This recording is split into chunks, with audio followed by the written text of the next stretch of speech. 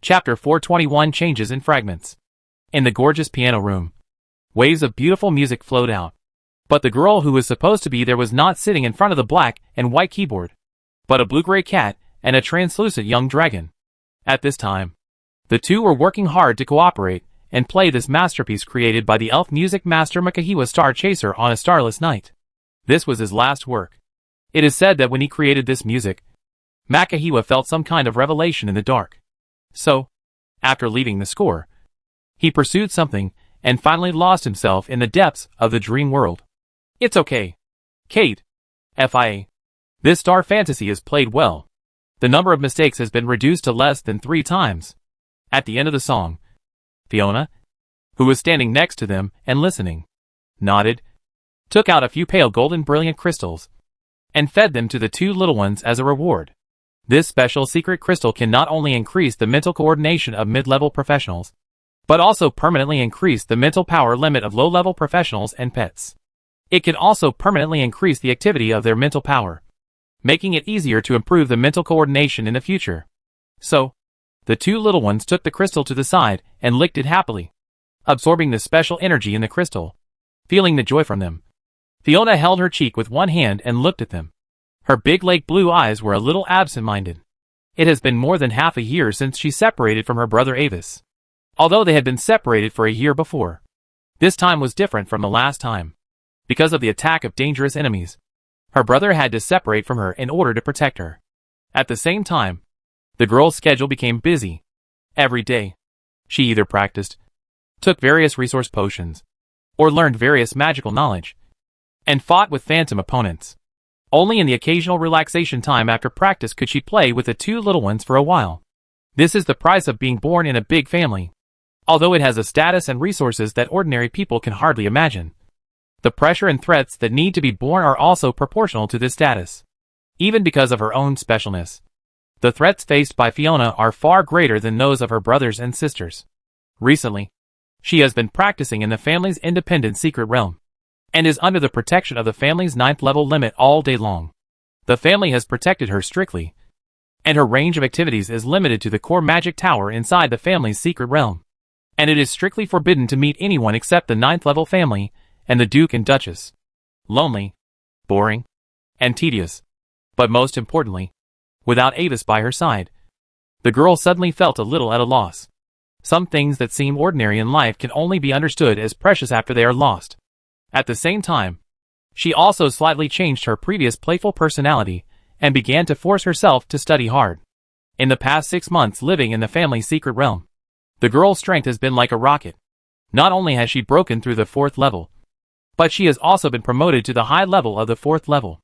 The most important thing is that it has only been about a year since she broke through the 3rd level. This speed can almost shock everyone. She walked to the black and white keyboard and sat down.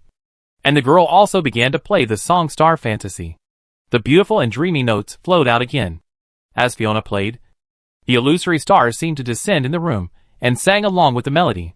The girl used her spiritual power when playing, truly showing the artistic conception in the music. According to the theory proposed by the Bard Guild, music is a magical thing. When you inspire it with spiritual power, it will show different effects.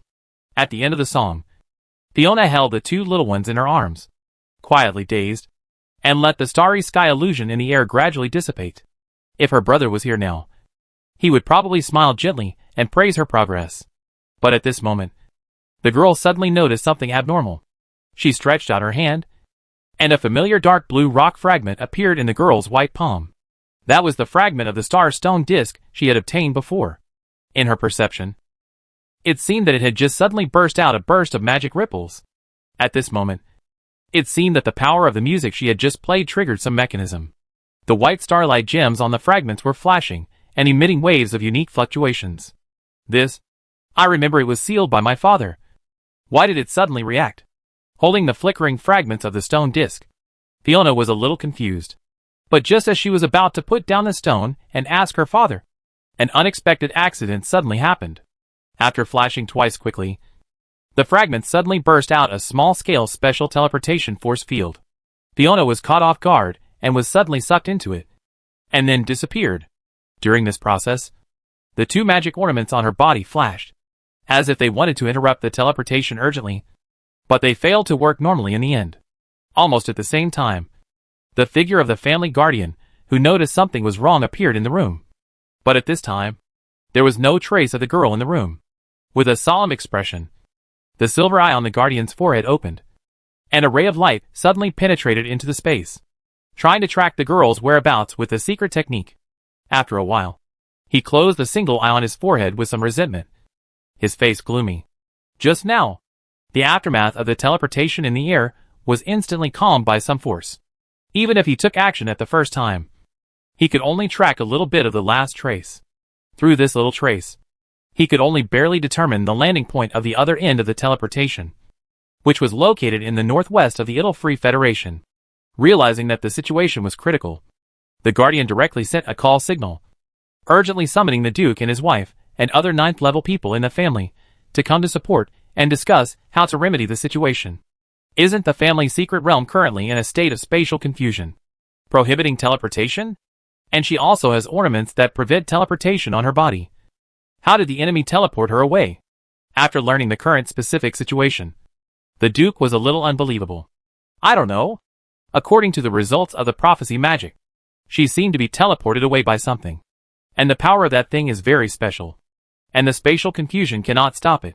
I used the secret technique to track it before, but I could only determine that the teleportation point was located in the northwest of the Federation.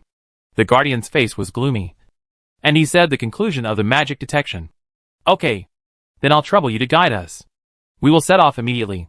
At the same time, in order to prevent the enemy from setting traps, we will make some preparations, and not let the outside world find out that we are leaving in the open.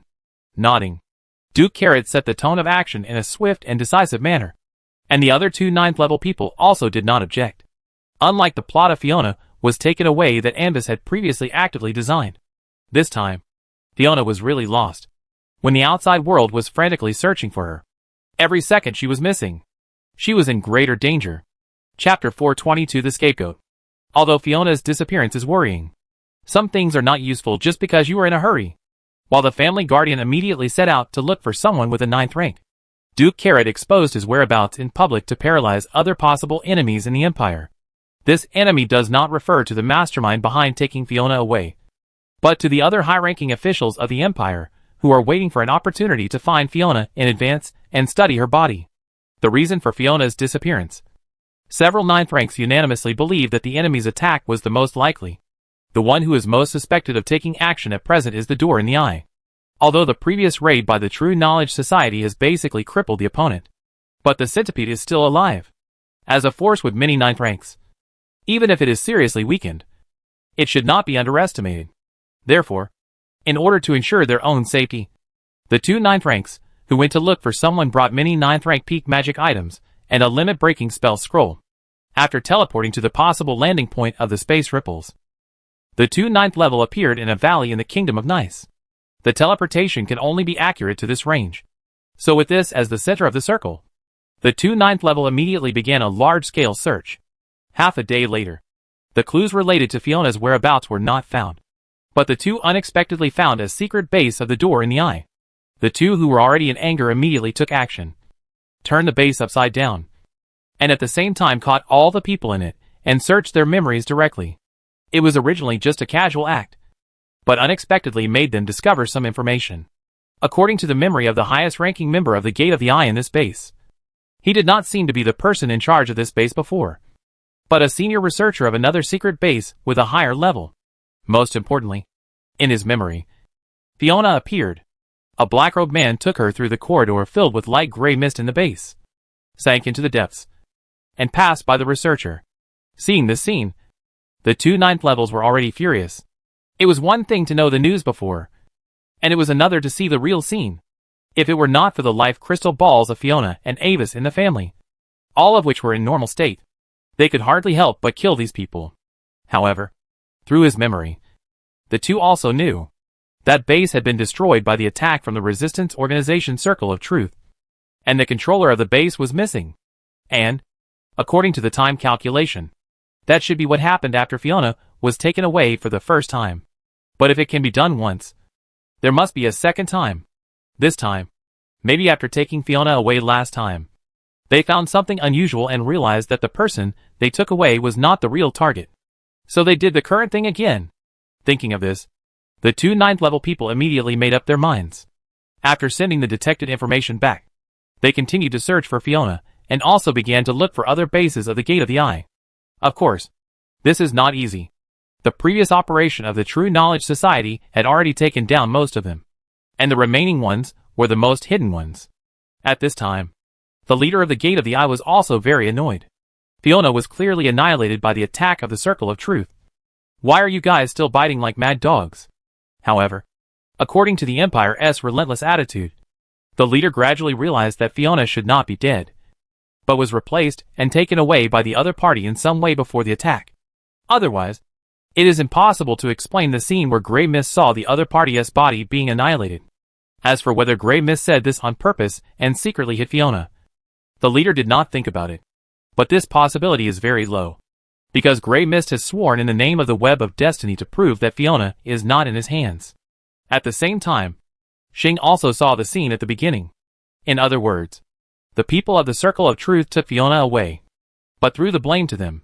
Thinking of this, the leader was extremely disgusted and wished to cut the other party into pieces, and put his soul into the dead flames to burn forever. However, although he was angry, he could only spread the news that the people of the Circle of Truth took Fiona away, and asked the members of the organization to hide as much as possible to ensure their own safety. However, the people of the Empire did not buy this news, but thought that it was the Gate of the Eyes that was causing trouble, because of the momentum when Avis left that night. Many people knew that the Circle of Truth attacked the Gate of the Eyes base. Therefore, the action against the Gate of the Eyes not only did not subside, but became more fierce, making the leader angry to death. At the same time, due to the assassination of several members of Parliament, the high-level forces of the Federal Parliament also began to operate and began to investigate the identities of these assassins. There were only so many 9th-rank people on the continent, and the Parliament soon found out their true identities, and began to question whether the Gloria Empire wanted to go to war, and demanded severe punishment for the murderer.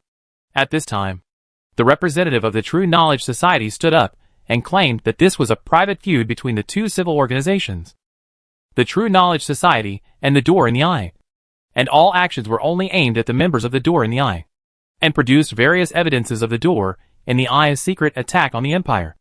And those members of the Door in the Eye were members of the Door in the Eye. Some people were skeptical about this, and some did not buy it.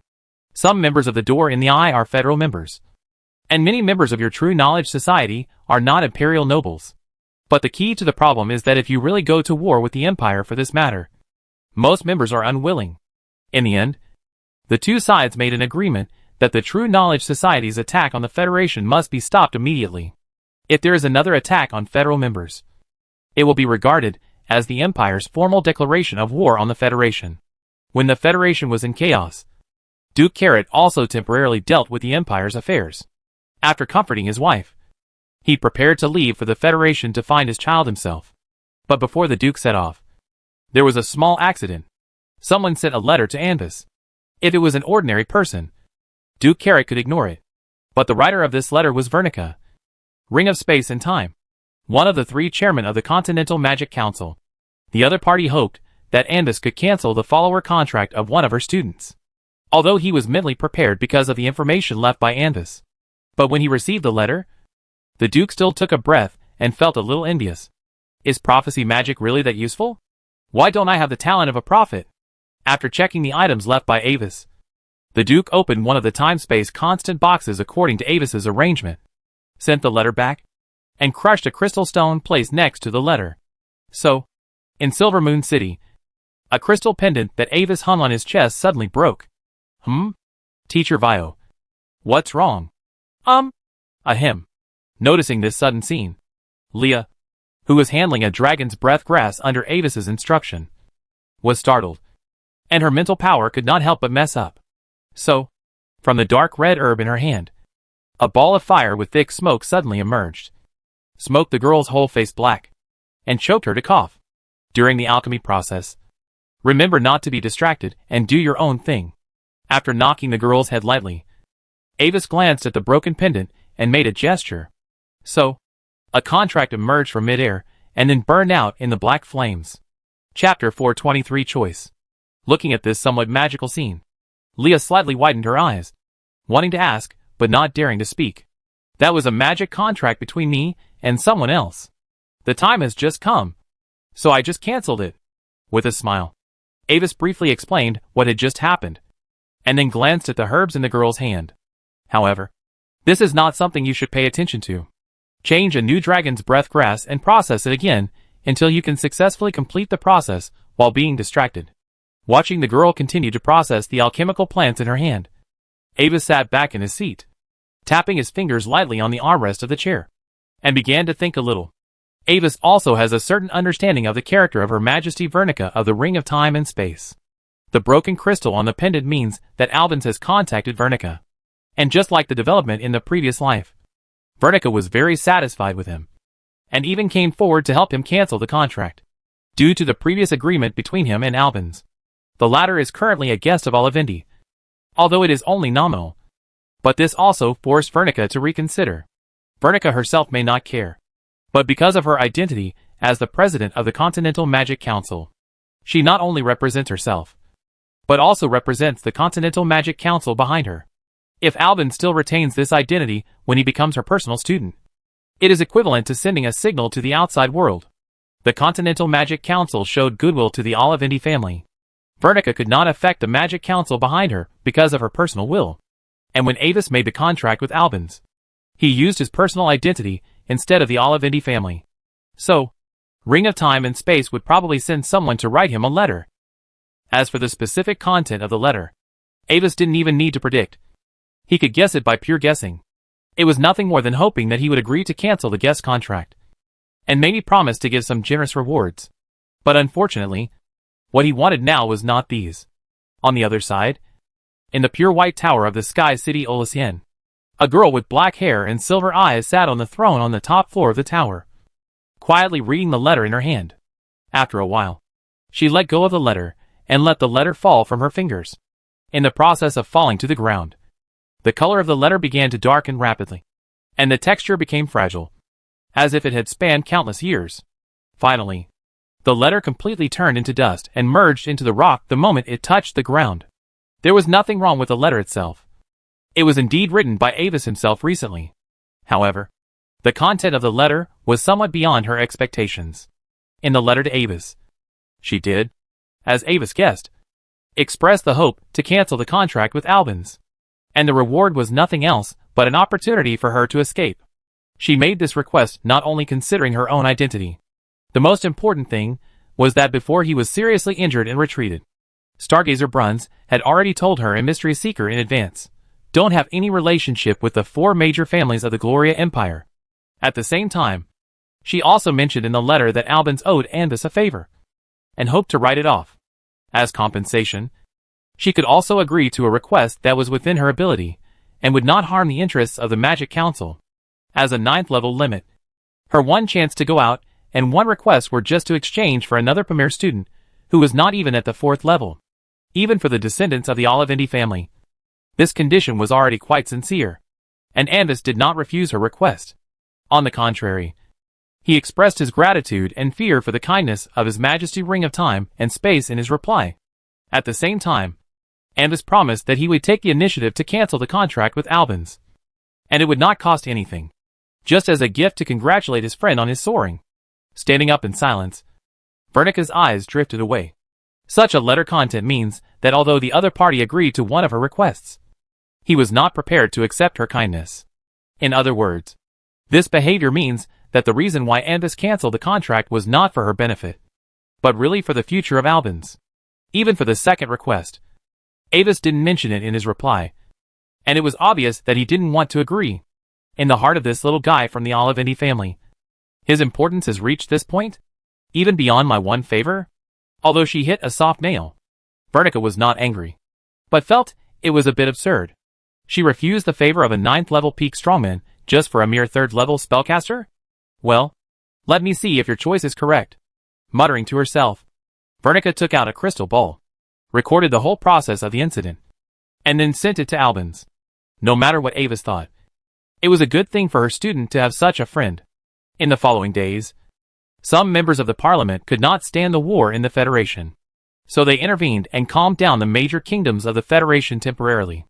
However, this approach was just a suppression and did not solve the fundamental problem, because Avis almost sold the constructs at a loss.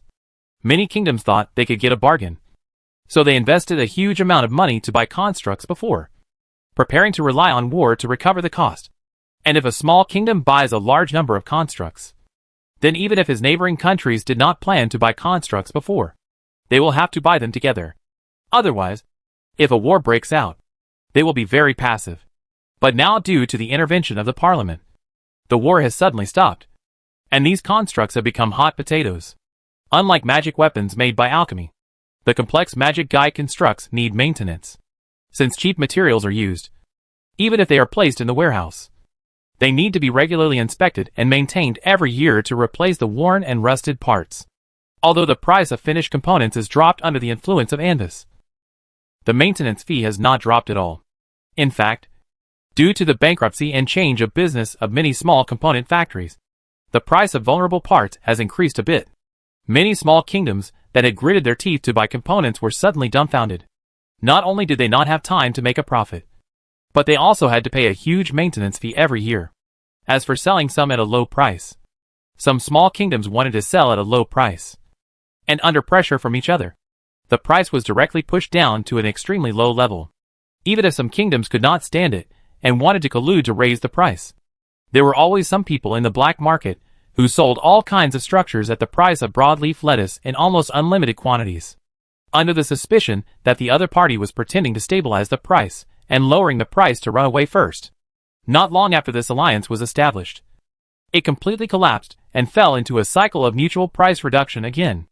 In the end, some kingdoms simply gritted their teeth and did not sell, preparing to hold on for a few years, and then resume the war when the parliament no longer paid attention to this matter. At the same time, in order to raise the maintenance fees for these years, these small kingdoms can only start to think of ways to mine high-value magic minerals in the territory, hunt high-value monsters, collect rare alchemical plants, etc., and then sell them in exchange for gold coins. Of course, in addition to this, there is a simpler way to increase taxes. Chapter 424 Unexpected Assassination. Compared with the previous methods, tax increase has obvious advantages in terms of enforcement. Of course, these methods can be carried out at the same time. Therefore, in this year's frozen month, the royal families of many small kingdoms issued decrees to increase taxes. Not only did the proportion of the original taxes increase, but new tax items were also added. Considering that the survival of the people should not be affected as much as possible, the royal family added about 10% of taxes on the original basis. However, although the starting point was like this, after the royal family took the lead in raising local taxes, the small and medium-sized nobles below also followed suit and added another 10% or 20% to the increased taxes to fill their own coffers. After adding layer by layer, it became an unbearable heavy tax. The people were living in misery, and the cold wind of the frozen month seemed to become even colder and more biting. Many civilians and low-level professionals could not bear the heavy tax oppression, and gathered at the Lord's mansion to petition, hoping to temporarily reduce taxes, at least until the weather warmed up next year, and then increase taxes. But what greeted them was the cruel blow of the cold guns of the guards of the Lord's mansion. In order to survive, many people had to flee with their families, but more people joined various resistance organizations that emerged among the people and violently resisted taxes. The royal family was also very annoyed by the various chaos among the people, and had sent armored troops to suppress this group of lawless and unruly people many times.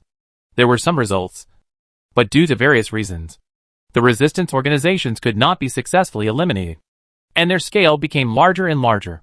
In this situation, due to the instigation of some people with ulterior motives, some local small and medium-sized nobles not only did not reduce taxes, but increased them by 10% on the original basis. Their philosophy is this: if someone rebels, it means that the tax is not high enough. Otherwise, where would they get the resources to rebel?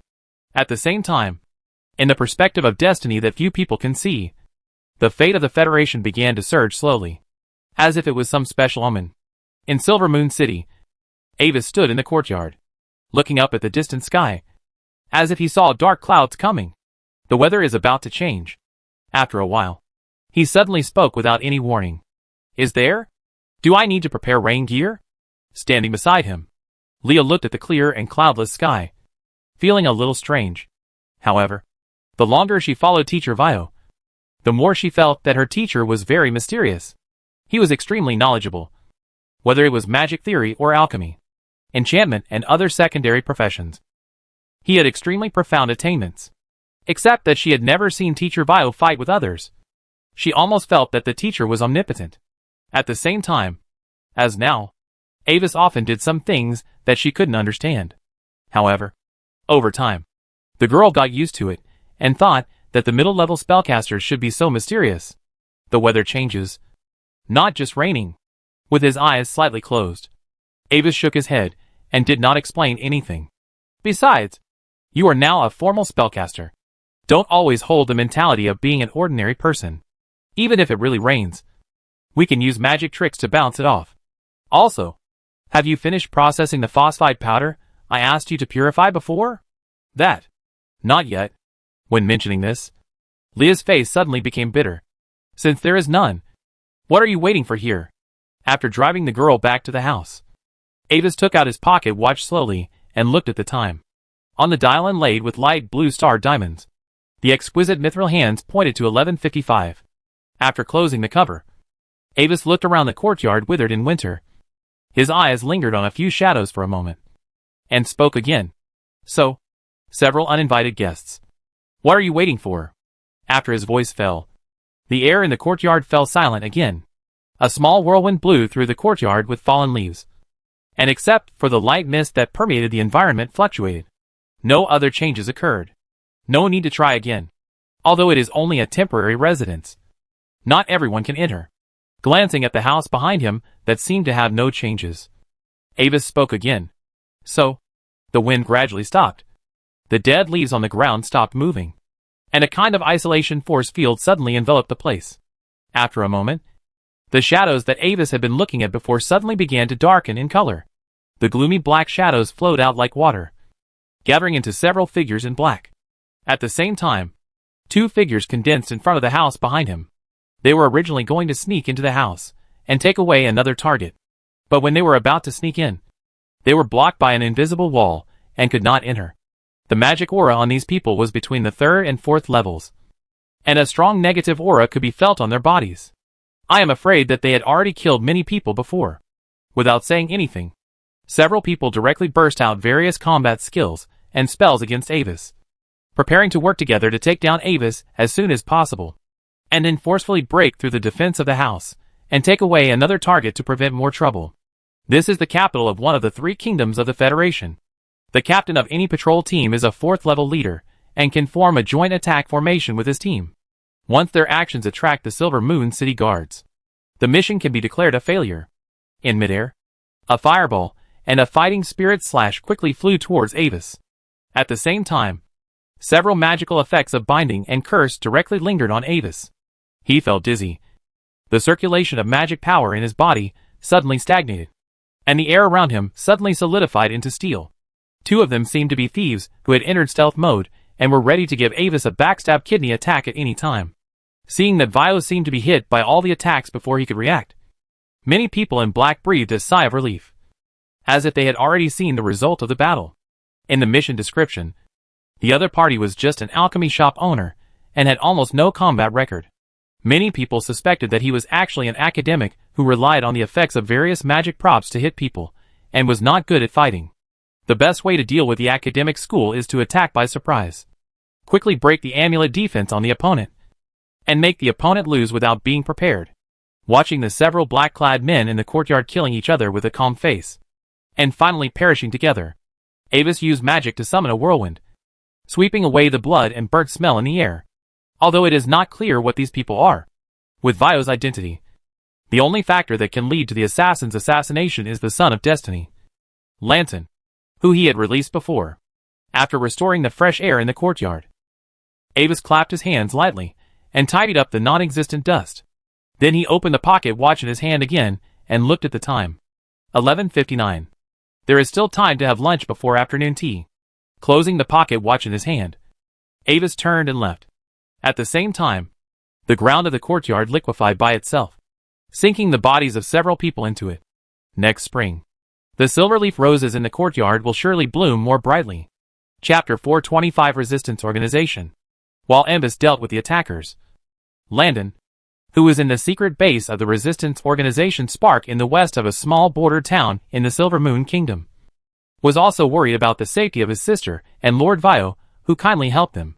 Under the guidance of the Dark Crow consciousness, Landon and Freya changed their appearance with magic potion, pretended to be siblings, and successfully joined the Spark organization and became its peripheral members. According to the Dark Crow, the Spark organization is different from other civilian resistance organizations. It is truly backed by top-level strongmen, which is enough to temporarily guarantee the safety of the two. Since Landon has now broken through the mid-level professional and has a certain strength, therefore, after joining, the two were directly arranged to become middle-level managers of this base, and they will be transferred in the future depending on the situation. Lord Dark Crow, now that we have settled down, I have also broken through the 4th level. Do you want to pick up Leah? At this time, in the cafeteria of the base, Landon was eating simple hard bread, monster jerky and cheese vegetable soup for lunch, while talking to Dark Crow in his heart. If Avis was beside him at this time, he would be able to feel that a strange power was faintly emerging on Landon's body. Although the current aura is not strong, it seems to hide great potential. You also said that many of your enemies in your life were high level. Lord Vio is only a 4th level spellcaster after all. If Leah continues to stay with him, I am afraid that sooner or later he will bring him unmanageable dangers. If you still have the leisure to do this, you might as well worry about yourself first. Dark Crow's hoarse voice rang out from the bottom of his heart. Don't think you are absolutely safe hiding here. This place can only provide you with a little cover temporarily. As a rebel army, the Spark organization can usually protect you from the search of the Silver Moon Kingdom. But if you accidentally expose yourself when you secretly take your sister back, you will be besieged by powerful enemies. Do you think the Spark organization will pay a huge price to save you? Or will you abandon you directly? And the Servile you mentioned is not an ordinary 4th level. When my original body was still alive, I also saw many 4th level professionals. Although Vio didn't look special on the surface, I always felt that he was different from ordinary 4th level professionals. As if thinking about the right adjective, Dark Crow paused and spoke again. Yes, it's temperament.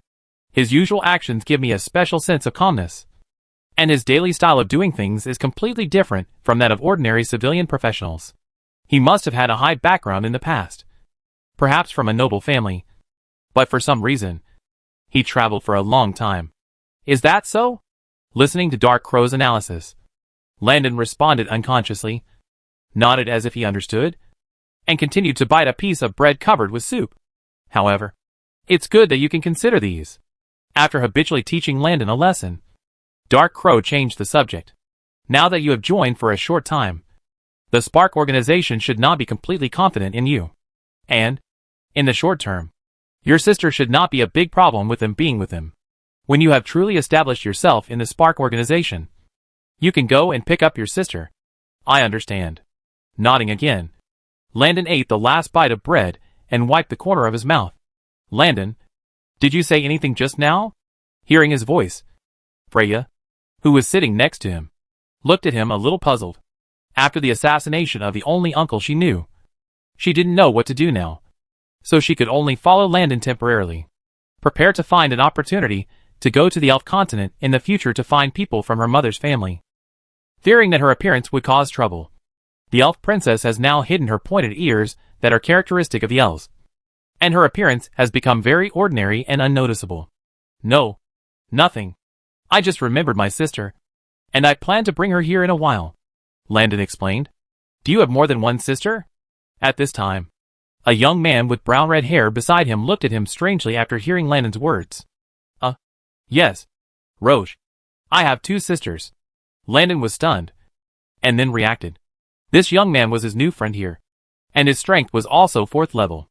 When he just joined the Spark organization, the other party enthusiastically helped him a lot, and they had a very good relationship. That's great. I'm the youngest in our family, but I have a very good grandmother. As he said, Roche picked up a piece of beast meat.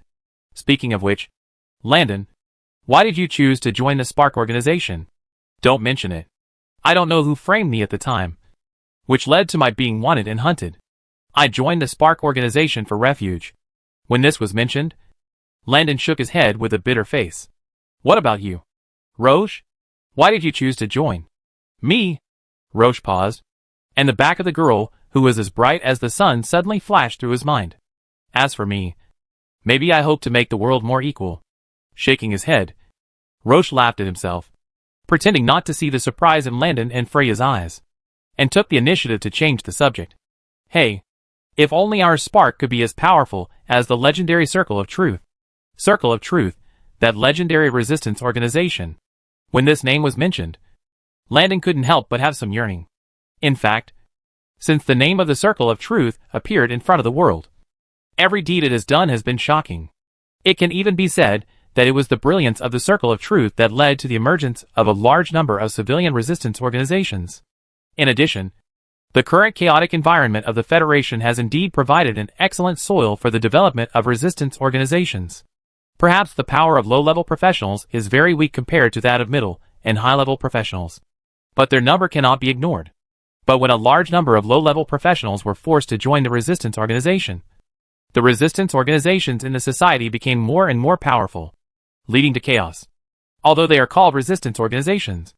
In fact, most of these unorganized and undisciplined resistance organizations are no different from ordinary bandits. Many civilians not only have to bear heavy taxes, but also suffer from oppression and harassment from these resistance organizations, making their lives more difficult.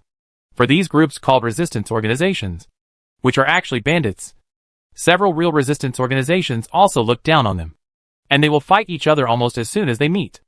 No more talking. We still have tasks to do next. We still need to meet and communicate with the Embers organization. After finishing the last piece of jerky, Roche put the fork back on the plate and stood up. The Embers organization is a newly emerging resistance organization, and its organizational philosophy is to let the light of equality cover the Federation. According to the information, although they appeared for a very short time, they are very powerful. This time, their branch here sent people to communicate with us and discuss cooperation. If we can strive to make them allies with us, then our strength will be strengthened. Don't worry, Roche. We will definitely succeed. Landon is very optimistic about this. The time specified by the other party is coming soon. Let's go! What kind of fruit have the seeds that have been released now produced? At this time, in the meeting place designated by Embers, Avis was wearing a cloak and standing in the middle of several subordinates, looking at the Sparks people who were gradually approaching, with some expectation in his eyes. Yes, this is also the power he established. Chapter 426 Meeting and Seat of Power. The meeting place between Ember and Starfire was chosen at the foot of the mountains on the west side of Sarah City, in a clearing in the misty forest. When the figures of Landon, Roche and others appeared in the sight of the people of the Ember organization, Avis could already vaguely sense the obscure power fluctuations coming from the two of them. Obviously, both of them were hiding some of their strength. Most of the Children of Destiny would do this. In this trip, the Starfire organization not only arranged Roche and Landon to go, but also the head of this branch, the powerful 6th-level professional Scorching Eagle Newman.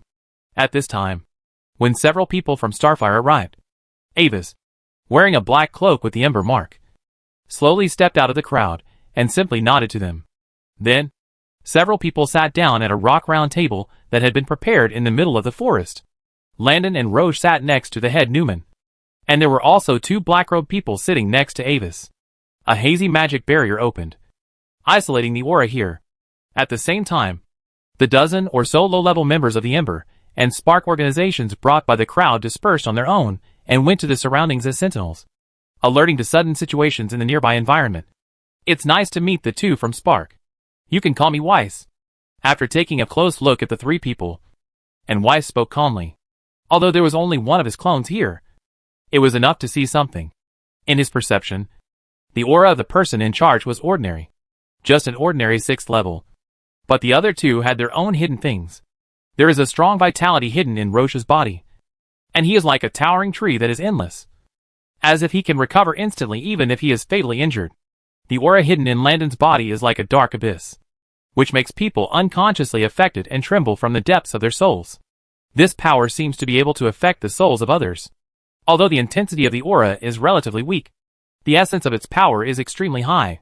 In Anwise's impression, Landon in his previous life had a very powerful and strange power. Now it seems that it was probably taught to him by Dark Crow, the portable grandfather. Sir Weiss, I am also very happy to meet you. You can call me Newman. He is Dunlon. And he is Roche. Newman, who was dressed in a red robe, nodded and also reported Roche's name and the pseudonym Landon took when he joined Starfire. We came here this time in the hope of forming an alliance with your organization, gathering all our strength, and eliminating the people who are being oppressed by the nobles of the kingdom. Without any twists and turns, Newman went straight to the point.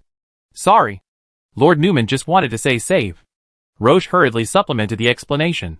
Also, forming an alliance is a matter of benefit to both of us. Just like chopping down 2 trees at the same time is always more difficult than chopping down 1 tree. When we unite, on the side, Landon also began to recite the manuscript he had prepared before. Okay. No more talking. I agree.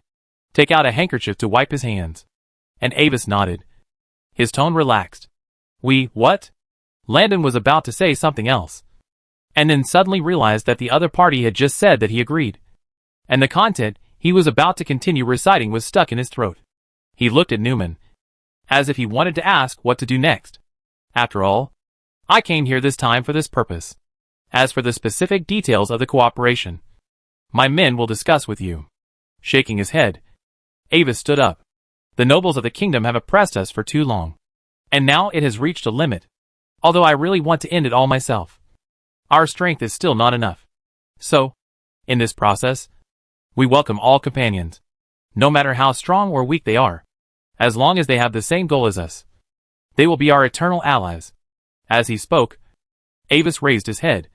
His tone was passionate, as if he was really fighting for the interests of the people of the Federation. And Landon and Roche couldn't help but admire him. In addition, there is one more thing. We have a special discovery that needs to be warned to you about the so-called construction network. Be sure to pay attention to its threats. As he spoke, Avis threw out another sensational news. Construction network? Newt looked at the other two and frowned slightly, a little surprised and curious. Although many places in the Federation are in constant war, the construction network is still steadily popularizing, and even has a trend of developing faster and faster. According to what Lanton heard, after the consciousness enters the construction network, you can get all the beautiful things in your dreams. But in fact, this introduction is just to allow people who have never been exposed to the network to quickly understand the concept of the construction network. The name contains the word network. The essence of the construction network is actually equivalent to a super large permanent illusion magic that can connect the consciousness of many people together. Since everything is an illusion, people who access it can naturally get all the beautiful things they dream of. For players, this is equivalent to building a virtual game in a virtual game. Yes, I don't know if your senior management knows about the construction network, but I must inform you in advance that there may be some people behind this. Ambus nodded and explained a little, but deliberately did not elaborate. Also, our main funding comes from the funding of the Black Ring Chamber of Commerce. If possible, I hope that when the caravan of the Black Ring Chamber of Commerce enters your sphere of influence, you can protect their safety and avoid harassment from the bandits who call themselves the Resistance Organization. Of course, in return, we can also promise that when the people who support your caravan pass through our sphere of influence, we will also try our best to protect their safety. When many kingdoms in the Federation announced tax increases, the big merchants were mortal enemies with these kingdoms. It is probably difficult for the nobles of the kingdom to imagine that the base of the Resistance Organization would be in Sarah City under their noses. And a large part of the funds for the organization's operation were also donated by big merchants who were dissatisfied with the kingdom. In fact, the biggest losses from the recent extortion by the high-ranking officials of the kingdom are still these chambers of commerce. Even if ordinary civilians are plundered, they can't get much resources. In comparison, these chambers of commerce can be said to be rich, and naturally they are the best targets for exploitation. As a result, many chambers of commerce have suffered a lot of misfortune. Not only have they lost all the wealth they earned, but they have even suffered losses. After discussing some details of the cooperation, Newman took his people to say goodbye and leave. Looking at the backs of several people going away, Avis gently raised his hand, and 2 tiny power seeds appeared in his palm. One contained a vigorous vitality, and the other was deep like an abyss. Due to the large gap in rank, he easily extracted some of the power of Landon and Roche without attracting the attention of several people. Chapter 427 Chaos Aggregation Monster. Except for intercepting some power seeds for research, Avis did not interfere with the two for the time being. Now is not the time. Although Landon and Roche have grown to a certain extent, they still have a long way to go. Just like the seeds that have just bloomed, you should not rush to pick them at this time, but wait for the nourishment of sunshine and rain to bear full fruits in the future. Besides, he has already gained a little. The two powers of Landon and Roche are quite interesting. These special powers taken from the children of destiny have good growth space. Moreover, when they fall into the hands of him, the prophet, they have special uses. Carefully sealing the two power seeds into the magic crystal, Avis put them away and prepared to teleport them to the main body for further research. Then, he raised his right hand and made a gesture. Several spellcasters beside him immediately understood and erased the traces of the previous meeting between the two parties in the environment, and then teleported away with everyone. In the alchemy shop in Silver Moon City, after finishing the last inscription on the surface of the pendant in his hand, Avis put down the completed life pendant in his hand and entered the teleportation room on the first floor of the basement of the shop. At this time, in the center of the micro-teleportation array in operation, two transparent magic crystals of different colors were refracting a faint light. Due to the influence of different attribute powers, the crystal carrying Roche's power was light green, while Landon was gray-black. After taking out the two crystals, Avis entered the underground laboratory and put the two crystals into a special inverted pyramid-shaped magic analyzer, preparing to analyze their specific properties in depth. Although he temporarily left the family, he still secretly purchased a large number of high-level magic instruments through the channels of the Black Ring Chamber of Commerce for his daily magic experiments. At the same time, he was also thinking about the unexpected encounter between Landon and Roche during this meeting. Landon currently seems to be doing well in the Spark organization, and according to this development trend, he should be able to become a senior member of the Spark organization in the future. According to his observation, it is estimated that it will not be long before Landon will find a way to secretly come to pick up Leah, and then develop in Spark with peace of mind. In this regard, Avis somewhat lamented the impermanence of fate. In the previous life, the Spark organization has always been active in the Glory Empire, and Landon's life story in the Federation is almost two parallel lines, and there is no way to talk about his acquaintance with Roche. And now, with his intervention, these two parallel lines have intersected. It is difficult to say whether this change is good or bad for Landon, but it is certain that it is not bad for Avis's plan.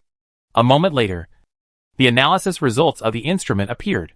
The power of Roche is most similar to the power of the world tree worshipped by the natural elves recorded in the database, with an overlap of 89.26%. The power of Landon is related to a special magical beast called the Thousand-Eyed Crow. Its unique death gaze can directly attack the target's soul.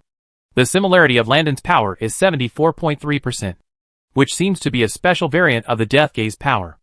Avis has already made a plan for the use of these two power seeds. He plans to use the two powers as a basis to cultivate a special astral creature chaos aggregate monster. 1,300 years ago, the Olivendi family summoned and captured a very special astral creature.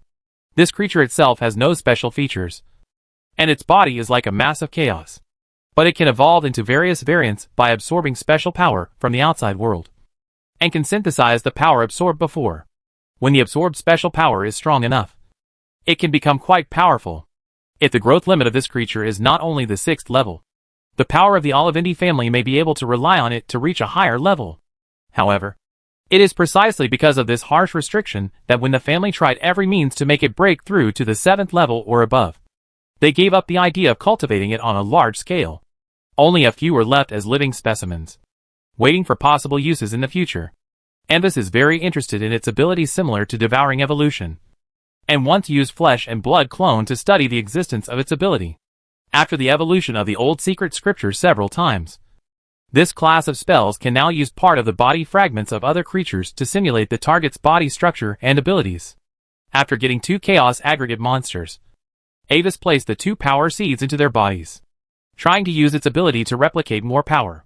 Then, visible to the naked eye, the two chaos aggregate monsters began to transform. Their body structures changed, and became more adapted to the alien power implanted in their bodies. Watching the two chaos aggregate monsters in cultivation, Avis showed a mysterious smile. According to his goal, he might confront the Spark organization sooner or later in the future. Now, with these two chaos aggregate monsters, he can arrange a classic scene to fight the original owner with the power obtained from others. After finishing the task in hand, Avis left the laboratory and looked at Leah, who was still practicing the task he had assigned before, and was a little silent. Everyone has his own purpose, and all their planned actions exist for this ultimate goal. Then, when you know the true purpose of others, you have the possibility of achieving your own goals by guiding others. Perhaps some people will wonder that these low-level resistance organizations, no matter how big they develop, cannot fight against high-level strongmen. But in fact, the bottom also has the role of the bottom, and their development to the present is also the result of the open and secret struggles of the high-level behind. This is not only caused by Avis's layout, but also those high-level predictors have played a huge role in it. Everyone has his own purpose, and all their planned actions exist for this ultimate goal. The predictors of the gate in the eye need the feedback of the web of destiny to break through and get rid of the suppression of the stargazers. So they must stir up trouble everywhere. And Avis hoped that the situation in the Gloria Empire would be stable, and the unrest that threatened the Olivindi family in the previous life would be strangled in the cradle in advance. As a price, the war that was originally going to happen in the Empire was transferred to the Federation under his operation. This is equivalent to using the war in the Federation of the Kingdom of Italy in exchange for peace in the Gloria Empire. For the people of the Empire, Avis saved them from the suffering of war, and was a well-deserved hero. And for the people of the Federation, he was an unforgivable sinner who brought death and destruction. Peace has a price, and some things always need someone to do. Chapter 428 coming. Number 37. Windbell Flower Street, Silver Moon City, Mithril Starry Sky Alchemy Shop. This is it. On the busy streets of Silver Moon City, a girl wearing a robe covered with shining silver white stars and a crystal ball floating beside her looked up and glanced at the sign with magical special effects like the starry sky, confirming that she had arrived at the mission location. She was the Summer Night Firefly who came all the way from the Gloria Empire under the secret order of Avis. Recently, Avis's clone used to lead the Ember Resistance Army was in talks with the top leaders of several other resistance organizations, preparing to carry out a major operation together. Considering that it would be convenient to have a player follower in the future, it was decided to call her over for a while. Previously, when exploring the floating city, the reminder of her companion spirit Rona did help a lot. So, after Avis took her away, he generously forgave her debt of 2,000 gold coins. Now she only owed Avis 15,000 gold coins. Although she is now a student of Secret Star Scholar, the latter is not prepared to help her solve this debt. In the process of growing up, you must go through enough hardships to truly grow into a strong person. Unless Avis really goes too far, he will not intervene. Welcome. What do you need? After pushing open the door of the shop with sound insulation and hazy magic circle, the crisp sound of wind chimes echoed. And behind the light black elderberry counter, a silver-haired aboriginal girl followed the reputation. Hello. I was entrusted by someone to come here to find a Mr. N, named Vio, and give him a letter. After taking a quick look at the various mysterious alchemical items displayed around, Xia Yinghua walked to the counter and took out an envelope with a magic emblem on the surface and handed it to the girl. Oh, is there a letter from the teacher? Please wait. Hearing the name Vio, Leah immediately understood and quickly knocked on a small bell under the counter. After a while, a wooden door at the back of the store opened and Avis walked out. Teacher, this lady said there is a letter for you. Seeing Avis's figure appear, Leah briefly reported what happened just now. Is there a letter for me? Looking at Xia Yinghua, who was eagerly waiting for the settlement, Avis casually opened the letter, glanced at it pretentiously, and then flames rose from his fingertips, engulfing the blank letter paper. I understand. Then, you stay here for a while to help me look after the store, and the salary you get will be used to repay your debts. Looking at Xia Yinghua, who was still in the dark, Avis nodded to her.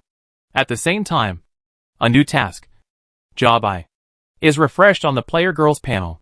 Task description, Vio, the owner of the alchemy shop, thinks you are a talent and hopes to invite you to stay and work. Do you accept? Yes. No, this task does not support rejection. Help to look after the store? Wait. I asked for leave from my teacher this time, so I can leave temporarily. If it takes too long, I am worried that my teacher will be unhappy. My teacher is the vice president of the Royal Research Institute of the Glory Empire. This is his emblem. Suddenly hearing that he was going to be left here to look after the store, Xia Yinghua fell into deep thought and was a little hesitant, judging from the name of the task.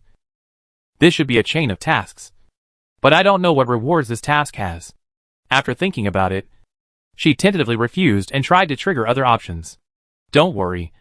The person who wrote this letter should not make such a mistake. Since he asked me to help you find a job, he will definitely solve other problems at the same time. Avis shook his head. Even though he knew the identity of the young teacher, his expression was still calm and indifferent. Okay. This is Leah, my student. You can temporarily follow her to learn how to run a store. Your salary for the next few months is temporarily set at 1,000 gold coins per month, which will be deducted from your debt. How much? After hearing the amount of salary, Xia Yinghua, who was originally reluctant, was stunned. A monthly salary of 1,000 gold coins? You can get so much money just by running a store? This is not a shady store, right? For example, selling alchemical items during the day and selling flower girls at night, and then forcing her to do odd jobs here at night, something like that. Maybe she will even be asked to join Rona in the battle. 1,000 gold coins a month. Working for me. Is there any problem? Glancing at her suspicious eyes, Avis spoke calmly, and the words were full of the taste of not caring about money. No. I am happy to serve you, Mr. Bio. However, thinking of Avis's identity, Xia Yinghua also put aside this worry. A monthly income of 1,000 gold coins is almost impossible to get even if her level has broken through level 40. So, Avis's store has another player girl. Since Xia Yinghua's own strength was already at the 4th level, Avis happily handed over some materials with level requirements to her to deal with, while he was slacking off on the side.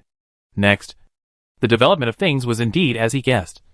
On the first day of the new moon, the day of the New Year festival, taking advantage of the fact that Silver Moon City was celebrating the arrival of the new year and there were many people, Landon, disguised as an old woman, quietly came to the store and took Leah away.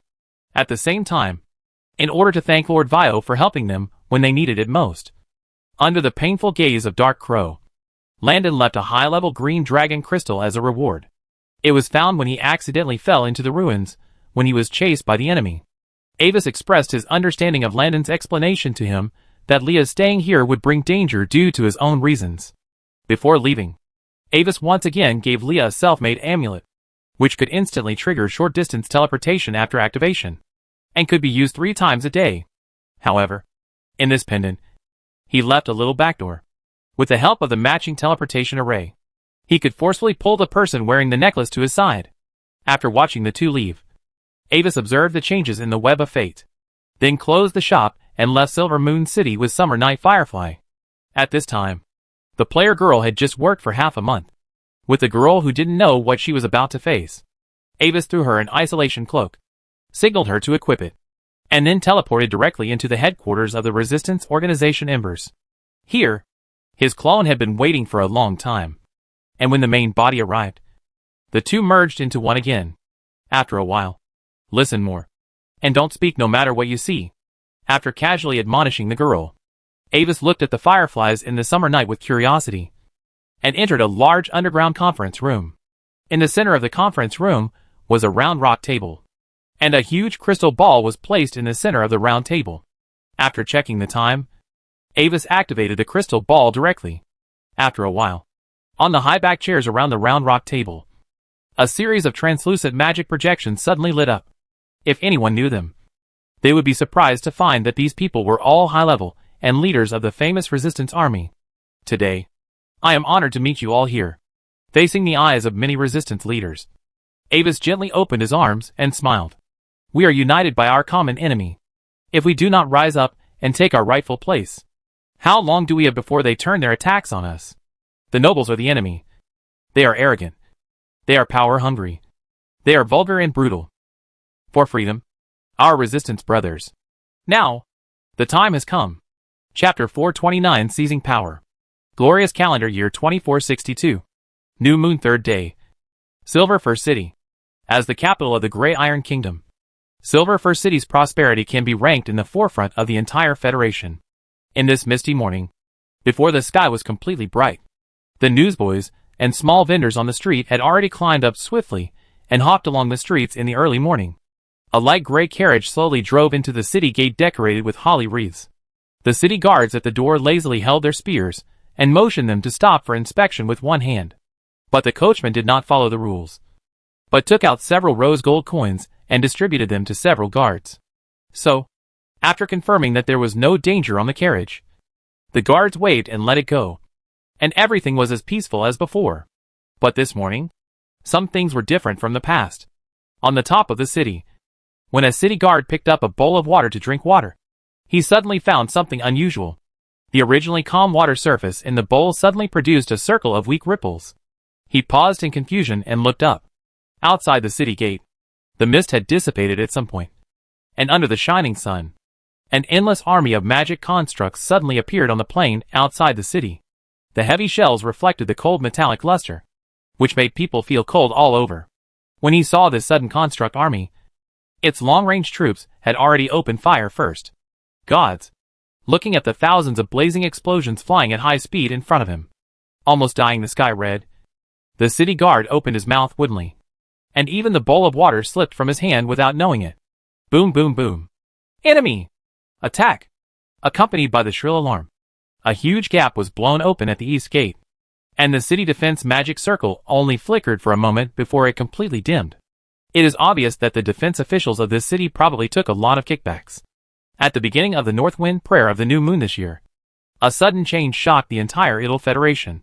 The location of the change occurred in the Grey Iron Kingdom of the Federation, which is a small kingdom located on the west side of the Thebieros Mountains and famous for its abundant production of various magical minerals. It is adjacent to the Leica Kingdom. On the third day, several large resistance organizations such as Spark, Ember, and Sunlight suddenly joined forces and launched a mutiny in the Grey Iron Kingdom under the banner of freedom, equality, and resistance to oppression.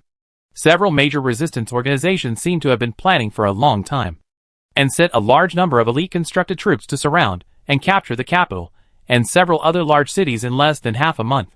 Although the kingdom's garrison fought bravely, their equipment was far behind the enemy, and because the city defense array was out of repair, they were outnumbered and defeated, and fled in all directions, except for a few royal family members who managed to escape. Most nobles and royal family members were captured on the spot, including the king and queen. A group of nobles who caused great public outrage due to their excessive taxation were publicly beheaded by the rebels. At the same time, His Majesty Felgood, the national protector of the Grey Iron Kingdom, was attacked and besieged by two suspected new 9th level wizards, and was eventually defeated and killed. In this incident, many resistance organizations showed their strength for the first time, shocking everyone. With a large number of elite construct troops under his command, he easily captured many large cities. There was even more than one 9th level behind him, and he was not afraid of the threats of high-level professionals. When they learned about the fall of the Grey Iron Kingdom, the ruling class of many other small kingdoms of similar size suddenly became restless. The rebels could easily capture the Grey Iron Kingdom.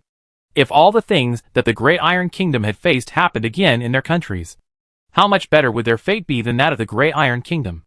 Thinking of this, the top leaders of many small kingdoms immediately began to frantically order various military constructs on a large scale.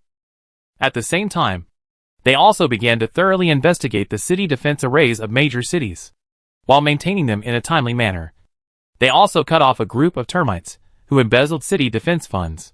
Compared with the fierce reactions of many small kingdoms, those larger kingdoms reacted more cautiously. For them, although the power of the rebels is alarming, it is still within the controllable range.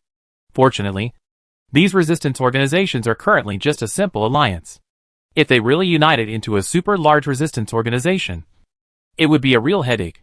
For this reason, some kingdoms have prepared to secretly send people to divide the cooperation of these organizations from within. They even instigated them to kill each other on the pretext of unification. After several resistance organizations joined forces to seize the entire Grey Iron Kingdom, the people of the Federation faced a new problem. According to the provisions of the Patakaran Covenant, when the ruler of the kingdom changes, the new ruler is eligible to join the federal parliament. But when this rule was set, No one could have imagined that a kingdom would be seized by the so-called civilian resistance organization. Therefore, how to deal with the current state of the Grey Iron Kingdom has troubled many parliamentarians. After taking over the management of the entire Grey Iron Kingdom, several major resistance organizations did not immediately continue to expand outward, but prepared to send representatives to join the federal parliament like other ordinary kingdom regime changes. This is a very smart move. Making such a gesture is equivalent to showing a signal that the rebels also intend to play according to the rules of the game, rather than going against the federal parliament. Therefore, according to the provisions of the Patakaran Agreement, the rebel seizure of power is also theoretically a private matter within the kingdom, protected by the rules, and the federal parliament cannot intervene at will. At the same time, this is also to appease the top leaders of other kingdoms. Let them know that they will also abide by the Patakaran Agreement, and prevent the other kingdoms from joining forces in advance due to fear and destroying them at all costs. After conquering the Grey Iron Kingdom, several resistance organizations temporarily calmed down and began to gradually digest the gains of this battle. At the same time, they also began internal voting to elect a federal member to join the parliament. In the folks of the Grey Iron Kingdom, many civilians who were originally worried that they would be robbed suddenly found that their lives were much better, since several resistance organizations sent out guards to each other. They strictly restrained each other's subordinates from disturbing the people. Not only did the looting that was worried about not occur, but after the resistance organizations came to power, they temporarily implemented a number of tax exemption policies, and commercial taxes were also reduced to an extremely low level. For a time, many newspapers reported the incident, which attracted the attention of many people. At the same time, smelling business opportunities, many chambers of commerce sent people to the Grey Iron Kingdom, while bringing a large amount of livelihood resources. They also purchased high-value materials such as artworks that were seized by the resistance army, but had no suitable channels, and were not easy to handle, due to the reduction of trade taxes and tariffs. These bold chambers of commerce made a lot of money for a while. Chapter 430 Excellent Member of Parliament. Hey, Siayu, have you heard? The top leaders of our organization have won a seat for the federal parliament, and the election is being held now. Needless to say, it has been spread all over the forum. We have been following Xingho since the beginning and have been chased by the regular army all day. We can be considered tough for once. When the military merit rewards were exposed, the group of people were extremely envious. Hey, but it's a bit late to join now. The contribution points for regularization alone are enough for them to brush for a while. In the original Yinshan city, two players dressed as the Xingho organization were chatting casually. When Yinshan city was captured by several resistance organizations, the city name was changed to Dawn City, which means that dawn is coming. If someone can see their character panels, they will notice that the nicknames of the two have different team prefixes. They are the players of the Baiguang and Yinan subordinate guilds, since the Stardust Club is a big business in the Federation. The Baiguang and Yinan on the side of the resistance army temporarily joined forces to fight against the Stardust on the side of the Kingdom Army. In this battle, the players performed very well, because they are not afraid of death for money. The resistance organization has formed a large number of player death squads to carry out various offensive tasks, coupled with the Black Ring Chamber of Commerce Alliance secretly supporting the resistance army with a batch of high-powered alchemical bomb seeds of destruction at a very low price. The player-guided self-destruction troops were freshly produced and became the nightmare of all enemies on the battlefield. The 5th and 6th level strongmen, who could easily deal with low-level constructed troops, also have to be cautious when facing the player's team, because the opponent will self-destruct if he can't beat it, and the explosion power is enough to severely damage the 6th level. Initially, due to lack of preparedness, the middle and high-level professionals of the Grey Iron Kingdom suffered a great loss. Many of them were killed by the sudden explosion in the battle, and suffered heavy losses. This was equivalent to the last straw that broke the camel's back. If it weren't for the loss of too many middle and high-level strongmen, the kingdom garrison would not have suffered an avalanche-like defeat later. Although the kingdom garrison also had players, they were completely suppressed by the former due to insufficient equipment and resources. Therefore, due to the proof of their own strength, the status of the players among the indigenous people has rapidly improved. This time, the organization organized an election for federal parliamentarians, and the players also obtained the right to vote. Who are you going to vote for this time? I think a senior executive of the Spark organization is good. If he gets promoted, each of us can receive 5 units of magic gold ore. which is a huge income. At this time, the player called Celia accidentally asked about voting. I have already determined a candidate. When I heard his name, I knew that he would definitely become an excellent parliamentarian in the future. Mentioning this, his companion smiled mysteriously. Really? What's his name? Celia asked a little strangely. Xavier Parkinson. Oh, well, Senator Parkinson. He does sound quite suitable. The two laughed, while the players were enjoying the fruits of victory. Many high-ranking members of the resistance were gathering together to discuss future development. In this battle, they also got a general understanding of the strength of other organizations. In general, the Spark organization ranked first in comprehensive strength. This old resistance force has the longest development time and the most members. The Embers were also impressive. As an emerging resistance force, the equipment of the Embers members was so good that it was enviable. Even the players responsible for self-destruction had Silver Knight too. You know, in other resistance organizations, that was the main model of magic guide equipment that was only issued to the elite, which was enough to exert the destructive power of the 5th level professional. That is, Avis, who had recently obtained a lot of treasures, didn't care about money, and had his own factory, could use them to self-destruct. This also made the situation on the battlefield more confusing. When you thought there were no self-destructing soldiers in such a high-level unit, you would be stunned by the unexpected explosion, combined with the undead players. This made the Embers organization, which had a weaker foundation, firmly sit in the 3rd place in comprehensive strength among all the resistance forces. At this time, Avis's clone also mixed in, pretending to talk to a high-level Sunshine about possible future developments. But in fact, Avis knew that the future of these resistance organizations still depended on the game between the high-level prophets. Among the several resistance organizations present, there were at least 2 high-level prophets secretly intervening behind the Spark organization, and each of the other organizations also had at least 1 high-level prophets. Like Avis, their ultimate goal was to obtain fate feedback by interfering with the fate network of the continent. It was because of their power that these resistance organizations came to this point. But now there is actually a problem. That is, the total amount of these fate feedbacks is not enough for all the high-level prophets. The current only goal of the several 8th level peak prophets on the continent is to break through the 9th level. And this process not only requires a huge amount of fate feedback power, but also requires a far-reaching impact on the web of fate.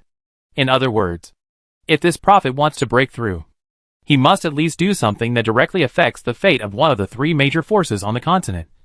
And he must complete it completely by himself, or at least play the absolute main role in it. Obviously, it is particularly difficult to do this when there are multiple 8th level peak prophets at the same time. So, some people choose the rebels, some choose to construct the network, and some choose other things. But their fundamental purpose is the same: to change the world. At this time, the legendary resistance organization, the Circle of Truth, has recently started to act again, when several major resistance organizations joined forces to capture the Grey Iron Kingdom. People suspected to be the Circle of Truth organization appeared again, attacked many magic crystal mining areas, and fought fiercely with the 9th level guarding the mining areas, with some winning and some losing. At the same time, there is a taboo about the Circle of Truth, which is gradually spreading in the Federation. That is, never use the curse to try to track the main body of the leader of the Circle of Truth. The first to use the curse and try to mark the opponent's 9th level has suffered a great loss. At that time, after he cast the curse, the feedback was like a stone sinking into the sea. He didn't care at first, thinking that the spell failed. But as time went by, he suddenly found that there was a faint whisper coming from his spiritual sea. This whisper made him extremely irritated, and his spiritual sea was also somewhat unstable. He has already found many people and spent huge resources, but he still hasn't been able to solve this problem until now. With the example of this unlucky 9th level in front, many people have become more cautious in their attitude towards the Circle of Truth. Chapter 431. No one knows players better than me. At this time, Avis's main body, with the Summer Night Firefly, is in a secret base of the Embers organization. Due to the mission restriction, the player girl cannot leave a certain range near him, so she can only temporarily browse the game forum to relieve her boredom. Therefore, Avis can also see the latest news revealed by players on the forum, since he joined forces with several other resistance organizations to capture the Grey Iron Kingdom. The popularity of the Ill Kingdom Federation section of the forum has instantly increased a lot. Many players are discussing this matter, especially after seeing the rewards posted by the first batch of players who joined the resistance organization. It has ignited the enthusiasm of many players. During this period, according to Avis's statistics, the number of players who applied to join Embers every day was nearly 6 times more than before the war. The status of the other organizations must be similar. Of course, these organizations have different attitudes towards the players, due to the obvious chaotic attributes shown by the player group. The other resistance organizations such as Spark are still wary of these foreigners. Some of the most radical leaders even pointed out that all foreigners are not trustworthy. They have already sold their souls to the devil in hell. And if they gain power, it will be a disaster. Therefore, although they value their power, several resistance organizations dare not arbitrarily improve their status in the organization. In this regard, only the Embers established by Avis has a different attitude from the other organizations. Players are indeed naturally chaotic, but Avis doesn't care about it. He always looks favorably on the player's ability to cause trouble. Maybe the Embers organization cannot compare with Spark and Sunshine in terms of background power. But Avis also has a significant advantage. He is richer than other organizations, relying on the income from the large-scale arms sales of the Black Ring Chamber of Commerce Alliance, the treasure left by Emperor Phidias, some resources of the Sky City, and the small treasury of Grey Mist, etc. The resources that Avis can currently control far exceed those of other rebel leaders, who are only funded by the forces behind them, because Avis attaches great importance to players. And most of the current senior members of Embers are basically secretly controlled by him.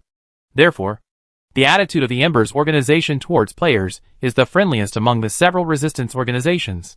Not only are the benefits better than those of other organizations, but the promotion of status is also relatively easy. At present, some of the earliest players who join the Embers organization have truly entered the management level and have the right to issue tasks and mobilize grassroots organization members to fight. Under this temptation, more and more players choose to join the Embers organization. But relatively speaking, the number of natives who choose to join Embers is much less than that of other organizations. Knock knock.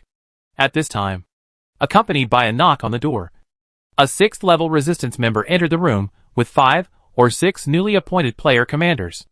After looking at these players, Avis pointed to the books in the bookcase on the side and ordered several people to move these books to the empty bookcase at the other end of the study. The reward was 100 points of camp contribution. When the task prompt popped up, Avis looked at their task list.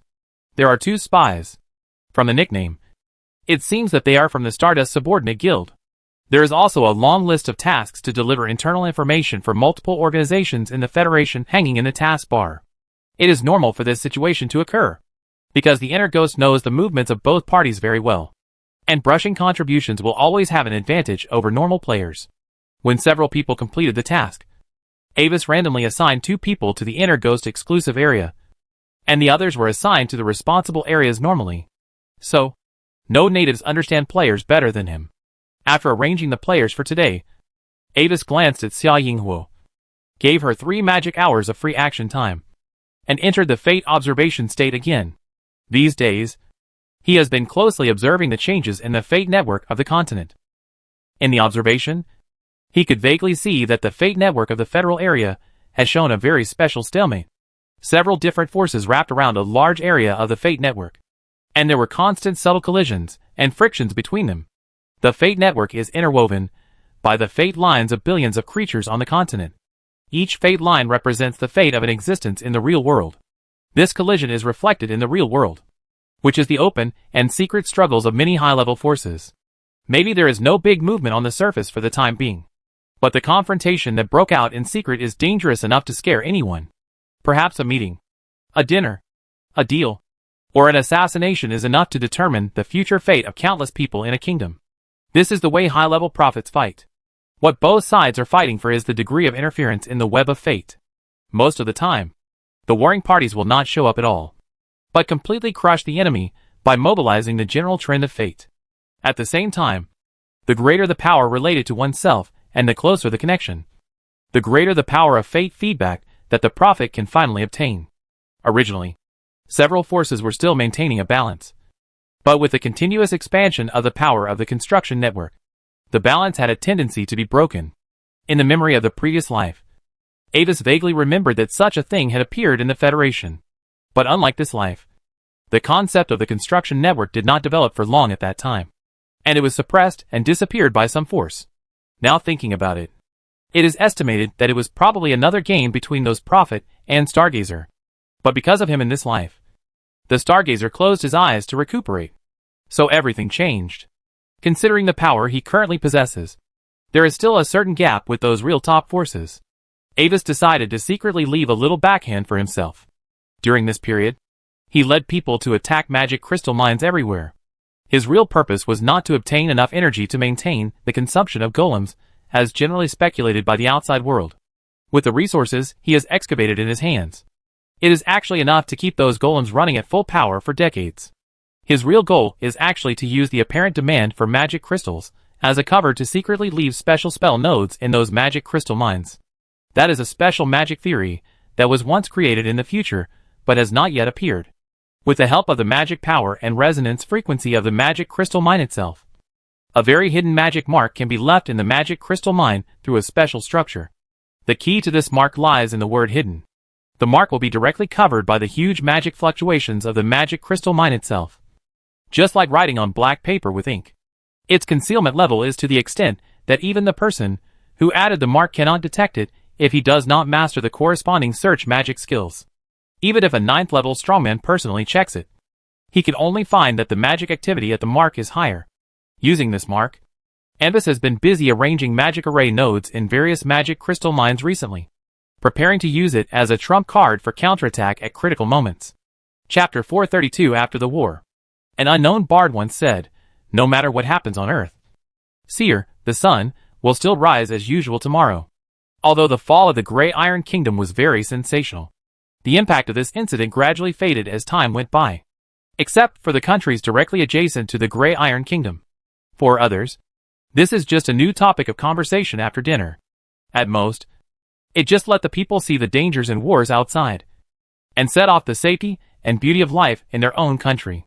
So, with the end of the war, the news and major newspapers also gradually moved from the initial front page headlines to the corners.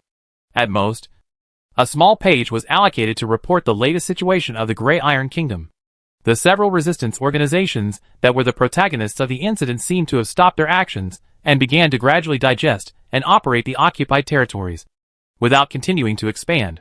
At the same time, after the election of many organization members, Xavier Parkinson from the Spark organization was successfully elected as a member of parliament and joined the federal parliament according to normal procedures. Some people speculate that after seizing the Grey Iron Kingdom, these resistance organizations intend to use this identity to cleanse themselves and officially enter the federal ruling class. Of course, in the eyes of all those who really understand the situation, this is nonsense.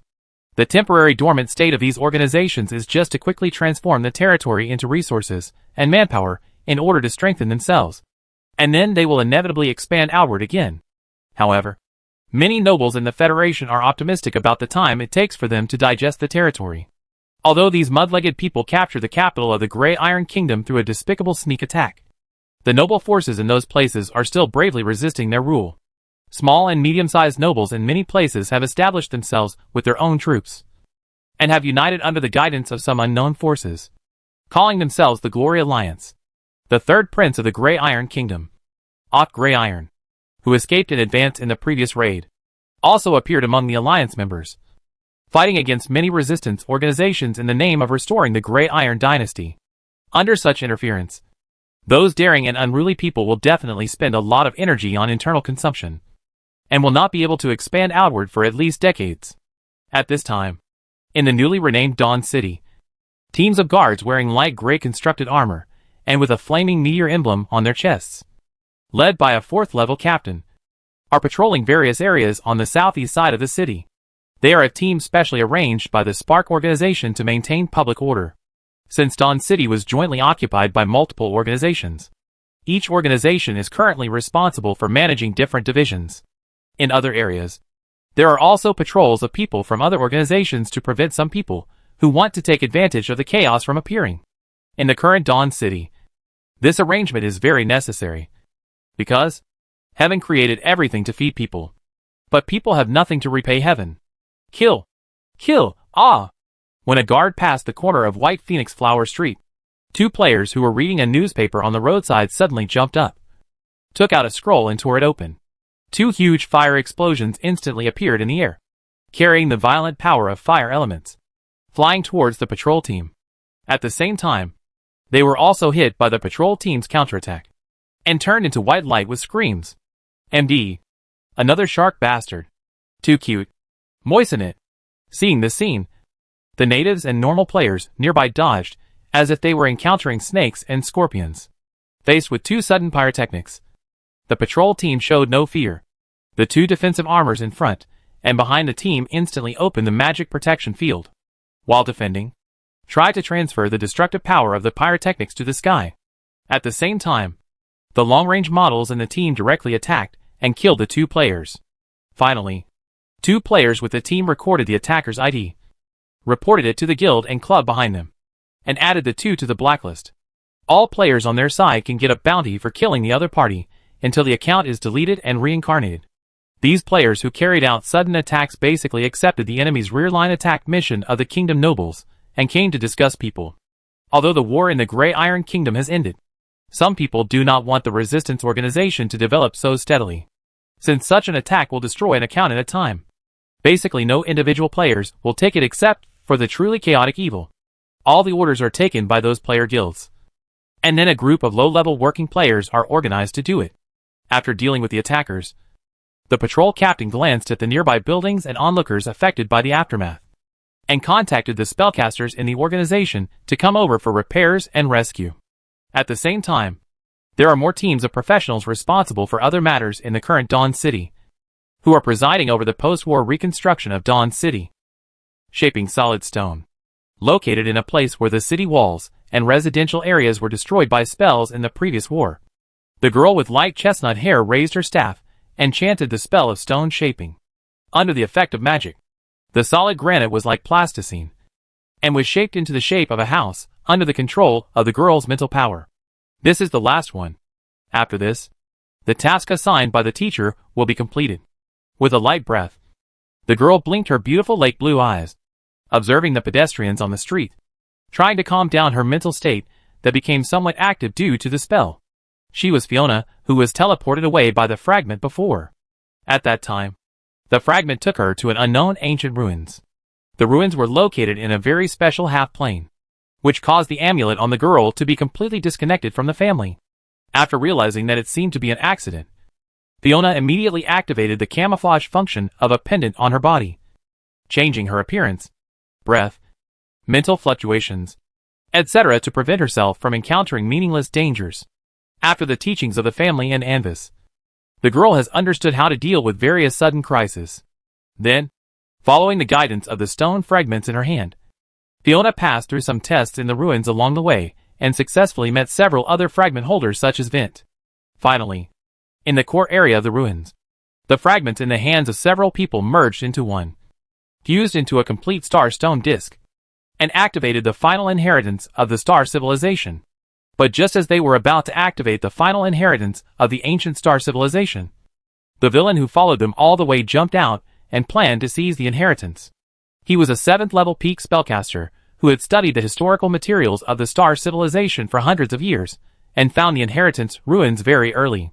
However, because the location of the stone disk was unknown before, he could only guard the treasure mountain without any solution.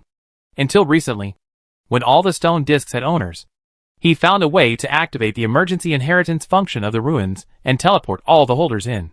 Although the enemy was very strong, the protagonist team was not a pushover. Due to the competition between the two sides, the final inheritance information in the ruins and the key of the final weapon left to activate the civilization of the stars to prevent the world from being destroyed in the future were also divided into two. The protagonist team and the caster each grabbed half of it, and then the fierce battle caused the ruins to lose control of the function, and everyone was teleported out of the out-of-control ruins. Chapter 433 Cat Size.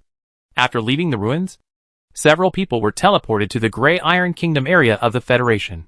The spellcaster who was hit by the ruins protection system and seriously injured was randomly teleported to an unknown place, in order to prevent the other party from threatening world peace after obtaining the inheritance. Went proposed to find his teacher and search for his whereabouts together. As a result, his teacher seemed to be a mysterious high-level spellcaster, and was also related to the evil rebel organization Spark. Originally, Fiona was ready to leave and activate the family amulet, but the other party's words made her change her mind. I can see that you seem to be worried about someone who is related to you by blood. Do you want to be my student? Maybe you can meet your separated relatives. Can you find your missing brother? Anyway, I have been away from home for so long, so I might as well stay for a while longer. It's not too late to activate the family amulet when I encounter danger. So, the girl decided to stay for a while, until she found her brother who disappeared to protect her. Of course, this was also related to the fact that she had played outside, and did not want to return to the cage-like family's secret realm for the time being. After experiencing the exciting exploration and inheritance in the ruins, Fiona's current strength has broken through the 5th level, and the kitten Kate and the elemental dragon Fia have also broken through to the peak of the 4th and 5th levels respectively. This made the girl more interested in exploration. It turned out that the plots described in those heroic biographies were all true. The world outside is really magnificent. If you can finally collect all the inheritances of the ruins, and even activate the legendary final weapon, what a magnificent move it would be! Fiona, the teacher has something to talk to you about. At this time, a crisp call came from the street far behind, pulling Fiona back to reality from her fantasy. A cute boy with light green ear-length hair and fruit green eyes appeared there, and waved to the girl from a distance. He was the boy who first told the girl about the information about the fragments of the astral stone disc, and was also the captain of the previous ruins exploration team. The half of the key fragment they obtained is currently in his hands. Although he looks like a girl and is sometimes harassed by a strange uncle, he is indeed a boy, and has gained the strength of the 4th level by relying on the inheritance power of the ruins. Teacher, are you looking for me? I know. Thank you for telling me. Vint. Turning around gracefully, the girl pursed her lips, showed a polite smile, and nodded to the boy who came over. No. Nothing, that. Let's go quickly. Looking at the girl's smile, Vint's heartbeat suddenly accelerated, swallowing his saliva. He dared not look at the girl's face again, but turned and left quickly. Fiona tilted her head as she watched Vint's reaction with some interest, realizing that she had caused trouble for others again. Due to the extraordinary charm of her legendary bloodline, beings with insufficient life levels would instinctively develop a liking for her, even if she used disguise props. She could not completely cover up this effect. The girl slightly lifted her skirt with some apology, and followed Vint to the base of the Spark organization. In this way, people will have houses to live in again. On the way out, the girl looked at the rebuilt houses, and couldn't help feeling a sense of satisfaction and accomplishment. During the days she stayed in the Spark organization, she saw many things that she had never seen in the castle and the tower of the academy. It's Miss Fina and Miss Vint. I'm a boy. Thank you for your help. Kind Miss Fina. Due to the kindness of the girl, many people here have received her help. Along the way, many civilians who saw them passing by greeted her enthusiastically, and Fiona and Vint also greeted them one by one. Goddess Fina, I like you. I want to be Miss Fina's dog. However, after a while, as more and more people gathered, some strange things began to mix in. Thank you. But I already have a cat. Although she had experienced this several times, Fiona was still very uncomfortable with the enthusiasm of the crowd, so she had to speed up her pace and leave. I also want to be Miss Fina's cat. Or Miss Vince. Do you mind raising another one? I can provide my own ears and tail. I want to be Miss Fina's white stockings. Amid the two peoples fleeing, today is another lively day. But outside the crowd, no one noticed that a crow on the tree suddenly flew up, following the two far behind, with a tangible resentment in its eyes. The current base of the Spark organization is located on the east side of Dawn City, in a former high-end royal club. Under Vint's leadership, the girl gently knocked on the dragon hardwood door of the study, and pushed the door open after getting permission. Oh, my lovely little Fina. How are you today? But when the door just opened, accompanied by a lazy and magnetic voice of a queen, something soft with a faint fragrance came towards her instantly, drowning the girl's cheek. Teacher Brandy, don't do this. Fiona barely broke free from her teacher's special way of greeting. Her face flushed, and she unconsciously stayed away from the magnificent world outside. Oh, what a pity. Where is the kitten you raised? Let it come out for some fresh air. Seeing the girl dodge like a frightened little rabbit, the blonde mature beauty in the room hugged her chest with some regret, making the porcelain blue dress wrapped around her plump body make a sound of being overwhelmed. "Are you talking about Kate?" Fiona raised her hand gently, and Kate jumped out of the void and lay in the girl's arms. Since the girl entered the summoning academy, she turned Kate into her own summon during a practice. So after being suddenly teleported away this time, it also followed along. Seeing the kitten appear, Brandy skillfully opened her hands and signaled it to jump over. Kate turned her head to look at the girl, and after finding that the girl did not object, she jumped lightly and jumped into the arms of the blonde queen, stepping firmly with 2 pink paw pads. Looking at this unexpectedly harmonious scene, Fiona instinctively lowered her head and glanced at herself. Cat-size.jpg suddenly felt a little discouraged. "Teacher, what do you want me to do?" No longer thinking about that, Fiona began to ask why she was called over. "Well, it's like this. After a while, several of us, the top leaders of the resistance organization, will participate in a meeting together to discuss the next direction of development. I just felt that if you go with me, something good might happen to you. So, Fiona, do you want to go with me? Something good for me?" Fiona tilted her head instinctively and thought for 3 seconds. After a period of getting along, she found that these resistance organizations did not seem to be as evil as the legend said. They did not massacre at will, nor did they summon monsters to destroy cities, nor did they steam children for food. "Okay, teacher, I want to go." 2 magic hours later, the secret meeting was held on time. Several organizations, including Spark, Sunlight, Embers, Shadow Society, etc., all arranged their senior leaders to attend, and Avis also arranged his clone to go through the formalities. Although this kind of meeting was boring in his eyes, because no matter what results they discussed, the ones who could really control the situation were still the high-level prophet behind them. Bored, leaning back in the chair, Avis folded his hands across his chest, closed his eyes, and waited for the participants to arrive. But at this moment, his heart suddenly jumped. At the same time, Fiona, wearing a cloak with a spark emblem, followed Brandy, who was dressed in the same way, into the conference hall. Chapter 434 How Do Pigeons Call? These 2 people, looking at Brandy and Fiona suspiciously, Avis sensed again that the special feeling was indeed coming from them. The feeling of destiny. A prophet? From the respectful attitude of the other 2 high-level members of the Spark organization, the 2, or the head of the cloak with a blurred face, should also have a very high status in the Spark. This preparation is to prevent accidents. After all, everyone is only temporarily united for the sake of interests. If someone in other organizations is bribed, and the true identities of many high-level people are known at once, it will lead to disastrous results. Although the faces are not clear, Avis did sense the unusual breath of destiny in these 2 people. The high-level spellcaster in front may be a prophet, but the one behind should be the son of destiny. And the son of destiny whose power of destiny is in an erupting state. Although both of them seem to carry strange objects that can cover the fate line, the feeling of the explosion of the power of destiny cannot be completely concealed. In other words, just like the core protagonist in a heroic biography, the feeling that the whole world revolves around him is very conspicuous in Avis's perception. However, there is another strange thing. Avis feels a special sense of familiarity from the other party's destiny. After carefully looking at the 2 people wearing cloaks, Avis temporarily retracted his gaze to avoid any misunderstanding. The following meeting process was as boring as Avis imagined.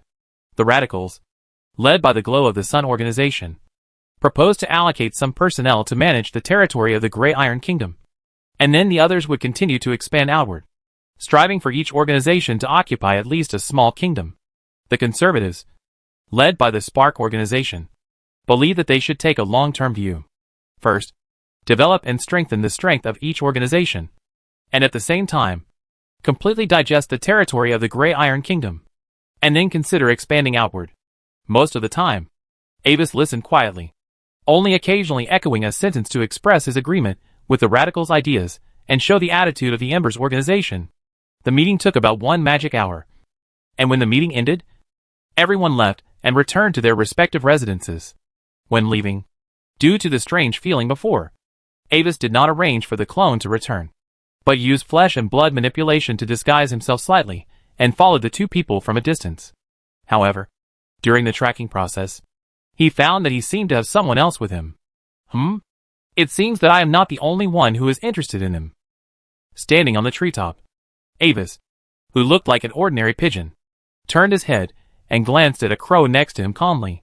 In the brain of the crow next to him, there was a dark will, which seemed to be controlled by some hidden magic, and was also monitoring the two from a distance. But at this distance, he could sense it very clearly. As for why he also turned into a pigeon, it was probably because he was affected by the pigeon. Without rashly disturbing it, Avis watched the two return to the current base of Xingho, and then switched to the vision of destiny to continue waiting until the girl came out again. After seeing the girl's lake blue eyes, and the way several nearby Starfire members addressed her, Avis instantly connected the source of the familiar feeling in his heart. It seems to be one of his sisters. But Fiona should be in the family's secret realm now. How could those 9th level members of the family allow her to run out by herself? Yes, it is probably some adventure arranged for her by the power of fate. After thinking about it, Avis suddenly understood something in his heart. The children of destiny are also divided into levels.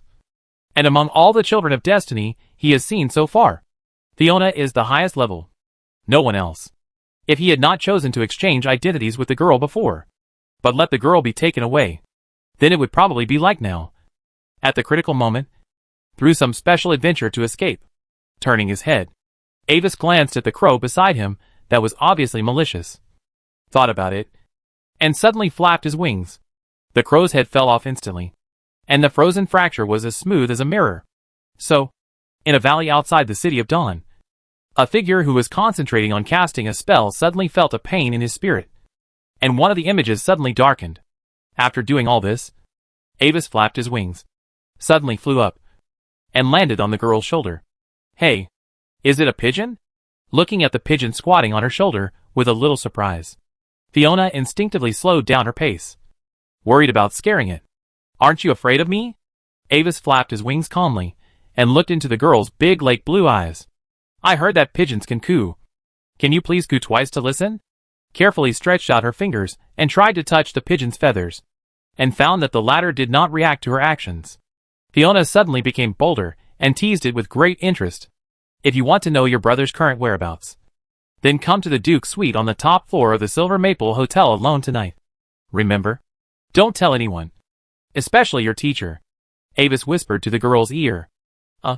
The girl, who was about to say something, blinked her eyes and was stunned. Is this how pigeons call? At this time, in the capital of the distant Silver Moon Kingdom, a dozen figures gathered in a solemn and quiet, temple-like magnificent Yunao stone hall. If you look closely, you will find that the air around these figures is slightly distorted, and different domain power fluctuations are permeated. This scene represents that the strength of all those present is above the 9th level. Although they have arrived, no one speaks for the time being, keeping a depressing silence in the room. Recently, those profit makers have been making too much noise. Should we give them a warning? After a long silence, a 9th rank suddenly spoke, breaking the almost frozen atmosphere in the room. Hey, well said. Then why not ask the powerful Lord Blackwing to lead us, so that we can see your bravery? Hearing this, another 9th rank chuckled and said indifferently, there is no need to make these useless attempts. Blackwing, we all know that the decades of sleep of the Stargazers are their only chance. If anyone tries to stop them at this time, it will be a situation of life and death. The man next to him also shook his head. The peak 8th level prophet does not mean that his combat power is only at the 8th level. The prophet is only a secondary profession. In fact, it is much more difficult for a prophet to break through the bottleneck of the 9th level than for a professional to break through the 9th level. Those prophet who are stuck at the peak of the 8th level have already broken through the 9th level. But they cannot break through the 9th level because of their insufficient control over the web of destiny of the continent. Because if you want to break through, you must first pass the Stargazer. If you don't break through to the 9th level, you can't resist the interference of the Stargazer.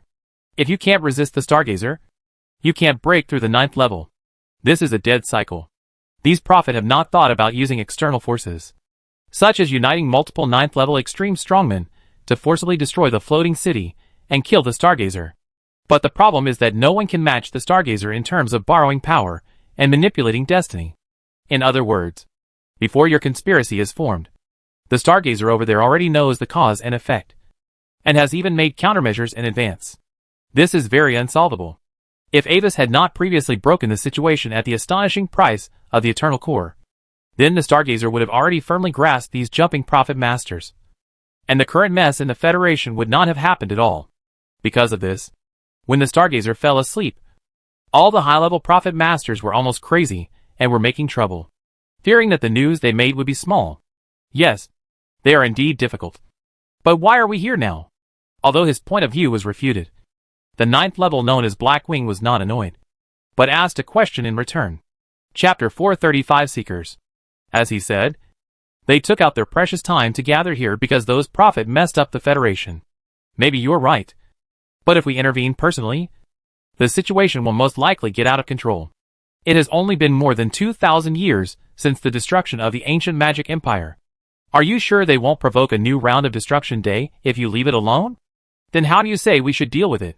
After everyone argued for a while, the speaker sitting in the main seat raised his eyes slightly, raised his hand, and pressed it to stop the sound echoing in the hall. Okay. Glancing at the 9th level who had fallen silent again, as if nothing had happened before, the speaker said softly, if we leave it alone, the situation may indeed get worse. So, today we summoned everyone here to solve this matter. As he said this, the speaker in a black robe clapped his hands, and more than a dozen magic items that looked like dark golden crowns suddenly appeared in front of each 9th level. Then, please allow me to solemnly introduce this to you. A miracle that is growing construction network.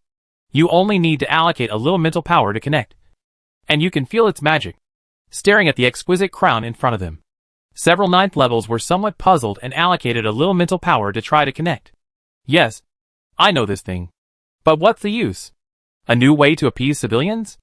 A 9th level whose shadow looked unusually dark spoke hoarsely, with a strange double mixed tone, as if his body and shadow spoke together.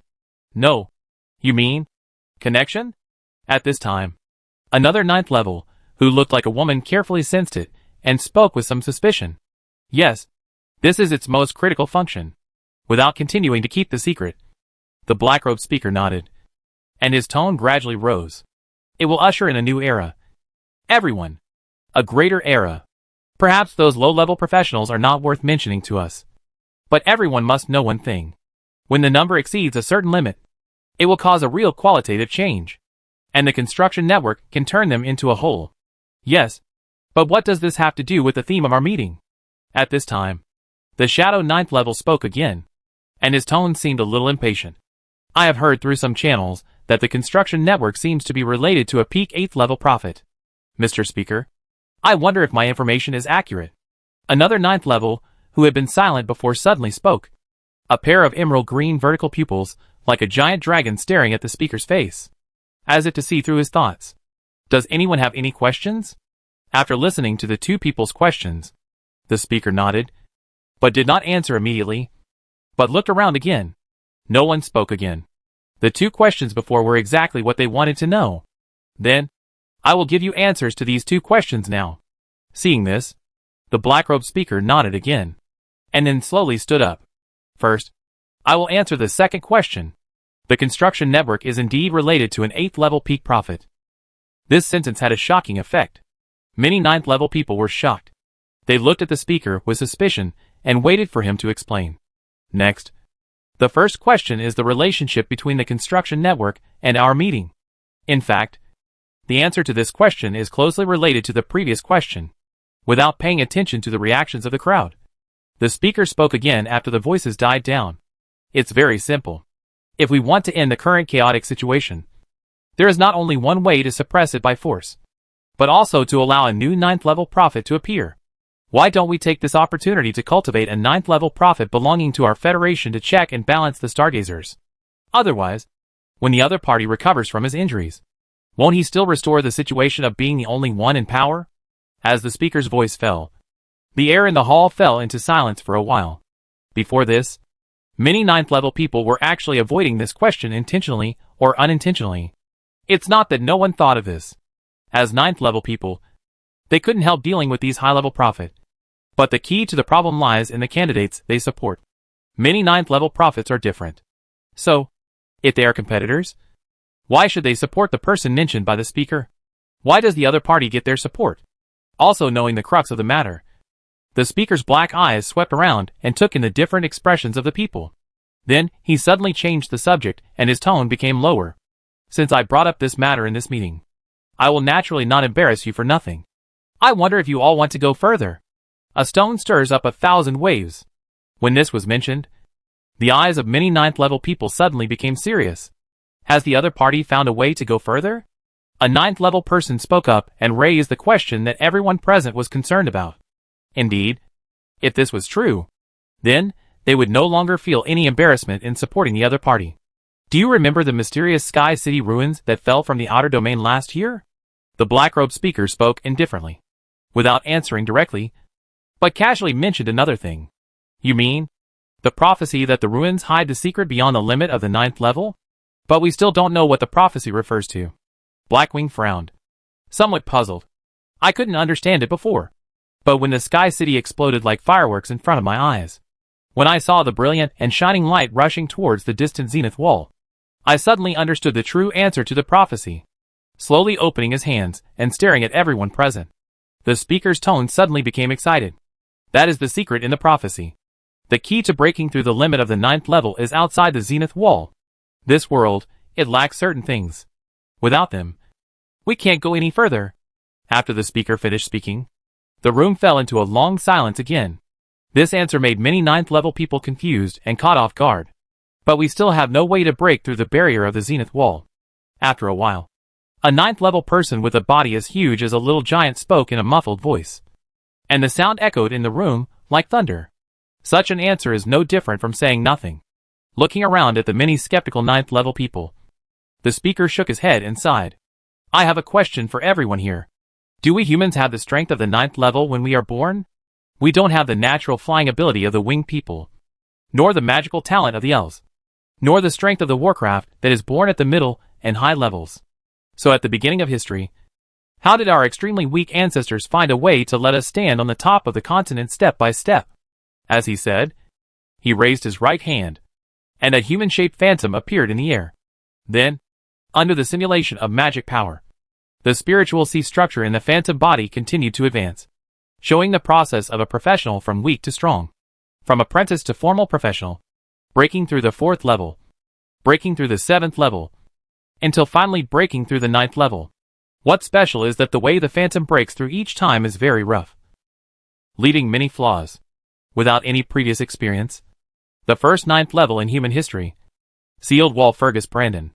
How did he break through the 9th level? Did anyone tell him how to break through the 9th level? Looking at the different expressions of the crowd, the black-robed speaker waved his hand to disperse the projection in the air. Now, the bottleneck that no one has broken through has appeared again. The difficulties that our predecessors once faced are now our turn to face. However, the existence of this bottleneck has expanded from us individuals to the entire human civilization. So now, are you ready to retreat? Chapter 436. Long time no see. Looking at the silent crowd in the hall, the chairman's expression regained its composure. I understand that not everyone has the courage to face seemingly unsolvable difficulties. But now, a truly feasible solution has been laid out before you. And, whether it succeeds in the end or not, it will not harm you. We all know that the spiritual thoughts of professionals are powerful. Strong enough professionals can even interfere with reality simply through their minds. But according to research, even ordinary people, every thought they raise is also powerful. It's just very weak. So weak that it is difficult to detect. When there is no construction network, every thought of people arises and then shatters. And these mental powers naturally dissipate. But now, when connected to the construction network, the mental power generated by every thought of people will not dissipate directly, but will be collected by the network. In other words, the more people who connect to the construction network, the stronger the mental power gathered by the network. As he said, the speaker waved his hand again, and a virtual federal map projection appeared in the air. Everyone could see that in the light blue projection, a part of the kingdom area had lit up with dense red highlights. At the bottom of the map, there are many different percentage symbols. Among the current total population of the Federation, the number of connectors accounts for 12.76%. Among all connectors, the number of professionals above level 1 accounts for 36.49%. This is the specific development data of the current construction network. Now, the power contained in the construction network is enough to match the full force of a veteran 9th level. If this situation continues to develop, when more than 80% of the hundreds of millions of ordinary people and professionals in the entire Federation become connectors of the construction network, then the power of the network will truly expand to an unimaginable height. A height that really has the hope of breaking through the wall of the zenith. After listening to the speaker's description, many 9th level members couldn't help but fall into deep thought. It sounds good, but what kind of carrier can carry such power? After a moment, a 9th level with a body as transparent as crystal raised a question. Every person who accesses the network and their headbands themselves are carriers. The speaker spoke lightly. The scattered spiritual power will be collected and then temporarily stored in the headband. The role of the network is just to collect and mobilize all the power in a unified way. So, if according to your idea, who should mobilize this power in the end? At this time, a 9th level extreme, who had been silent before, opened his mouth and asked a question that went straight to the core. As soon as this sentence came out, the atmosphere in the field suddenly solidified. Everyone's eyes were cast on the speaker's deep black eyes, waiting for his answer. If you agree to participate in this plan, then the key to calling the power of the network is the crown placed in front of you. Looking back at everyone calmly, the words spoken by the speaker startled many 9th level people. Power needs a carrier, although it is usually stored in countless headbands. Once it is called, this power still needs to be gathered to one point. When more than 80% of the people in the entire Federation become connectors of the constructed network, that immense power is far beyond the ability of any 9th level person to bear. Therefore, in this plan, we need to rely on everyone to work together to share the huge power of the network. Then, in the form of a joint magic array, all the power will be gathered into a final attack. That is far beyond the so-called limit-breaking level. And it really touches the legendary level. Don't you want to try it? Then, what if it fails in the end? Rubbing the dark golden crown in front of him, a 9th level person spoke in a low voice after a while. Do you know that there were no roads in the world at first? It was only because people came that roads appeared. And those of us who are at the forefront are the pioneers and explorers of civilization. The black-robed speaker glanced at him and sighed softly. Even if we fail in the end, when the first person to break through the legend appears in the future, what we do today will still be remembered by history. In the year 2462 of the Federation calendar, in the new moon, in an unknown meeting, some people who were at the forefront of mankind tried to take a step towards the sky. At night, Dawn City, Silver Maple Hotel. This is the tallest building in the entire Dawn City Central District. Before the fall of the Grey Iron Kingdom, this was the property of the 5th Prince. At this time, Fiona has arrived at the door of the Duke's suite on the top floor. According to the strange pigeon, the meeting place is here. After a slight hesitation, the girl touched the reminder magic circle on the door in front of her to inform the other party that she had arrived. Please come in. A voice came out, and the door opened a gap by itself. And bright lights and a warm breath with a faint fragrance came out. After taking a breath, Fiona calmed down and walked in. The interior space is very large, and the furniture has a distinct glorious style, classical and luxurious style. Aromatherapy is placed next to the magnificent wall, emitting the elegant fragrance of burning silver snow leaves. A middle-aged man wearing a cloak with the emblem of the Embers organization, with an ordinary face but still very charming, sat on a sofa, holding an unknown light silver book in his hand. Seeing Fiona appear, he closed the book in his hand and snapped his fingers lightly. Then, the door behind the girl closed automatically. Hello. Sir, do you know where my brother is? Fiona was slightly startled, but still bowed politely and performed a skirt-lifting salute to the stranger. Your brother? Looking at the girl who came in with a playful look, Ava stood up and slowly approached the girl. You are brave to come here alone. How about this? You come to my bedroom, and I will take you to see him? What do you want to do? Fiona instinctively raised her hand and touched the amulet on her chest with lake blue eyes alertly staring at the approaching Avis. Don't think about calling for help. When the door closed, the space inside was completely independent. Now no signal could be transmitted, even if you shouted at the top of your lungs. With a strange smile, Avis continued to approach. At the same time, a huge pressure descended on Fiona, making the girl feel a little immobile. The plot seemed to be developing in a direction that was not suitable for children. Outside the door, a figure standing in the corner frowned. but did not attack immediately, but continued to wait quietly for the opportunity. Several waiters passed by him, but no one noticed his existence. Awooh! At this time, the elemental dragon Fia suddenly emerged from the void, pounced on him fiercely, and opened her mouth to bite him. What surprised Avis was that its body seemed to have undergone another evolution in a short period of time, and its strength had also greatly improved. However, due to the gap in hard power, Avis waved his hand casually, and the invisible force field turned into a sphere, trapping Fia in it, unable to move. Meow. On the other side, the kitten Kate also jumped out, and then her body split instantly under the effect of the magic pendant, turning into two cats. But when it saw the disguised Avis, it was suddenly stunned for a moment, and called out a little confused. Kate, you said, you feel a familiar feeling about him? Fiona, who was struggling under pressure, was also stunned for a moment, and couldn't help turning her head to look at Avis. Avis also looked at the kitten with a little surprise, and then suddenly understood something. This cat seemed to be a little sensitive to the power of the old secret book. Is it exposed? Let's do it this way for now. Shaking his head, Avis retracted his pressure and returned to his original position. In the girl's somewhat puzzled eyes, he removed his disguise. Long time no see. Faye. Chapter 437 Brother and Sister's Night.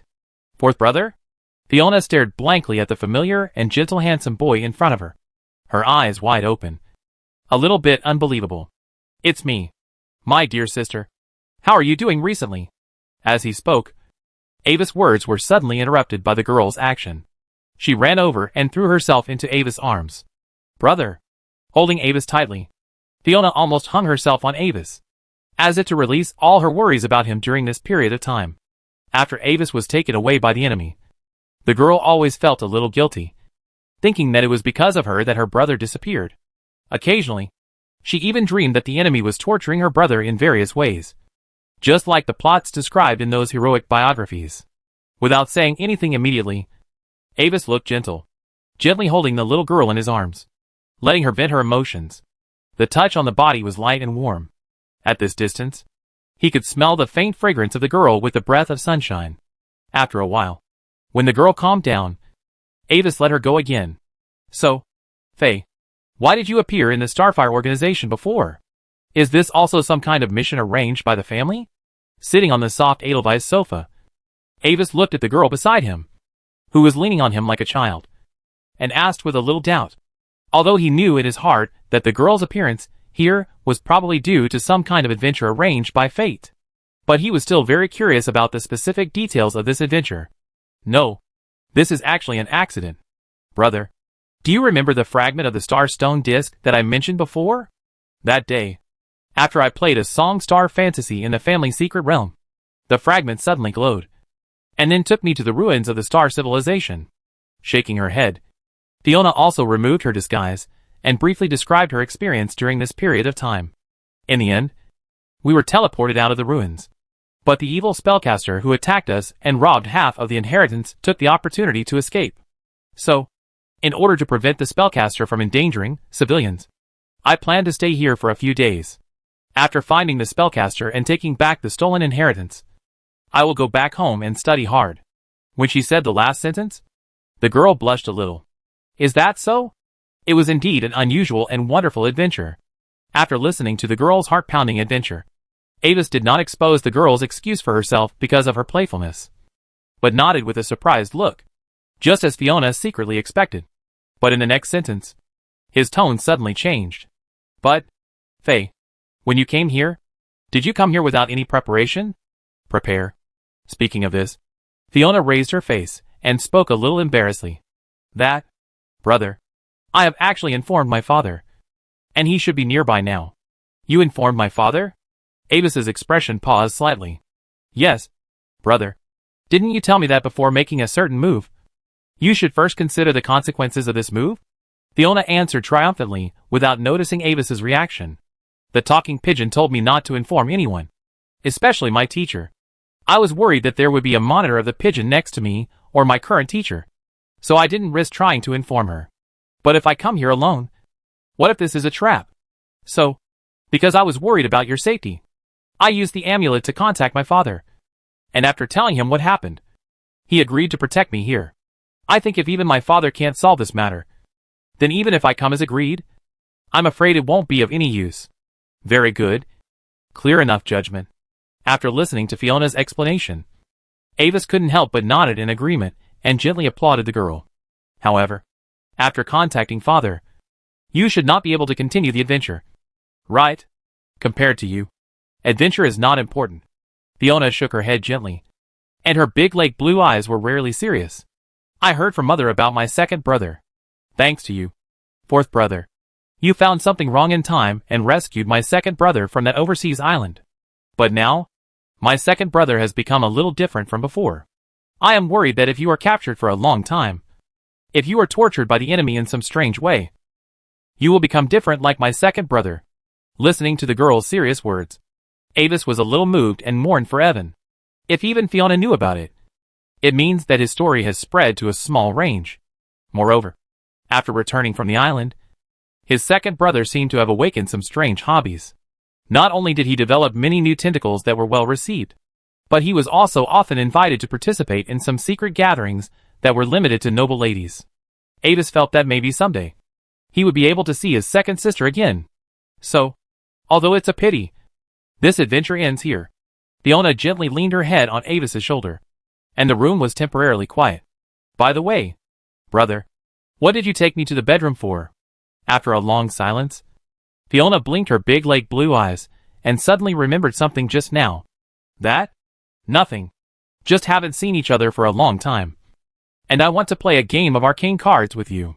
Hearing this, Avis turned his head, his face full of indifference. Is that so? Fiona blinked her eyes in a naive way, tilted her head, and her light golden hair flashed. She instinctively felt that something seemed wrong, but she couldn't tell what was wrong. After a few seconds, the girl gave up on investigating the matter. The atmosphere in the room became quiet again, with only the slight crackling of the flames in the fireplace. The two little ones ran around on the elf carpet in the room, chasing and playing happily. Brother, looking at the beautiful scene in front of her, Fiona spoke softly for a while. What? I miss you. After the two of them were intimate for a while, the reminder magic circle on the door was activated again. 3 seconds later, Duke Carrot, dressed in magic ceremonial attire, pushed the door open and walked in. Father, X2. The two of them stood up and saluted. The Duke did not speak immediately, but looked at Avis with a slightly complicated look. To be honest, Avis, with your performance this time, I really feel that you can hold the coming-of-age ceremony in advance. He was not too surprised by the strength shown by Avis. After all, he personally handled the 7th level peak power dragon when Avis obtained the clone. Even if his strength would be reduced, he should at least be at the 7th level. No need. Father, I think it's fine to hold it according to the normal process after I officially graduate. Avis looked calm, and even felt like making a joke. Although I missed classes for about a year, my situation is special after all, so I shouldn't have been expelled from Pamir. Right? Chapter 438 Inheritance Information. Of course not. The Duke was stunned for a moment, and then laughed. Okay, Avis, if this is your wish, then I will not interfere. Now, I am going to take Fiona back. So what about you? Do you want to go back with us? I'm sorry, Father, I still have some things to deal with in the Federation, and I can't go back for the time being. Avis shook his head, glanced at the little girl who was gently holding his hand beside him, and changed his tone. Also, Father, I need to tell you something. Fiona's power of destiny is now in an eruption state. You should also know that Fiona is a child of destiny. This phenomenon means that she is now in an adventure given by destiny. The power of destiny erupts? Hearing this, Duke Carrot frowned and hesitated. Although he is not a prophet, as a 9th level, he naturally understands what the eruption of the power of destiny of the child of destiny means. That would allow the child of destiny to encounter various adventures and benefits like the protagonist in a heroic story, before the power of destiny in him is exhausted. Even if he encounters danger, he will eventually escape danger. However, Fiona is different from ordinary children of destiny. Whether there are those so-called adventures or not, it will not affect her future glory. Even so, if she is left outside, it is too dangerous. After a moment, The Duke still shook his head, and was not convinced by this reason. Father, even if you bring her back to the family now, anything can happen during the outbreak of the power of destiny. Avis did not give up on the Duke's refusal, but continued to analyze the situation for the Duke. Just like last time, even if she was in the family's secret realm, she could be caused to disappear by a sudden teleportation. Even if you take her back now, how can you ensure that no other unexpected situations will happen to her? Looking at the Duke, who hesitated again, Avis struck while the iron was hot. So, I have a suggestion. Can we wait until Fiona's expedition is over before bringing her back to the family? In this way, not only can Fiona get a complete inheritance and her strength be improved again, but her fate power can also end. Then, even if you bring her back to the family, at least for a few years, she will not encounter other unexpected situations due to fate.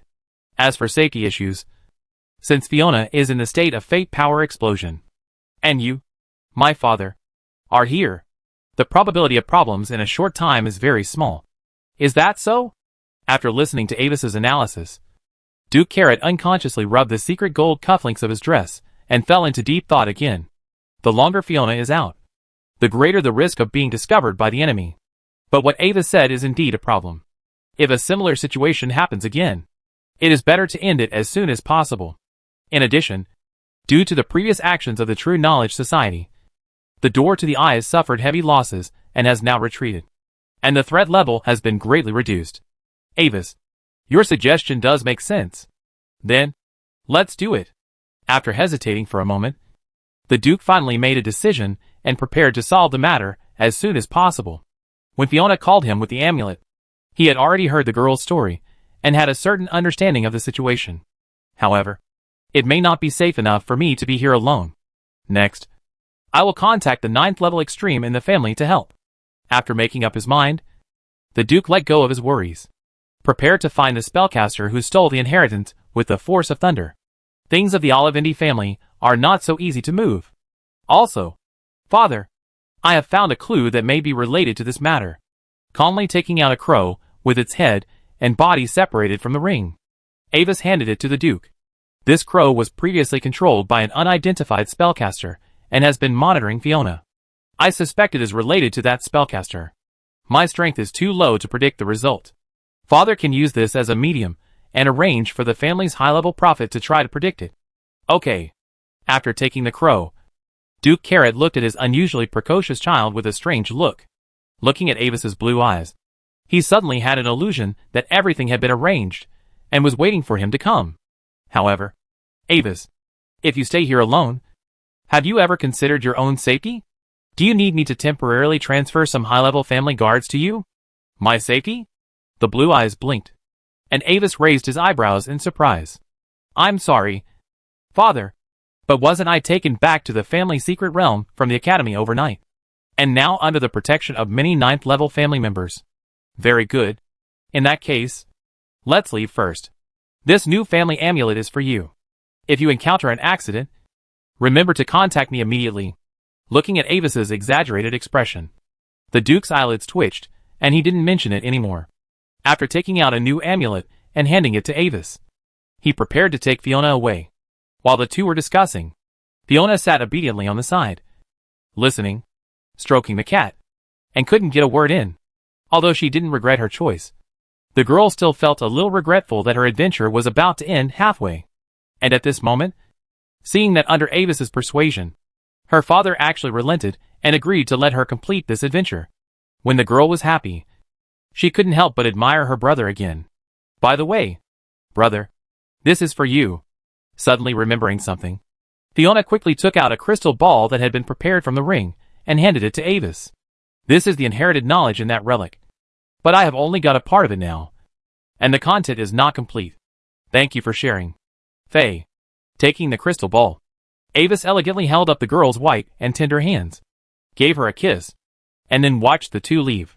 Returning to his seat, Avis casually picked up a high-footed glass and took a sip of the star fruit juice that sparkled with silver stars.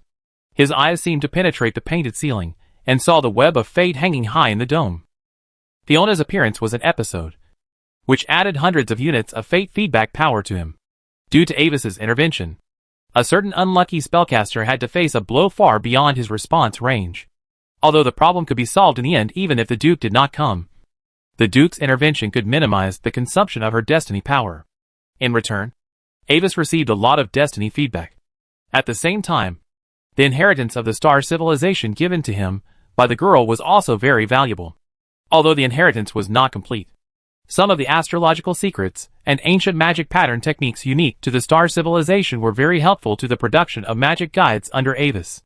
And what surprised him the most was the special star teleportation secret and the ancient magic array that matched it.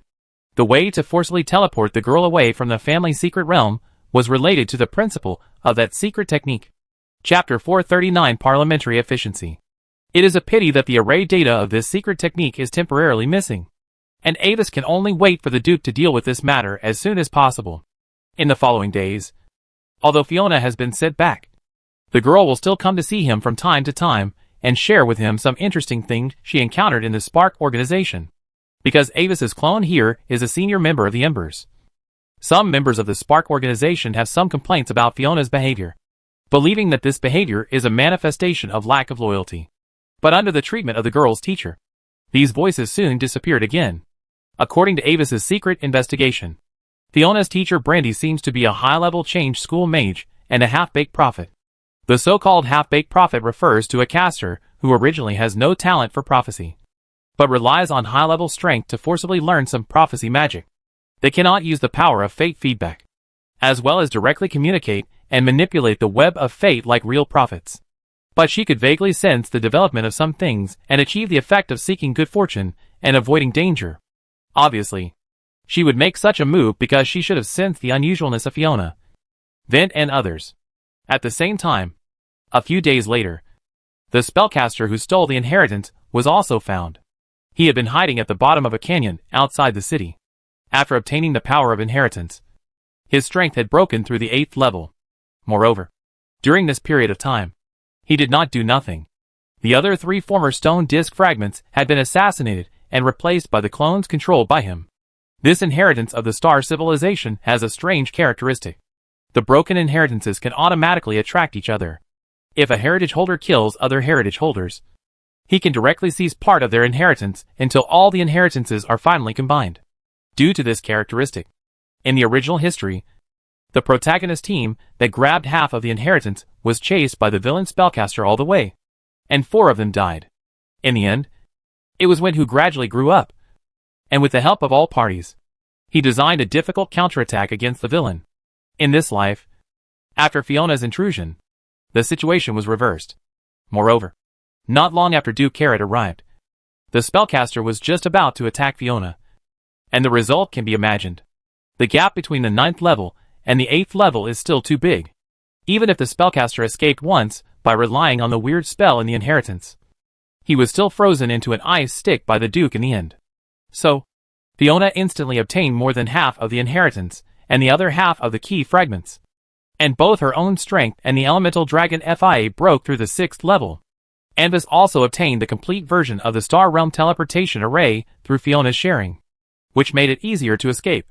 After the Olivindi family obtained this secret method, they were also able to upgrade the existing teleportation array according to its principle and create a corresponding counter-array. However, the Duke was a little troubled about how to deal with Wint. After all, he was a companion who had adventured with Fiona, and killing him directly was not the best choice.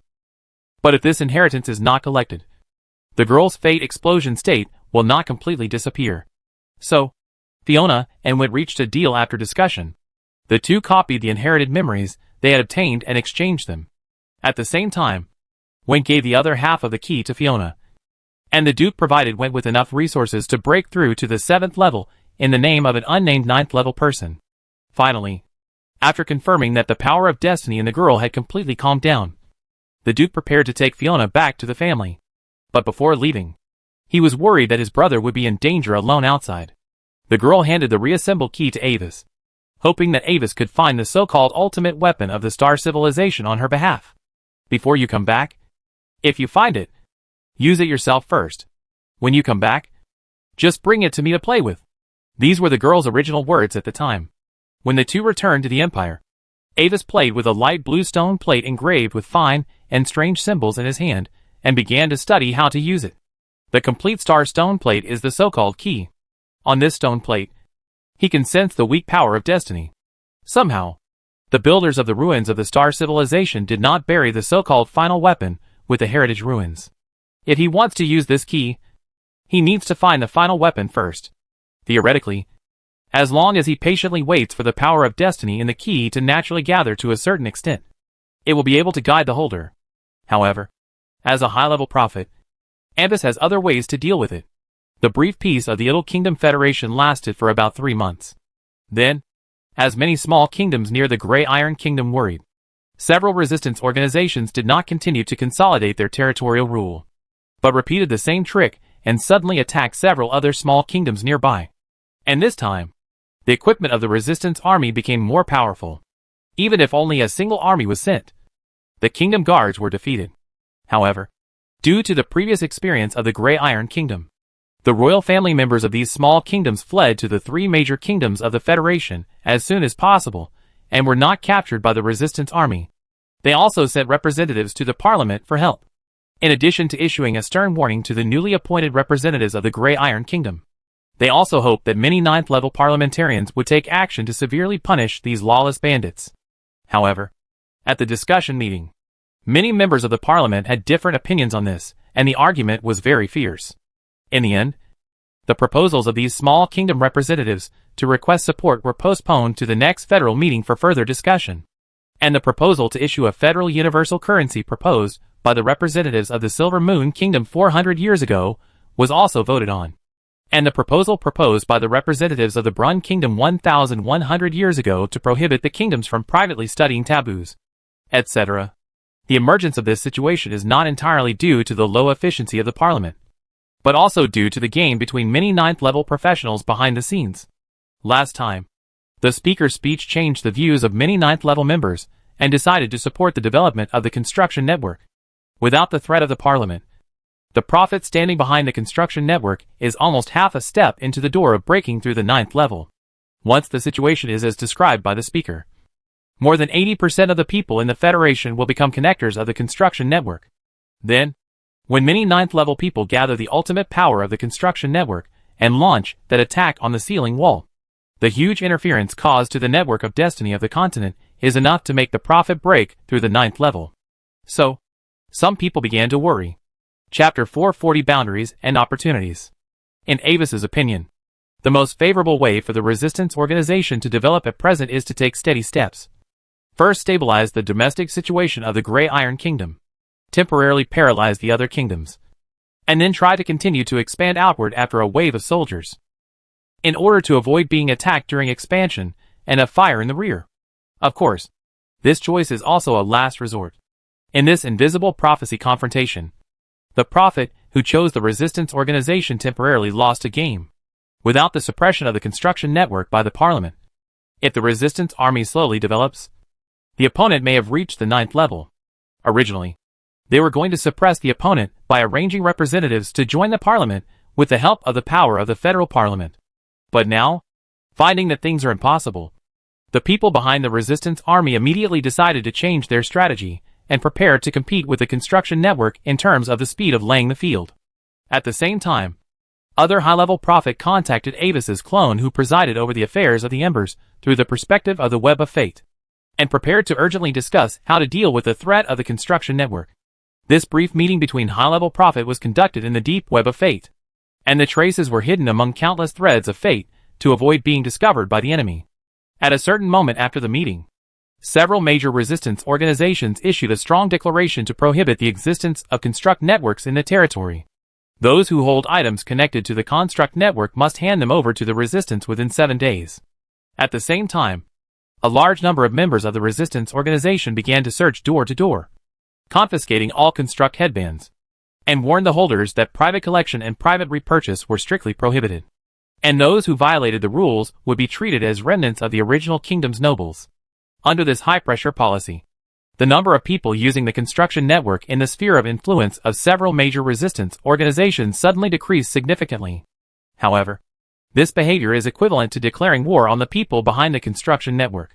Therefore, in the next period of time, The war situation in the Federation suddenly became more intense.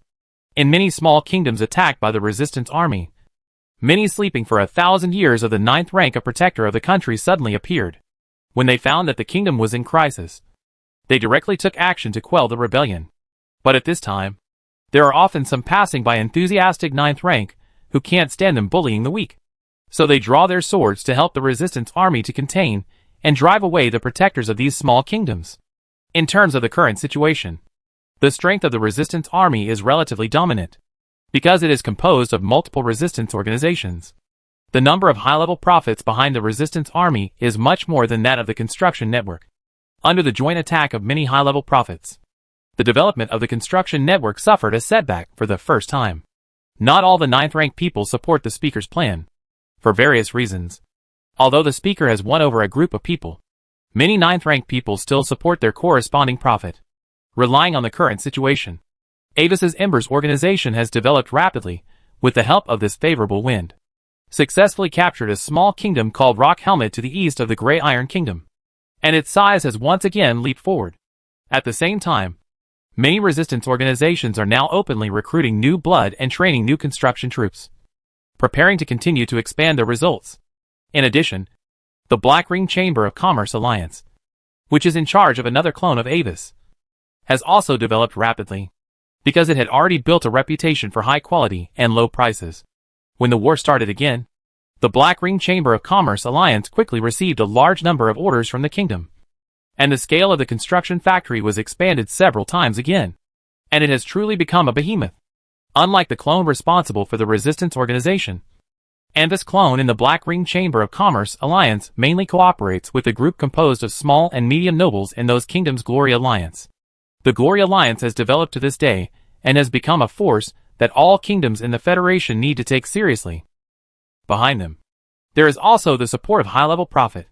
They have gathered a large number of small and medium nobles in the Federation, and have their own joint armed forces. In terms of war potential, they are no worse than the rebels.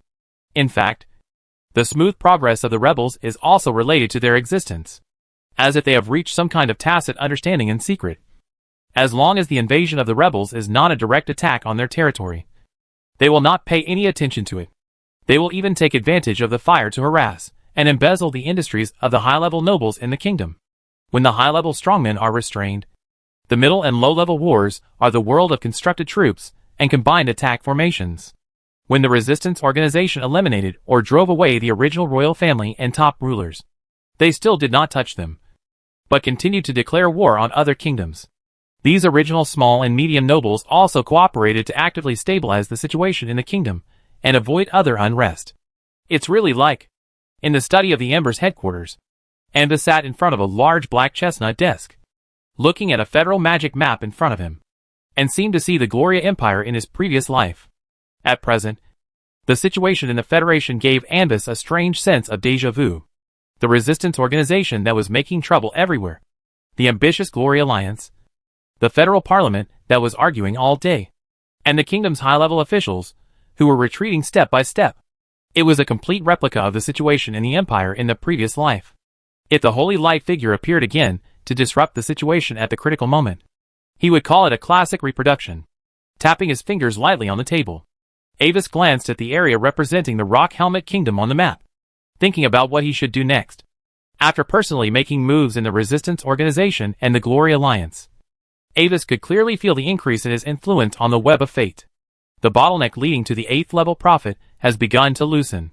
As long as the current situation can be maintained, he is confident that he can officially break through to the 8th level prophet within a few years.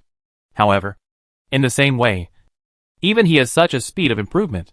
Those who have a longer term and extensive layout, even involving multiple 9th level 8th level prophets, are estimated to have even more amazing gains. Pushing the Mercury eye in the shape of a single lens, Avis carefully observed the situation on the map. In his perspective of fate, there are several different colors on this map. Red represents the Resistance Organization, blue represents the Glory Alliance, and white represents the high-level officials of the kingdom. Moreover, in these several squares of territory, there are also light green spots representing the construction network. At present, the area occupied by red is only a small half of the territory of small and medium-sized kingdoms in the Federation. and the rest is still white. The area of light green spots is not large, currently accounting for only about 17% of the total population of the Federation. But Avis will never be despised for this, and thinks that this situation will continue for a long time. According to the invisible boundary theory of Odin Parr, the 9th level void flash of the Empire, the development of anything has an invisible boundary. When the development of the situation breaks through this boundary, it will undergo a qualitative change. Like a bellflower seed falling on a hillside, it will only gradually occupy a small half of the hillside in the first 3 years. But in the 4th year, the bellflower will directly cover the entire hillside. In Avis's eyes, the current situation of the Federation is also close to this boundary. There is only one opportunity left. Whether it is the Construction Network, the Resistance Organization, or the Glory Alliance, it will usher in an explosive development. And according to the unusual movements of the Web of Fate, this crucial opportunity is about to appear. Chapter 441 Purpose. While Avis was looking at the map and thinking about the next decision, the door of the study was suddenly knocked. "Dear Sir Mirrorman, there is a letter for you." After getting Avis's permission, a man in the uniform of the senior commander of the Embers entered the room, bowed respectfully, and placed an envelope with the emblem of the Glorious Alliance on Avis's desk. After the man left, Avis glanced at the letter. Then, the envelope floated up, and the light silver secret brand on the surface was automatically unlocked. Accompanied by a faint fragrance, a light black special letter paper was revealed. The letter paper was made of the petals of black rose buds and had a light floral scent. The handwriting on the letter paper was also very beautiful, but each word had a sharp ending. The content of the letter was very short. After reading the whole letter, Avis put it away. In short, this was an invitation to him to visit the castle 3 days later. The inviter is Lady Mandel, a high-ranking official of the Glory Alliance, who is responsible for Rockhelm, Myers, Wind Valley, and other kingdoms. Avis also knows some information about this person. Pomona Mandel, a mid-level 8th level spellcaster, a member of the Illusion School, a widow who killed 3 husbands, is generally called Countess Mandel by the outside world. Although she has an extremely beautiful appearance, those who really know her know that she is an out-and-out poppy flower, with a deadly nature hidden under her beautiful appearance. At this point in time, you invite me to meet privately? Tapping his fingers on the table, Avis showed a somewhat playful expression. Every action must have its purpose. His current identity, as the man in the mirror, is the leader of the Embers organization. Strictly speaking, he is in the hostile camp with the Glory Alliance. As a high-level member of the Glory Alliance, he privately invited the high-level members of the enemy to meet. This action itself has revealed a lot of information. As for whether this is a trap, Avis feels that the probability is very small. Putting himself in the shoes of others, anyone would be extremely careful when going to the enemy's territory for a meeting. Even if he is not a clone, it is difficult to successfully keep people in the case of early precautions. Even if it is really a trap, it will cause him to lose his reputation in the circle, which is undoubtedly a stupid move. 3 days later, Avis arrived at the Kapok territory in the north of the Rock Helmet Kingdom, where the castle of the Mandel family is located. Passing through a series of gorgeous corridors and arches, under the guidance of the head maid, Avis, dressed in an ember cloak, came to the door of the castle study. Knock, knock, knock. "Dear Madame Mandel, the mirror man has arrived." The head maid knocked on the door 3 times respectfully, then bowed her head and waited. "Please come in."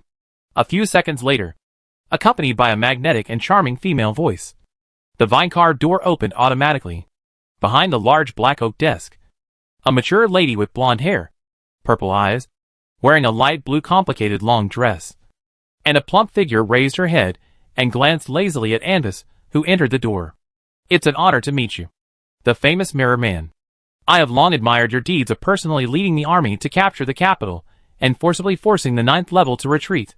Putting down the slender lady's hookah with amber mouth, the graceful Mrs. Mandel opened her red lips, exhaled a puff of misty mist, and showed him a charming smile. "Thank you for your praise, respected Mrs. Mandel. May I ask why you invited me this time?" Avis bowed lightly, and after a casual polite remark, he went straight to the point.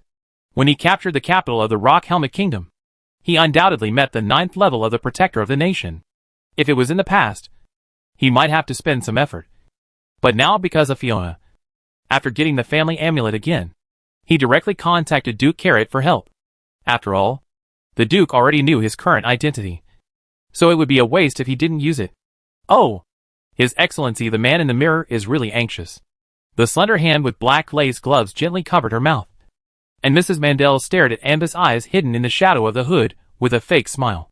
This time, I have prepared a great gift for you. A secret that involves the survival of the Embers. Miss Mandel, do you know what you are talking about? Ambus nodded unmoved, his tone neither cold nor warm. Of course. To show my sincerity, I can even tell you this secret first. It's not too late to make a decision after you listen to it. Mrs. Mandel smiled slightly. The Little Kingdom Federation was established more than 2,000 years ago, but the territories of the various kingdoms in the Federation have hardly changed from 2,000 years ago. You should know the reason, right? Are you talking about the Patakaran Agreement? Ambus spoke without comment. That's right. Mrs. Mandel nodded. With the protection of the agreement, those powerful kingdoms cannot attack weak kingdoms at will, except for several special circumstances that are almost impossible to replicate. The Federation has been peaceful for a long time, but now, the emergence of the Resistance Organization has broken the rules of the game in the Federation. Since the Patakaran Agreement has not been signed, the rebels can attack any kingdom at will. When they get the support of certain special forces, they become an extremely sharp sword. However, many resistance organizations have been advancing so smoothly recently. Don't you feel confused? Like the Embers organization led by you. In the process of conquering the Rock Helmet Kingdom, the enemies you faced from beginning to end were only the troops of the Rock Helmet Kingdom. Even after the capture, other kingdoms did not try to attack you when you were unstable, but let you develop steadily. In our position, we should know why this is the case. Ambus' tone became colder. This is not only our war, but also the war of those prophets. How true. Huh? Pick up the pipe again. Mrs. Mandel gently pressed down her skirt with her hand, and looked at Avis with her charming eyes. But if I tell you next that in this war, the Resistance Organization is destined to be a discarded pawn, what will you think? Leaning comfortably on the back of the mahogany chair, the blonde lady narrowed her eyes. Do you think I'm scaring you? Let me tell you the truth. The ultimate goal of those high-level prophets is actually to completely unify the Federation. Perhaps you think that the purpose of those prophets is to support you in conquering the entire Federation, and they will use this to break through. But unfortunately, the role played by the rebels from beginning to end is only to make those kingdoms change their owners, and then leave the protection of the Patakaran Agreement. Through the misty smoke, Mrs. Mandel's looming purple eyes looked at the silent Ambus. Everyone knows the existence of the Patakaran Agreement, but few people know its specific content. Do you know that the Patakaran Agreement has a special supplementary clause? When the number of member states of the agreement is reduced to less than 70% of the initial contract due to non-external reasons, the agreement will be invalidated. And what you are doing now is gradually approaching this limit. When the territory occupied by the rebels is large enough, it will lose its greatest role. At that time, it will be the time for the three major kingdoms and other forces to settle accounts. Chapter 442 Pets. After listening to Mrs. Mandel's words, Ambus seemed to be in deep thought, but his heart was calm. As long as the rebels' occupation rate reaches 30%, the Patakaran Agreement will be lifted, and the entire Idle Federation will be in chaos instantly. Is there such a good thing? The other party's implication is very clear. Once the agreement is lifted, the Federation will be in chaos immediately. The three kingdoms will take action at the first time to wipe out these rebels, and then recover the land occupied by the rebels, and rescue some other kingdoms that are being invaded. With the current situation of the Federation, it is estimated that the three kingdoms will soon become the only ones, and the rest of the small and medium kingdoms will either submit or be directly annexed. Although in this process, as long as the rulers of the other two empires are not in trouble, they will inevitably take the opportunity to tear a piece of meat off the Federation. But the prophets can't wait, and they don't care. The Stargazers fell into a deep sleep unexpectedly. This is their only chance to break through in more than 2,000 years. Regardless of the truth of this news, Avis himself judged from the perspective of a prophet that a considerable number of prophet would make this choice. After all, the foundation of the Resistance Organization is here. A group of civilian professionals gathered together to form a mob. The price to support these people to capture the Federation is outrageous.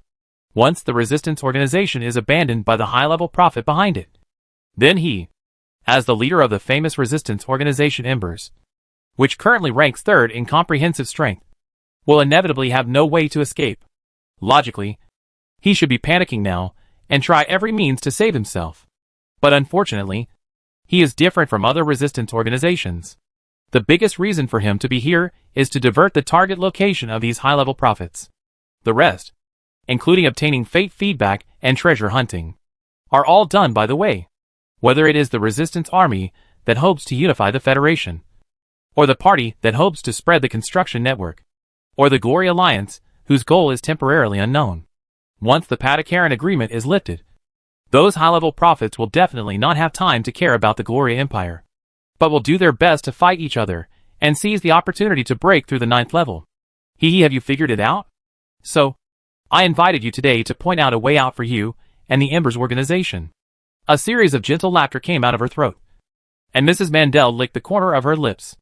In her charming purple eyes, there was a look like a hunter who was going to play with his prey before eating, thinking that he had grasped the other party's handle.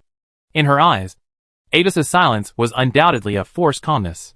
So, Miss Mandel, what's the price? After a while, Avis looked back at the blonde beauty in front of him and spoke calmly. His voice was unremarkable. It's very simple. Sign a master-servant contract with me, and the Embers will become my subordinate from now on. Like a venomous snake spitting out its fangs, Mrs. Mandel finally revealed her true intention.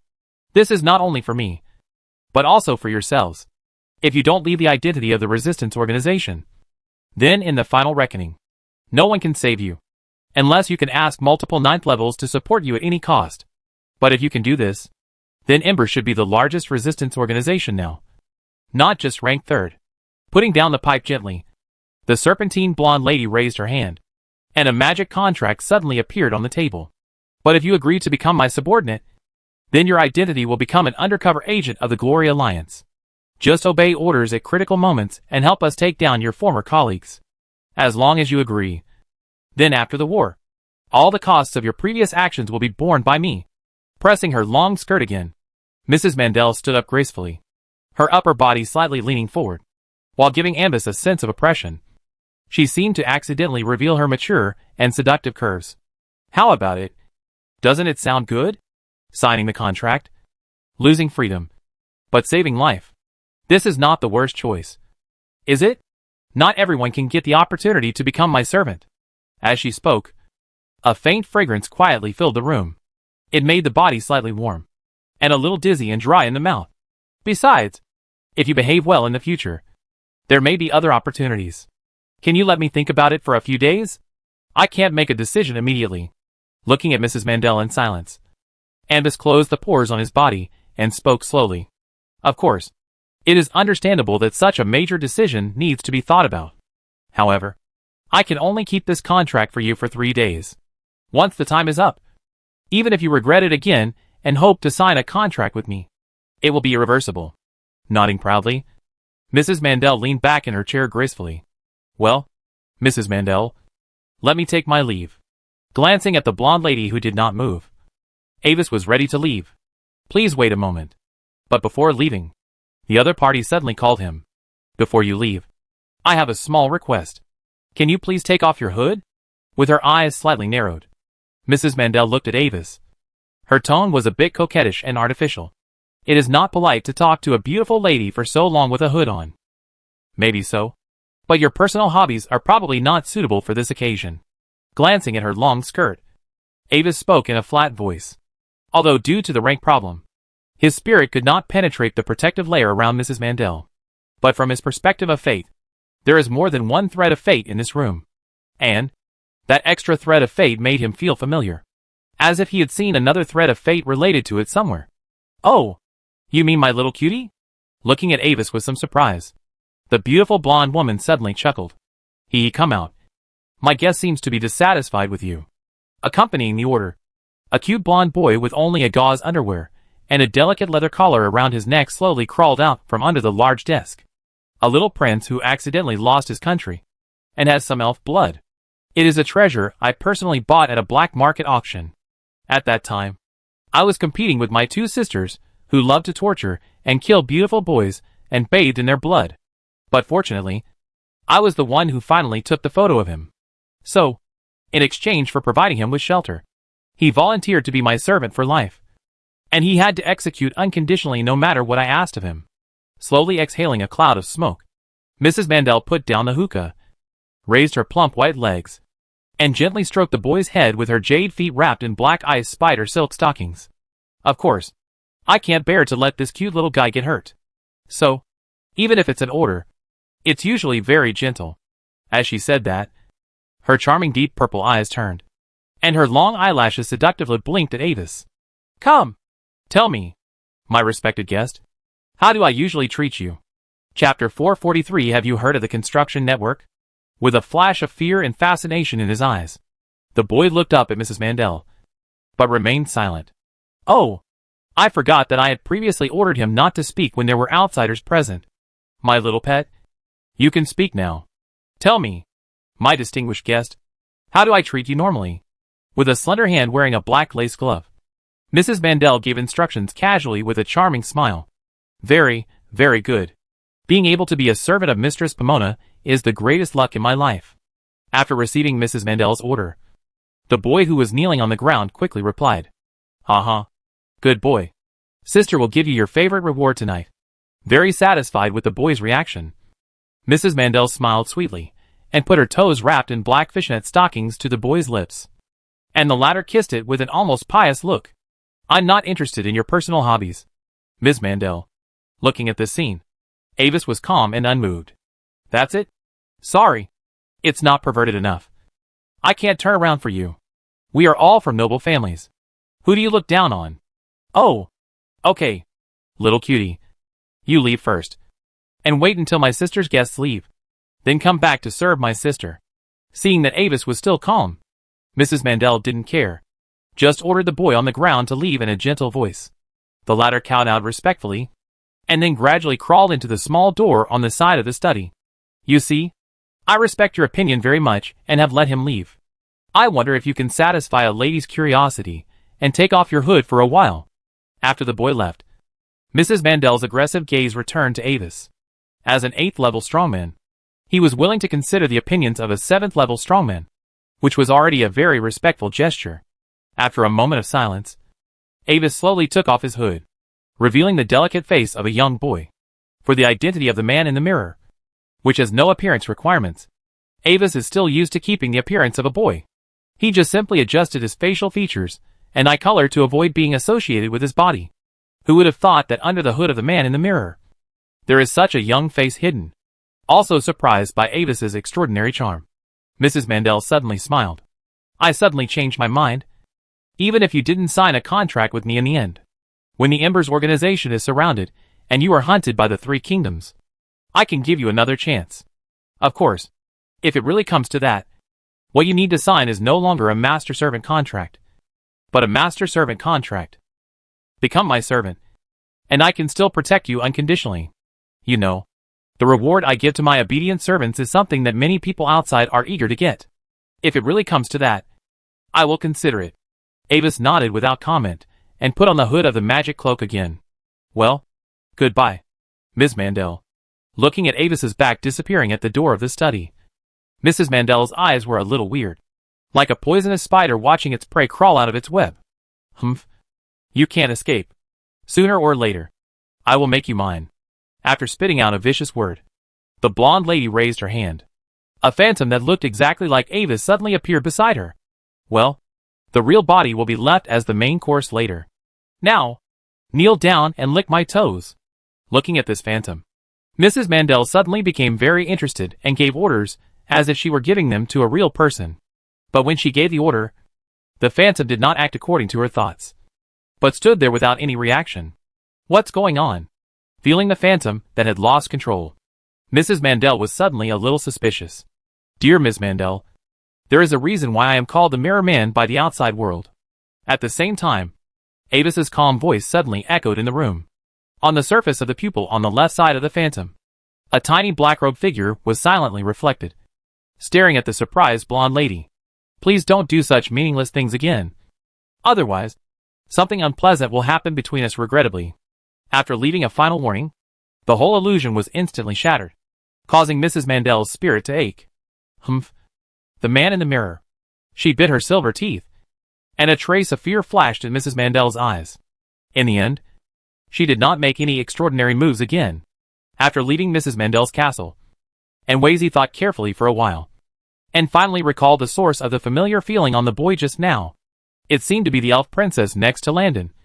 Freya. Judging from the fate line, the boy is probably her brother or a relative. If this is the case, then considering Mrs. Mandel's identity and camp, it is estimated that the other party is one of the villains that Landon will have to face in the future. Due to the dramatic nature of fate, when Freya and Landon visit Mrs. Mandel together, they may find that the other party is using her brother. With Mrs. Mandel's character, she will probably repeat the scene he saw today in front of the two of them. After thinking for a moment, Avis decided to write a letter to Landon immediately, telling him that one of Freya's brothers is currently in the hands of Mrs. Mandel, and maybe he will be trained to complete this information after a long time. As a child of destiny whose fate feedback strength is second only to Fiona, even if Mrs. Mandel is an 8th level strongman, if she conflicts with her, she will not be able to get any good. Perhaps in theory, all forces that aim to cause overall unrest in the Idle Federation are his potential allies. However, due to her behavior just now, it is better to give her some trouble in advance. Excuse me. Sir, have you heard of the Construct Network? When Avis was thinking, a strange voice suddenly sounded. A young man dressed as a messenger ran over from the side of the road and handed him a flyer that looked quite reasonable. Avis stopped and looked at him. There was a panel floating in front of him. It was a player. And a player from the Silver Blue Club's affiliated guild. Hello. If you haven't heard of it, I can introduce it to you in 3 minutes. No need. I have heard of it. And I don't plan to use it. Not interested in what he said next. Avis waved his hand and left directly. Please wait. Sir, the construction network has been fully upgraded recently. Not only will you be given a free connection headband, but you can also waive all network usage fees. And there are also gifts. Seeing Avis's figure gradually going away, the player stopped talking, shook his head, and turned his eyes to the next passing aboriginal. Excuse me. Sir, have you heard of the construction network? At the same time, Avis had not walked far before he met another player who promoted the construction network again. Along the way, Avis met no less than 3 or 4 such players. Excuse me. Sir, when he met a promotional player again, Avis finally did not turn around and leave directly, but listened to him silently and asked, Tell me, what's going on? At this moment, such a scene is happening in the streets and alleys of all cities in the entire Federation. Chapter 444 Promotion and the Truth. Hey, have you heard? The Silver Blue Esports Guild is recruiting people. I heard that as long as you complete the task, you will get a salary. And it is settled in cash. In Dawn City, on the busy street, 2 players stood under the silver-gray street lights on the street, looking at the passing vehicles with a strong fantasy atmosphere. While chatting casually, Are you talking about the recent task of promoting the construction network? Hasn't it been spread all over the forum? Listening to his companion's words, another player nodded. The top 2,000 players in the promotion rankings can each get a guaranteed 3,000 red envelope or game materials of equal value. And the top 100 will get extra red envelopes. Now the number of registered participants has reached nearly 100,000. TSK. What a big deal. This wave of rewards must cost at least nearly 10 million. I wonder what these rich people are after. Anyway, they are just stupid and rich. It's great to have money. After a few sour comments, the two turned around and left to continue their unfinished tasks. At the same time, it was not only these individual players who were puzzled about their purpose, but also the strategic analysis teams of the 2 major esports clubs, Baiguang and Stardust, who were also puzzled about this matter. What tasks did the people from Silver and Blue receive that were worth such a large investment? After all, this behavior looked like working for NPCs for nothing. The news that the war between high-level prophets was about to enter a white-hot stage was still blocked in the high-level circle. Except for some special NPCs, the outside world was still unclear. Similarly, due to information asymmetry, the 2 major clubs that did not receive the news were also curious as to why Silver and Blue suddenly promoted the construction network at almost any cost. Judging from the other party's almost cost-free investment, the task that the people of Silver Blue Esports got should be some kind of time-limited task, and at least at the level of the mainland main storyline. Otherwise it would be unworthy of the cost. Similarly, if the people of Silver Blue really succeeded in this task, with such a large initial investment. Then the strength of the other party would be instantly raised to a new level. For this reason, in order to find a way to obstruct the other party, the people of the other two clubs have used extraordinary means, including internal help, intending to investigate the true ins and outs of this matter. But this time, the Silver Blue Club did a surprisingly good job of keeping secrets. Although the internal helpers of both sides obtained some valuable information, many people obtained different information, and even conflicted with each other. In desperation, both sides had to try to find answers in the game, using all the current NPC character relationships in the game to try to find out relevant information. This also includes trying to contact the last dragon descendant of Avis. Previously, due to the attack of the Gate of the Eye, the crystal ball in the elf's hand temporarily lost contact with Avis. After completing the job transfer task with great difficulty and breaking through to level 40, he also took the opportunity to try to find Avis and try to trigger the next task. However, he was stopped by the guards of the Olivendi family because Avis was in danger and it was inconvenient to meet guests. In desperation, considering that the core of the current version is concentrated in the Idle Federation, there are more tasks and opportunities. The elf also came here to develop, and has now reached level 43. At this time, due to the request of the kitten Tiramisu, the last Dragonborn once again tried to contact Avis with a try mentality. To his surprise, the magic crystal ball flashed and successfully connected. However, unlike usual, the figure on the other side was wearing a black cloak and his face was not clear, and the background environment was also very dim, and it seemed to be in a special state. Who are you? At the same time, Ambus was sitting in the study of the Ember's headquarters, looking at the last Dragonborn with his head in a fish tank with goldfish opposite the crystal ball, and was a little speechless. He always thought that the planner who designed this fashion was crazy and wanted to drag the player's brains into the water. Dear Your Excellency, I am your most loyal follower Rivers. In the days when I had to leave you, I miss your glorious deeds and majestic figure all the time, even in my dreams. After a little pause, because he suspected that the other party was in a special occasion where he needed to hide his identity, the elf changed his words at the last moment, skipping the other party's address, and just using the title of Your Excellency, while blowing rainbow farts. At the same time, he quickly cancelled the fashion NPC display effect and revealed his face. Okay, Rivers, shut up. Hearing the corner of his eye twitching, Avis raised his right hand slightly, signaling the elf to stop. Tell me, why did you contact me? Dear sir, actually it's like this. I want to ask you about the construction network that has suddenly begun to spread rapidly recently. Whether there is any special change behind it. Getting Avis's approval, the elf quickly explained the purpose of his visit as concisely and clearly as possible. The recent explosive spread of the construction network? Isn't it all caused by you foreigners? Immediately understood the elf's intention. Avis glanced at him, pretending to be confused. No. I mean, they shouldn't suddenly send a large number of people for no reason and promote it quickly at all costs.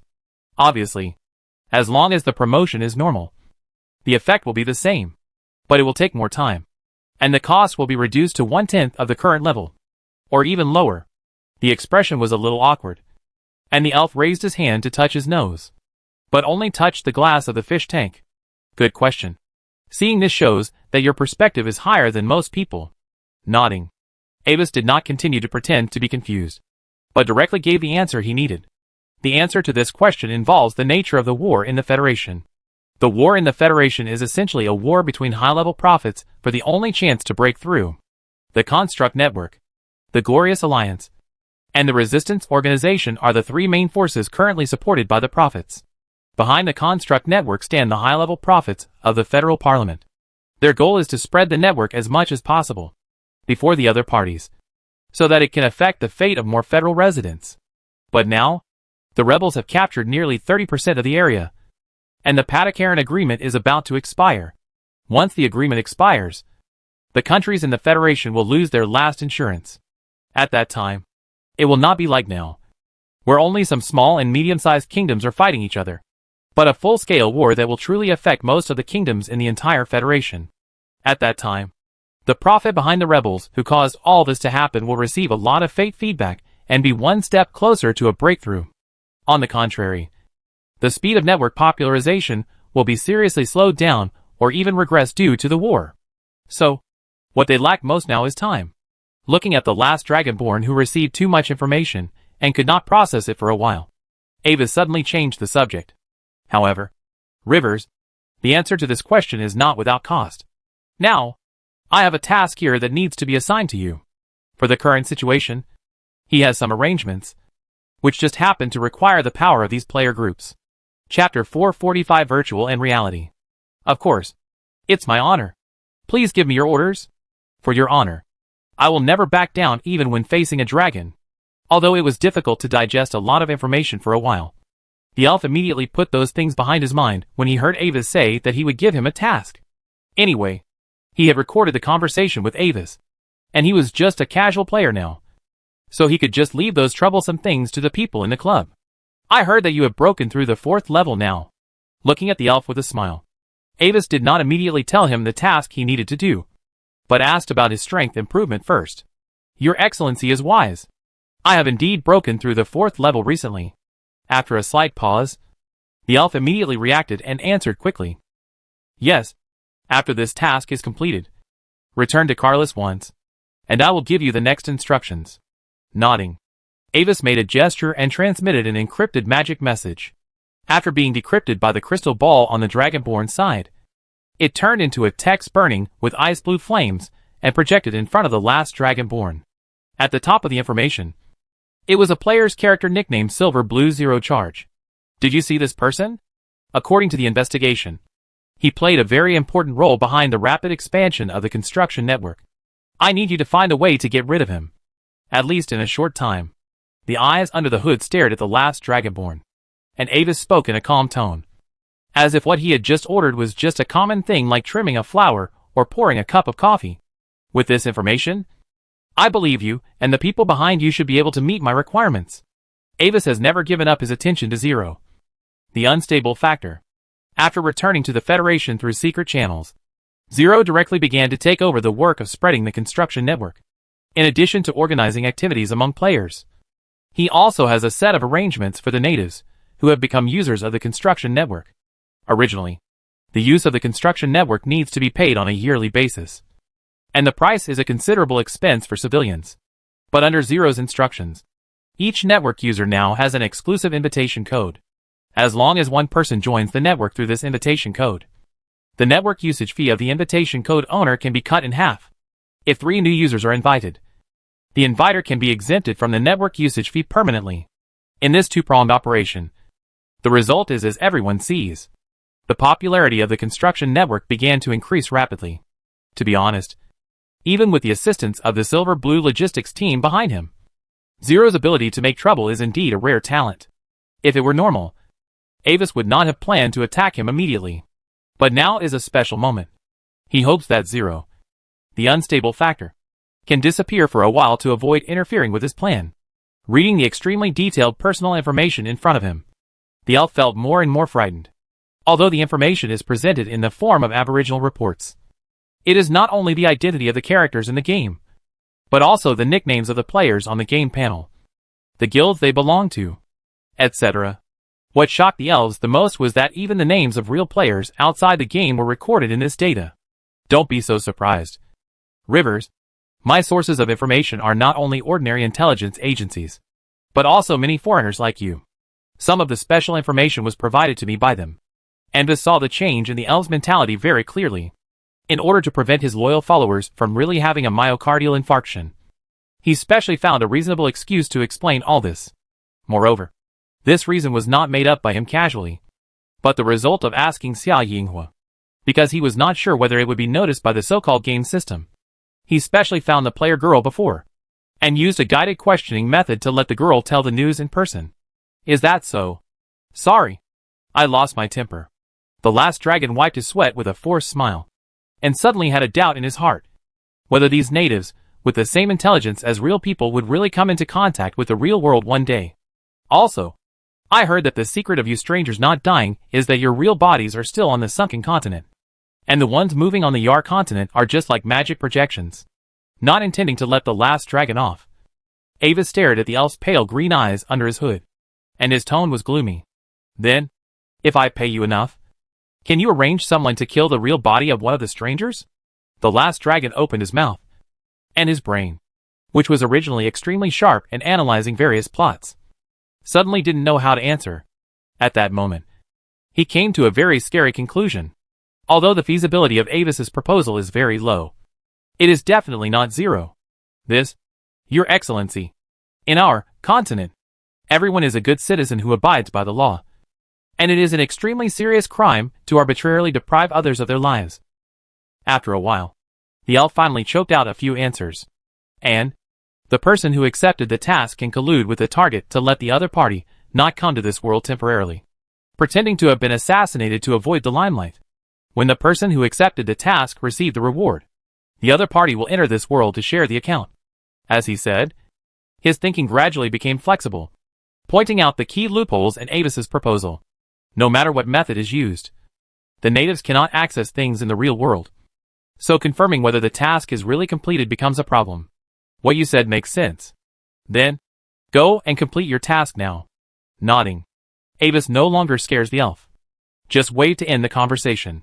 Watching the crystal ball in front of him dim again, the elf calmed down, digested the huge amount of information obtained from this contact with Avis, and immediately began to contact Tiramisu to pass on these precious secret information to her. On the other side, after Avis finished talking with the last Dragonborn, he carefully recalled all kinds of information related to Zero in his previous life and planned to make a special attempt. Pigeon, are you there? What do you want to see, Goo? Hearing Avis's call in his heart, on the side of the desk, a white pigeon's head popped out from the elongated shadow of the mercury magic hourglass under the candlelight. Nothing. This time, I need you to help me send a message. Yes, it's to one of your shadows from other angles. Looking at the pigeon's dark red eyes without reflection, Avis snapped his fingers, and another string of ice blue flame text appeared. He had already done experiments, and this strange pigeon could send messages to other players' pigeons. According to it, the so-called pigeon by players is actually the result of the shadow of its shadow materialized in three-dimensional spacetime. It's him. Send a message to your shadow bound to him. After simulating the magic breath of the last Dragonborn, Avis watched the pigeon sink into the shadow again in silence. If the previous information was the identity information of the target, then the information he sent to the last Dragonborn through the pigeon is a specific solution to the target. Chapter 446. Do good things without leaving a name. At the same time, the last dragon looked at the Black Cinder's address that suddenly appeared in the inbox. But the content directly involved the player's real address and family relationship information, and suddenly felt a little creepy. For the first time, he doubted whether there was really any supernatural thing in this game. But no matter what, the task still had to be done, and the club's bounty still had to be collected, and even more money had to be paid. Otherwise, he would be sorry for the shock he received today. After handing over the first intelligence that Ambus had given him to the kitten and receiving a reward, the elf calmed down and exited the game. While his memory was not completely blurred, he immediately left the game cabin and quickly wrote down some of the content. Then, he repeated the operation of going online and offline several times again, and recorded the complete letter information. After everything was done, according to the instructions in the mysterious letter, he found a small store to borrow a phone and dialed an unfamiliar number. Hello? What's the matter? The voice of a middle-aged man came from the microphone, sounding full of energy, and seemed to be of high status. Hello? Is this Uncle Chien? This is what I mean. I am Chien Rant's classmate.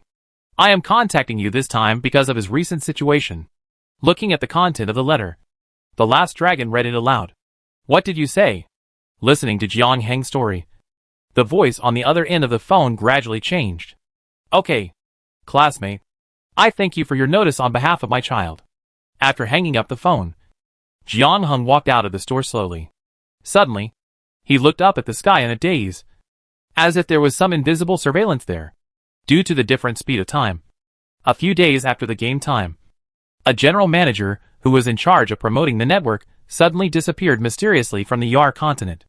The senior executives of the door and the eyes asked his foreign subordinates, and they could only get the answer that the other party had a small accident, and it is very likely that this answer will not appear again in a few years.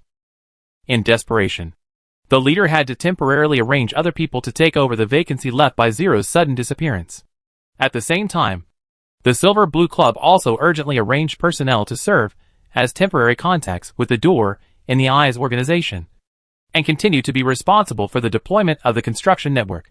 Fortunately, Zero had made many arrangements before he disappeared. Although he disappeared suddenly now, it would not have a big impact on the deployment of the construction network immediately. However, due to Zero's incident, the leader showed great distrust of other players of Silver Blue and did not agree to let their people continue to take over as the general manager, but arranged for a senior executive of the organization to parachute in. In this way, the early investment of the Silver Blue Club suffered a great loss in an instant. They paid such a huge price, and the simple task reward was secondary. The main goal was actually to make Zero's status further. The leader had promised before that as long as Zero could successfully achieve the goal of rapidly promoting the network, then he would give Zero the power to freely mobilize multiple 7th-level professionals. By then, with Zero's status, the power of Silver Blue will truly reach the unique level of the entire game. Many tasks that could not be completed before, as well as the benefits that could not be obtained due to insufficient strength, are no longer a problem. This snowballing development continues. Now, Zero cannot go online due to personal reasons. Although the money is not completely lost, it is only exchanged for a part of the in-game materials that are purely for task rewards. The newly airborne Aboriginal leader is not as easy to talk to as Zero. Since the other party took office, the club's rewards have been reduced instantly. From the original public pockets, it has been cut to the extent that it can only be regarded as public affairs.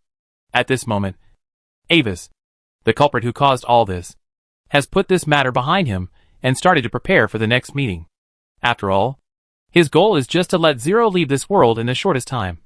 So there is no need to make it so complicated.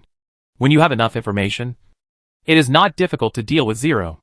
In his previous life, after becoming famous, Zero once participated in a real interview program.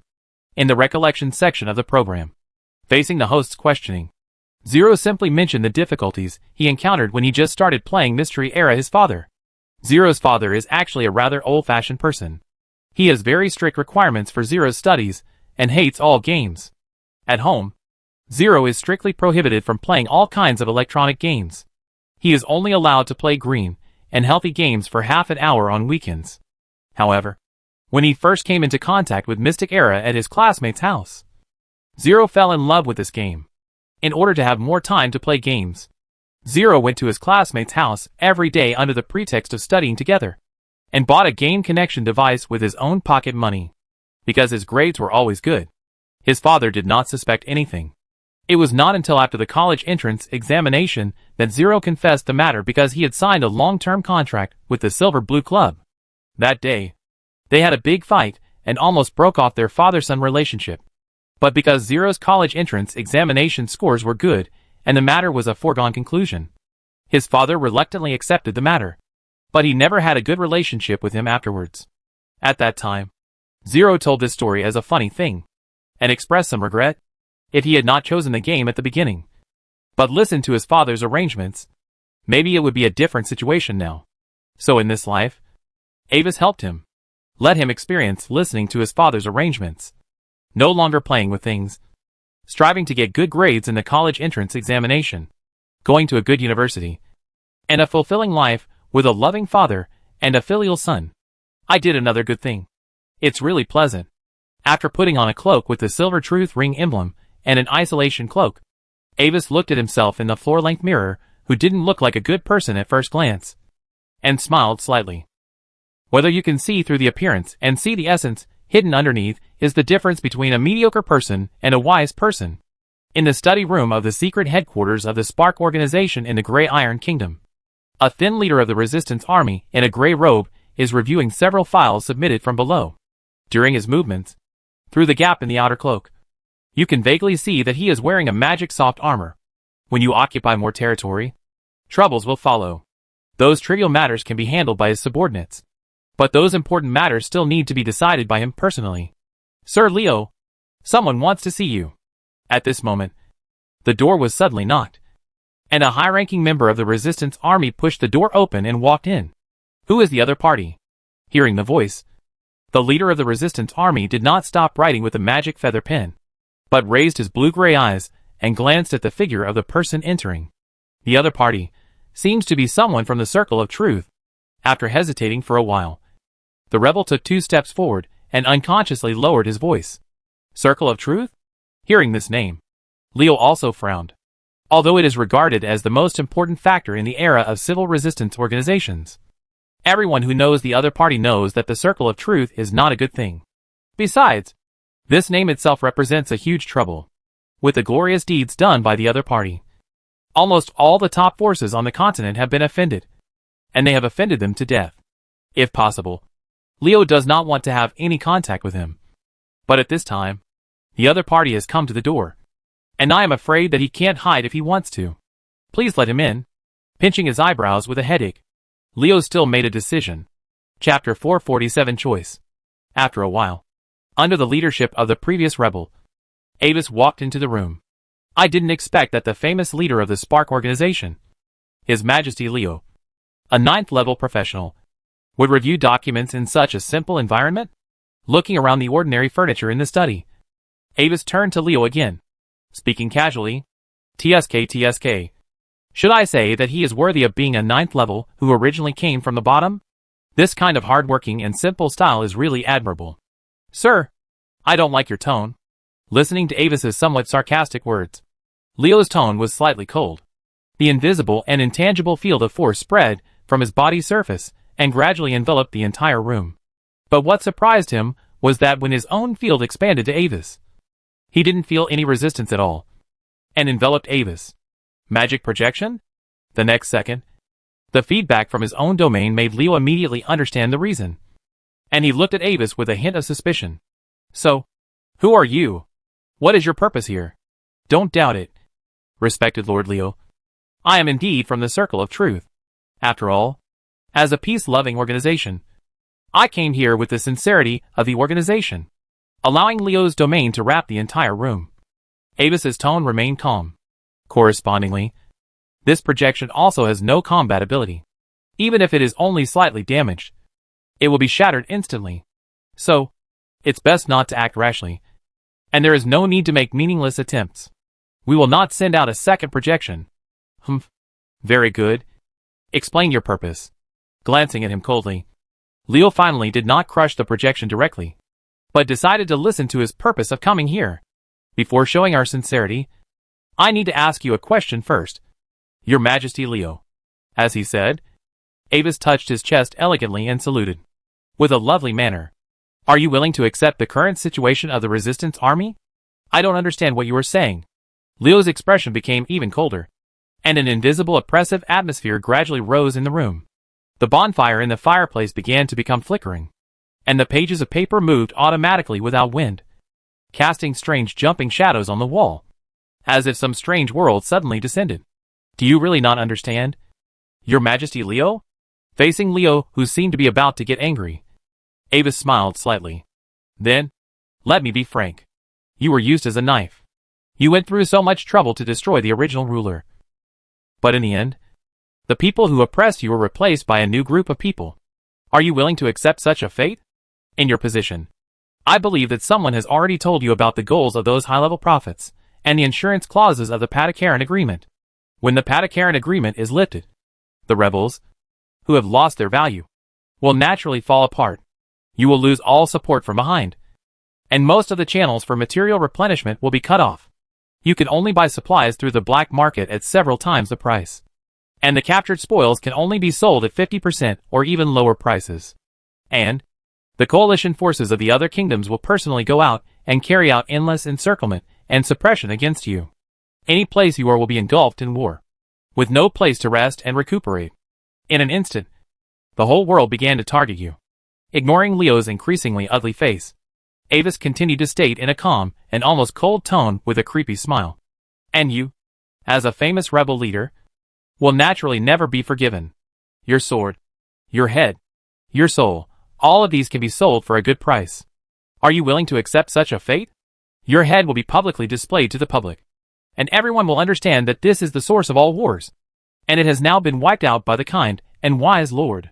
Then you will be grateful to the Lord, extinguish all desires to resist, and transfer all hatred generated in the war to you and the rebels. Your sword will become a treasure in a castle, and you will show it to the guests at gatherings with great satisfaction. This is the sword of the legendary rebel leader Leo. Then, they will tell you about your various achievements while letting the nobles pass it around and play with it. And your soul is even more popular. Any 9th level necromancer will pay a high price to collect the soul of a 9th level legendary figure. After turning you into a necromancer, you may even be used to wipe out the remnants of the resistance army. What do you think? Are you really willing to accept such a fate? Humph. Your Excellency, you are exaggerating a little too much. Listening to Avis's words, Leo's eyes were already extremely cold, and his tone seemed to be squeezed out from between his teeth, as if he would crush Avis at any time. Whether it is alarmist or not, I believe you have already made up your mind. Or do you intend to use this as a qualification for promotion? Sacrifice the entire resistance army at a critical moment, and thus occupy a place in the new ruling class? Avis couldn't help laughing. Of course, this is also a good idea. After all, the 9th level always enjoys more privileges at any time. In a gorgeous transformation, he changed from the not-so-glorious role of the leader of the resistance army to a hero who had to endure humiliation for the long-term peace of the empire. It not only abandoned the negative impact, but also gained the greatest benefit. Perhaps, I can call you Duke Leo in advance? Before Anvis finished speaking, Leo suddenly snorted coldly, and the huge momentum of the 9th level surged out crazily, pressing hard on him, as if trying to press his words back into his stomach. Faced with the terrifying pressure, Anvis's smile did not change at all. When the pressure was coming, his figure suddenly flickered, and all the pressure fell into the air. You're quite capable. Leo was suspicious in his heart, but on the surface, he stared at Avis calmly, his eyes like a calm and bloodthirsty coyote in the wilderness. It seems that you still have prejudice and distrust against me, but it doesn't matter. If you change your mind, you can send someone to the Dawn Tavern, and I will show you our first sincerity. For example, the Embers organization. After the words fell slowly, Avis put his left hand behind his back, his right hand on his chest, bowed to Leo gracefully, and then disappeared in a flash. Looking at the place where Avis disappeared, Leo tapped the table with his fingers, his face calm. But his left hand behind his back had been clenched tightly unnaturally without knowing when. Chapter 448 Surplus Value. The Dawn Tavern is located on the west side of the lower city of Dawn City. When the city was first breached, the first attack order was issued from here. Therefore, after the city was breached, this tavern was renamed as a commemorative place. After thinking for a long time, Leo finally arranged for his confidant, a 7th level deputy nicknamed White Falcon, to secretly go to the Dawn Tavern to investigate, prepared to see what the so-called sincerity of the mysterious man who claimed to be from the Circle of Truth meant. However, he did not tell White Falcon all the details of the matter, but simply told him to go to the Dawn Tavern to investigate the situation and see if there were any people from the Circle of Truth present. But when White Falcon arrived at the Dawn Tavern, he did not find the mysterious person from the Circle of Truth as expected, but unexpectedly saw a professional wearing a dark green Embers uniform with an uneasy look on his face. He has brown hair and light green eyes. He is holding a glass of light gray bubbling thorn wine in his hand, sipping it, but the corners of his eyes are constantly scanning the crowd, as if he is looking for and waiting for something. The first time he saw him, White Falcon remembered his identity, the commander-in-chief of the 2nd Ember Constructed Corps, the 8th level strongman Thunder Arrow Gaylor. The moment White Falcon appeared, Gaylor's eyes turned, and after a quick glance at the surrounding environment, he drank the wine in the glass in one gulp, and stood up and walked over. At the same time, a mental power transmission entered White Falcon's mind. Sir White Falcon, I have something important to do, and need to meet with His Majesty Leo immediately. Meet His Majesty Leo? Looking at him with some doubt, White Falcon nodded. Yes, but please wait a moment. Lord Gaylor, I need to complete His Majesty Leo's order first. His Majesty Leo's order? Okay, but please try to be quick. I have obtained a very important intelligence and need to report to His Majesty Leo. Hearing White Falcon's words, although Gaylor looked anxious, he had to nod in agreement. I will do it as soon as possible. Lord Gaylor, nodding seriously, White Falcon also attached great importance to Gaylor's proposal. However, when he patrolled the tavern, he finally gained nothing, and did not see the people of the Ring of Truth mentioned by His Majesty Leo. There was no way. He had to take Gaylor back to report. Sorry. Your Majesty Leo. I didn't see the person you mentioned in the Dawn Tavern. However, Geralt, the commander of the Embers organization, hopes to meet you and says he has important news to report. Looking at Geralt, who came back with the White Falcon, Leo frowned unconsciously, tapping the table unconsciously with his fingers, somewhat puzzled about the purpose of the Circle of Truth organization. You said? You have important information to tell me. After waving his hand to signal the White Falcon to leave, his eyes turned back to Geralt. Yes, Your Majesty Leo.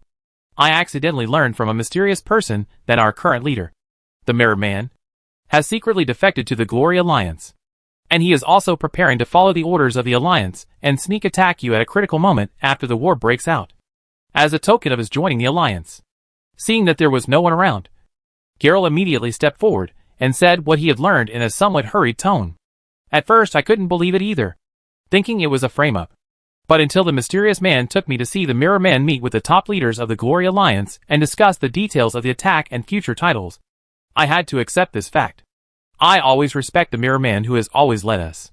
But I'm sorry that I can't accept it if I join those damn nobles and swing a sharp blade on the back of my comrades. As he said this, he shook his head with a sad face, as if he really couldn't forgive this behavior. Are you sure? The Mirror Man chose to join the Glory Alliance? When Leo heard this heavy news suddenly, he was also shocked. And suddenly he vaguely understood what the so-called sincerity of the Ring of Truth meant. It's true, Your Majesty Leo. Not knowing Leo's inner thoughts, Gala just said it seriously according to the prearranged script. It doesn't matter if you don't believe me now. As long as you are prepared in advance, everything will be clear when the Mirror Man actually takes action in the future. Okay. Then, what is your purpose for coming here to tell me this? Not finding any problem with Gala's words, Leo nodded, changed the subject, and tried to test it from another angle. My purpose? Hearing this question, Galar shook his head and laughed at himself. When that time comes, I hope to lead my subordinates to join the Spark organization. As he said this, he looked back at Leo's somewhat puzzled blue-gray eyes with a calm demeanor and explained the reason. I understand Your Majesty's doubts. Although I also want to become the second leader of Embers, I am very clear about my own strength. Without the support of Mr. Mirror Man and those behind him, my personal strength alone is not enough to maintain the existence of Embers. Even if I take over by force, it will cause the entire Embers to fall apart. By then, we will completely become lambs to be slaughtered. In this case, it is better to take my subordinates and merge into the Spark organization, so that the resistance can be preserved to the maximum extent. Even during this period of time, I can persuade 2 other high-level people who are similar to me to join the Spark organization together. I just don't know if Your Majesty is willing to take us in the headquarters of the Embers organization. Avis suddenly sensed something and turned his head slightly. The focus of his eyes seemed to pass through an endless distance and saw the scene in Dawn City.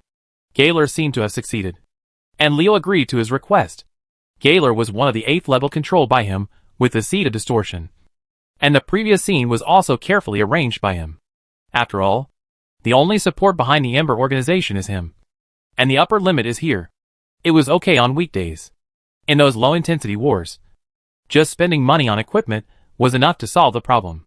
But now, the real war is about to come. When most of the high-level prophets decided to give up the resistance organization, the fate of the Ember was doomed. In the past few months, as the third-ranked resistance organization in the Federation, the Ember harvested more than 10,000 units of fate feedback for him. However, due to the lack of sufficient breakthrough opportunities, his prophet rank is still stuck at the 7th level limit. Therefore, Avis is ready to make the most of the surplus value of the Embers and leave his own mark in the fate of the Spark organization. Not only can he take advantage of the Spark organization and continue to reap the feedback of fate, it also preserves the living force of the resistance organization to the greatest extent to avoid being wiped out too quickly. He can even use the Embers organization to get in touch with the Glory Alliance at the last moment. Thinking of this, Avis took out a magic crystal ball and input magic power to activate it. After a while, Mrs. Mandel's charming face appeared at the other end of the crystal ball. Oh, isn't this the powerful Mirror Man? What's the matter with contacting me today? Pretending to be surprised, Mrs. Mandel covered her mouth lightly with a polite and distant smile, and her tone was full of dissatisfaction. Dear Mrs. Mandel, after repeated consideration, I have decided to agree to your proposal. Looking at the blonde lady in the crystal ball, Avis spoke in a deep voice, as if he had made up his mind. However, in terms of the contract, I hope to reach a cooperative relationship with you. Chapter 449 Cooperation. Cooperate with me? Can you explain?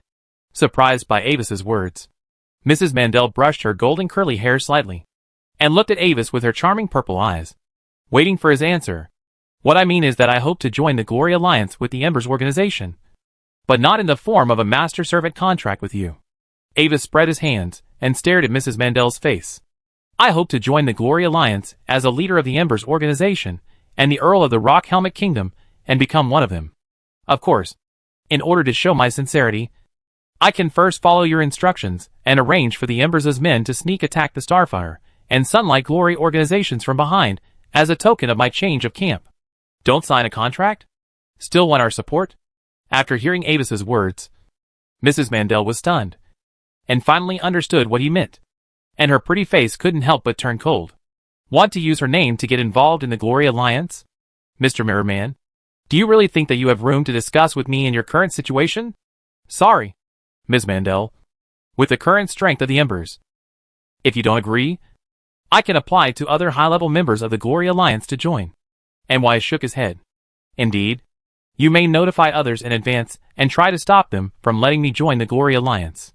However, I don't say whether you can get the Alliance leaders of the same level or even higher than you to agree to your request.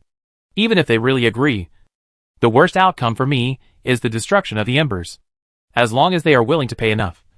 The high-level prophet who has cooperated with me before can also guarantee my safety, compared with my personal freedom. This is nothing. After listening to Avis's words, Mrs. Mandel was silent for a moment, and suddenly laughed. I'm sorry, Mr. Mirrorman. It was Pomona who was abrupt before, and I apologize to you now. As she said, the charming lady stood up and bowed slightly to Avis and raised her skirt to greet him. You want to join the Glory Alliance? I welcome it very much.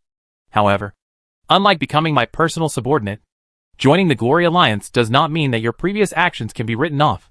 You still have to pay enough for this before the Alliance leaders agree to protect you.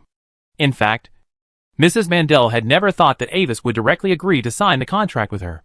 Her real goal was actually to extend an olive branch to the Embers on behalf of the Alliance of Glory. It was just a little unexpected that the true face of the man in the mirror seemed to be exactly the type she liked. So, she did not continue to force Avis, but was prepared to appease him temporarily and let him put down his guard against her. Just like fishing, you must be relaxed and tense in moderation to successfully catch the fish. If you just reel in the line blindly, the fish will eventually get off the hook. After all, when the Embers really took action against their former comrades, the Resistance organization would naturally no longer tolerate them. As for the so-called high-level prophet on the other side, when the final battle of destiny broke out, she did not think that the other side would be willing to risk being attacked by other prophets and forcibly save the man in the mirror. Then, the only life-saving straw that the other party can count on is the Glory Alliance. At that time, she has 10,000 ways to force the cute prey in front of her to submit obediently and become a submissive plaything under her skirt. So, the two people with their own ulterior motives happily reached an agreement. When Avis sneaks up on the Spark and Sunlight organizations from behind as agreed, Mrs. Mandel will allow the Embers organization to officially join the Glory Alliance and become a member of the Alliance. Watching the crystal ball in front of him go out again, Avis's mouth corners slightly raised. Then, this side is also considered a success. No matter what Mrs. Mandel thinks, he only needs to let this clone obtain the identity of the Glory Alliance. With this identity, what he can do is far beyond Mrs. Mandel's imagination. Finally, looking at the invisible web of fate in the sky, Avis lit a glowing dust, slowly entered a meditative state, and carried out daily practice. Those high-level prophet, even at the cost of dragging the entire Federation into the flames of war, are also pursuing the only breakthrough opportunity. What he was after was to make sure that none of these people could break through. Then, in the continuous war in the Federation, several months passed again, and it was the 4th day of the Golden Moon, August, with the hasty end of the mid-year festival. The web of destiny on the continent finally began to undergo new changes. However, it was not the Resistance army that initially triggered this change, but the existence of the increasingly widespread construction network. At this time, The popularity of the construction network had reached 36.34% of the total population of the Federation. Almost every family has an internet user. And, with the promotion of those high-level profits at all costs, this number is still rising, although it is still far from the 80% penetration mentioned by the speaker. But after the popularization of the constructed network, the grassroots people of the Federation have gradually begun to show very obvious changes. The fundamental reason is that the amount of information obtained every day has become different. With the internet, the channels for people to access various types of information have suddenly been broadened. It is not only limited to the small piece of land in front of them, but can directly understand the information happening in other distant kingdoms. And, because the constructed network is a dreamlike existence, after working for a day, the people have dinner, lie on the bed, put on the helmet, and enter the virtual network world. There, people can not only get all kinds of virtual mental stimulation, but also pay some price to access and learn all kinds of knowledge. This is a function designed when the network first appeared. Although all this knowledge needs to be paid, there is also an option to exchange it for tasks. For example, in reality, new users of the constructed network can be brought in, or sufficient mental fluctuations can be provided in exchange for contribution points. When sufficient contribution points are obtained, various virtual services and information packages in the network can be purchased. Therefore, with this design, various professional knowledge is subtly implanted into the minds of the people according to the preset magic program. This operation is also inspired by the appearance of strangers. If it were the past peacetime, this behavior would be strictly prohibited by the nobles of the major kingdoms without even thinking about it. But now, the high-level nobles are busy fighting the rebels and dealing with the pressure from the Glory Alliance and other forces. In order to get more feedback on fate, the high-level prophet no longer cares about these influences. Chapter 450 Rumors. Since the time is still short, although the popularization of the construction network has brought great impact on the future of the Federation, it is not possible to clearly see the manifestation of this change in the short term. However, the most sensitive web of fate still faithfully reflects this future change. The degree of interference of the prophet behind the construction network in the web of fate has increased dramatically, and it is currently temporarily ranked first among all high-level prophet. The emergence of this situation caught most other prophet, who thought that the construction network still needed a long time to develop by surprise. After finding out the real reason, many prophet immediately began to try to interfere with the continued development of the construction network in their own way. This is not easy. After all, the federal parliament stands behind the construction network, and the number of 9th-level strongmen alone is actually the largest among the parties. Some people want to persuade the royal families of the major kingdoms to lend a hand and try to interfere with the popularization of the construction network.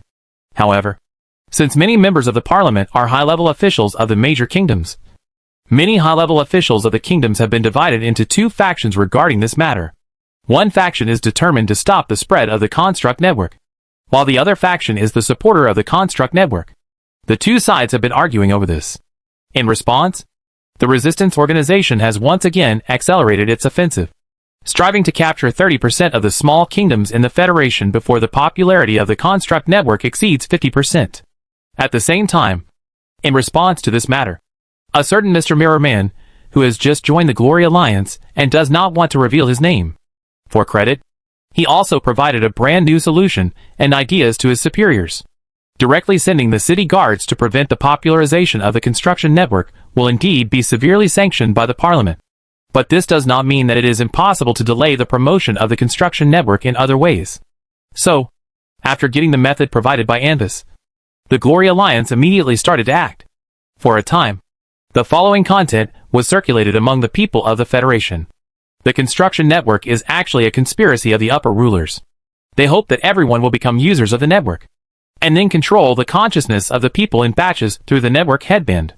Once the mind is connected to the network, the consciousness will be immediately controlled, trapped in the network and lose freedom, and become a slave of the ruler forever. Just like those who are promoting the network everywhere and trying to invite you to join the construction network. Be careful of them. They are no longer the original self, but have become slaves of the network rulers. Yes, they will tell you that they are not under any control, but that is what they said to you under the manipulation of the people behind them. And this control is permanent. Even if they don't use the network for a period of time, it still exists. So, never use the network. No matter what those who have been controlled say to you, describing how wonderful the network is, don't believe it. Those are all beautiful illusions fabricated by the rulers. Baits to trick you into taking the bait. Just wait and see. When we risk our lives to expose these horrible truths, the authorities will issue a notice sooner or later, declaring that the constructed network is very safe. All the truths circulated among the people are false rumors. At that time, my dear friends, remember, don't believe it. Under the arrangement of the Alliance's top leaders, countless folk bards took on the task and then quietly spread out. Whether in the streets and alleys of the city, in the fields in the countryside, or by the bonfire in the tavern in the evening, people often accidentally heard the horrifying secrets from their mouths. Usually, after telling a story of the night or finishing the last song, they would look around with vigilance, making an uneasy gesture, as if hesitating whether to speak, until someone invited them to a glass of beer or rewarded them with a few copper coins. They would lower their voices and tell these contents. This mysterious look added a bit of authenticity to the news, and this kind of voice was circulated in many places. The people may not believe it the first time, the second time, but when they heard it for the third and fourth time, they gradually began to become suspicious. At the same time, due to the existence of players, the degree of this panic was further aggravated. Players who liked to watch the fun and make trouble spread these rumors more and more widely, and even adapted some of their own new versions, making it even more difficult to distinguish the truth from the false. Under the influence of these factors, the expansion speed of the construction network was instantly slowed down to an extremely slow level. After noticing this situation, the Parliament tried to dispel the rumors as soon as possible. At the same time, a large number of people were sent to search for the bards who spread the rumors. But the effect was not good. You did a good job, Wallace. This is your reward.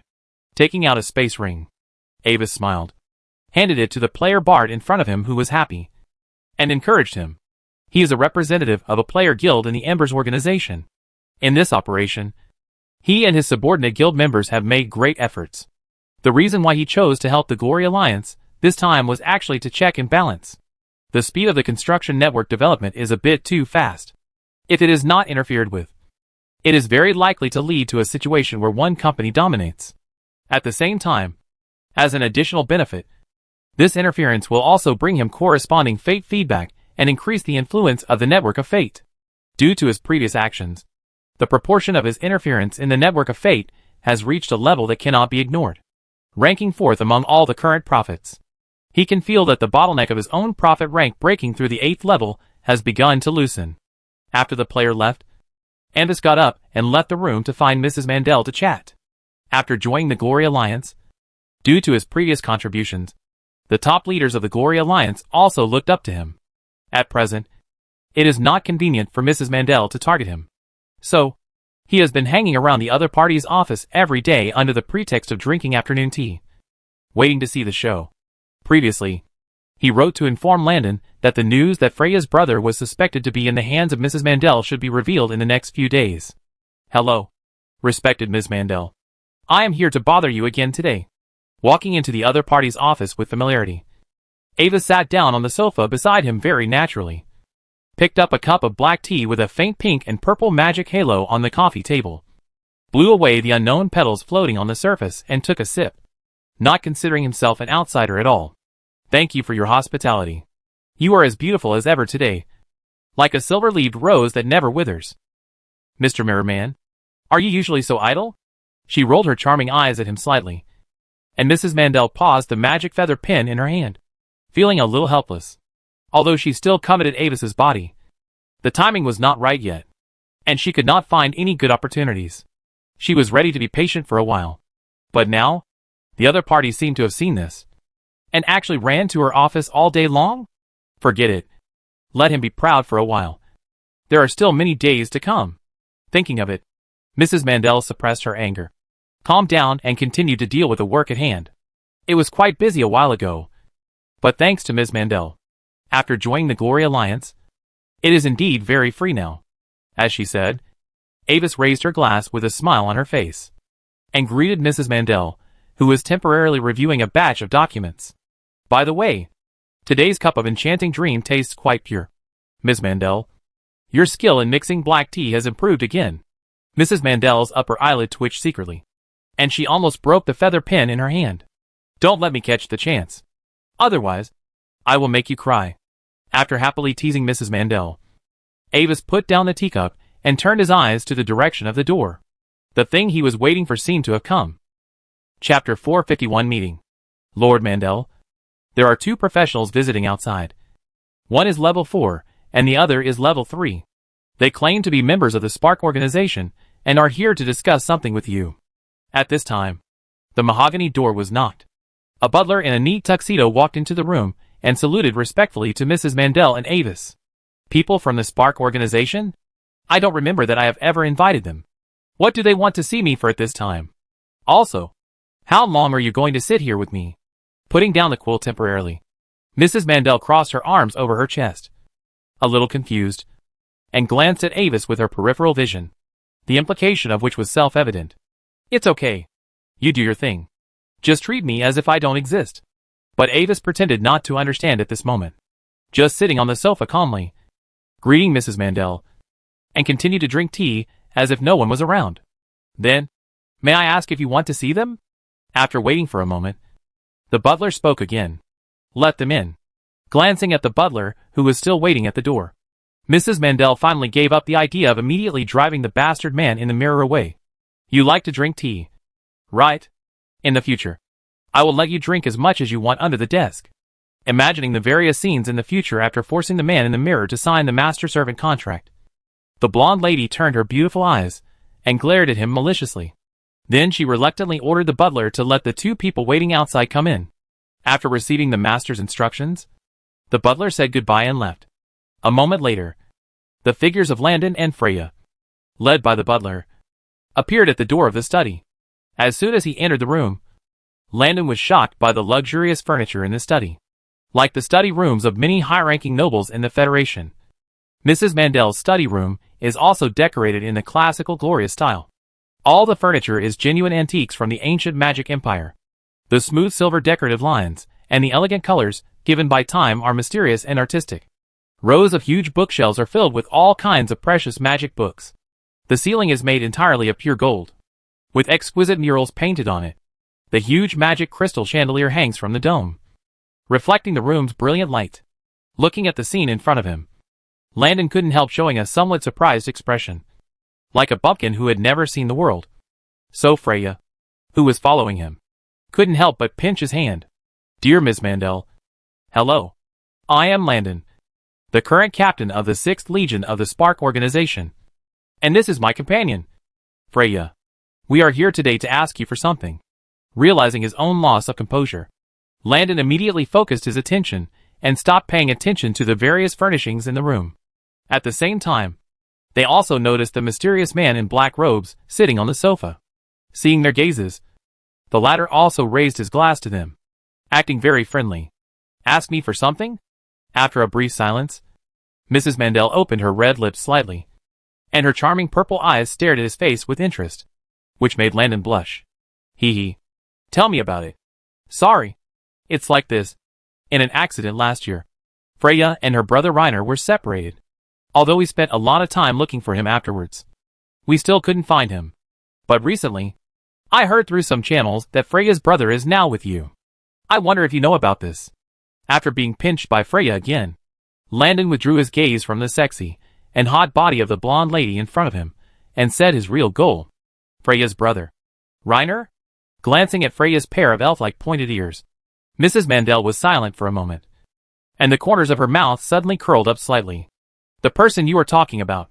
Is he a prince of a small kingdom who fled? And he has the same light green eyes as her. Yes. Have you seen him? After hearing her words, before Landon had time to speak, Freya immediately spoke excitedly. Of course. I did see him.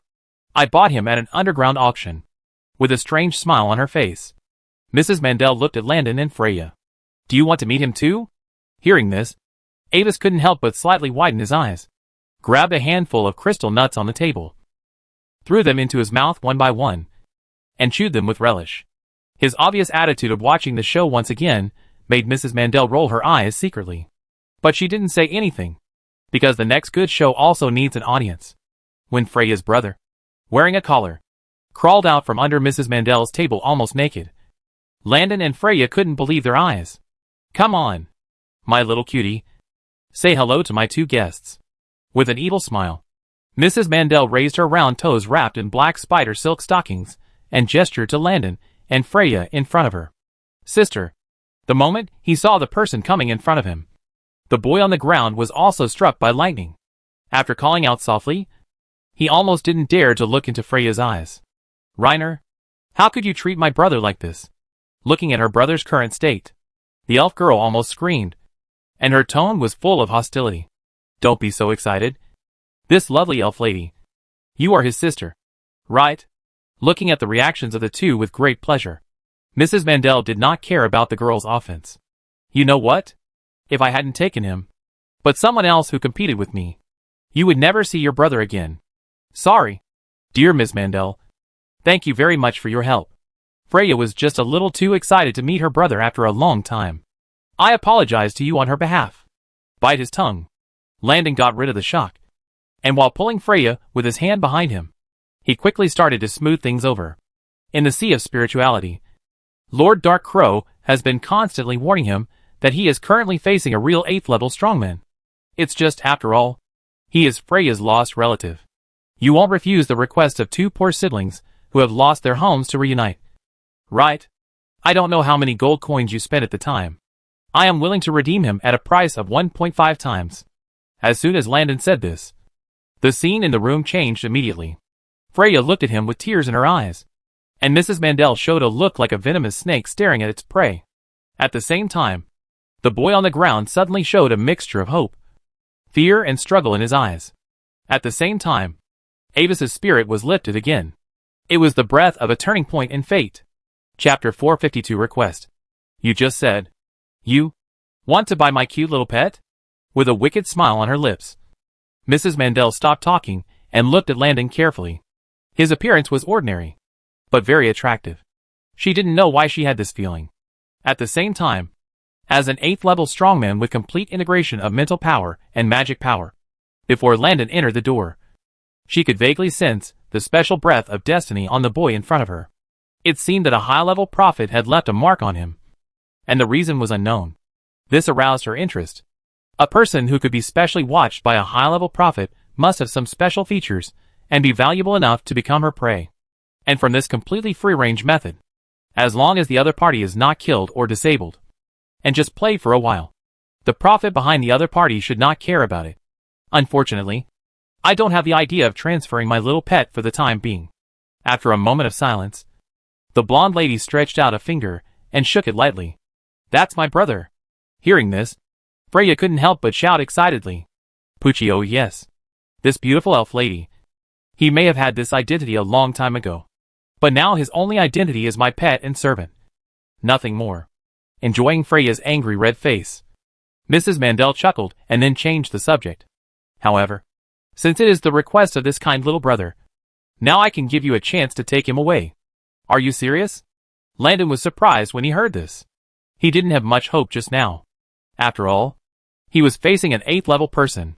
No matter what they did, it would not have much impact on the other party. Well, of course. Let me think about the conditions. Lazily stretching her mature and sexy body, Mrs. Mandel leaned back in her chair, and her mind quickly passed through several difficult tasks. After all, this kind of person is not the first time to appear.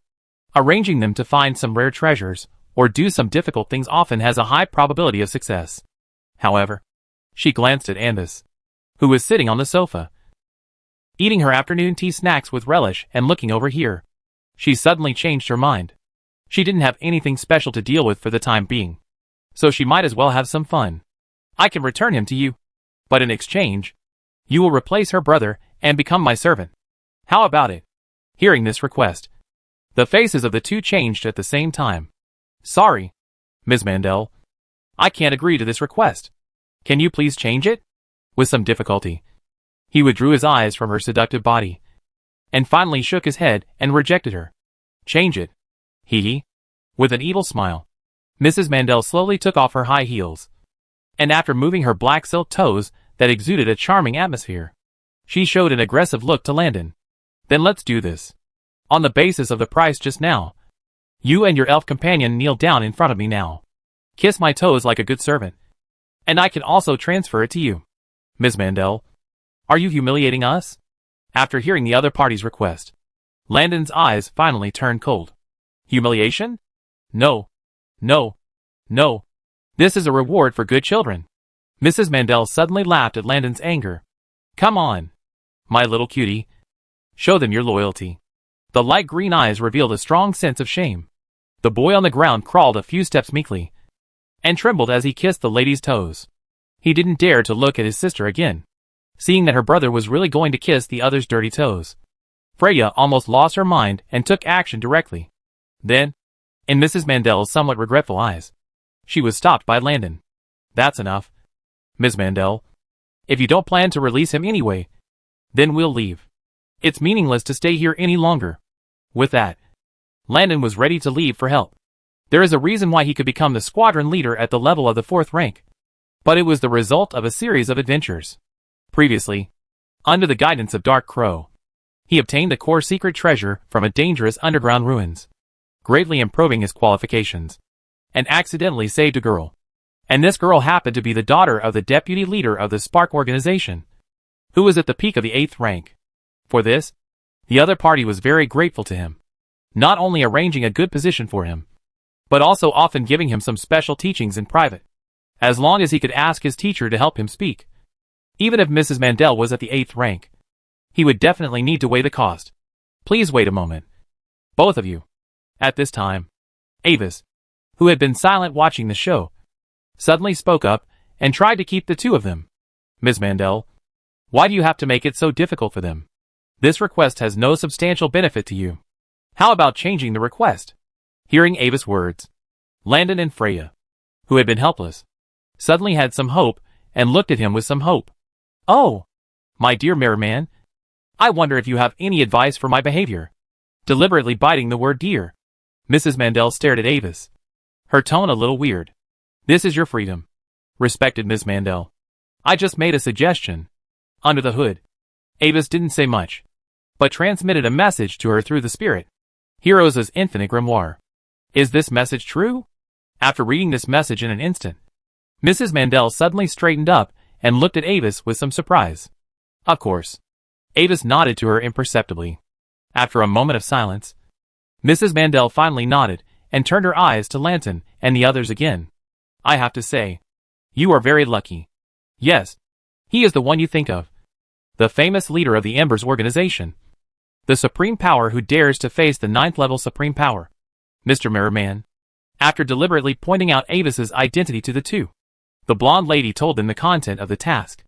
Now, I have a new task for you temporarily. In a few days, a new ancient ruin will be unveiled in the middle of basin. I need you to bring me the book hidden in the deepest part of the ruins. Don't worry. It's very easy to identify. Its cover is like a piece of human skin sewn together, with an eye in the middle, and illusory magic runes are always floating on the surface. Find it and bring it to me, and I will give you my little pet. Chapter 453, Infinite Grimoire of Heroes. Is your source of information reliable? Also, how many people know this news now? After watching the two leave, Mrs. Mandel turned her head and turned her eyes back to Avis, a little puzzled. What's the point of falsifying something that is so easy to verify? As for the number of people who know this news now, couched on the sofa, Avis glanced at the beautiful lady with blonde hair and skillfully poured himself another cup of black tea. There shouldn't be many. This is the news I got through a special item.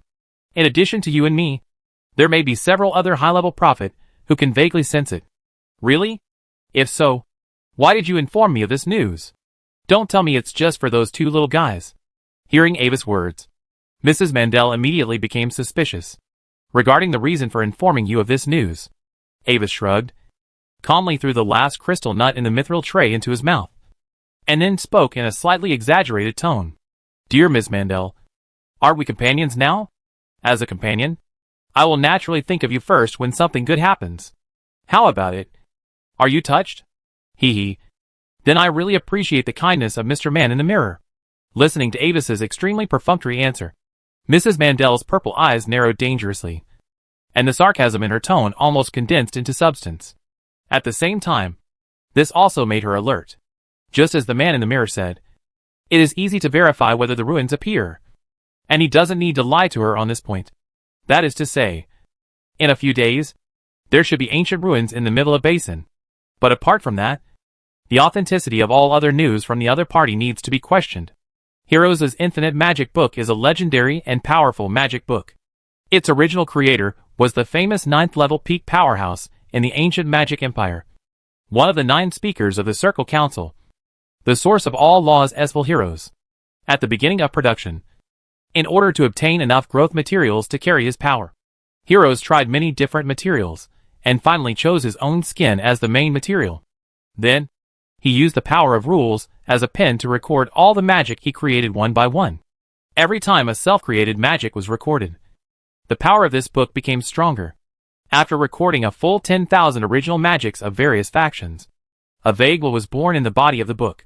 Under its influence, the book itself began to try to evolve a new magic spell by itself through permutations and combinations. Although most of them failed, there were a few that succeeded and added some new power to it. So, Heroes, who noticed this change, embedded another observation artifact Eye of Heroes made from the eyeball of a powerful and strange being on the cover of the book. At the same time, he put the book in the central magic tower of the Sky City, allowing spellcasters to borrow it freely. Of course, this is not without cost. When you read the magic knowledge in this book, the book is also reading your inspiration.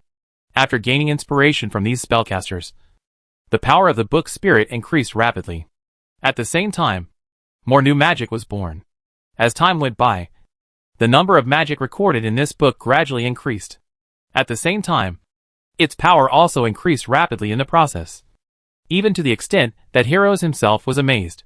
Since the base material uses the skin of the 9th level peak existence, the growth rate of this book is almost unlimited. Relying on the power of this book, Heroes used it to defeat many enemies who were also at the 9th level peak. However, in the last encounter, facing the strange dark existence from outside the domain, Heroes was defeated and disappeared. Correspondingly, the book also disappeared. All spellcasters who knew this history, including the 9th level, almost tried every means to find the location of Heroes when he died and the legendary magic book. Mrs. Mandel was no exception. She coveted the various secret knowledge recorded on it. At the same time, it is said that just holding it can greatly increase your magic level.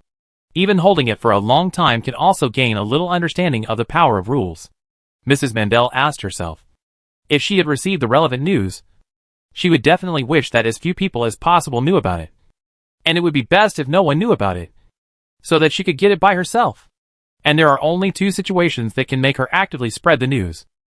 Either the things hidden in the ruins are not the infinite grimoire of Heroes at all, or there is a huge danger in the ruins. And the degree of danger is even unimaginable. She couldn't take the things out by herself. She had to attract many cannon fodders to trigger the traps and dangers in front. And then she would benefit from it. Thinking of this, Mrs. Mandel couldn't help but sneer in her heart, thinking that she understood Avis's intention. However, such a good treasure. Aren't you tempted by it, Mr. Man in the Mirror? Of course I am tempted. So after those 2 bring the book back, I will consider buying it from you at a high price. How about a gold coin? Raising the teacup with a teasing tone, Avis drank the black tea in the cup in one gulp, put the thin elf porcelain cup back on the tray, and slowly stood up. Ha! Just kidding.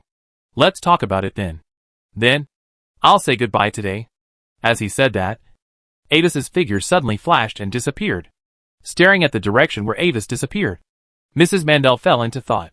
When it comes to the infinite grimoire of Heroes, no matter whether the news of Man in the Mirror is true or false, she will never give up. It is not safe to simply let the 2 little guys take it. Even if one of them has that kind of destiny. Destiny is not omnipotent. At the level of the 9th level, destiny can no longer completely bind them. Perhaps, I can follow the 2 little guys and act according to circumstances. Having made up her mind, Mrs. Mandel rubbed her eyebrows and prepared to take a crystal nut to enjoy her late afternoon tea time. Then, she finally noticed that the snacks she had prepared for herself had been eaten up by a damn guy. Her eyelids twitched, and Mrs. Mandel suddenly felt a little itchy. Her eyes looked around the room and finally stopped at a certain boy under her. Okay, my lovely little pet. That's enough. Next, how about we play some role-playing? Yes, You will play the role of the guy who just didn't know where he was. At this time, Landon and Freya had returned to the headquarters of the Spark organization. Although things seemed to have taken a turn for the better in the end, the mission assigned by an 8th level person would not be ordinary. So, after returning to the headquarters, Landon immediately took Freya to find his teacher, the 8th level Starfire Deputy Commander Shu Gallo, and told him everything about his experience. You said that your companion's brother was in the hands of that venomous snake? And the man in the mirror was also there at the time? After listening to Landon's story, Gallo frowned. Chapter 454 Control and Relics. The man in the mirror is meeting Mrs. Mandel? And they can have afternoon tea together? In theory. As the leader of the Embers organization, the people of the Glory Alliance should not be so friendly with him. Putting this doubt in his heart for the time being, Gallo looked at Landon and the others and asked carefully for some details. So, you just said that when the venomous snake humiliated you, the mysterious man, who was suspected to be the man in the mirror, suddenly transmitted some information to the venomous snake. So she changed her mind? Yes. She asked me to take a book out of the ruins. According to her, its cover material is similar to skin, and there is an eyeball embedded in the center. Landon nodded and described it in detail based on the news he heard at the time. Eyeball? Skin? After a careful recollection, Gallo finally shook his head. I will report this matter to the leader. There is no way. As a professional from a civilian background, Gallo's knowledge level is far lower than those nobles. He also knew very little about the specific information of these legendary treasures left over from history. However, although he didn't know, he knew who to go to. Unlike him, who relied entirely on adventure and experience to become talented, Chief Leo had studied at the Empire's higher professional school, so he must know what it was. So, do you have any other news to report? No more, Mr. Garo. Landon shook his head and respectfully took Freya away. After leaving Garo's room, the roar of the Dark Crows was deafening in his mind. That is the Infinite Grimoire of Heroes, a magical artifact with the 9th order limit of growth. It is said to record all the secret knowledge in the world. It is because Heroes was too low-key back then that not many people really knew about this book. Otherwise, it would definitely have acquired the concept of epic and become a real epic item now. Of course, it is also possible that Heroes died too early, and it was too late to spread its reputation. Muttering softly, the mental fluctuations of the Dark Crow turned into a roaring body again. No matter what method you use, Landon, you must get it. It must belong to you. Sir Dark Crow, that is something that the 8th Order Strongman specifically asked for. And now the top leaders of the organization also know about this matter. Maybe even the 9th Order leader will be interested in it. In this case, how can I get it? Dizzy by the roar of the Dark Crow, Landon's face was a little bitter. And he also complained to the Dark Crow. I don't care about that.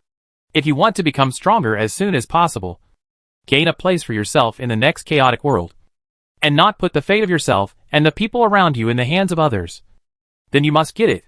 Of course, Dark Crow actually knew that his request was a bit difficult. So, after complaining again, he changed the subject. Indeed, your current strength is still a little weak. But for your current strength, I just happen to have a way to temporarily improve your strength for you. As he said this, Dark Crow's mental fluctuations suddenly revealed a fanatical emotion. When my original body was still alive, I once discovered a new alien power in an accidental experiment.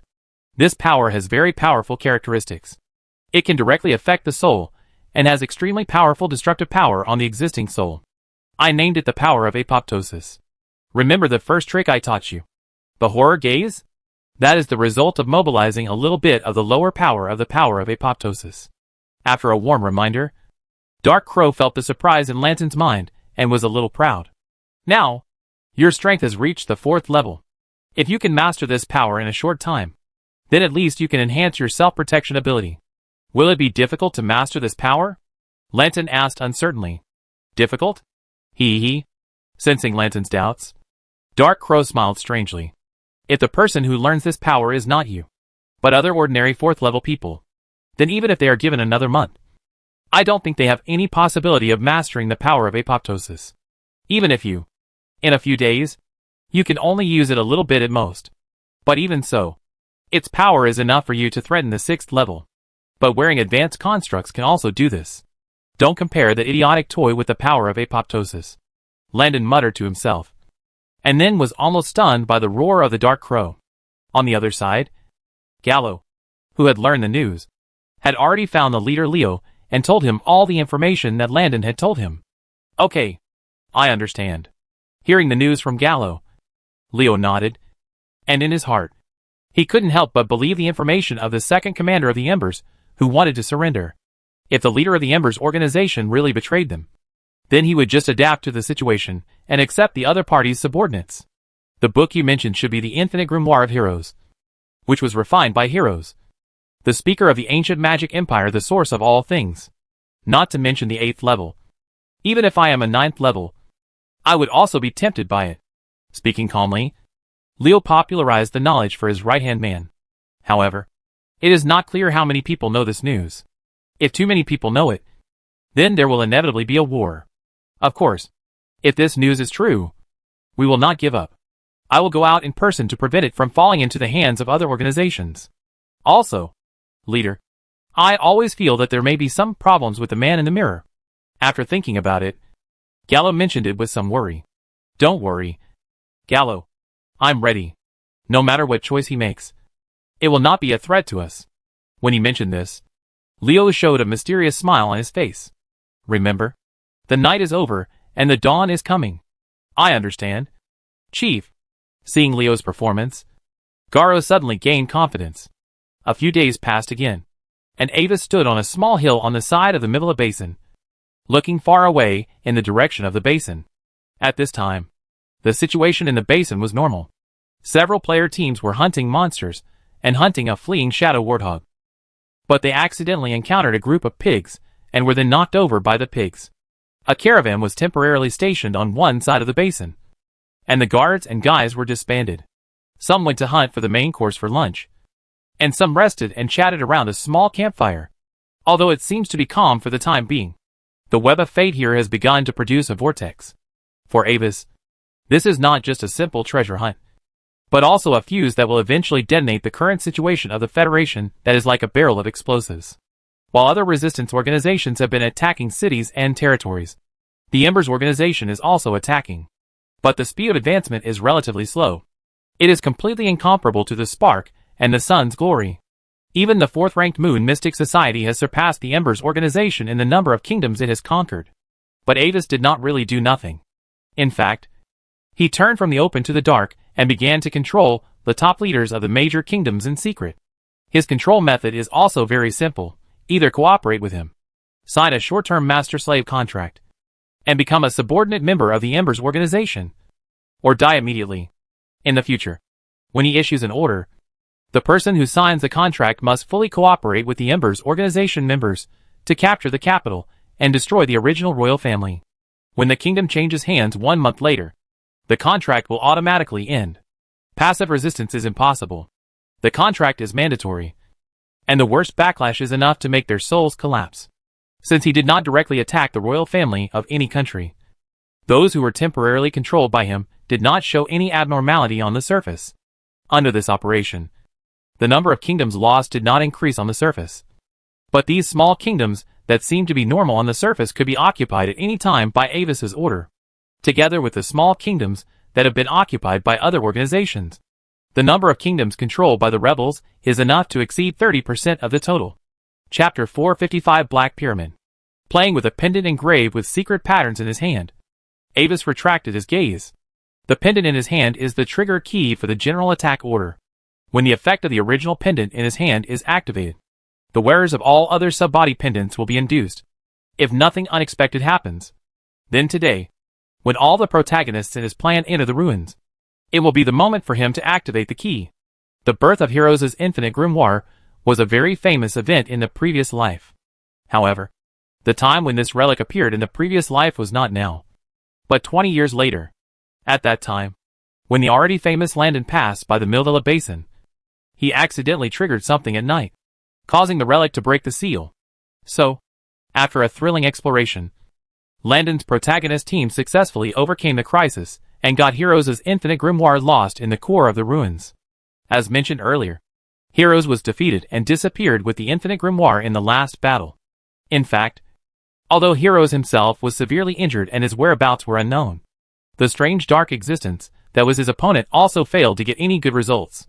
This relic itself was completely transformed from the remains of that alien existence. It used its last bit of strength to escape through space. But in the end, it still could not withstand the damage and fell.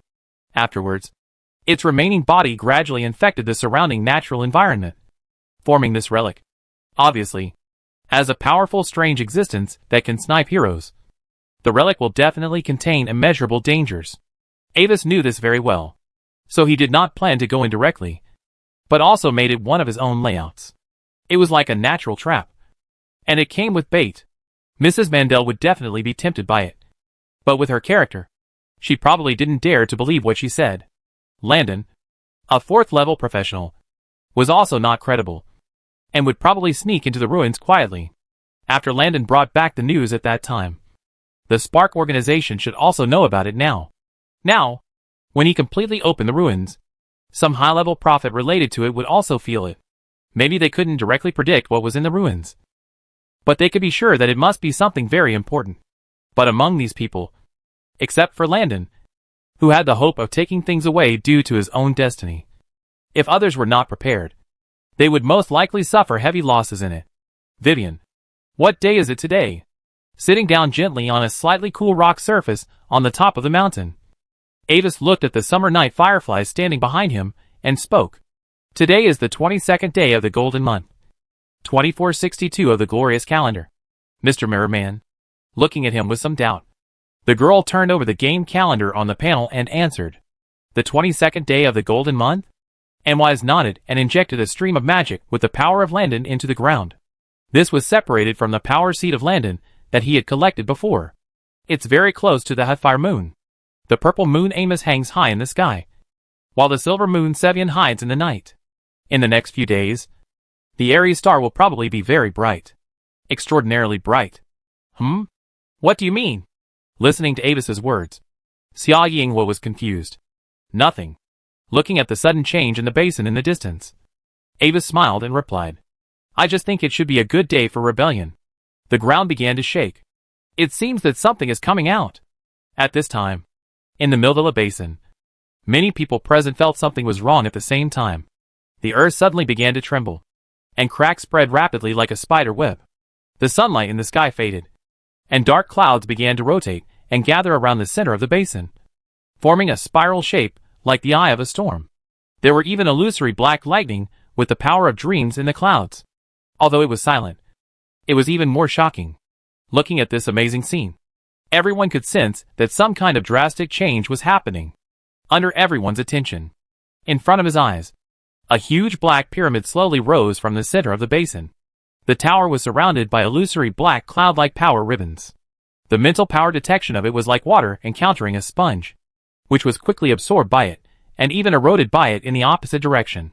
When many people urgently gave up part of their mental power, the black cloud that lost contact shrank back reluctantly. Is this the relic? At the edge of the basin, Leo looked at the scene in front of him that looked like a natural disaster with a serious face, and also felt a little pressure. The mere appearance has such an amazing momentum, and the degree of danger is probably unimaginable. Landon, are you sure you want to go in here? Turning his head with some worry, he looked at Landon beside him. The boy's eyes were a little straight, as if he was shocked by the scene in front of him. Landon, forget it. Don't go in. It's too dangerous. I'll ask the teacher to come forward to deal with my brother's matter later. Sensing the breath of the ruins, Freya's face was also pale. Don't listen to them. Landon, you must go in and explore. And somehow, I suddenly feel that this place makes me a little familiar, as if I have known it before. Maybe after we enter, I can recall more related news. But in Landon's mind, Dark Crow put forward a different point of view. However, as if worried about being discovered by Leo, Dark Crow did not roar this time, but changed to a more concealed whisper. Listening to everyone's words, Landon finally came back to his senses. In fact, he could feel it himself without Dark Crow saying it.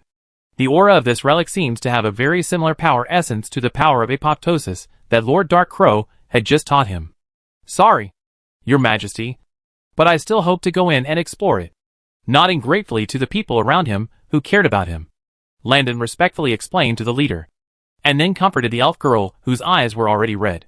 Don't worry about me. Freya, I won't do anything that I am not sure of. Seeing this, Leo nodded and stopped talking about it. Everyone has his own ideas, and after being reminded, he will no longer interfere with other people's choices. After a while, the abnormality of the pyramid slowly subsided and began to become quiet. The fluctuations of the magic ribbon on it gradually stabilized. No longer as restless as when it first appeared. Almost done.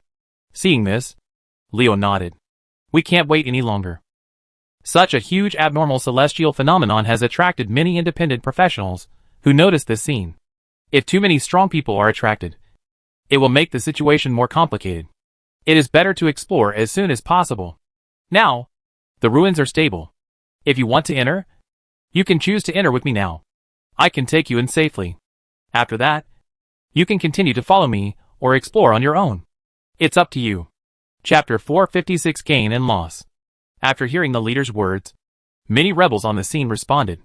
There were even some mid-level and low-level professionals among them.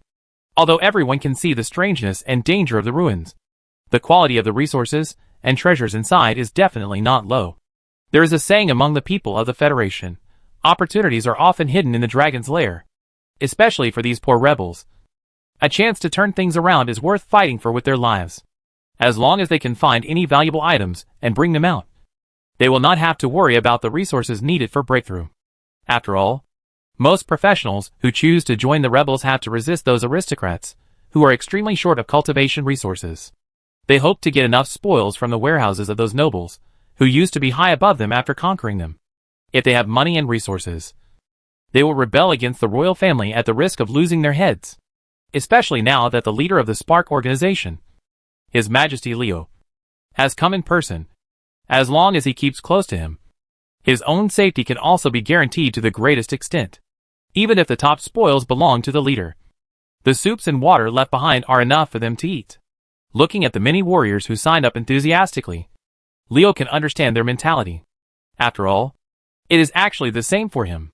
Compared with other long-established old-fashioned 9th level warriors, his personal equipment and supplies are actually much scarcer. Facing non-9th level warriors is okay.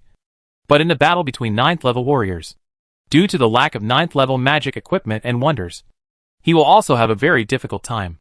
Although the ruins in front of him gave him a faint sense of threat, he thought the reward was worth the risk. Very good. After a moment, when no one continued to speak, Leo nodded and prepared to lead the people who chose to explore inside. But at this time, he suddenly turned his head and looked at the business road on the side of the basin, where a magic carriage was slowly approaching, and frowned slightly. In his perception, it seemed that someone of the same level had arrived. Let's go in. After looking at the other party from a distance, Leo finally did not make any move, but led his team into the pyramid normally. As the figures of Leo and others disappeared in the tower, the carriage slowly stopped on the side of the road, and the door engraved with the symbol of the cycle of life slowly opened, revealing two figures behind it. Mrs. Mandel got off the car first. Unlike her usual appearance, she looked respectful at this time. After getting off the carriage, she immediately bowed slightly at the side of the door and waited. In front of her, a slender girl in a black and complicated dress slowly floated out of the carriage.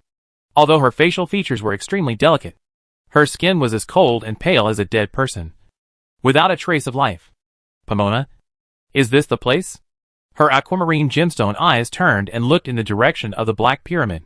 The girl asked calmly, her voice like a metal wind chime, crisp and mechanical.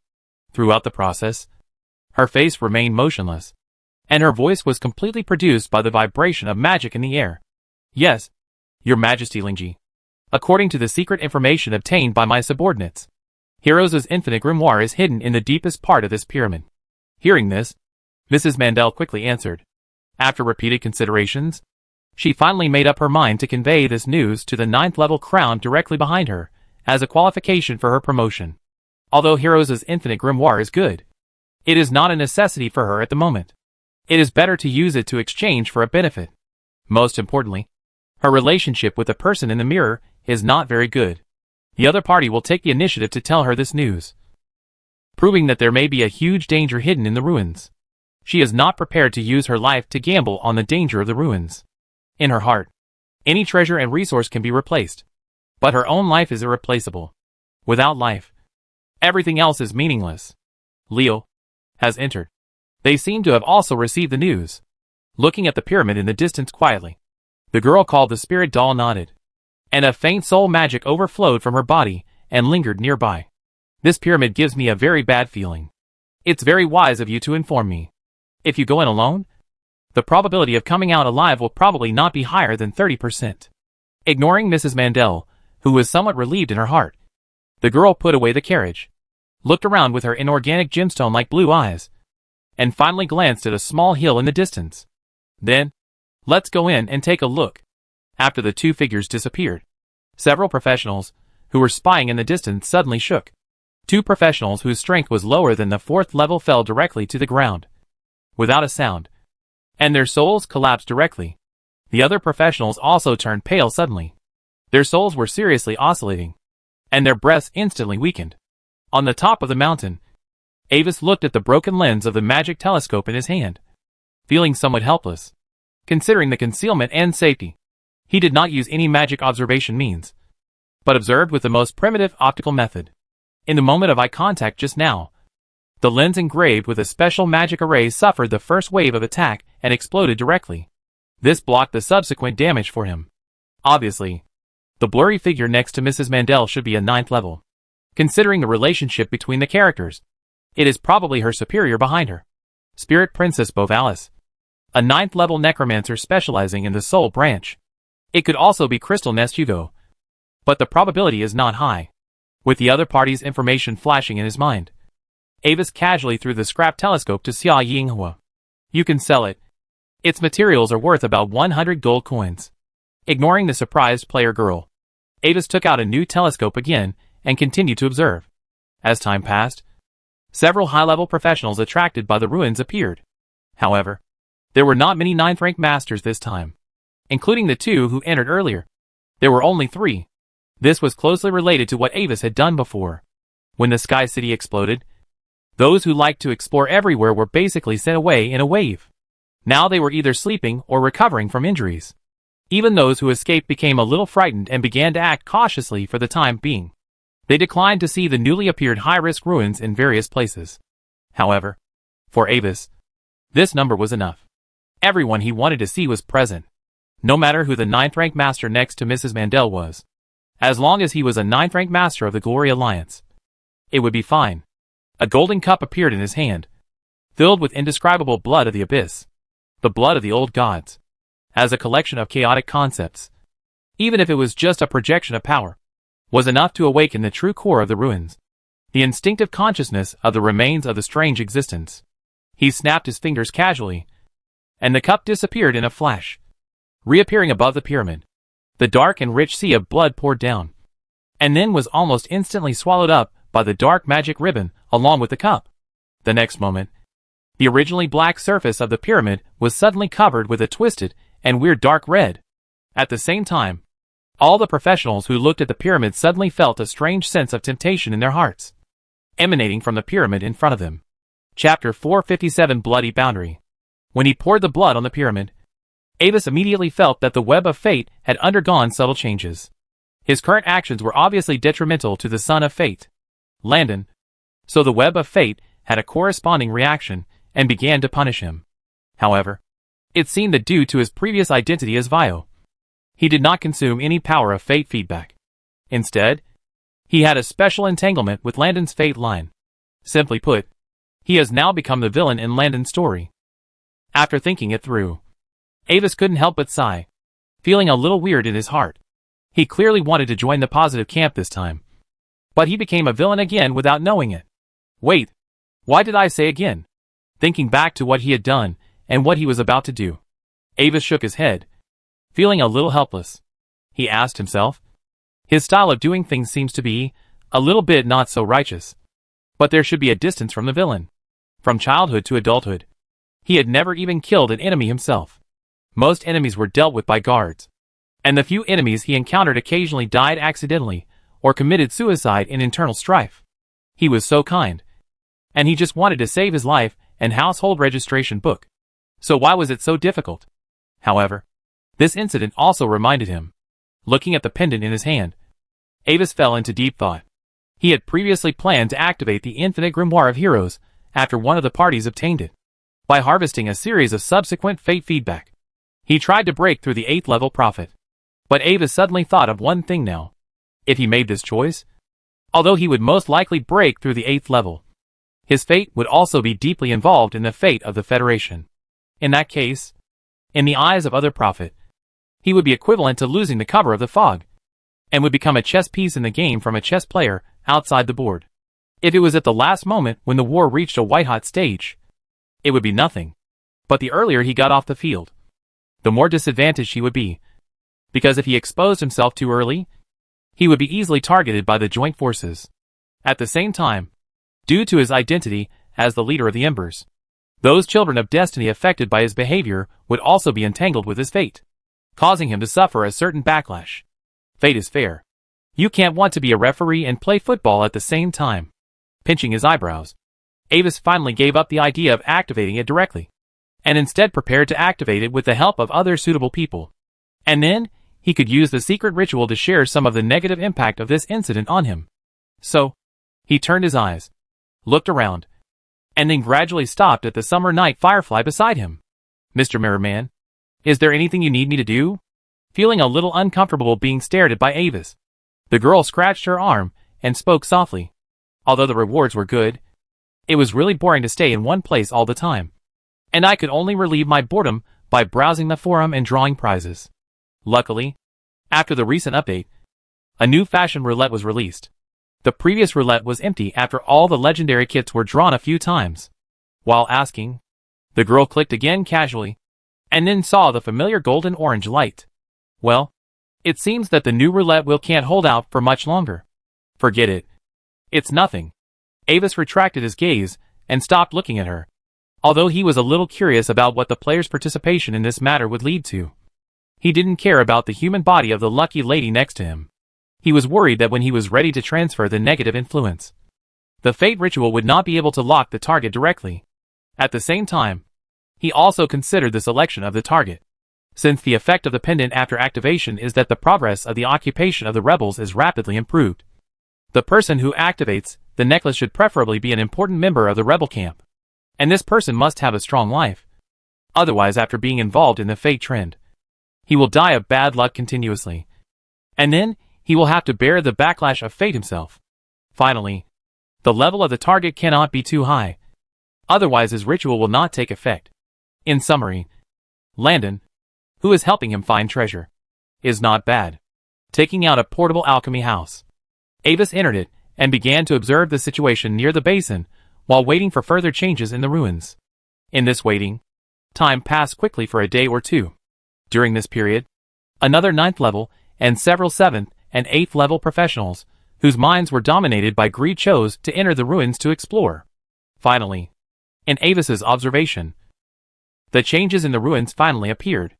At this time, the team of Landon, Leo and others had already gone deep under the pyramid and gradually approached the real core area of the ruins. In fact, the black pyramid on the surface is like the difference between the 1/10th volume of an iceberg exposed above the water and the 9/10ths of the underwater part below it. After entering the ruins, except for some players and several members of the resistance army above level 6, who chose to leave the team and explore freely because of their own strength, the others still followed Leo, the Dark Crow, who had previously clamored to recall more memories and urged Landon to explore the ruins, suddenly fell silent after entering the pyramid. Even if Landon tried to call, there was no response. If he had not been able to vaguely feel the existence of the other party, he would have almost thought that the Dark Crow had disappeared. At the same time, he himself always had a strange sense of familiarity with the alien power around him, as if the power of apoptosis he mastered came from the same source as the power in the ruins. Although he could not influence it, he had a very obvious sense of its subtle flow. Along the way, relying on this feeling, Landon managed to guide everyone to avoid many major crises. Some other dangerous and strange creatures were also dealt with by Leo. Some of the spoils obtained during the period were also temporarily kept by Leo, ready to be distributed after leaving the ruins. Finally, after solving another strange black slime mass that blocked the way, the core hall at the bottom of the ruins finally opened to them. But when they saw the scene in the core hall, they realized that things were not that simple. A huge spherical force field with a strange dark red aura enveloped the core area of the entire hall. And its interior was blurred. A corpse holding a black long-handled staff and wearing a robe sat on the ground beside the force field. And a heavy magic book fell beside him, with a magic light illuminating the side of everyone. They could see it vaguely. On the cover of the book, there was a blood-red eye that was still moving slightly. Raven Tower. Looking at this scene quietly, Landon habitually wanted to ask the Dark Raven's opinion. Then he realized that the other party was out of contact for unknown reasons. So, his eyes shifted to his side. Xiao Hei. What do you think? On the ground beside him, a big black dog shook his head, not ready to express a dog's opinion. Somewhat strange is that the four paws of this dog have faint light black transparent flames, like a messenger from hell, which is terrifying. This is what he hatched from the Warcraft egg he obtained from the initial ruins. But when hatching, the egg was accidentally affected by his apoptosis power, causing the creature that broke out of the shell to acquire strange characteristics. Landon named him Xiao Hei. Chapter 458. Don't sleep. Wake up. Something seems wrong with this magic barrier. On the other side, looking at the ominous dark red spherical force field, Leo's expression became solemn. He waved his hand, and his 9th level domain spread out, covering his subordinates behind him. Before, only the black alien power with the effect of absorbing life appeared in the ruins. The dark red special power on the barrier in front of him was the first time he encountered it after entering the ruins. The strange characteristics of this power. He, a 9th level, just looked at it, and a trace of negative emotions began to grow in his heart. It is hard to imagine how much damage it would have on other professionals below the 9th level. However, this situation also means that they have found the real core of this ruins. And the book next to the corpse seems familiar. And the appearance characteristics are almost the same as the target of his trip. Could that be the body of heroes? The source of all things? One of the 9 chairmen of the ancient magic empire. Did he really die here, perishing together with the strange being he fought in his last battle? Then, was that barrier a seal left by the other party before his death? Or some kind of backup left by that strange being? With all kinds of doubts in his mind, Leo took a cautious step forward and entered the hall. But at this step, a drastic change suddenly occurred. On the previously dark rock floor of the hall, countless strange magic patterns that seemed to be flowing with blood suddenly lit up. They emitted a strange and ominous dark red light, and vague humming and whispering sounds rang in everyone's minds, as if telling the truth of the world. At the same time, a huge temptation suddenly appeared on the dark red spherical barrier in front of him, like a ripe and tempting fruit. Just staring at it, it seems that you have seen the most desired thing in your heart, making you unconsciously want to walk into it and merge with it. Not good. Suddenly startled, Leo instinctively strengthened his own domain power, trying to resist this strange influence. At the same time, under this sudden change, several figures who followed secretly nearby could not continue to hide, and their whereabouts were exposed one after another. But at this moment, the people of the Spark organization could no longer care about them. The blood-colored magic circle on the ground suddenly shone brightly, and everyone felt a flash in front of their eyes, and the world around them suddenly changed. Illusion? Or the subspace secret realm? Looking at the strange environment around him vigilantly, Leo quickly analyzed the situation he might encounter. He was alone at this time, standing in a dead and desolate field, with nothing around except the cold dark purple rocks. The sky seemed to be at night, and countless distant and faint stars could be seen. After trying to expand his domain to the limit, Leo finally found that there was no obvious flaw here. Even if it was an illusion, it was definitely above the 9th level. Phalowin? Basha? After trying to call his subordinates and finding no response, Leo could not help but frown deeply. Given the strangeness of this relic, if they were separated for too long, they would probably suffer heavy losses. Moreover, the others who had quietly followed behind them before had to be guarded against as well. He noticed that among the people who just followed them, there were also 9th level strongmen. In this kind of ruins, the dangers of other explorers are often even higher than all the original dangers in the ruins. But at this moment, his face suddenly changed. In the endless and distant dark starry sky, a strange and absurd music suddenly came, and under this sound, his spiritual power suddenly began to rapidly dissipate and dissipate. Without hesitation, Leo immediately released all his rule power, resisted the magic sound, and began to try to leave this space. In another world, Landon was enjoying the peak of his life. Here, he successfully broke through the 9th level with his personal efforts and unyielding will, and then crushed all enemies. He thwarted the conspiracy of the federal parliament, overthrew the rule of the nobles, and was ready to marry Freya and his teacher Garo's daughter as his wife. Although it seemed that something was missing, he couldn't remember it anyway. Today is the eve of the wedding, and his sister Leah suddenly came to his room and confessed her feelings to him, which made him a little troubled. But, Leah, we are brother and sister. Looking at the beautiful girl with silver hair and green eyes without birthmarks, Landon couldn't help but feel a little embarrassed. Actually, brother, I have something to tell you. As she spoke, Leah's voice suddenly became smaller. What is it, Leah? Seeing her mysterious look, Landon couldn't help but lean over and listen carefully. Don't sleep. Wake up. What did you say? Hearing this sentence suddenly, Landon was a little confused. I said wake up quickly. You stupid fool with a muddled brain. The deafening hoarse roar of Dark Crow suddenly rang in his ears, and at the same time, the whole world suddenly darkened and collapsed. Lord Dark Crow, are you awake? Shaking his head, Landon finally remembered what he had forgotten. But the moment he opened his eyes, he was startled by the scene in front of him and hurriedly stepped back. In front of him, the huge dark red barrier had occupied his entire field of vision, and the distance was even so close that he could touch it with his hand. Even if he moved forward a little further, he would directly touch the surface of the barrier. And it was different from what he saw at first sight. The dark red light on the barrier was like a heartbeat, pulsating with a special rhythm. There were even some blood-like structures climbing on the surface, like an egg being hatched, looking extremely weird. With some worry, he looked at his companions, whose number had been reduced a lot, and Landon wanted to pull back several companions who were close to the barrier, but his outstretched hand went directly through their bodies, like a projection. By the way, Lord Dark Crow, do you remember any information related to this place? Seeing this, Landon asked Dark Crow for help again. I did remember more memories, but give up the idea of saving people. With your current strength, it's good enough to save your own life, and it's not your turn to save them. After a habitual roar, Dark Crow changed the subject. Now go and put away the corpse and the book, and then immediately return to your original position and pretend to be dead. I will help you solve other problems. Oh, I see. Shocked, Landon instinctively followed Dark Crow's instructions. During this process, he did not encounter any other obstacles and easily put them into the space ring.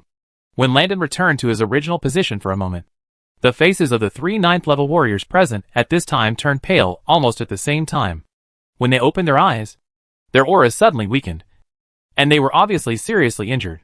Scanning the situation in the field, the 3 9th level warriors almost simultaneously attacked and smashed their strongest attacks against the blood-colored barrier in front of them.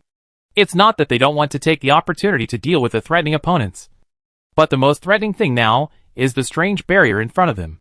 At the same time, Leo's domain power spread out, covering all his subordinates and removing their abnormal state. Mixed in it, Landon also pretended to have just woken up under the reminder of Dark Crow, and took a few steps back in fear. Attacked by the 3 9th level warriors, the blood-colored barrier suddenly flickered violently and unstably. At the same time, the entire pyramid ruins began to shake violently, and the walls in the hall began to peel off pieces of rubble. Dark magic tentacles instantly emerged from the walls and frantically attacked everyone. Chapter 459 The Fisherman Gains Benefit. Suddenly attacked, everyone dodged and tried to fight back, but most of the attacks were directly absorbed by the black magic tentacles, and only a few high-level attacks had some effect on the tentacles. Caught off guard, several rebel soldiers were caught by the tentacles on the spot, and then wailed and turned into dry black dust. However, the 3 9th level warriors immediately reacted, and the power of the domain expanded, temporarily blocking those magic tentacles. At the same time, under the full-scale attack of the large barrier in the center made a sound of being overwhelmed, suddenly collapsed, and dissipated into a dark red mist. The moment the barrier was broken, the surrounding tentacles all paused, and then turned into a dark magic mist and drifted away. Success? Seeing this scene, many people breathed a sigh of relief and showed a look of relief, thinking that the 3 9th level crowns had solved the danger of the ruins. Wait, where's the stuff? But at this time, noticing the disappearance of the corpse in the hall, Another ninth level with red hair and golden eyes, surrounded by blue and purple lightning, suddenly spoke. He is the old ninth level protector of Yueshi Kingdom, Heart of Thunder Dubit. Among the 3 ninth levels present, he is the strongest one. At this time, Dubit looked at everyone present with some suspicion. After his eyes stayed on the other 2 ninth levels for a moment, he swept to the other people below the 9th level. Or was it taken advantage of by one of these ants? Hearing his words, Landon's heartbeat almost immediately accelerated. Thanks to the help of Dark Crow, he was able to barely keep the expression on his face unchanged. Fortunately, due to the special environment of the ruins, all the auras were almost covered by the chaotic atmosphere of the ruins themselves. Therefore, Dubit did not feel his abnormality. You should be able to see that we just woke up at the same time, and you even woke up a little earlier than me. As for our subordinates, they were able to recover to normal only after our rescue. Frowning, Leo glanced at him, and also felt a little strange. I feel that it is hard to say whether it is true or not. Just like everything we just saw. Spirit Princess Bovalis spoke coldly. When she spoke, her eyes were always looking at the center of the hall. The red mist that was broken but still condensed and did not disperse. Maybe their real location was not there. Hearing her words, the other 2 ninth levels were also stunned. And then, their eyes also turned to the red mist. Indeed, this possibility is not impossible. If this is the case, then the most likely place to hide something is undoubtedly there. Are those really just projections, or did someone take them away in advance? Standing behind Spirit Princess Bowaris, Mrs. Mandel glanced at Landon thoughtfully. And a thought flashed through her mind.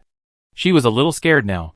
Just now in the illusion, she had seen herself breaking through to the limit of the 9th level, and trained countless beautiful boys, including the person in the mirror, as her pets, serving her with their bodies every day. But when she opened her eyes again, she was almost swallowed up by the strange barrier. Luckily, she was not too greedy, and asked for help from the 9th level behind her. Otherwise, if she really went in to explore alone, it would be a question whether she could leave alive this time. However, according to the current situation, if her guess is true, then she may really have a chance to gain the appreciation of the 9th level superior and secretly take Heroes' infinite grimoire into her pocket. However, why hasn't the fog dissipated yet? While Mrs. Mandel was thinking, the situation in the hall changed again. The red fog did not dissipate as everyone thought, but gradually spun and formed a dark red vortex. The black fog formed by a large number of tentacles around was gradually attracted, making the color of the vortex continue to deepen. The eyes of the 3 9th level people were solemn at the same time. They could clearly feel that something that made them feel a strong threat suddenly appeared at the core of the dark vortex. At the same time, the whole pyramid began to shake violently again, accompanied by a low rumble, and pieces of rubble began to fall, as if it was about to collapse at any time. Everyone, leave here now. Exit the ruins by the original route. Frowning, Leo immediately gave an order. Obviously, the target of his trip is very likely hidden in the core of the vortex. But when the war started, he had no time to care about these subordinates. After receiving Leo's order, everyone immediately fled in all directions. The other 2 9th level people looked at everyone and did not stop them. They also ordered the people they brought to escape on their own. At the last moment of escaping from the hall, Landon couldn't help but look back. In front of the 3 9th level people, at the core of the increasingly expanding dark vortex, a huge figure mixed with countless corpses and black matter was already looming. Your Majesty, please don't be in trouble. After praying silently in his heart, Landon immediately followed the guidance of the Dark Crow and quickly escaped through a hidden passage. According to the Dark Crow, they are now on the 99th floor underground, and this passage can quickly reach the 18th floor of the pyramid, and the danger level is very low. Quickly moving through the constantly vibrating corridor, Landon nimbly dodged the falling stones and some dark magic tentacles, since he can sense the flow of the magic power of the ruins. These tentacles and traps basically do not cause any trouble to him. After escaping at full speed, he passed through this secret passage and reached the 18th floor of the surface in about half a magic hour. After leaving the core area at the bottom, the threat level of various traps in the pyramid is much smaller than that at the bottom. Alas, I don't know how many companions can leave here alive this time. While running quickly towards the exit, Landon sighed and was a little worried about his companions. If you have time to worry about them, you might as well worry about yourself now. But at this moment, A cold voice suddenly sounded in his ears. At the same time, an invisible force field sphere suddenly rose up, trapping Landon in it. A figure dressed as a spellcaster slowly emerged from the side of the corridor. "Who are you?" Frightened and angry, Landon punched the force field sphere hard, but it had no effect. The power of rules. He is level 9. Landon, try to delay time. When I notify you later, release the body immediately. Sensing some unusual nature, Dark Crow immediately reminded Landon in his heart. Then, he fell silent again, not knowing what he was doing. Haha. It doesn't matter. The figure shrugged his shoulders with a meaningless smile, and did not answer Landon's question. Chapter 460. Go back quickly. It's not safe here. He was the last 9th level person to enter the ruins. Ocean Whirlpool Brown. Since he arrived a little late, he simply didn't go down, but waited for the people below to come out near the surface. Anyway, teleportation is prohibited in the ruins, and after the people below have finished exploring, they will most likely choose to return by the same route. After a whole day, I finally waited for a little mouse to come out. Now tell me what happened below, and I might let you go. Below. Thinking of what Lord Darkraven had just said, Landon cooperated and described the situation below, and tried to slow down his speech. Is that so? The leader of the Spark organization came in person, and there is more than one 9th level person. After listening to his story, Brown nodded with a gloomy face. It wasn't long since he broke through the 9th level. If Leo came in person, he might not be his opponent. Very good. For Leo's sake, I won't make it difficult for you. Leave all the storage items on you, and then you can go. Your Majesty. Hearing this request, Landon's face suddenly became very embarrassed. Don't think about bargaining. You are not qualified in front of me. Looking at Landon with a gloomy look, Braun raised his hand and clenched it threateningly. So the force field ball that trapped Landon suddenly shrank, almost rolling him into a ball. Leave something behind, or die. Choose one. Okay. Your Majesty, please let me go. I will leave the space items behind. With a painful look on his face, Landon spoke as if he had surrendered. Just now, Dark Crow had informed him that it was okay. With a hint of satisfaction in his eyes, Brown waved his hand, and the force field ball dissipated, throwing Landon to the ground in a mess. Now! Landon! Listening to the roar of the Dark Raven, Landon slowly raised his hand, as if he was going to take off the ring, and immediately released the body in the ring. In an instant, a figure wearing a robe and holding a staff suddenly appeared, although his eyes were still closed. Unlike the previous sitting posture, the body was now standing. Finger of Death. The moment he appeared, the figure waved the staff, and a pale green ray with the power of the Rule of Death instantly shot towards Braun. 9th order limit? Sensing the breath of this attack, Braun's soul was surging. Instinctively activated several rule defenses to resist this ray. But the opposite happened. This ray penetrated his defense as if it was penetrating paper, and directly hit his body. After being hit by the ray, Braun's soul breath weakened instantly.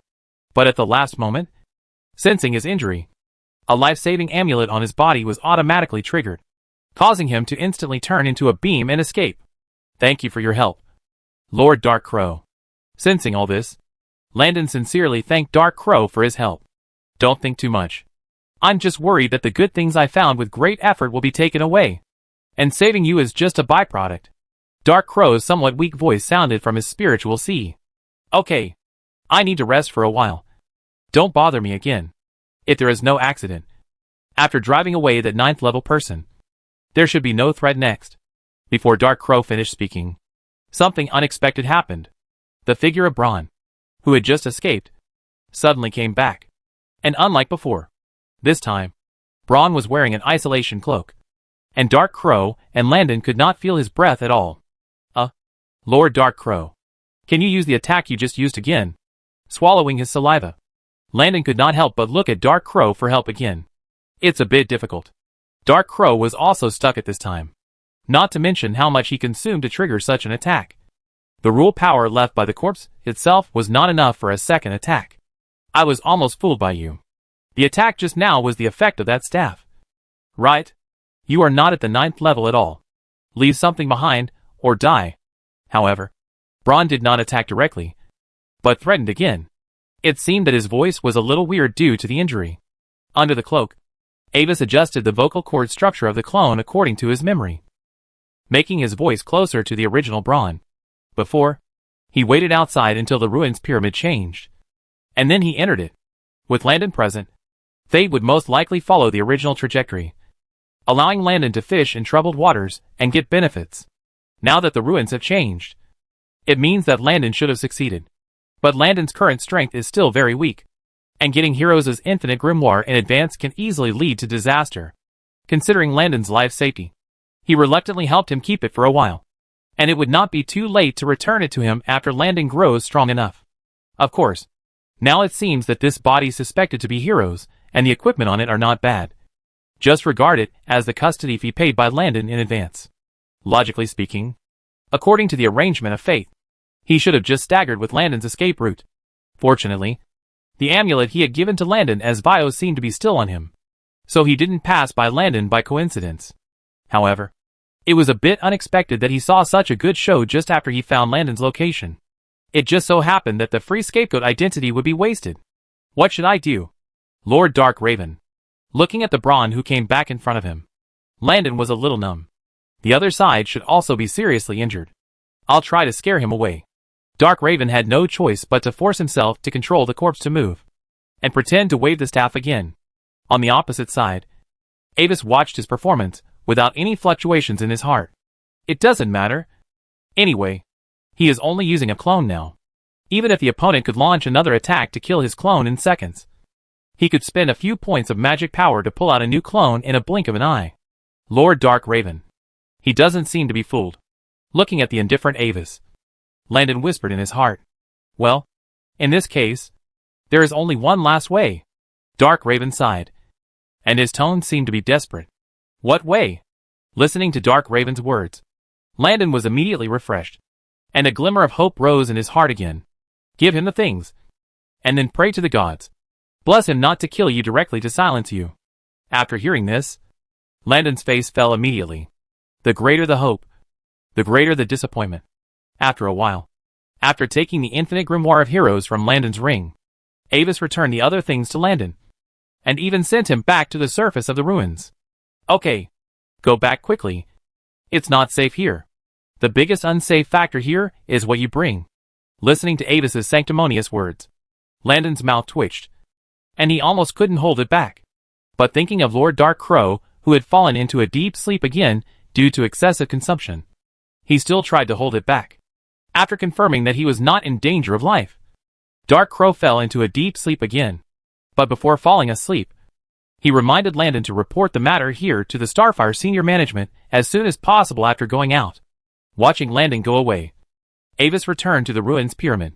He had thought of one thing before, that the terrifying foreign object that was Hero's opponent suffered irreparable damage after that battle, and finally turned into this ruins. So, as the remnant of the ancient existence at the core of this ruins, will the old secret scripture be needed? Chapter 461. Do you crave power? However, he did not go directly into the underground of the pyramid, but pretended to be an ordinary spellcaster attracted by the ruins, casually exploring the stone chambers and various towers in the shallow layer of the ruins. After listening to what Landon described about the core of the ruins, Avis had some idea in his mind. Obviously, facing the strange ruins core activated by the power of the blood of the old gods, even a 9th level will suffer a big loss if he is careless.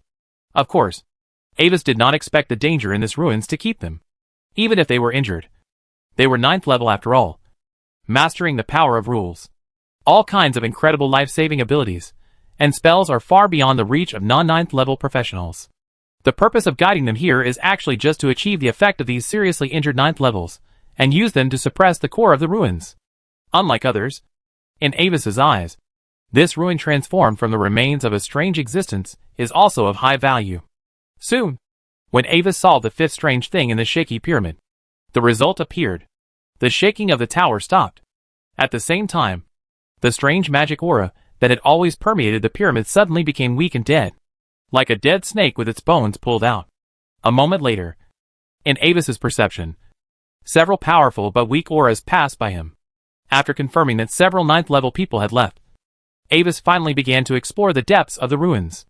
Since the core of the ruins had been solved, Avis did not encounter more dangers along the way. He easily solved the occasional traps and mechanisms. After walking through the dark black rock corridors and following the vague induction. After a while, Avis arrived at the core area of the bottom floor of the ruins. Under the illumination of the magic light, the dark rock hall was already in ruins. The walls were covered with spiderweb-like cracks, and some of the original vague traces of magic arrays on the ground were also destroyed. Especially in the central area of the hall, there seemed to be a structure similar to an altar, but now it has been completely destroyed, with scorched traces of magic destruction. The various auras in the environment are extremely chaotic, and there are more than one kind of regular traces, and it is almost impossible to get any useful clues. Walking slowly up to the altar, Avis opened the old secret book to see if there was any reaction. After being activated, the dark green thick book emitted a faint light and slowly floated in the air, looking strange and beautiful. After a moment, something unusual did appear in his induction. However, slightly different from what he thought. These feelings did not come from a certain direction, but from all directions of the entire pyramid ruins. It seems that it can really be absorbed. But why didn't it react outside beforehand? After trying to use the thick book to absorb some power, Avis was a little surprised. After all, when he encountered power that could be absorbed in the past, he didn't need to think about it. The old secret book would directly remind him. As if sensing his thoughts, the floating thick book flashed slightly and sent a vague information feedback. Wreckage. Too many impurities. Not fresh. Tastes bad? Sensing the meaning of the message, Avis was stunned for a moment and was speechless. Well, it seems that he had raised it too well before, and the mouth of the old secret scripture has become picky. However, it is wrong to be picky, although the quality is a bit rubbish. The quantity is large after all, and it cannot be wasted. He turned the thick book to the last page, and in the blank page there, he activated the sealing ability of the old secret scripture, and the target was the entire ruins. With his own strength comparable to the 8th level mental power, it was enough to support his will to lock the entire ruins. Now that the core of the ruins was destroyed and several 9th level strongmen left, no one in the ruins could stop him. On the other side, when Avis's clone was working on the ruins, Landon, who returned to the base in frustration, also welcomed an unexpected guest. Sir Vio? Why are you here? Landon was a little surprised to see Avis, who came to visit suddenly, because he was worried that his previous affairs would implicate the other party. He had not contacted Lord Vio for a while. How did the other party find him now? Didn't you leave me a letter before you left? Among the crystallization patients I treated recently, there happened to be a member of the Spark organization. As if he saw Lanton's doubts, Avis smiled and spoke. Originally, I didn't have much hope. I just asked him about you and your sister. But I didn't expect that you were already famous in the Spark organization. So, I asked him how to meet you. He was a little wary at first, but after I told him some of your past, he told me everything. Recently, Avis has not gone anywhere, but stayed in Silver Moon City as Vio to run an alchemy shop and provide projects related to the treatment of crystallization disease. During this period, he is almost the only one who can truly cure crystallization disease and charge a low fee. So his business is very hot every day. After telling how he found it, Avis changed the subject. Your sister Leah's condition is very rare, since she is the first person I treated, and after the treatment, she still maintains the state of being associated with crystals. I am a little worried about her condition. It just so happens that a long time has passed since I treated Leah. So, I plan to visit her and check if there are any hidden sequelae. So that's the case. Hearing Avis mention Leah's health, Landon suddenly became a little nervous. Leah's recent condition is not bad, but in order to prevent accidents, please ask Sir Vio to check again. As he said, he didn't care about being depressed anymore, and hurriedly led Avis to where Leah was. But, Landon, you don't seem to be in a good mood. Is there any problem? Walking on the road, Avis glanced at Landon and asked casually. Nothing. Just bad luck. Shaking his head, Landon did not elaborate. Bad luck? Listening to Landon's words, Avis laughed dumbly. Let me guess. It must be something serious that makes you so unhappy. And you don't like gambling. So what can be called bad luck is probably the accidental loss of something important. Right? Sir Vio. You are right. Looking at Avis with some surprise, Landon sighed and began to complain. In fact, I explored a ruin before and got something very important. But when I left, it was robbed by a powerful man. The word ninth level was turned around in his mouth, and Landon finally changed it to powerful man. He was worried that if he said he was robbed by a ninth level, Servio would think he was bragging. So think about it on the bright side. At least he didn't kill you to silence you. Avis nodded and excused himself. You are right to say that. After all, my strength is too weak. With the comfort of Avis, Landon recovered a little bit of spirit, nodded, and his tone was a little unwilling. Listening to Landon's complaints, Avis suddenly smiled mysteriously. A seemingly ordinary amulet suddenly appeared in his hand. So, Landon, do you desire power? Chapter 462 Fireworks. Servio. I don't understand what you mean. Looking at the pendant in Avis's hand, Landon shook his head with some confusion. It's very simple. Let's do a small test first. Do you see this amulet? With a mysterious smile, Avis slowly stretched out his hand and motioned Landon to take the pendant in his hand. If I tell you now, if you activate this amulet, you can break through the high level in a short time and gain power strong enough to control your own destiny. But as a price, the entire Federation will be plunged into war. Then, tell me, will you choose to activate it? Activating this amulet can gain power, and will also cause the Federation to fall into war. But Servio, how is that possible? Holding the amulet, Landon looked at Avis with some confusion. It doesn't matter whether it really has those abilities. Landon, this is just the prerequisite I set for you. What really matters is the choice you make in your heart. With a smile, Avis spread his hands with a relaxed look. You know, this is a world with magic and miracles. Landon, if all this is true, then, will you choose to activate this amulet? Staring at the inconspicuous amulet in his hand, which looked like a simple stone carving, and was gray in color, Landon unconsciously began to think about Avis's hypothesis. On one side is the power that can be easily obtained, and on the other side is the price of the Federation falling into war. Servio. I think, if that is true, I probably won't choose to activate it. After hesitating for a moment, Landon finally shook his head and prepared to hand the amulet back to Avis. Why refuse? If you have power, then when you encounter a similar situation again, you can keep your gains. Isn't that great? Walking towards Leah's room, Avis' tone was a little doubtful, and he waved his hand gently, and did not immediately take the amulet from Landon's hand. I do want power, but if I let other innocent people pay the price for me because of my desire, that is not what I want. Landon shook his head, not quite agreeing with Avis' words. Is that so? After listening to Landon's explanation, Avis nodded slightly. Kindness, beautiful and luxurious qualities. Having such qualities is not a bad thing. As he said, Avis stared at Landon, and his tone gradually became serious.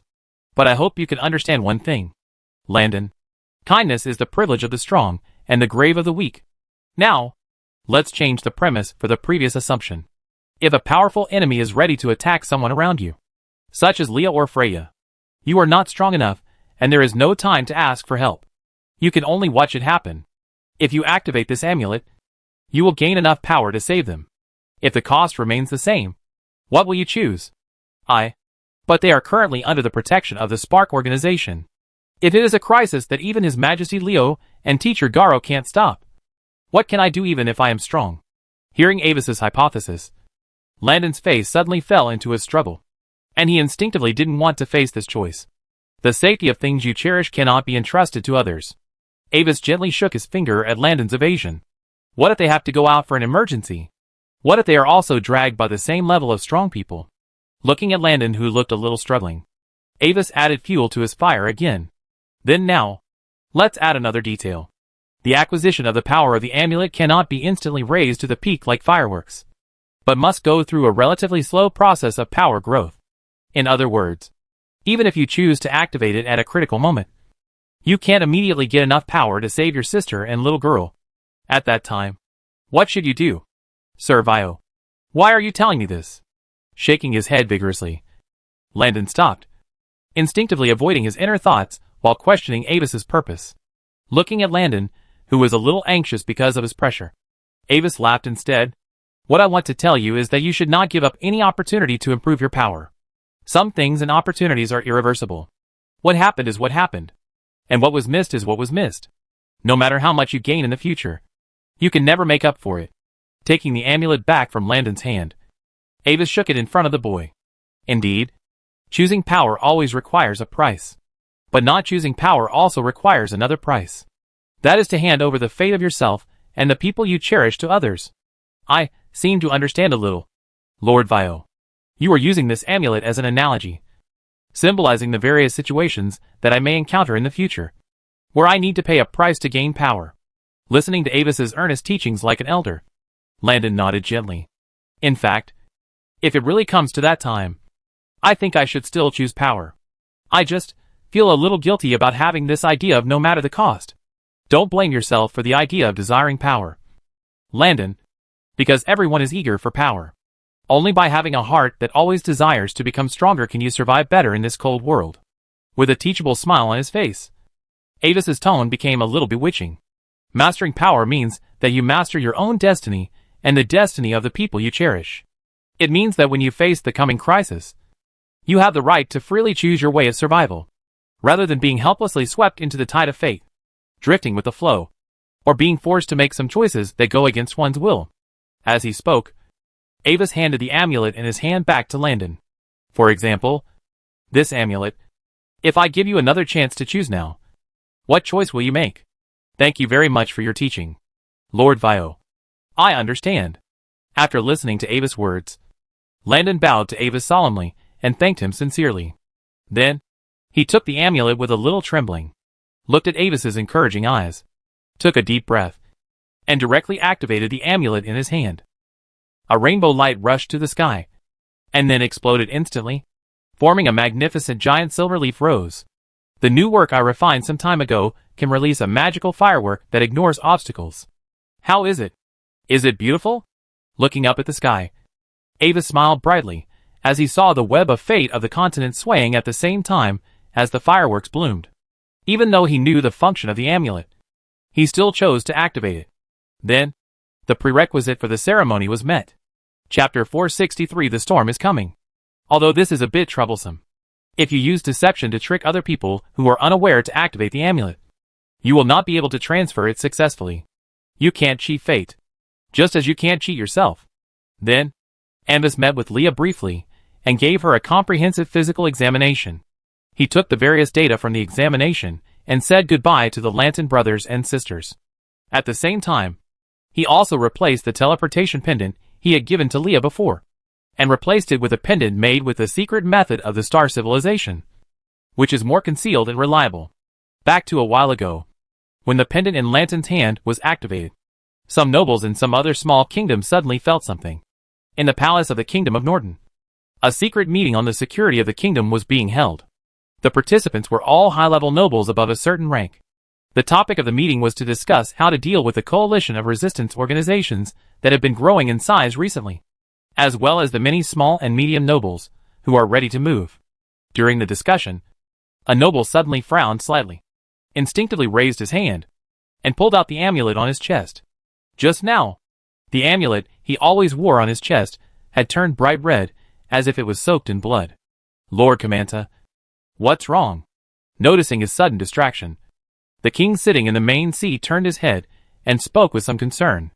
As one of the two pillars of the kingdom, the powerful construct knights under the command of Marquis Kamanta are an indispensable and important force in the kingdom. At the same time, he himself is also an 8th level magic swordsman, and one of the 3 strongest 8th level warriors in the kingdom, except for those below the 9th level protector of the country. At the current critical moment, such a powerful helper must be won over in a way. Nothing, Your Majesty Norton. It's just a little emergency. Shaking his head, Marquis Kamanta put the amulet back on his chest, and sighed in his heart. If there is anything that needs the kingdom's support, you can speak up. King Norton 16 nodded and habitually said a polite word. Thank you for your kindness, Your Majesty. In fact, I do have a helpless request now. Looking at the king hesitantly, Marquis Kamanta's tone seemed a little hesitant. Don't worry about anything. If Lord Kamanta has any needs, you can speak up now. Looking at Marquis Kamanta, who was different from usual, with some surprise, Norton 16 nodded and motioned him to tell the story. I hope. As he said this, Marquis Kamanta's voice suddenly became smaller. At the same time, a bright sword light suddenly burst out, and without warning, it crossed the neck of Norton 16, who had not yet reacted. "I'll borrow your head for a bit." Several protective auras from the amulets flashed across Norton VI's body, and then shattered one after another. The shattered fragments flew up with Norton XVI's head. A flash of light flashed across the sword's edge, instantly crushing the consciousness that wanted to escape.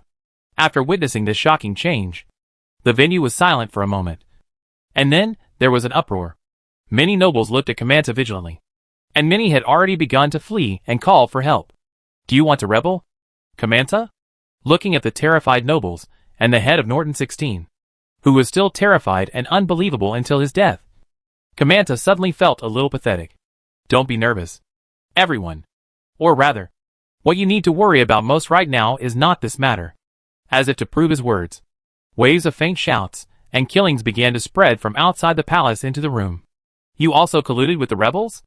Are you crazy, Kamanta? They are simply a group of bandits without any honor. Do you think your family will have a good end after those rebels captured the capital?" Hearing these voices, the faces of many nobles present changed again. An old earl of the 7th rank couldn't help but speak in a harsh voice, denouncing his behavior of seeking the skin of a tiger. "This is not just a matter of the Norton Kingdom. Barry, have you not discovered why the 9th rank of the Protector of the Nation has not taken action yet?" Shaking his head, Kamanta casually swung his sword and cut off the finger with the royal seal ring on the body of Leiden 16. Then, he put away his fingers and heads, and finally looked at the many nobles who were lost in thought, and walked out of the palace without looking back, heading for the royal secret library. "The storm is coming, everyone. The storm is coming." Another 8th rank marquis who was as famous as him was far away at the border of the kingdom at this time. As for the 9th rank protector of the country, the person who forced him to sign the agreement before had promised to solve it for him in advance, now here, no one can stop his actions. The scenes staged in the Norton Kingdom at this time are like a microcosm of many small kingdoms in the Federation at this moment. Under the sudden rebellion of high-level nobles, many small kingdoms suffered heavy losses, and the situation deteriorated rapidly like an avalanche. The result is that the occupation progress of the rebels is like a rocket, and it has directly broken through the qualitative change point of 30% in just a few days.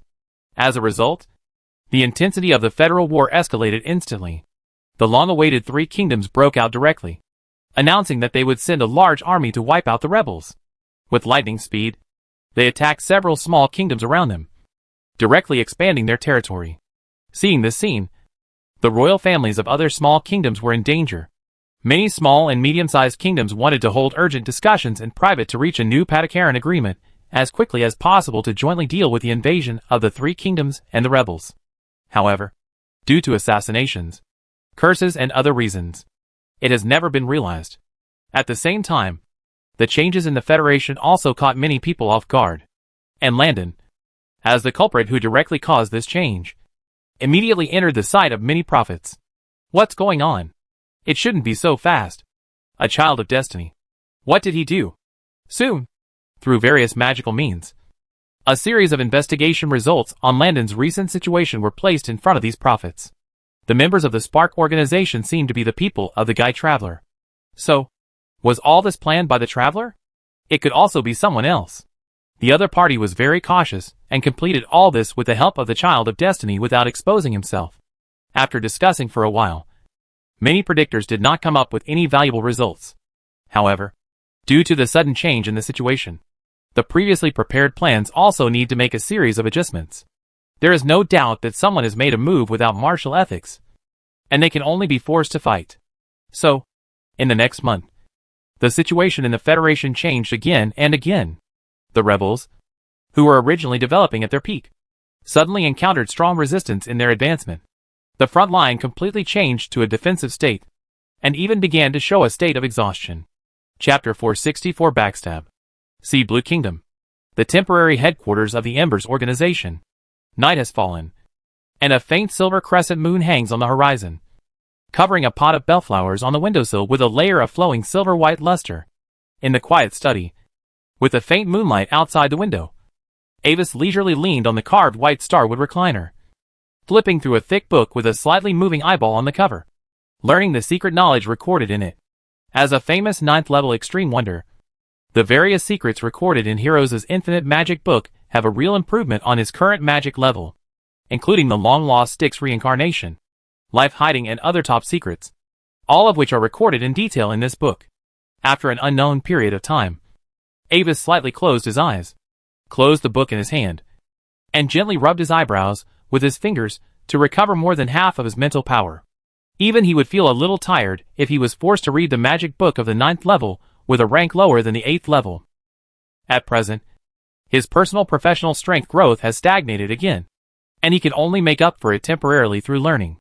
Although the old secret book had some power feedback to him after sealing the Black Pyramid, the speed was quite slow and the amount was not much, which was completely incomparable with the power feedback when sealing various things related to ancient existence.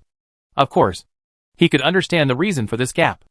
After all, one is the main body, and the other is not even a wreck, but only a wreck of the wreck. He looked up at the night outside the window. At this moment, Silver Moon Sevian had reached the middle of the sky. Putting away the book, Avis stood up and walked to the French window, staring at the night view outside the window. The environment around the stronghold was dark and quiet, and unknown birds made hoarse calls on the branches of the big chestnut tree. The light of the torches of several night soldiers was slightly creeping in the darkness, like dim red stars. Tonight is the last day before the general attack. According to the secret plan of Avis and other high-ranking members of the Resistance Organization, tomorrow morning, the Resistance Organizations such as Spark, Embers, and Sunshine will jointly launch a long-awaited joint operation. Try to concentrate troops and create a time difference before the support of the Kingdom Army arrives. Annihilate the flank of the Kingdom Army with an absolute advantage. It sounds like a good plan, but many people know that there will inevitably be changes in this operation. Knock, knock, knock. At this time, the door was suddenly knocked gently. I remember that I had ordered that no one should disturb me tonight unless the coalition forces of those kingdoms have already reached here. Right. Mitchell? Anvis stood in the silver moonlight in front of the French window with his hands behind his back, without looking back. At the same time, a 7th level peak rebel leader entered the room and saluted Anvis. I'm sorry, Your Excellency, but I just got an urgent intelligence, which is of great importance and related to tomorrow's joint counterattack. I must report it to you immediately. After explaining in a low voice, Mitchell's speech speed gradually became faster. Regarding tomorrow's action, I got confidential information from my informant. Some senior members of the organization have colluded with outsiders and are ready to rebel at a critical moment, and then use this as a token of surrender to join other organizations. You are right, and the highest-ranking person among those who colluded with a foreign enemy is standing in front of you now. Listening to Mitchell's words, Avis finally turned around, but his expression was still very calm, making it difficult to figure out what he was thinking. According to my investigation, the list of members involved in this incident all include. Unaware of Avis's thoughts, Mitchell immediately reported his own investigation results, and several senior executives in the organization who were controlled by Avis were all included in this list. Well done, Mitchell. I understand. Waiting quietly for him to finish, Avis nodded. Tomorrow, I will verify what you said and temporarily readjust their positions. Watching this loyal subordinate leave, Avis tapped his fingers on the table. Mitchell was not a subordinate controlled by him with the seed of distortion, but a professional who chose to join the Embers organization on his own. Out of instinctive caution, he did not explain anything to Mitchell, because he was not sure whether this person would tell other organizations what he said after leaving, so as to gain benefits. Unknowingly, more than a year had passed since he came to the Federation, and the situation has developed to the point where the Embers organization no longer has any need for him to continue to exist. Soon, when this war is over, he can almost go home. Nothing happened overnight, and the next day came quickly. The next morning, the counterattack officially began. After sending out small groups of legions to harass the opponent on the front battlefield in the usual way of exploratory attack. In secret, the main professional forces of the 3 major resistance organizations have been assembled secretly, and there are even more than one 9th level person in person. Then, taking advantage of the enemy's scattered forces, the horn of counterattack was officially sounded. The low and middle level professionals all over the mountains, wearing huge constructed armor, rushed to the Kingdom Alliance at a very high speed under the protection of the constructed mothership and mechanical flying dragon in the sky. From time to time, blazing magic beams fell from the sky, exploding groups of destructive mushroom clouds on the ground. Even if the Kingdom Alliance's accompanying mage group held up a wide area shield, it was quickly smashed and penetrated. On a huge battlefield of this scale, the role of personal bravery was diluted to an extremely weak level. Except for the natural disaster level strongmen above the 7th level, everyone else can only be regarded as an ordinary part of this flesh and blood grinding wheel. Once they are unlucky and are affected by the attack of strategic level magic, they will die unclearly. On one side of the battlefield, watching the two professional armies fighting fiercely, Leo sat in the rear of the army to hold back, prevent some special magic means, and at the same time, when the enemy level 9 couldn't help but attack, he sniped the enemy. However, although his eyes were staring at the front battlefield, his peripheral vision drifted to the friendly camp from time to time, and he seemed a little absent-minded. After a while, the change he was waiting for finally appeared.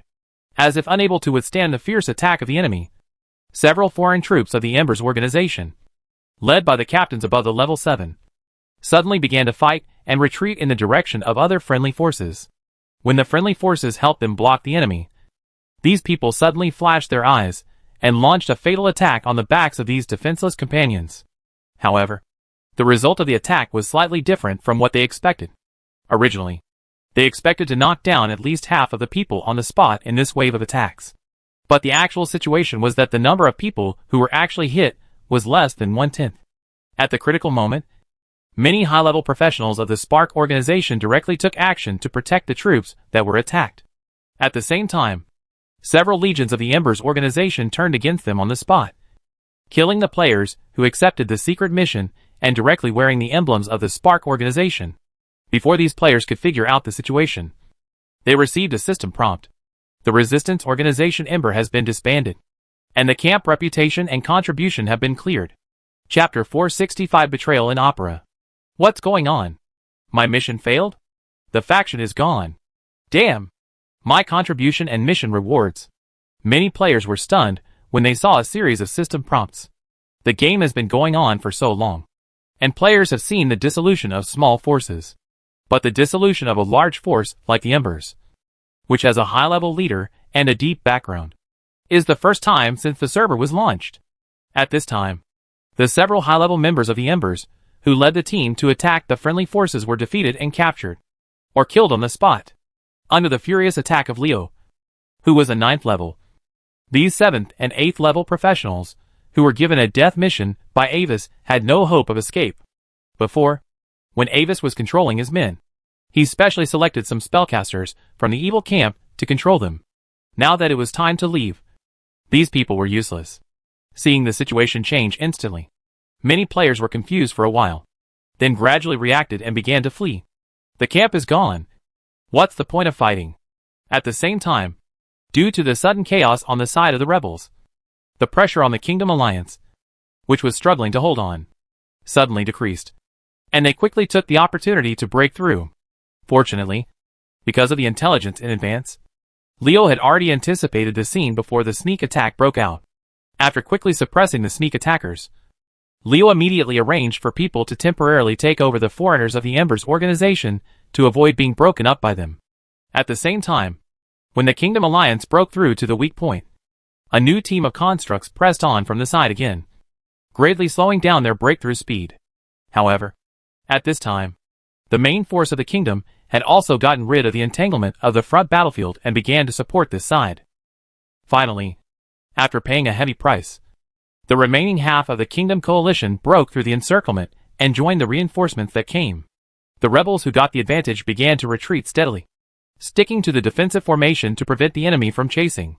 Many brothers and sisters, listen! Our former leader Mirror Man has defected.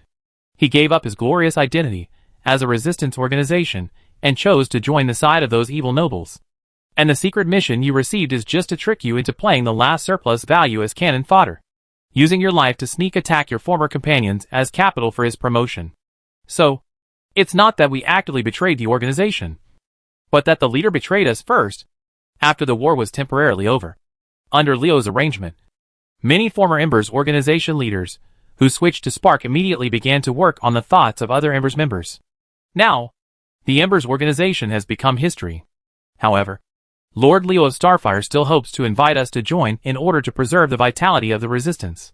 At the same time, those who choose to join now will be able to receive a small amount of military merit as compensation and reward for participating in this war. Under their lobbying, most people finally chose to join Starfire after considering it. So, after absorbing almost half of the Ember's members, the size of the Starfire organization expanded again, almost reaching several times the size of the second-ranked Sunlight. In the following days, friction continued between the two sides. At the same time, the Man in the Mirror, as the first famous member of the Resistance who defected to the Noble camp, was jointly wanted by the Resistance camp. Leo, the leader of the 9th-ranked Spark organization, even publicly stated that as long as he found the whereabouts of the Man in the Mirror, he would personally deal with the traitor. Lauren Kingdom, Patakallan Grand Theater. As one of the famous ancient opera houses on the continent, Patakallan Grand Theater is a holy place in the hearts of all federal bards. In the long river of history, countless legendary operas that have been remembered for thousands of years have debuted here. Stunning the world, Aelina stepped into the sea of white roses and awakened the sleeping princess. Alonso, wearing shiny armor, cut off the head of the disaster dragon.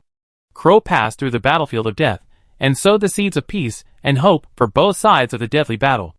Many famous opera masters performed here, and more inferior federal bards regarded this place as their lifelong goal, hoping to perform here one day. Tonight, federal opera master Sherman Shipley will perform here to perform the legendary opera Theosis of the Glory Empire. At this moment, Avis, wearing a cloak, was already sitting in an ordinary box on the second floor, holding a magic viewing mirror, leisurely waiting for the last few minutes before the opening.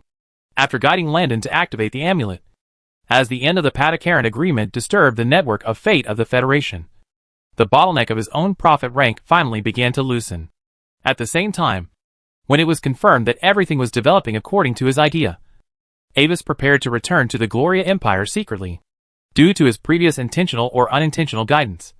The door in the eye was completely crippled by the True Knowledge Society, and it might lie dormant for a long time. Those prophet masters were busy with the Civil War again, and they would not have time to come to the Empire to cause trouble for at least a dozen years. At this point, the crisis facing the family has been almost half resolved. With this buffer time, he can develop and research more at ease, and explore various high-value adventures that have appeared in his previous life. With the help of the old secret scriptures, Avis believes that as long as he can find enough ancient beings, it is definitely a matter of time before he breaks through the 9th level. On the way back, he even had time to visit the customs of the Federation. Although the war that swept the Federation has begun, the territory of the 3 kingdoms of the Federation is still peaceful. The residents' expressions are not tense at all, and the pedestrians on the streets are still leisurely. Except that major newspapers have specially opened a war section and report the war situation in various parts of the Federation every day. There is almost no impact of the war here. When Avis was leisurely waiting for the opera to start, the light of the independent teleportation array in the royal box on the top floor suddenly lit up. After a while, the speaker in a black robe walked out of the teleportation array, sat down on the sofa in front of the one-way floor-to-ceiling window, and poured himself a glass of magic spring. Sherman's opera talent is quite good, even better than many other opera masters. The speaker has noticed this since he first performed on stage at the Patakallan Grand Theater 176 years ago. So, there is one more reserved program in his long life. Whenever Sherman's opera is performed at the Grand Theater, the speaker often comes to enjoy it. While waiting for the opening, the speaker is also stroking a dark golden key with secret patterns on the surface on his chest. This is the control prop of the construction network. Through it, he can activate the backdoor he left in the construction network. What no one knew was that at the original level 9 meeting, the speaker actually lied to everyone. In his plan, he didn't really need to increase the penetration rate of the construction network to 80%, but only needed to reach more than 65% to have hope of success. Because someone took the lead, the time for the release of the Patakallan agreement was greatly advanced. At the same time, the deployment of the construction network was almost stagnant due to the war. However, relying on the previous foundation, the deployment rate of the construction network has still reached about 50%. Now, in order to prevent more accidents, he is also ready to take action in advance. Chapter 466 Fairness and Justice. In fact, The seemingly groundless worries of some people in the previous rumors are not completely unreasonable. After all, this is a world where magic exists. And as a device that the superiors are almost losing money to promote, the construction network also has a backdoor. According to the research of the spellcaster team, when the professional's emotions fluctuate violently, the intensity of the spiritual power emitted unconsciously is actually several times that when the emotions are calm. In this state, the power provided by one person is enough to equal 2 or 3 people in normal situations, as long as there are enough people connected to the network. Even if the number of people is small, the total number of power provided is enough to meet the standard. As for how to trigger such violent emotional fluctuations, when the option to leave the network disappears, and the consciousness of the network users cannot leave the construction network, their emotions must have fluctuated violently enough. This is the core program set at the deepest level of the construction network. It is completely impossible to detect any traces by detecting the login headband alone. Once this final procedure is activated, even if other people in the real world take off their headbands, they will not be able to awaken the consciousness of the network connector, because their consciousness has been trapped in the network of nothingness. Of course, this is a means of exhausting the resources. After such an experience of being helpless, most people will probably never choose to try similar things again. Playing with the dark golden small key with his fingers, the speaker looked at the stage that was about to be unveiled below, and the many audiences who were looking forward to the opening of the stage play, with a calm look. It sounds more ideal to let the construction network continue to develop until it is sufficient to launch the plan under normal circumstances. However, the core of the competition between the parties now is time. There is only one position for the 9th level prophet to break through. Once one of the other parties breaks through first, then all the games are over. Besides, the speaker knows it in his heart.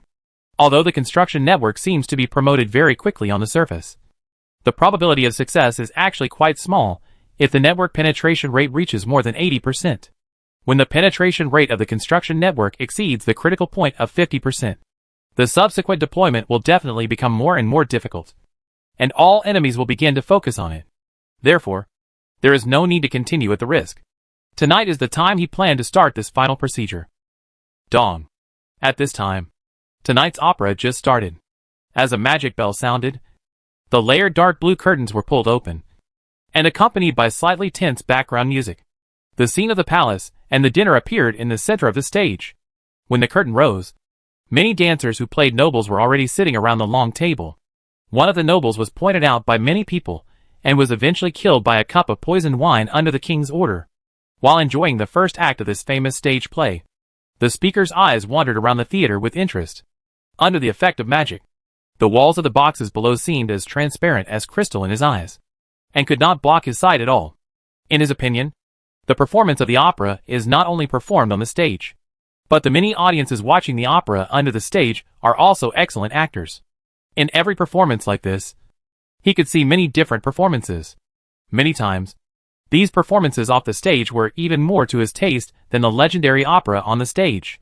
Whether it was a conspirator, a pretentious businessman, or a noble who secretly met with his mistress, when they were doing something that was not easy to see in the light, they often liked to meet secretly on the long sofa in the secret club, or order a private box in the opera house. I have to say that this is a very interesting phenomenon. Perhaps they are worried that their secrets will be heard by others at home or in other places they often go. However, when his eyes swept across the compartment where Ambus was, the speaker's eyes paused slightly. For some reason, this guy with a somewhat mysterious dress gave him a special feeling. Interesting, seems to be at least a high-level one. After discovering this, the speaker's eyes became more interested. He pressed the magic bell, and 3 seconds later, the general manager of the theater immediately appeared at the door. Second floor, box 131. Please bring the guests in after the first act. Yes, Your Majesty. The person in charge nodded, and then respectfully left the room. Soon, as the first act of the opera officially ended, the curtain on the stage fell again. When his door was knocked, Avis was mentally prepared. Before that, he had felt some invisible eyes sweeping over him during the viewing process. Although there was no abnormality on the surface, he could sense that this sight came from the royal box on the top floor. Avis did not refuse the invitation. In fact, he came here to watch the stage play tonight because he was suddenly interested. This phenomenon in a high-level prophet is often a sign of something. After urgently using the secret technique of the old secret book to switch his body, Avis followed the person in front of him and climbed a magical spiral staircase to reach the top floor box that could not be reached from the normal passage.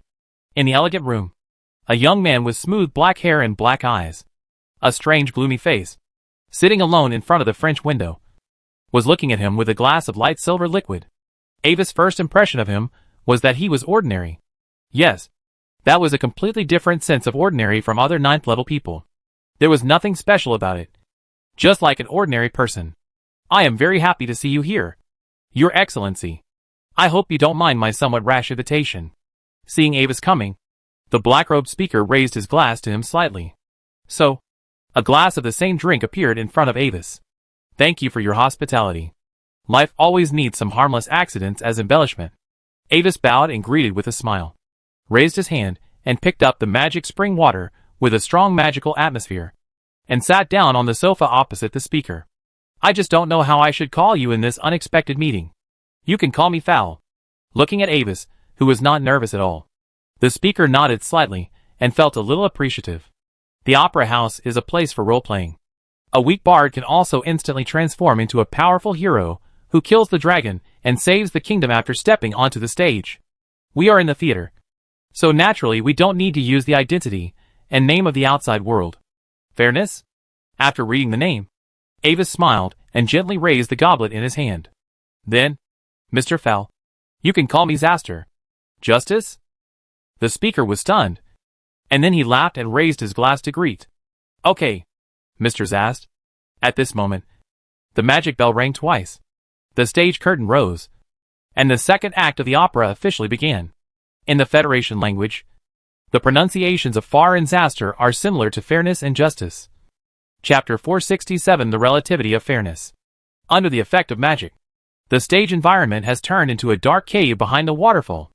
Theosis, dressed in a ragged noble hunting suit, climbed out of the water wetly, supported his body with a sword as a crutch, and limped into the cave. Acted by Sherman, the protagonist's alert and panicked look at the moment, and his stumbling steps, as if the real Theosis was attached to his body at this moment. How do you feel about this scene, Lord Zast? If it is true, the hunting suit on the protagonist should be more simple and neat at this time. But now, his clothes are still added with many complicated decorations. Gestured at the protagonist on the stage. The speaker raised his eyebrows and turned his eyes to Anvis. His facial expression seemed to be about to smile. Every time I do this, I always have some doubts. For the so-called artistic effect, we can even give up authenticity. Mr. Zast, do you think this trade-off is right?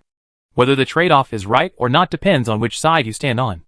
Anwys also withdrew his eyes from the stage and shook his head without answering directly. The purpose of the performer is to please the audience as much as possible. Then, if from the perspective of the performer, it can make the audience feel better, the value is undoubtedly greater than authenticity.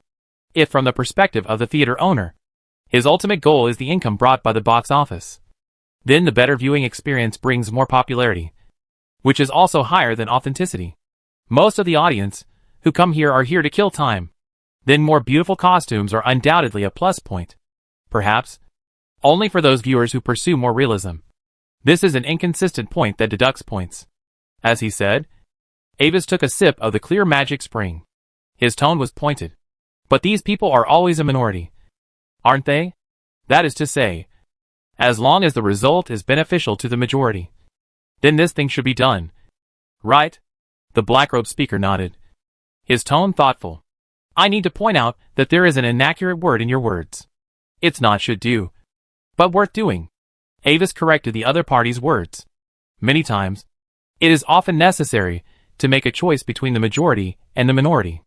Then, giving up the benefits brought by a few people is often more worthwhile than giving up the benefits brought by the majority. Indeed, the majority is often more important than the minority. The speaker smiled and nodded. But is such a choice fair to the minority? For the minority, it may not be fair. But the purpose of the theater is to serve the majority, because that is the bulk of their income. If the starting point of the selection is mainly based on a small number of people, then it will be unfair to the theater and the majority of people. Avis shrugged and spread his hands slightly. So, Mr. Farr, in my opinion, fairness is relative. There is only fairness for the majority, and fairness for the minority. Fairness for the majority and fairness for the minority. Quite an interesting view. Listening to Avis's remarks, the speaker nodded with great interest, looking at Avis with his dark eyes, and suddenly changed the subject. However, Lord Zast, I think the one who is meeting me here now should not be your real body. Right? Did you see that? It is indeed my fault to meet you as a clone. But my real body is far away in another country. And I am traveling abroad as a clone only for personal safety considerations. After a slight pause, Avis nodded and admitted it generously, with a hint of helplessness on his face. After all, my strength is still very weak, and there are too many dangers in this world. If I don't use a clone to go out, I may suddenly bump into something far beyond my strength while walking. Only by keeping on at all times can we survive longer in this world. Don't belittle yourself too much, Lord Zast. In the field of clone magic, you are still the most accomplished person below the 9th level limit that I have ever seen. I am afraid that even those ordinary 9th levels cannot see through the truth. The speaker raised his eyebrows with a strange look on his face, and became more interested in Avis. This was not the first time he invited guests to meet here, but in the past, among those who were eligible for his invitation, there were only a few who were as interesting as Avis. During the conversation between the two, the opera on the stage also reached the climax of the second act. In a passionate symphony with a rhythm like a storm, the protagonist on the stage followed the beat of the music, jumped swiftly from the entanglement of the black water snake, and after narrowly avoiding the fatal fangs of the giant snake, he threw a beautiful moonlight slash with his backhand. At the moment when the background music reached its climax, the huge snake head fell to the ground with a bang, splashing a cloud of dust and blood. Then, the music turned to a soothing rhythm after the climax. The protagonist stepped over the huge snake corpse blocking the way, and saw the broken secret door in the deepest part of the cave. From the broken corner of the door, countless brilliant treasures shone out, shining the eyes of the protagonist and the audience. At the same time, the stage curtain slowly fell, covering countless greedy and regretful eyes. What is that? Lord Farr? During the intermission, Avis looked at the speaker, who was playing with a dark golden key in his hand, and spoke casually. An interesting little toy. As long as you have it, you can change the world. Looking at Avis with a curious look in his eyes, the speaker turned the key handle in his hand, and threw it to Avis. Want to try it? For me. It doesn't matter who activates it. You're joking? Lord Farr, startled by the other party's action, Avis took a look at the key, and then gently placed it on the coffee table. Why don't you try to activate it? Lord Zast. What if what I said is true? Watching Avis's actions, the speaker's eyes slowly moved up, staring into Avis's eyes, his tone meaningful. Just like the secret treasure in the cave, for the protagonist Theosis, an opportunity to change the world must be equally significant to a high-level prophet. Right? I'm different from others, Lord Farr.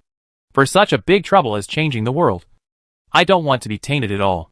With a smile on his face, Avis's index finger, with a white glove, pressed the key and pushed it towards the speaker. Just as you said. What if what you said is true? Chapter 468. On and off the stage. I thought that you prophet would do anything to break through. After a deep look at Avis, the speaker took back the key and did not continue the topic. After a moment, the third act of the opera began. The stage background changed to a gorgeous palace. Under the witness of many nobles, the king stood in front of the pure gold throne, holding a sword in one hand, and placed it on the right shoulder of the protagonist, who changed his appearance and name, announcing that he would officially become the Viscount of the kingdom from now on. And the protagonist Theo half knelt on the ground, with his right hand on his chest, swearing allegiance to the king. Then, the scene suddenly changed. The palace and the nobles dissipated like a phantom, replaced by scenes of the protagonist tracking down the identity of the enemy who framed his father, or promised to lure with huge profits, or threaten with some handles. No matter what kind of opponent he faces, he can always find the weakness of the opponent's mind and use it. At the same time, the background music became tight and mysterious, as if telling the intrigues in the dark. With such skills, Theo peeled off the layers of fog that covered his eyes, and gradually restored the truth at that time. The culprits who designed to frame his father were Count Hans and Count Sybil of the kingdom. Because the existence of old Count Sis hindered his interests, they set a trap to frame him. Count Hans forged false evidence that Count Sis was plotting to rebel and assassinate the king. while Count Sybil won over many small nobles, and let them stand up at the critical moment to identify his crimes. At the last moment of the third act, after learning the truth, Theo sat alone in the dark study and began to prepare his revenge plan. During the third act, the box remained silent, and neither Anbis nor the speaker spoke. Soon, the stage plot came to the fourth act.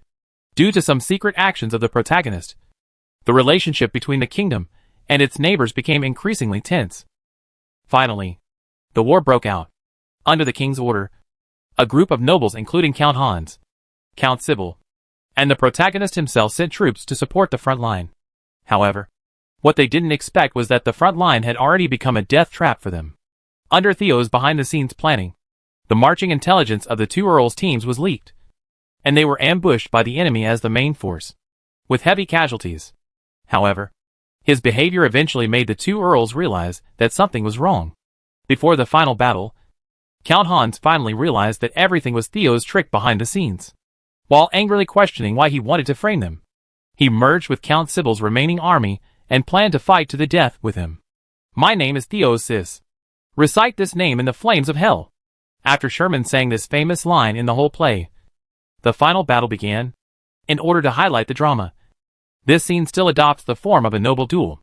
Although Theo was fighting two people alone, the two earls were also poisoned by chronic poison under Theo's plan, and it was the same poison as the wine his father drank, but the dosage was smaller. In the end, with his more exquisite swordsmanship, Theo successfully killed his enemies. Then, with his own personal charm and hard power, he gathered the remnants of the two earls, led the army to defeat the main force of the enemy, and returned triumphantly. As the bell rang at the end of the fourth act, the stage curtain slowly fell in the eyes of the crowd. It seems that today's unexpected and interesting meeting is almost over. Looking at the glorious-style floor clock placed on one side of the room, the black-robed speaker hung the key back on his chest again, with a slightly regretful tone. Although the opera has not yet ended, the performance time of another epic stage play is almost up. I have an appointment with a friend, so I don't want to be late. As he said, the speaker took out an exquisite magic hourglass and placed it on the coffee table. I think we still have a little time. When this hourglass runs out, I will leave here. As for whether Mr. Zass stays or leaves, it's up to you. Then, he leaned back on the sofa, gently picked up the crystal glass, and stared at Avis's eyes with his dark eyes. Of course, if you want to witness the next scene with me, I welcome it as well. Looking at the silent speaker, Avis suddenly spoke. Mr. Farr, I believe you must have heard that after the birth of the opera Theosis, a very famous argument was derived about the content of the opera, that is, in the entire opera, the actions of the protagonist Theo, compared with the villains in the play. Are they qualified to be called the righteous side? Looking at the gloomy young man in black robe turning the goblet in front of him, Avis continued, as the revengeful party, Theo should occupy the righteous side, but his various actions in this process have gone beyond the scope of justice. So, Lord Farr, in your heart, can the protagonist's actions be defined as justice? People are complex entities. Whether a person is just cannot be defined simply by one or several things. Theo's goal and starting point are undoubtedly just, but the process of achieving the goal cannot be called justice.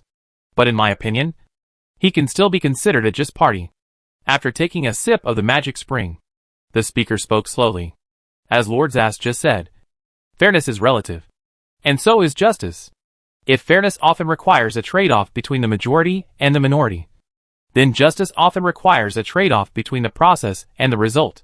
For the justice of the result, Theo gave up the justice of the process, which can also be called a kind of justice. Justice of process and justice of result? Nodding thoughtfully, Avis looked at the speaker drinking leisurely in front of him, and the hourglass with only half left, and smiled. Destiny is actually quite strange. If they met outside, they would probably fight and run away immediately. But under the arrangement of fate, they can sit together and chat calmly. Sir Farr's insights are also quite unique. But it's a pity that I have an appointment with someone next, so I'm afraid I can't accept your invitation. But, in the next scene of the play tonight, I wonder if Mr. Fairness will be an audience member or the main actor on stage. Hearing this question, the speaker looked at Avis with a half smile. What do you think, Mr. Justice? When the stage is big enough, Is there any difference between the stage and the audience? As the two talked, the last bit of silver sand in the hourglass fell. Just at this moment, the opening bell of the 5th act of the play, which is also the last act, rang. It seems that the time to say goodbye has come. Putting away the hourglass casually, the speaker stood up with his back to the slowly rising stage curtain. Goodbye, Mr. Zast. I hope we can meet again. Chapter 469 Starlight. Watching the speaker disappear, Avis did not stay here any longer. Time was running out. Since the man left, his spirit had begun to have a vague premonition that something big was about to happen. And it was something related to him. Avis disappeared from the room in a flash. And when he reappeared, he had arrived in a jungle outside the city. The surrounding environment was quiet, and the silver-purple moonlight in the sky fell softly, coating the dark forest with a psychedelic hue. Except for the 2 gray skylarks that were startled by his sudden appearance. There were no other creatures. After scanning the surroundings with his mental power, and finding nothing obviously abnormal, Avis took out a special magic array disc, and put it into the crystal to activate it. Then, he took off the old secret scripture from his waist, placed it on the array disc, and teleported it to another clone far away in the Silver Moon Kingdom. It was a special one-way summoning array disc made through the Star Realm folding secret technique of the Star Civilization. And the effect was safe and anti-interference. After dealing with the secret book of the old days, Avis directly dismissed the clone. At the same time, a delayed annihilation ball exploded directly, completely destroying all the remaining traces here. After returning to his original form, Avis walked out of the alchemy shop and looked up at the sky. At this moment, an amazing change broke out from a point in the web of destiny. Just like a bomb dropped into a clear lake, stirring up huge ripples, the influence of the party representing the construction network on the web of destiny suddenly began to increase rapidly. If the influence required to break through the 9th level prophet is set to 100, then the influence of the construction network party, which was originally ranked first on the web of destiny, is 30. The second, third and fourth place are 25, 20, and 18 respectively. But now, the value of the first place has exceeded 50. And this value is still rising. In just a few minutes, the influence of the construction network on the web of fate has increased to the sum of the second, third, and fourth place. The balance has completely collapsed. And all the prophets who have reached the 7th level or above can clearly perceive this drastic change. Although it is a bit sudden, all high-level prophets know that the final decisive moment has come. It is actually very interesting to say that the key factor that determines the success or failure of the federal war is not on the open battlefield. With some emotion, Avis closed his eyes slightly, and his consciousness began to rise rapidly, connecting with the boundless web of fate of the continent, and began to investigate the root cause of the problem. At this moment, almost all high-level prophets made the same choice. This is the final moment.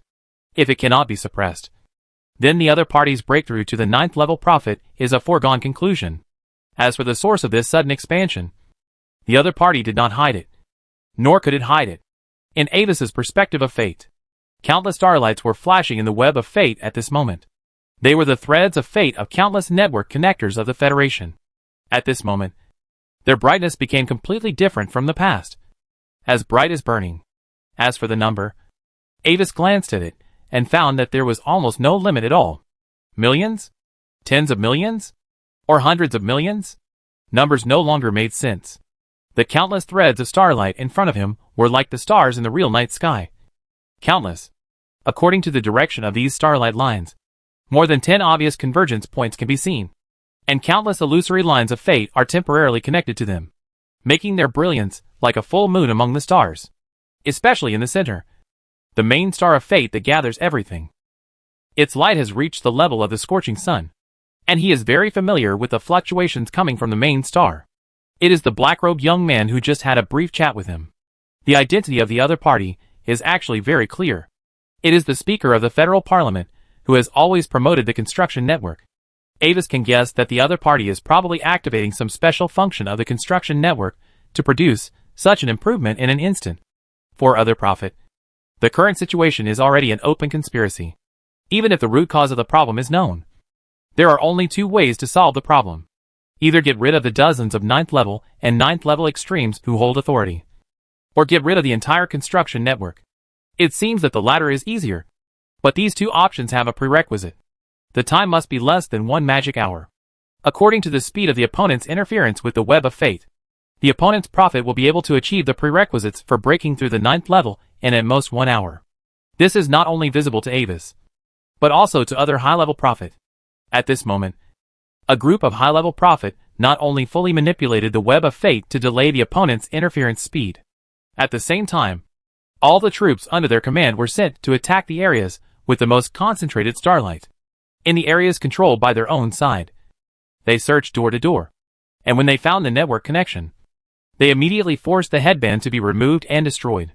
But soon, the prophets discovered that, not to mention destroying just the headband, even if the person was destroyed together, the thread of fate connecting the construct network would still exist.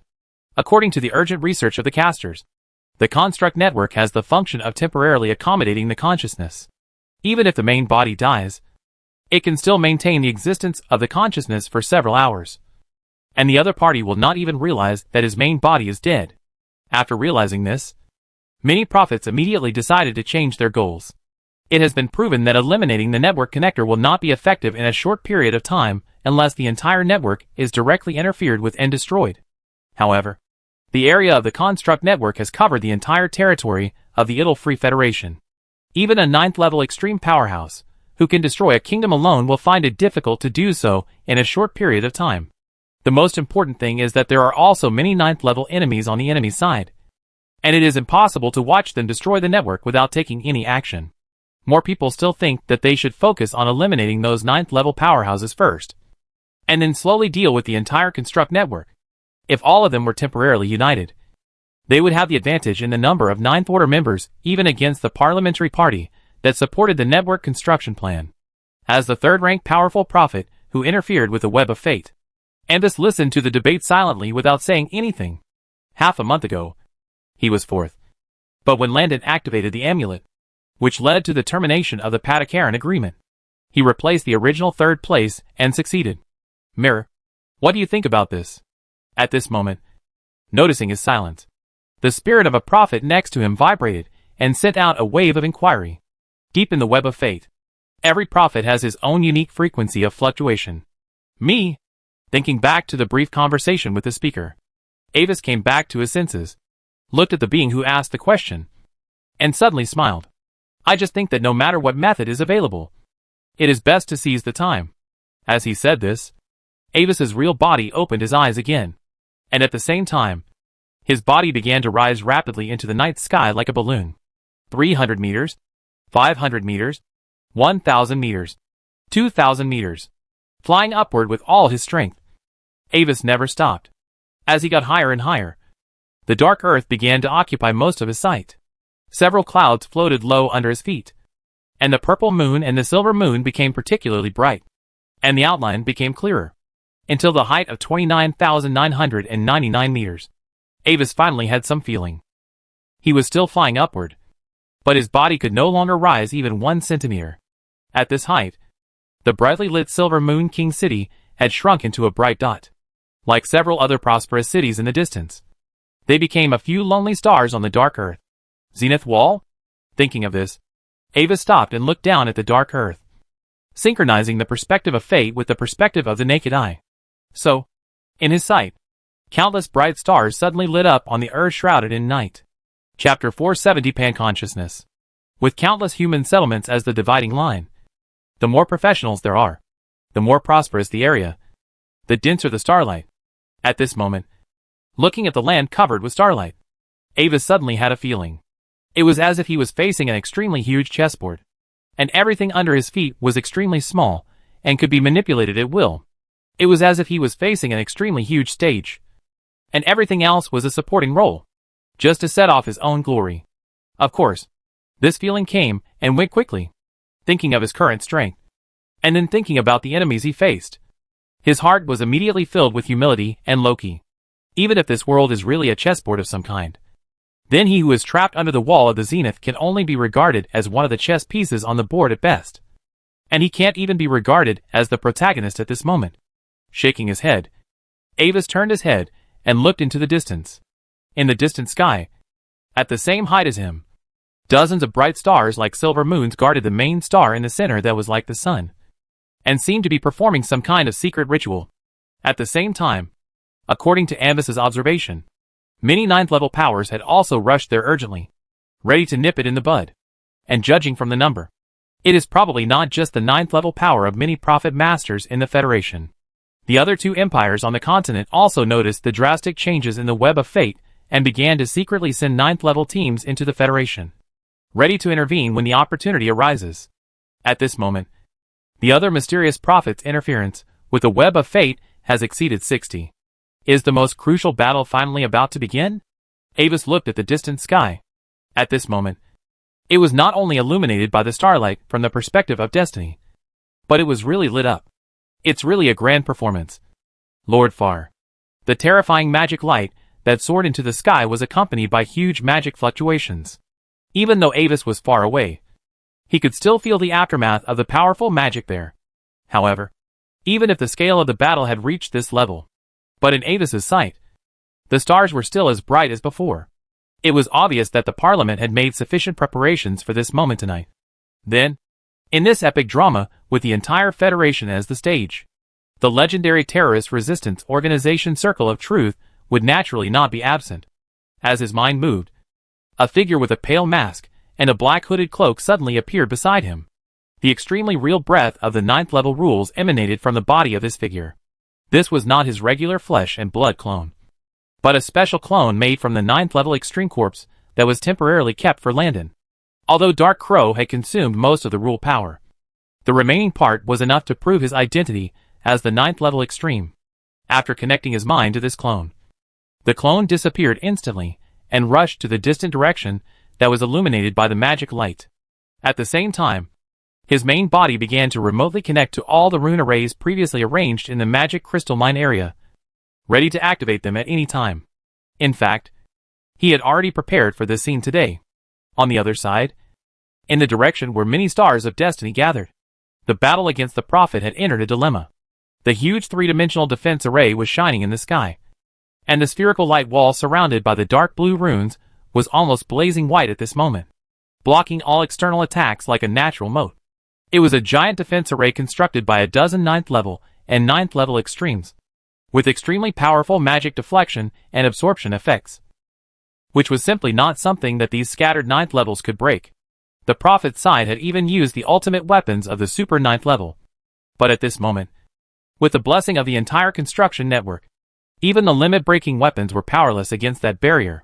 In the core range of the array, many 9th level members of the Parliament were communicating with the construction network through the crown-shaped headband according to the previous instructions of the speaker, and using themselves as containers. They gathered as much of the incomparable spiritual power that carried the construction network as possible. Originally, they didn't have much concept of the construction network, but when they really felt the huge power gathered by the network, many 9th level members suddenly became full of confidence. What a wonderful power! In this state, I even have the confidence to challenge the real 9th order limit, sensing that all attacks from the outside world have been ineffective. A 9th order who looks like a dragon man excitedly shouted. The feeling of power that is full and almost overflowing in the body is never deceptive. Even the magic circle maintained by a small part of the outflowing power is enough to block the limit-breaking attack. 9th order limit? That is no longer an opponent we need to consider now. Hearing his words, the speaker who was guiding the super-level secret ritual at the core of the giant magic circle, surrounded by 8 platinum-colored inscription spires, shook his head. Don't worry about them. Just like ants cannot stop a river, the power we have now has completely surpassed this era. It is the pan-conscious power aggregate of nearly 100 million network connectors in most of the Federation. If it is regarded as a whole, then its power has far exceeded the 9th level. If its power is fully gathered into a magic, such power will really have the hope of breaking through the invisible dome that traps us. Of course, this power can only be used once tonight. Our enemies will never let the construction network continue to exist. Listening to the words of the speaker, many 9th level eyes flickered, although they are a little reluctant. Judging from a rational point of view, this may not be a bad thing for them. It can only be used once, which means that after tonight, regardless of whether the plan succeeds or not, everyone will still return to the original starting line. Otherwise, they can only compete for the ownership of the control of the construction network. Looking at the 9th level who fell silent again, the speaker turned his head and looked to the distance on one side. In that direction, the sky city of the Magic Council loomed in the clouds, reflecting the faint silver moonlight. Less than half an hour had passed since this unprecedented super-level magic was completely completed. And when the magic was completed, it was the moment when the gray fog broke through the 9th level prophet. Stargazer. Now, what are you going to do? On the other side, in the Sky City, Mystery Seeker Alvani also felt something. Ever since Stargazer Bruns went into seclusion to recover from his injuries, he and Vernica took turns to stay in the Sky City. Now, even though he was not a prophet, as a 9th order extreme, the web of fate had such a huge change that he could also feel it vaguely. At the same time, the star of fate left to him by the Stargazer was already hot. Thinking of what the Stargazer told him, that this star contained 3 prophetic powers, Orvani tried to activate it. With a glimmer of light, the invisible ripples of fate spread from the web of fate like water waves. So, the operation of the magic circle on the speaker's side had a problem instantly. A rune suddenly collapsed, and a whole series of chain reactions followed. Even though the speaker immediately took action to stabilize the out-of-control magic circle structure, it also made the arrangements for nearly half an hour before almost go down the drain, and the progress was greatly slowed down. So, Orvani activated the Star of Fate twice again. Chapter 471, Fight. As he moved, the entire Star of Destiny suddenly turned into a ball of starlight and scattered, and the voice of the Stargazer suddenly sounded around. Alvani, when you continuously activated this Star of Destiny, I think someone should be preparing to break through to the 9th level prophet. Right? During the period of my slumber, the only one who has the hope of breaking through to the 9th level is probably my extremely talented student. When saying this, the Stargazer's tone was even a little proud. Yes, the web of destiny suddenly changed dramatically, and the 9th level members of the federal parliament are collectively performing some kind of secret ritual. I can't be sure what they are doing for the time being. Vernica has passed now, but it's not sure whether she can stop them. The power gathered by the constructed network they made is really too extraordinary. Although he doubted whether the Stargazer could hear him in his current state, Alvani still complained.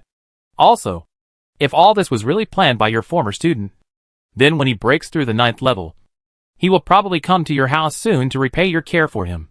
Haha. Don't worry, Alvani. All this is the will of fate. The voice of the Stargazer laughed. He is indeed very close. But fate tells me that now is still not the time for him to break through. After leaving a prophecy in the mysterious style unique to the prophet, the voice of the Stargazer completely dissipated. At the same time, a more profound ripple of fate instantly spread in the web of fate. However, in the process of spreading, this second ripple of fate encountered resistance. With a faint gray mist of fate, it permeated the web of fate.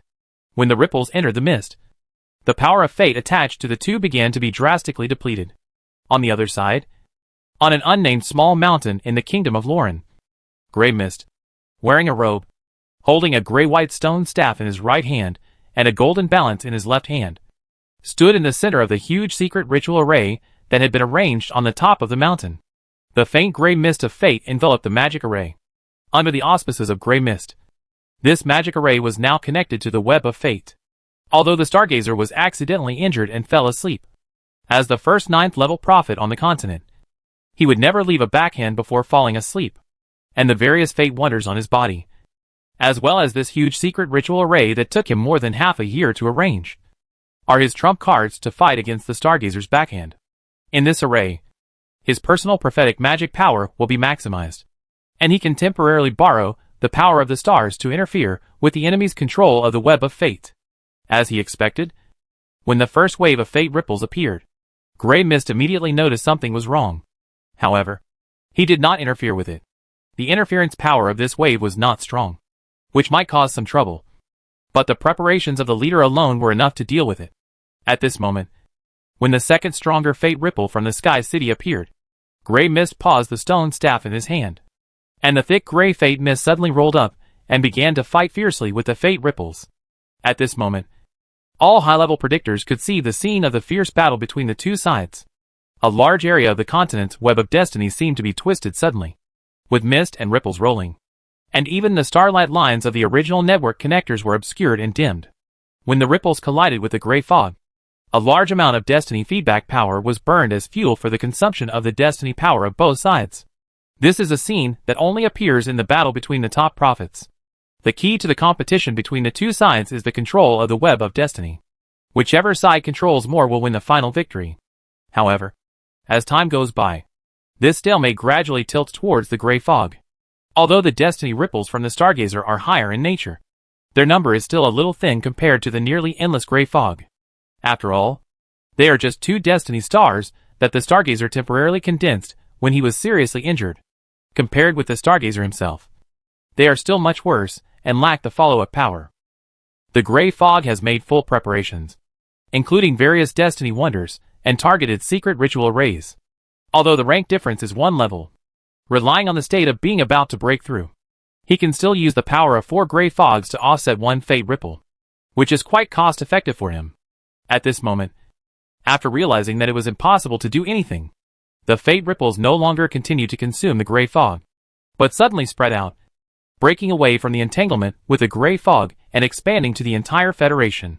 So, Avis, who was lurking near the position of the speaker and others, and the clone who was observing the development of the situation suddenly stopped. Sensing the faint power of fate blessing on his body, he was a little dazed. Did the stargazer bless him? Say came out from the west? But in a blink of an eye, Avis understood the effect of this ripple. All beings in the entire Federation, as long as they have the hope of solving the speaker's party, will receive the interference and blessing of this fate ripple. It's like a temporary protagonist halo. When facing the speaker's party as a villain, they will always have good luck at critical moments.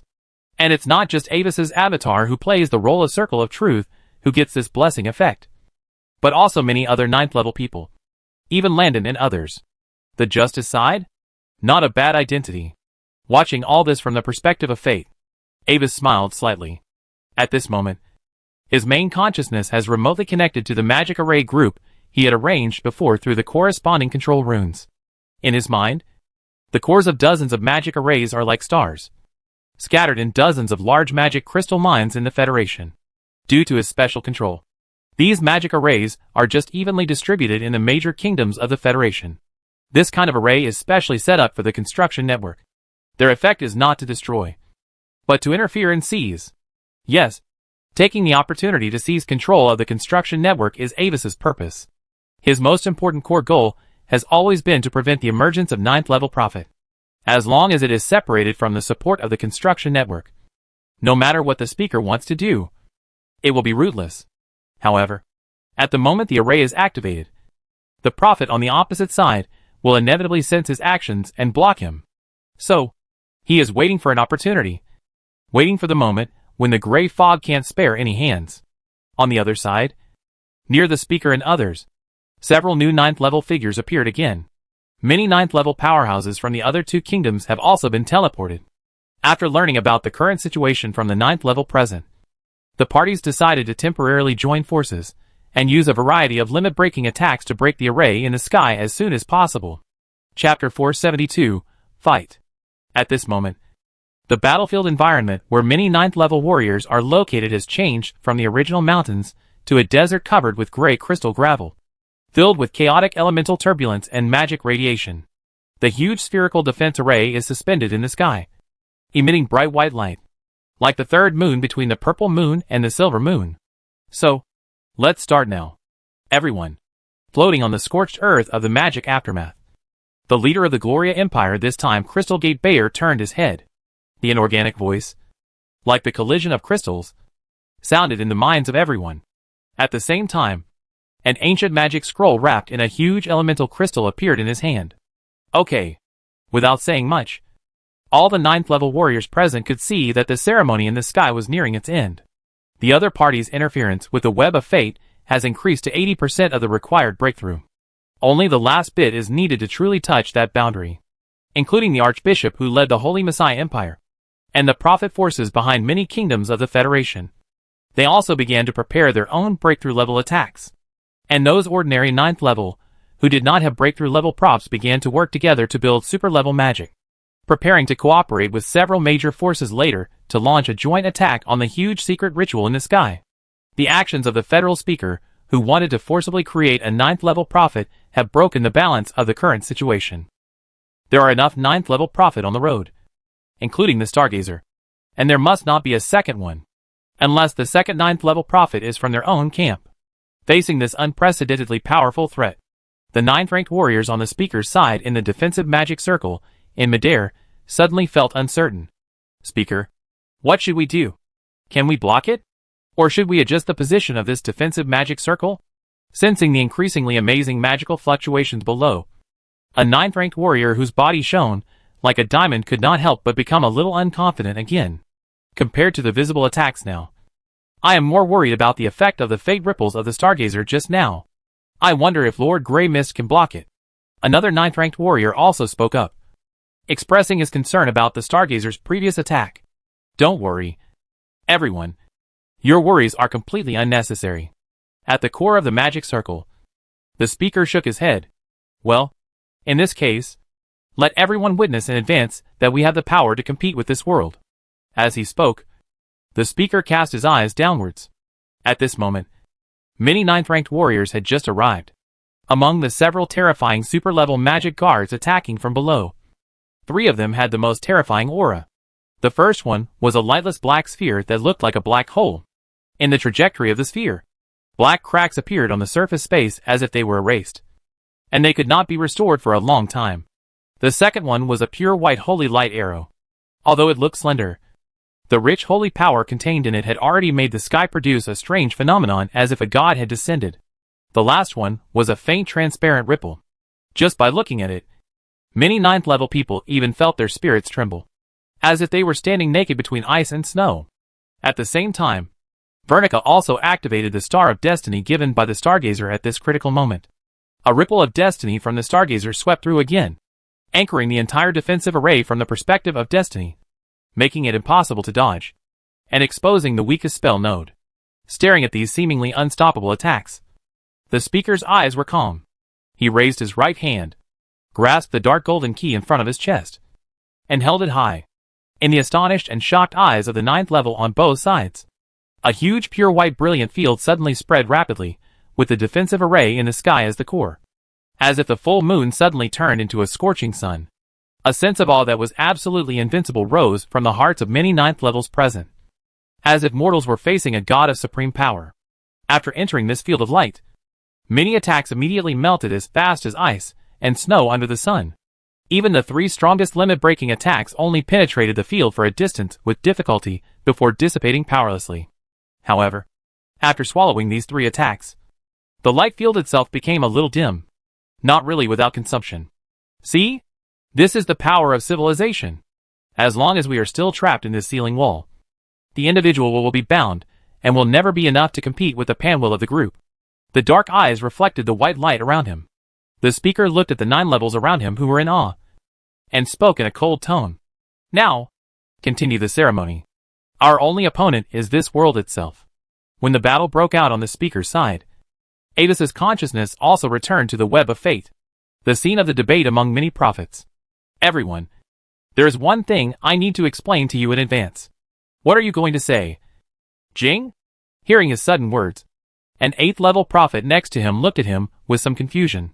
This was the one who had been robbed of the 3rd place by him before.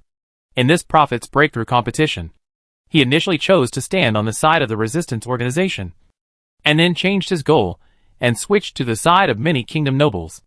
There is nothing wrong with this choice itself, but because of Avis's actions, he was still squeezed to 4th. But now, when the 1st place is about to break through, these are no longer important. Everyone should be able to sense the battle situation over there, looking at the many high-level prophets waiting for him. Avis spoke quickly. After a while, the situation will turn around. I will use a special method to open the bottom-level permissions of the construction network. But relying on my own strength alone, I probably can't compete with the 1st place. So, I hope to join hands with you to seize control of the construction network. Of course, how much proportion you can grab in the end still depends on your own ability. But if you don't want to be the first to break through the 9th level prophet, then please help me. Control of the construction network? Listening to Avis's words, everyone was a little surprised. Are you sure? Jing? I'm sure. Avis nodded. Drag these people into the water, which is also part of his plan. When he activates the formations everywhere, the first wave of counterattacks from the gray fog will definitely be extremely fierce. After all, His profit level is only the 7th level, and it is impossible for him to go up and fight. Whether he can break through to the 8th level Precompression Master depends on tonight's operation. On the other side, following his leader Leo, Landon also arrived at the battlefield. But due to his low strength, he could only stay in the distance to provide support. Now, his strength is broken through to the 5th level. After activating the amulet, as agreed, Avis gave him strength. As for the source of power, it is actually very simple. Since the Ember's organization has been merged into the Spark, with the help of a subordinate, he planted in the Spark. Avis, in the name of the Mirror Man, gave Landon all kinds of secret treasure potions that are enough to break through to the 7th level. If you are eager for power, it only means that you haven't Krypton enough. Think about it. If you recharged 80,000, you will be like this now? Chapter 473 Mutation. However, since the last trip to the Ruins Pyramid, the Dark Crow seemed to have been in a dormant state due to excessive consumption. Your Majesty Leo, I hope nothing happens. Looking at the sky hundreds of kilometers away, Landon looked at the newly born sun in the night sky with some worry. He didn't know what that sun was, but he knew that the attacks of His Majesty Leo and many other 9th level crowns just now were all aimed at the direction of that sun. And looking at the results at this time, under so many powerful attacks, the sun was still as bright as before. Maybe a little dim, but not obvious. As for the difference in the power level of the two sides, he couldn't see it. In his perception, the aura of both sides was at the level of super limit. Your Majesty Dark Crow, do you think that Your Majesty Leo can win? Looking at the sun in the sky, Landon habitually asked the Dark Crow for his opinion. As long as the power of the defending side is still there, they can't win. The voice of the Dark Crow came. Oh, so that's it. Landon nodded, and then suddenly realized something. Lord Dark Crow, you are awake? What did you gain? Normally, I should still be sleeping to replenish my energy. However, thanks to some special power just now, I seem to have woken up early. Dark Crow sighed in response to Landon's question. Indeed, this time, I not only regained some of my power, but also remembered many things in the past. As he said that, he suddenly changed the subject. And, not only that, I also felt the breath of my old enemy. Your Lord Dark Crow's nemesis? Is it nearby? Yes, I sensed it. The enemy who made me like this is right there. Confused by Dark Crow's words, Landon looked around, and then hesitantly cast his eyes towards the battlefield in the distance. Your Lord Dark Crow, the enemy you were talking about. Could it be on that battlefield? Having a strong bad premonition in his heart, Landon asked carefully in his heart, hoping that it would not be the result he guessed. Oh, have you guessed it? However, contrary to expectations, Dark Crow's tone had a strange sense of laughter. At the same time, Landon's body looked directly at the sun. To be precise, the aura of my nemesis is now in the core of that sun. But, your Lord Dark Crow, didn't you say that your enemies in your life were all level 8? Landon asked with some reluctance. Oh, because I lost a lot of my memory before. Maybe I remembered it wrong and forgot some of it. The Dark Crow grinned in his consciousness, and Landon was a little flustered. Then, Tiny Ant, as a reward for my taking care of you before, why don't you give your body to me now? What? Landon was stunned by the Dark Crow's tone that was very different from the past. Before he could react, he suddenly realized that his body was no longer under his control. Wait, sir, are you going to use my body to destroy the enemy you mentioned? I am only at the 5th level now. Finally realizing that the voice in his consciousness was not the Dark Crow of the past, Landon wanted to struggle again, hoping that the other party would change his mind at the last minute after considering the power comparison between the two sides. Not strong enough? Ha! That doesn't matter. With me here, you will definitely be the focus of the stage tonight. As he said this, in the horrified eyes of the surrounding resistance members, Landon suddenly burst out with a terrifying pressure. The apoptotic power like a dark shadow seeped out from his body, wrapped him up, and then solidified into a pure black shadow cloak. A group of shadows gathered on his left shoulder, condensing into a crow with scarlet eyes. The next moment, the cloak rolled up, and in the eyes of everyone in awe, Landon flew towards the direction of the battlefield like a bird. As for Landon's own consciousness, although he made the last scream, no one could hear it. Leah, Freya, Ratina, Lanny, you must wait for me to come back alive. At this moment, the people on the battlefield were still unclear about what was happening in the distance, facing the power in the sky that seemed like a god's presence. Looking at the result of the attack just now, many 9th levels looked at each other, feeling a little surprised. Do you have any ideas to solve it? Looking at the people around him, Crystal gave Bayer frowned and spoke. You know, any limit-breaking attack is powerful enough to directly kill an ordinary 9th level, severely damage the 9th level limit, and even break the shield of the Sky City. And now, 3 limit-breaking attacks, even with the super-level magic of many other 9th levels, only made the sun slightly dim. Even as time goes by, the power of the sun continues to be replenished. How to fight this? Can I just watch the other party complete the unknown ritual? I noticed that it can seemingly easily erase our attacks. Not because it relies on a higher level rule essence than ours, but entirely because of its nearly endless total amount of magic power. A 9th level person wearing a cloak with flowing starlight and looking like an ordinary girl spoke up and pointed out the key point. If the attack we just released is 10, then the magic power released by that sun is 100, or even 1000. With this amount of accumulation, the quantitative change has reached the level of qualitative change, unless we can cut off its source of power and construct a network. But this goes back to the previous problem. It's too late. What should we do? Just watch their people break through the 9th level prophet? What else? Are you going to eat it? When many 9th level people felt a little helpless, a voice suddenly sounded. Everyone, what if I say that I can cut off the source of power of that sun? Hearing this, everyone immediately looked at the source of the voice and found that the person who spoke was a 9th level extreme strongman wearing a black cloak and a pale mask on his face. And his identity could not be seen. When they attacked just now, they didn't see this person present. It seems that he just arrived. I wonder who you are. The Archbishop Crown of Thorns Mark, who led the Holy Light Church this time, frowned. He sensed an ominous aura from this person, which made him instinctively think of those strange ancient existences. My identity is actually not important. He turned his head slightly to look at the Archbishop, who was somewhat hostile to him. And under the mask, Avis spoke calmly. Time is running out. In 10 minutes at most, the ritual will be completely completed. So, I wonder if you are willing to cooperate with me. Let's solve it together. How do you need us to cooperate with you? Crystal Door Bayer spoke at this moment. It's very simple. Later, I will cut off the connection between the construction network and the sun. At that time, everyone will use their strongest attack method to break it as soon as possible. Let's do it. After looking at each other, everyone nodded slightly and approved his proposal. Humph. I hope what you said is true. Seeing this, Archbishop Mark could only nod his head reluctantly. He still knew which was more important: personal likes and dislikes, or the success or failure of the mission. Chapter 474, Shining Glory.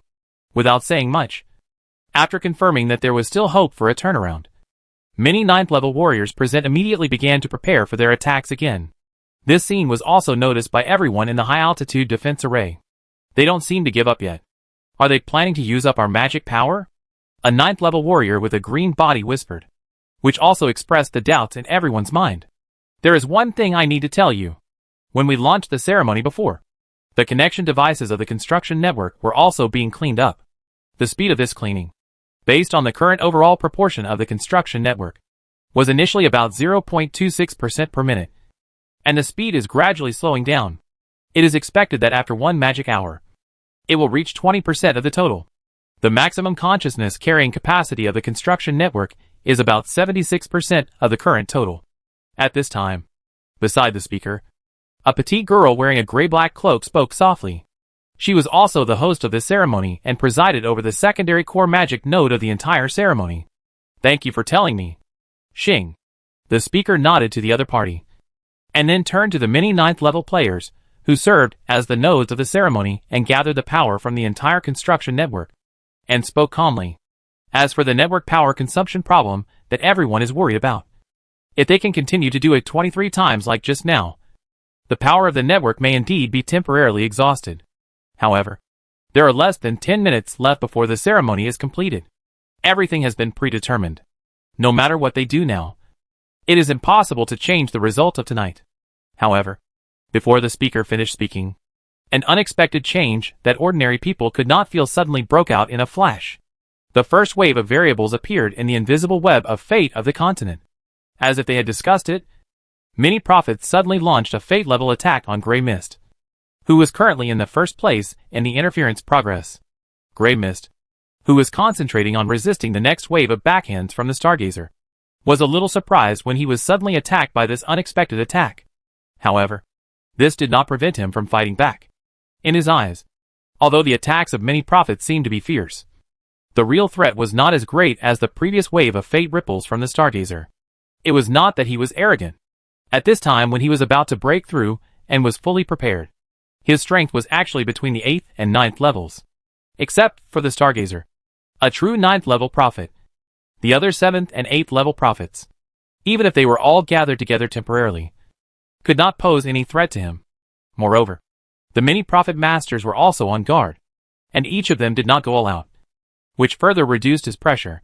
But before Grey Mist could breathe a sigh of relief after blocking the attacks of everyone, the second wave of accidents that really caught him off guard suddenly occurred. Frenos Valley, Simi Plain, Limina Basin. In the large magic crystal mining areas across the Federation, a strong wave suddenly released at the same time.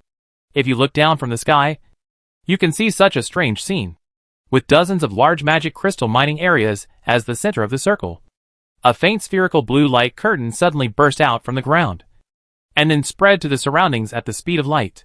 Almost instantly, this light curtain enveloped the entire border of the Federation. A large number of birds were startled by the sudden light, and nocturnal animals in the forest were startled by the suddenly lit environment and fled in all directions. In human cities, some residents, who had not yet slept, raised their heads and looked at the beautiful blue light flowing by their side in confusion. What they didn't know was that under the seemingly harmless light, along the nothingness of the constructed network, a powerful magic pulse suddenly injected back into countless connecting headbands. In this sudden attack, countless ordinary connecting headbands that were connecting to the constructed network were immediately in trouble. The brightness of the inscriptions on its surface suddenly rose, and then overloaded in a flashing red light. From Anvisa's perspective of fate, in the area where the blue light passed, all the starlight lines representing the connectors of the constructed network were extinguished, like candles blown out by the wind. In an instant, the entire constructed network suffered an unprecedented impact. Although the special high-level connection headbands used by a small number of middle and high-level professionals still stubbornly carried on under the attack of this blue light. But in the entire construction network, those low-level professionals and ordinary people are actually the majority of the entire network users, accounting for more than 80%. In other words, in this sudden attack, the total number of devices in the entire construction network was instantly reduced to about 20% of the previous number. Such a large number of consciousnesses flowed in, causing the pressure on the entire network to quickly increase to the point of collapse, which was unexpected by everyone. Mr. Speaker, the situation has changed suddenly. The number of connections of the constructed network devices has been reduced to 20%. The network is about to be overloaded. In midair, Xing sensed this sudden change and reported in a hurry. I understand. All spare prostheses start immediately. This sudden accident made the speaker look a little solemn. However, his tone was still calm and there was no panic. Before carrying out this plan, he had already anticipated all kinds of worst-case scenarios. The large-scale destruction of the connection headbands in a short period of time was also one of the worst situations he had expected. And his solution to this is to construct prostheses. As the name suggests, this is a device that is mass-produced by magic construction and is used to carry the consciousness of the connector. Each constructed prosthesis is enough to carry the consciousness of the network connector for about a magic hour. And he had previously produced nearly 10 million prostheses like this. As the speaker's will was issued, countless metal devices that were originally dormant suddenly activated in many uninhabited dangerous places throughout the Federation. As the constructed bodies with the appearance of metal rectangles, the size of urns, and complex inscriptions on the surface were activated one by one, the bearing pressure of the constructed network slowly decreased. It finally returned to about 60%. However, before the speaker could catch his breath, worse things followed. Due to the interference of this strange blue light, the power transmission of the network began to become somewhat unstable. Moreover, the control key in his hand suddenly began to fail, as if there was a problem with the authority. What really made his face gloomy was that the many 9th level people below seemed to have colluded and suddenly attacked them again. The Archbishop of the Mingxinghui Church even crushed a white holy crystal again and sent a divine punishment arrow to them. Although not like the first wave, there were 3 limit-breaking attacks. But in the current situation where the network suddenly has problems, even if there is only 1 limit-breaking attack this time, their strength will be reduced as it is consumed. Chapter 475 Network Connection Abnormality. Xing, help me contact Grey Mist and ask him to report the situation outside, controlling the defense array to block this wave of attacks again. The speaker felt that a lot of network power had been consumed, and he couldn't help but frown. This feeling of being targeted by the whole world made him very unhappy. Although there seemed to be a lot left, the power of the constructed network that he had developed with countless manpower and material resources was not specifically used to defend against these 9th level attacks. Facing the natural barrier of this world, the wall of the sky, even in the most perfect situation in his plan, he did not dare to guarantee that his attack would be able to break through the wall of the sky, and could only be described as having a chance. Not to mention their current situation. This terrible situation where the network connection is almost interrupted. I just contacted Grey Mist. An unknown attack on the main body of the constructed network broke out in the outside world, causing serious malfunctions in its operation. And, just before the attack broke out, other prophets suddenly joined forces and attacked him at the level of the Web of Fate, causing him to miss the opportunity to intervene. At present, all previous permission control settings of the constructed network have been completely cleared, and he is urgently recovering the network permissions. But other prophets are also fighting for control. In 1 magic hour, I am afraid that at most only about 63% can be recovered. He suspected that someone had known all this for a long time and had been plotting in secret. But when he used prophecy magic to trace the truth behind it, he did not predict any results. After communicating with Grey Mist, Xing told the results of the investigation. I understand. Nodding, the speaker slowly looked towards the direction of the Sky City, being able to make targeted arrangements early, even making it impossible for the gray fog to predict at this moment. Then, the identity of the other party is actually about to be revealed. Stargazer, is this the backup plan you left before you fell asleep? Don't worry. Continue the ceremony. I and the gray fog will find a way to deal with the situation. After a moment of silence, the speaker spoke to comfort the somewhat uneasy people. I have to say that this series of attacks did cause him some trouble. But unfortunately, I am not comparable to those ordinary 9th level people in this world. This really works. How did you do it? Jing? Did you predict all this? In the Web of Fate, many predictors looked at the rapidly changing situation and were extremely surprised. They also began to act quickly to seize the underlying authority share of the constructed network, and the way to write permissions. Avis has also told them. Due to the will of most network connectors, they have temporarily entered the constructed network. The prophets only need to use their own power to create a slight connection with their destiny line, which is similar to the method of increasing the interference degree of the destiny network. Due to the overload of the magic power of a specific frequency before, the underlying permissions of the network were washed away completely, just like a blank sheet of paper, allowing a group of prophets to write content at will. It's nothing. But I had a dream after the construction network appeared. In the dream, I dreamed that the construction network would bring disaster and war to the Federation. So, after waking up, I felt a little unsafe. So I made some preparations in advance. Everything was guided by the great web of destiny. With a polite smile, Avis talked nonsense and made up the reasons why he was so well prepared in advance. He didn't care about the actions of many prophets who took the initiative to compete for the authority to construct the network. After all, the gray fog is about to break through the 9th level. After catching his breath, there will inevitably be a strong counterattack. It doesn't make much difference whether it is done earlier or later, because the way he obtains network authority is fundamentally different from other prophets. The effect of the blue light burst just now is not just a simple overload of the network, but also equivalent to establishing interference. However, under his control, this interference was not shown on the surface. However, in order not to appear too abrupt, he followed the actions of many prophets and symbolically seized part of the authority of the construction network. This power, at this time, other prophets, who had seized part of the network authority, had already experienced the huge improvement in their strength brought by the power of the construction network, even if they only obtained a small part of the power of the network. It directly improved their strength by a large realm. For those whose professional rank was below the 9th level, their strength was uniformly raised to the 8th level limit. And those prophets whose professional rank reached the 9th level, after obtaining the blessing of the power of the construction network, directly ascended to the sky in one step, enough to be comparable to the 9th level limit. After experiencing this terrifying power increase, many prophets suddenly had some different thoughts in their hearts. Just a little share can bring such a huge blessing and improvement to their power.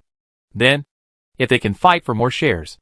However, before these prophets' dream can continue for long, Grey Mist finally got rid of the influence of the joint attack of everyone and began to counterattack. The previous wave of attacks by Mini Prophet really caught him off guard. The key is not only the attack of Mini Prophet, but at that moment, Vernica, who felt the change in the situation, decisively activated the Star of Destiny left by the Stargazer again. So, under the interference of the fate ripples from the Stargazer, the fate interference of the 7th and 8th level prophets, which was just a little troublesome before, instantly became extremely annoying and difficult. If the attacks of Mini Prophet, like a pile of earth, can be shoveled away piece by a bulldozer at will, then the fate ripples of the Stargazer are equivalent to burying bombs in countless piles of earth. If you dare to shovel directly, you will be blown to pieces directly. And you can only clean up carefully one by one. Grey Mist could only carefully defend against the attacks of the Stargazers, while trying to counter and eliminate the attacks of others as much as possible. Until just now, he barely finished this defense. Grey Mist, who was full of anger, directly vented his anger on Mini Prophets. While counterattacking at the level of the Web of Destiny, he also began to do his best to take back the authority of the construction network that they had robbed. Feeling the gradual loss of their own power, these prophets suddenly went crazy. After experiencing this power, anyone who wanted to take it back would become their sworn enemy. So, under the attention of Avis, the war between Mini Prophets and Grey Mist broke out again. But this time, the balance of the battle began to tilt towards the side of the Stargazers. Without the power of the Stargazers to lead, many scattered 7th and 8th level prophets could only hold on to the partial authority they had previously seized and struggled to support themselves. Chapter 476 Price and Call. At this moment, on the battlefield, many 9th level warriors also had a vague sense of what happened in the Web of Fate. But they were not very clear about the details. They were more concerned about another thing. The source of power of the strange defensive array in the sky seemed to have serious problems.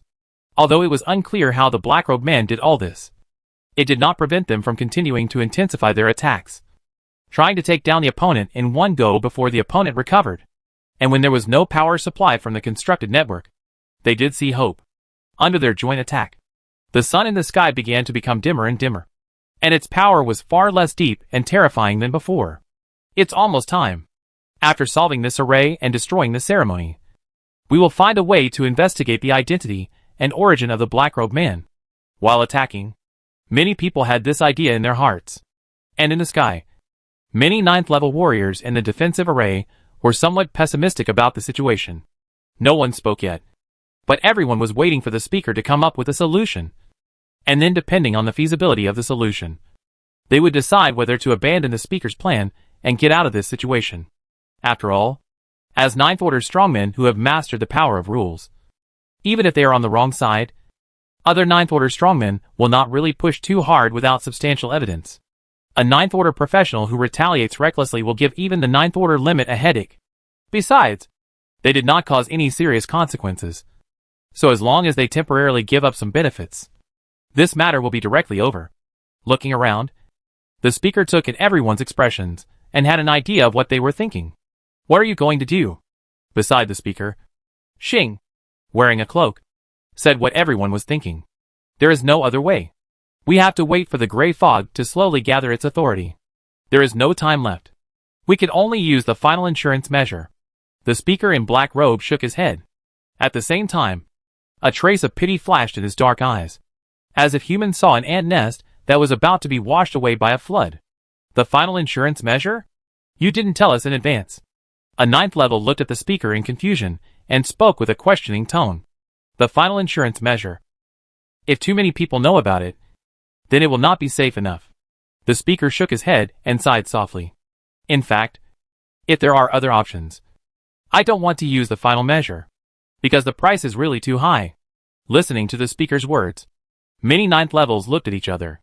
After a moment, one of the ninth level people, who looked like an ordinary person, but had 6 compound eyes emitting white light, spoke.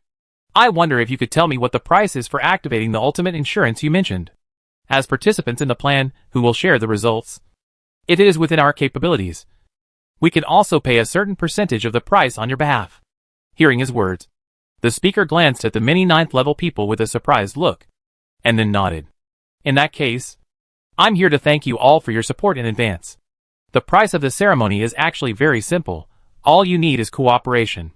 As he said this, before the ninth order masters present could react, the power of the ritual array suddenly changed, and all the ninth order masters except Xing were firmly bound in the array. Mr. Speaker, what are you doing? With a strong sense of crisis in their hearts, everyone struggled in anger, but it was completely useless. Even if the power of the construction network was temporarily unstable, as a barrier that could withstand multiple limit-breaking attacks at the same time, it was still not something these ninth order masters could break free of in a short period of time. Even if several ninth order masters used their own means of saving their lives, they were still violently suppressed by the speaker, who was empowered by the construction network. Also, although there was no active control by everyone, the ceremony was still running automatically, constantly gathering part of the power of the construction network transmitted from the outside world to many ninth order masters. But now everyone could not use this power, as if it had become a simple container for storing power. Don't worry too much, everyone. I just want you to get some sleep. Looking at the many angry ninth orders, the speaker spoke indifferently. Then, he turned his eyes to Xing beside him. Xing, help me contact Grey Mist. Tell him that it's done. His mission is over. And now all the network authority shares that have been recovered will be transferred to me. Do you really want to do this? However, this time, Xing rarely did not do it immediately, but questioned the speaker's will.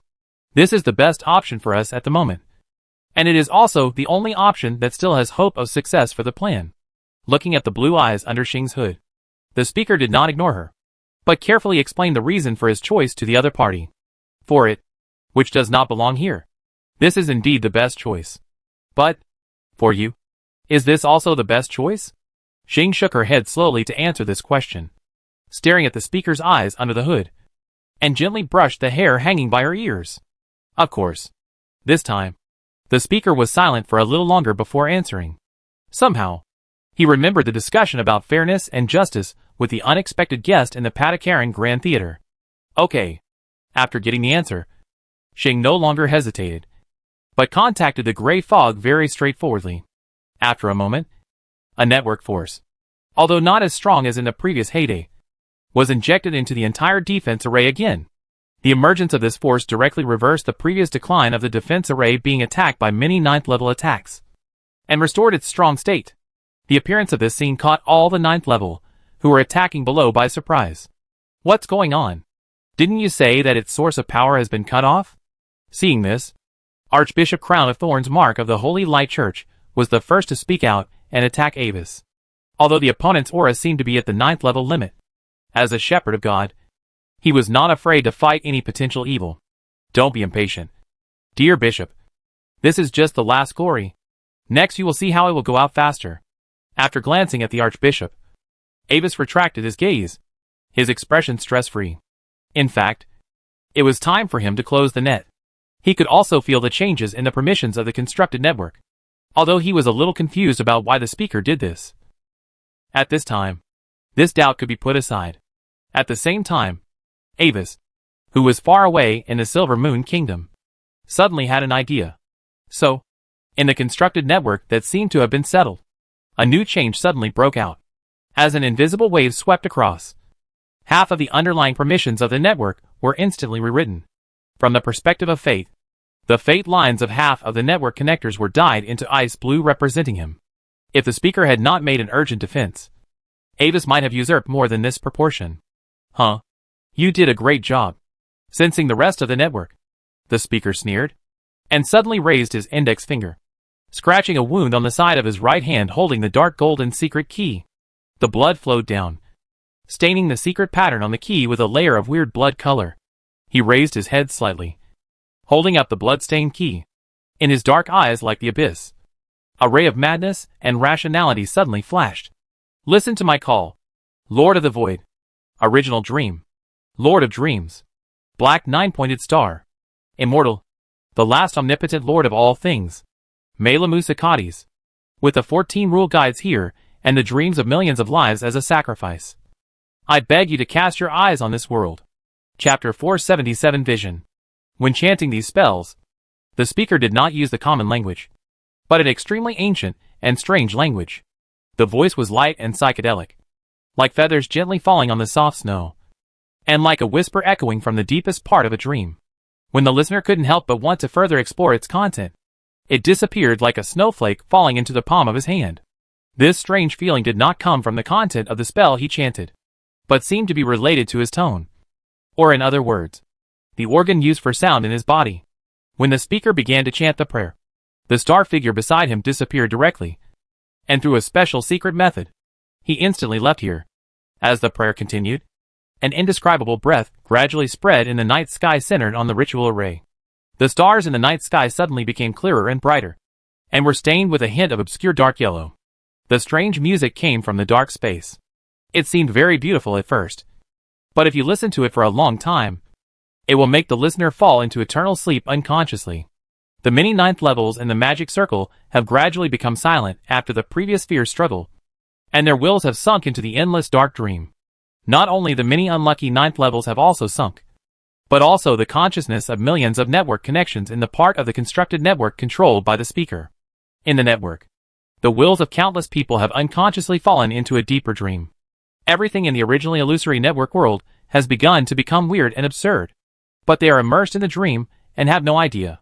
In the web of fate, the fate lines of half of the network connectors sacrificed by the speaker were all stained with ominous dark yellow, which was in sharp contrast with the ice blue area controlled by Avis. Moreover, as time went on, more ice blue areas began to be gradually stained with dark yellow. At this moment, the abnormality in the sky was finally noticed by many ninth level people below. Something is wrong. What is that? Looking at the strange phenomenon in the night sky, a ninth level person spoke with some doubts and vigilance.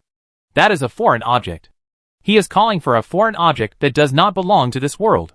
When he heard the slightly empty and strange music coming from the deep night sky, Crown of Thorns Mark shuddered from head to toe. When he sensed the familiar ancient and cold breath, a trace of disbelief flashed in Mark's eyes. Then, this emotion instantly turned into a mixture of anger and fear. How dare he? Mark was naturally very familiar with the breath of foreign objects recorded in the doctrine. Moreover, as one of the 7 bishops of the Holy Light Church, he knows more secrets. In this world, there are many extremely ancient and powerful terrifying beings. They existed long before human civilization and even this world appeared, and they will continue to exist. The Lord of Dreams, Malem, is one of them. He is considered to be an alien god who rules the dream world and controls the power of dreams. His body is sleeping in the dark fog deep in the deep space and star sea, continuing the absurd dream that never stops. A very small number of foreign god cults worship him as an idol. He once led a team to destroy an evil summoning ceremony conducted by a cult. They did obtain some strange power, which could make the consciousness of professionals fall into trance and sleep. But under his divine words, even their high priests were still vulnerable. But today, Mark suddenly realized that the secret cult summoning rituals he had destroyed before seemed so amateurish and ridiculous compared to this one tonight. Double-digit 9th level. Millions of federal creatures. Such a move made him feel frightened. As the strange phenomenon in the sky continued, many 9th level on the ground also began to realize that the situation was not good and were ready to flee the battlefield. However, when they realized it, it was too late. Soon, the consciousness of many 9th level was also unable to extricate themselves and began to blur, falling into a deep sleep. Only a few 9th level extremes took advantage of the appearance of this strange phenomenon, and the impact was not too strong to use life-saving secrets to escape. Except for Archbishop Crown of Thorns Mark. The ancient foreign objects brought chaotic darkness, and that darkness devoured the people. People called on God in despair. So God came with supreme glory and drove away the darkness and foreign objects. After experiencing the initial fear, the look in Mark's eyes turned resolute. Silently reciting the first verse of the first chapter of the Holy Scripture, the bishop pressed the circular holy emblem of light on his chest with his right hand. and took out a piece of holy crystal with his left hand and held it in his palm, struggling to resist the invasion of the dormant power. At the same time, as he recited, light emerged from nothingness and shone on his body, making his figure look somewhat holy and out of place with the surrounding anomalies. God said that when light comes, darkness must not remain in the world. When he recited the divine text, he suddenly crushed the holy crystal in his hand. At the same time, a holy white light flowed out from the hole in the center of the holy emblem on his chest. That was the favor of God. And it was a favor of God that belonged to the 7 great bishops. Perhaps it would be more appropriate to describe it as the presence of God. Under the flow of this light, the bishop's body was gradually infected and turned into a human figure composed of pure light. And from the broken holy crystal, the holy power that was enough to form a limit-breaking attack completely surrounded the bishop, raising his power to a new height again in a very short time. After doing all this, the bishop resolutely rushed towards the huge sun in the sky, wanting to interrupt it at the last moment of the ceremony. What a pathetic existence it is to be bound by pious and illusory beliefs. In the huge defensive formation, the speaker who presided over the ceremony looked at the light figure rushing down from below indifferently, without caring at all. In the eyes of the speaker, the light rushed into the range of the defensive array, gradually approaching him, but its power was constantly weakening. Finally, when he consumed most of the external network defense power, the bishop's figure dimmed, and he powerlessly restored his original flesh and blood body. Reluctantly, he looked at the speaker at the last bit of distance, and then his body fell down and fell into a deep sleep. Of course, his self-sacrifice was not completely useless. Due to the influence of Malem's power, many network connectors who fell into deep sleep could no longer provide power replenishment for the defensive array. The array power consumed by the bishop was not restored again. However, the speaker did not care about this, although the power of the defensive array has been almost exhausted. At this time, no one can threaten the operation of the ceremony. But at this time, he suddenly noticed something wrong. When the bishop's body finally fell, another black-robed figure, who was still awake, finally appeared among the many 9th level, controlling the clone to slowly float up. Avis's figure seemed extremely abrupt in the center of the many motionless 9th level. When the strange melody from the night sky sounded before, the old secret book hanging around the waist of the distant Avis suddenly floated up by itself. The pages were turned, and the text on the surface emitted a strong dim light. Whether it was the part of the construction network controlled by Avis, or the clone located in the distant battlefield, all the extensions of Avis's power were shrouded in a faint dark green at this moment. With the help of the spontaneous power blessing of the old secret book, Avis's will was exempted from the interference of Malem's breath and did not fall into sleep. But this time, facing the power of Malem's dream, the old secret book showed its strength for the first time. The dark green light on the heavy cover flickered, trying hard to suppress the dark yellow stain, but it could only maintain a state of equal strength. Is it you? Sensing the power of the old secret book on Avis, the speaker was finally moved. It's a small world, isn't it, dear Lord Far? Slowly taking off the mask, Avis smiled and bowed. Chapter 478 Dreamland arrives. So that's how it is. Is this your true self? Lord asked. At this moment, the speaker's eyes finally showed a serious look. 9th order limit. It's really disrespectful. But are you going to stop me for these ants? Lord Far. Let me continue to call you that. Andus shook his head and spoke with a little regret. However, for some reason, he did not immediately attack the magic circle. It's a pity. You are right. I am here to stop you. Is it to represent the so-called justice? Or for some other reason? In the defensive magic circle, the speaker raised his eyebrows. But, dear Lord Zast, compared to those humble insects born and raised here, we are the real same kind. Aren't we? Can you explain what you mean by the same kind? Andus was a little surprised by the speaker's words. He looked at the speaker with interest, waiting for the other party's explanation. The speaker frowned slightly, feeling a little unhappy with Avis's attitude. Here, we no longer need to pretend. Lord Zast, any magic used to spy on the place affected by the breath of the great Dream Lord Malem will not work at all. As he spoke, I don't know what the speaker did. A strange breath of power emanated from his body. The moment he sensed this breath, Avis's old secret book flashed suddenly, and he suddenly had a very familiar feeling. Just like facing the black seal on the island and the black cocoon in the sky city. In an instant, Avis's eyes lit up. And looking at the speaker's eyes, he suddenly seemed to see a walking treasure. Do you feel it? Join us, Lord Zast. As the third of my kind I have met in this world. I can give you equal status with me. Not knowing what Avis was thinking, the speaker thought he was very sincere in inviting Avis. See all this? It's just the beginning. The strongest here can't bear it. Glancing at the many ninth-level people, who fell into deep sleep with contempt, the speaker spread his hands and gestured to Avis. But the great Dream Lord has not even noticed this place. All the strange phenomena here are just because he sensed the smell of food. So he instinctively dreamed of this place. When his original will really notices this place. With the help of his great power, we can truly break the invisible barrier of this world and return to the void.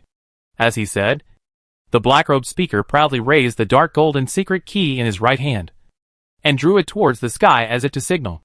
And, as long as there is no strange barrier, the suppression of the rules in this world will also disappear, and the existence here will have the opportunity to master the complete power of rules. They should be grateful for what I am doing now. Return to the void? Your Excellency means that you were not originally a being in this world? Listening to these secrets, Avis became more excited. Sir Zast, before you pretend to be confused next time, remember to restrain the breath that is obviously from the outside world on you. The speaker waved his hand impatiently. Although I don't know how you came to this world. As long as you want to leave or break through, you must face the obstacle of the ceiling wall. I understand. After listening to the speaker's words, Avis, who was floating in front of the magic circle, suddenly laughed. Unfortunately, Mr. Farr, I am not your companion, and I am not going to leave this world. As for the obstacle of the ceiling wall, please don't bother with it. It can be broken through, but it can't be broken by you today. You bastard. Please wait. I roughly understand his situation. Let me talk to him. Listening to Avis's words that seemed to be deliberately provocative, the speaker was immediately furious. But before he finished speaking, he suddenly interrupted himself and began to talk to himself. Humph. Whatever you want. Anyway, the result has already been determined. Thank you for your understanding. As if he had talked to himself for a few sentences, the speaker closed his eyes, and then opened them again, looking at Avis again. And suddenly, there was a trace of humanity in his body. Sir Zast, I think I still remember the breath of your destiny. Looking closely at Avis' eyes, the speaker spoke word by word. Cold, weird, untraceable. All those who try to explore are cursed. Perhaps I can call you another identity. The leader of the Circle of Truth? Thank you for your reminder. I will pay attention to this next time. An identity was suddenly revealed. Avis was stunned, and immediately laughed, but did not deny it. At the same time, he once again sensed the gathering of network power on the main body. After all, he was not a real 9th level, and he did not have as many 9th level human batteries that the speaker had cheated in advance. He could only delay time while trying to use the main body of the old secret book to carry the power of the network. At this moment, the thick book that originally emitted a faint dark green light has become as bright as a pale green sun. The terrifying power radiation fluctuated on the cover, which was frightening. At present, the progress of power gathering has reached about 50% of the network part he controls. But after all, it is not a special magic carrier, and the speed of network power gathering is not fast. It will take about a few minutes to completely gather and complete. The leader of the largest terrorist resistance organization Circle of Truth in the entire continent detonated the Sky City with his own power, harmed multiple 9th levels, and led countless rebel organizations to rise, causing the Federation to fall into rebellion and war. Sir Justice. Hee. Is this what you call justice? With a low laugh, the speaker's tone was somewhat mocking. Create a construct network. Trap countless people's consciousness in it, and use it for your own benefit. Then sacrifice millions of lives of the Federation and many 9th level senators. Call for the coming of the outer gods, just to get a chance to break through. Sir Fairness. We are the same. Avis retorted to the speaker's sarcasm. At this moment, the surrounding environment has begun to further alienate. The dividing line between the real world and the dream world gradually became blurred, and the stars began to distort into blinking dark yellow eyes. The cold rock wilderness, and the phantoms of countless dark and strange creatures floating around were looming around. A faint mist gradually emerged in the air, with a sweet and charming breath, making people want to sleep forever. Your actions will not have any other results except destruction and death. But I am different. In the defensive magic circle, looking at Avis, who was protected by the faint light outside, the speaker spoke coldly. The people in the construction network are not dead. They just fell into a deep sleep. After the ceremony, the power of the original dream will disappear, and they can still revive. For them, all this is just a very long dream. No effect. Do you believe this yourself? Avis couldn't help laughing. Or is this just a reason you use to convince yourself? Chapter 479, The Road Ahead for Civilization. Oh, well, maybe they will have some abnormal conditions. For example, they may forget something, or accidentally see something beyond cognition in their dreams, leading to a state of enlightenment or something like that. When pointed out by Avis, the speaker showed a slightly helpless look. However, compared to death, these consequences are still much lighter. Aren't they? Yes. They will forget everything about themselves after waking up, or completely lose their minds and fall into madness. Avis shook his head, his tone sarcastic. Your eloquence seems to be worse than I thought. Lord Farr. That's because I don't need to convince anyone. Lord Zast. Because they can't do anything except express their opinions. And now, you see, they can't even express their opinions. While casually responding, the speaker gestured to the many sleeping ninth levels. And, Lord Zast, according to your philosophy, there is no absolute fairness in this world. Only fairness for the majority and fairness for the minority. Using these hopeless ordinary people and low and middle level professionals, as well as a few ninth level people, in exchange for the hope of the entire human civilization to continue to move forward. Isn't this another kind of fairness? The human civilization that Lord Farr mentioned refers to the ninth level limit that may not even add up to 3 digits? Watching the ceremony coldly, Avis estimated the time it would take for the speaker ceremony and network power to gather, and his tone was indifferent. And, how can you be sure that if the ceiling wall is really broken, we can get the hope of a breakthrough, rather than attracting terrifying foreign objects? I can answer your 2 questions. In the dream world that was becoming more and more distorted and absurd, the speaker smiled strangely. Since the ceremony was about to be completed, he was in a very happy mood and wanted to find someone to talk about his experience. At this moment, Avis just fit the identity of this listener. First of all, it is not only the existing 9th level professionals who have hope, but all professionals who break through the 9th level from today onwards. Perhaps 99% of people will never be able to break through the 9th level in their lifetime.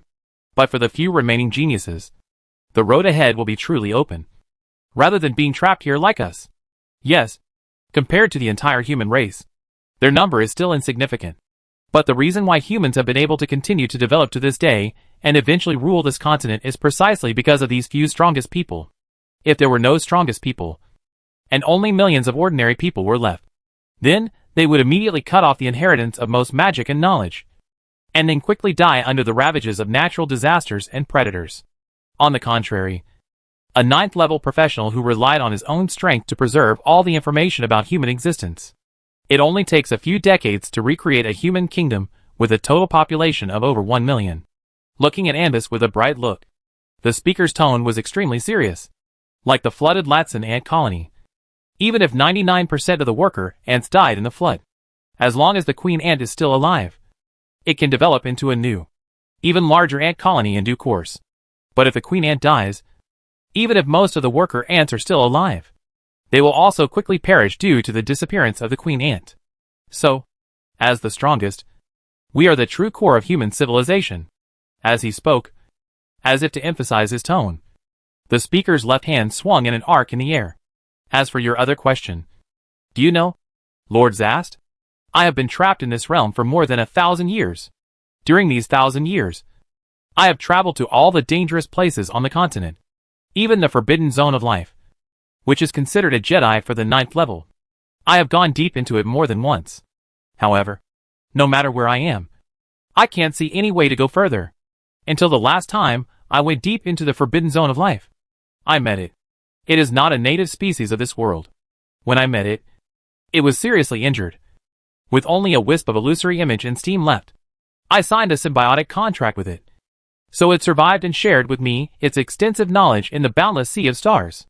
The most important thing is that it also pointed out to me the reason why I can't make any progress. That is, The rules of this world are not complete compared to the outside world, but present a special state of partial vacancy. As long as this part of the rules is not supplemented, then any existence in this world will never be able to perceive the complete rules. At this point, the speaker finally made a final summary of his words, with some reluctance. So, do you understand? Lords asked. Even after the ceiling wall is broken, this world still cannot break through the 9th level. Then I will leave this world directly. Go and search, and explore the vaster sea of stars, until you find what you need to break through, or fall in the endless journey. As the speaker was talking, strange snowflakes began to fall from the sky. They condensed out of thin air from the empty night sky, also with a hint of dark yellow. Although they looked like snow, they did not melt, and there was no temperature at all. At the same time, as the snowflakes fell, the power of the old secret scripture on the surface of Avis's clone suddenly increased, as if it was under some kind of huge pressure. The many sleeping 9th level people below did not have such treatment. Accompanied by strange music from the distant deep space, snowflakes fell on their bodies, and they were gradually covered by snow, turning into sleeping ice sculptures. Snowflakes fell, and everything was silent.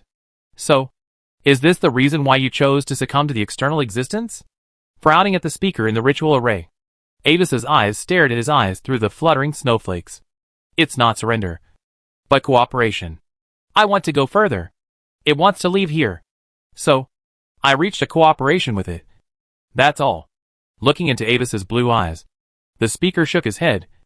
A trace of pity flashed in his eyes. Join us? Lords asked. This will be the last time I invite you, before the will of the Lord of Dreams really pays attention to this place. All the conditions I have proposed before will remain valid. I'm sorry, Lord Far. I appreciate your kindness. At this time, Avis suddenly sensed something, and suddenly laughed. Then now, if you don't mind, I want to do something for this world now. As Avis spoke, a power that the speaker was very familiar with suddenly descended into Avis' body. The power of the construction network. The speaker was stunned, and suddenly he understood something when he looked at Avis, whose power was rising steadily. It turned out to be you. The Prophet Mirror. Yes, that's my other identity. Adapting to the sudden surge of power in his body, Avis smiled at the speaker, raised his right hand, and aimed his palm at the ritual array. The terrifying magic power gathered in front of his palm, compressed into an extremely dazzling blue-white ball of light, reflecting the flying snow in the sky, with a nearly unlimited supply of construction network power. This magic ball, which was only compressed with the simplest structure, exuded a power fluctuation that clearly broke through the limit-breaking level. Chapter 480 Battle and Sneak Attack. I must admit that you are the most difficult opponent I have ever seen, and you are as difficult as the Stargazer. But now, even if you have obtained the power of the constructed network, what can you do? Looking at Avis, who was gathering some kind of attack, the speaker shook his head. The human body has its limits after all. Even if you are at the 9th level, the power you can contain is far from enough to increase your strength to the level that can stop me. As he said this, he even took out an hourglass with silver sand flowing in it, and placed it casually in the air beside him. I am not afraid to tell you, Lords asked, that there are still about 3 minutes before his eyes really fall here. Yes, if you can break my magic circle before the sand in this hourglass runs out, then you might really be able to stop me and exercise your justice.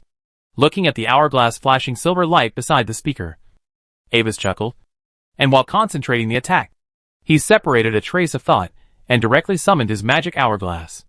Don't bother, Lord Far. I can still judge the completion time of the ceremony. If someone compares the 2 hourglasses, they will find that the speed of the sand in the hourglass next to the speaker is obviously slower than that of the hourglass next to Avis. Okay. Seeing that Avis was not fooled, the speaker took back the hourglass with some regret, and began to control the remaining power of the defense magic circle to prepare for Avis's attack. His current situation is actually a bit awkward, because the core of the summoning ritual must be maintained by him to continue to provide direction guidance to Malem, the Lord of Dreams. He couldn't get away, so he could only bite the bullet and block it. Moreover, due to the loss of the supply of the constructed network power, the energy of the outer defense array was seriously insufficient, and it had only less than 20% of its peak protection ability, and it was a one-time one. Facing Avis, who controlled nearly half of the constructed network power, The speaker could only hope that Avis's body had limited carrying capacity, and could not gather an attack that was enough to break the shield in a short time. After all, even if there was no replenishment, the remaining shield power was still enough to resist several limit-breaking magic attacks. Under the two people's different eyes, when most of the sand in the hourglass flowed, Avis's attack finally gathered.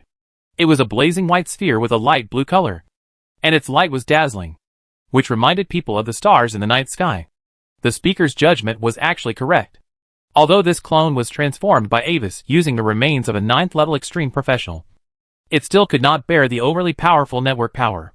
Without saying much, when he felt that the load of this body had reached its limit, Avis shook his hand, and the light ball drew a bright white line, and almost instantly hit the defensive magic circle. Buzz! Boom! First, there was a short and slight magic resonance sound. The next moment, accompanied by an extremely terrifying magic fluctuation, a huge blue-white light ball suddenly exploded in the night sky, even rolling up the entire magic circle in Avis. The strange snowflakes in the sky were roughly squeezed aside by the chaotic magic, and the purple and silver moons in the night sky became a foil under this dazzling light ball. The bright blue-white light was clearly visible even in Manka City, thousands of miles away. Gods, what is that? Hundreds of miles away from the battlefield, many professionals stationed on the top of the mountain looked at the various terrifying visions in the sky, and they were a little frightened. Ever since the strange power descended from the night sky, they have felt a strong sense of crisis, but because of their low strength, they have no way to deal with it, and can only pray that the 9th-level crowns can successfully defeat the enemy. Fortunately, what descended with the guidance of the magic circle at this time was only a trace of Malim's power, and the scope of influence was not too large. Otherwise, none of these people would be able to escape. On the battlefield, Avis relied on the power of the continuous construction network to protect himself, and was unscathed in the explosion. However, as the energy aftermath of the explosion gradually dissipated, the defensive magic circle at the core of the explosion also reappeared. This attack, which gathered all the strength of Avis, still failed to break the protective magic circle beside the speaker. Although the latter had dimmed to the point of almost extinguishing, it was still holding on tenaciously. Unfortunately, Lord Zast, it seems that fate is on my side today. The speaker slowly breathed a sigh of relief at this result. Although the magic circle had almost been consumed, time had almost been fought for. The remaining time was not enough for the opponent to launch another overly powerful attack. As for those ordinary attacks, although he could not leave the magic circle, if he resisted with all his strength, it would be more than enough to delay the opponent for a minute. The situation had developed to this point, and all his cards had been revealed. Originally, in his prediction, when the power of the original dream descended, except for those who fled first, the rest of the 9th level would fall into a deep sleep without resistance. He could also successfully complete the entire ceremony, and then use the power of Malim to break the wall of the zenith and step into the starry sky. But he didn't expect that there would be a freak like Avis, who not only relied on foresight and planned to seize a large number of construction network permissions in advance, but also could treat Malim's dormant power as nothing. Fortunately, everything will be completely settled now. I think we still have a little time. Lord Farr. Seeing this result, Avis continued to attack without hesitation, prepared to quickly smash the speaker's tortoise shell and destroy the magic circle. Dying struggle. The speaker defined Avis's actions with an indifferent expression. Looking at the magic circle that was about to be broken, he began to construct the spell in advance. Finally, when there were about 30 seconds left to complete the ceremony, the magic circle was completely broken under Avis's attack. Just when Avis's spell had just fallen and temporarily revealed a flaw, the speaker seized this fleeting opportunity and suddenly activated his own spell.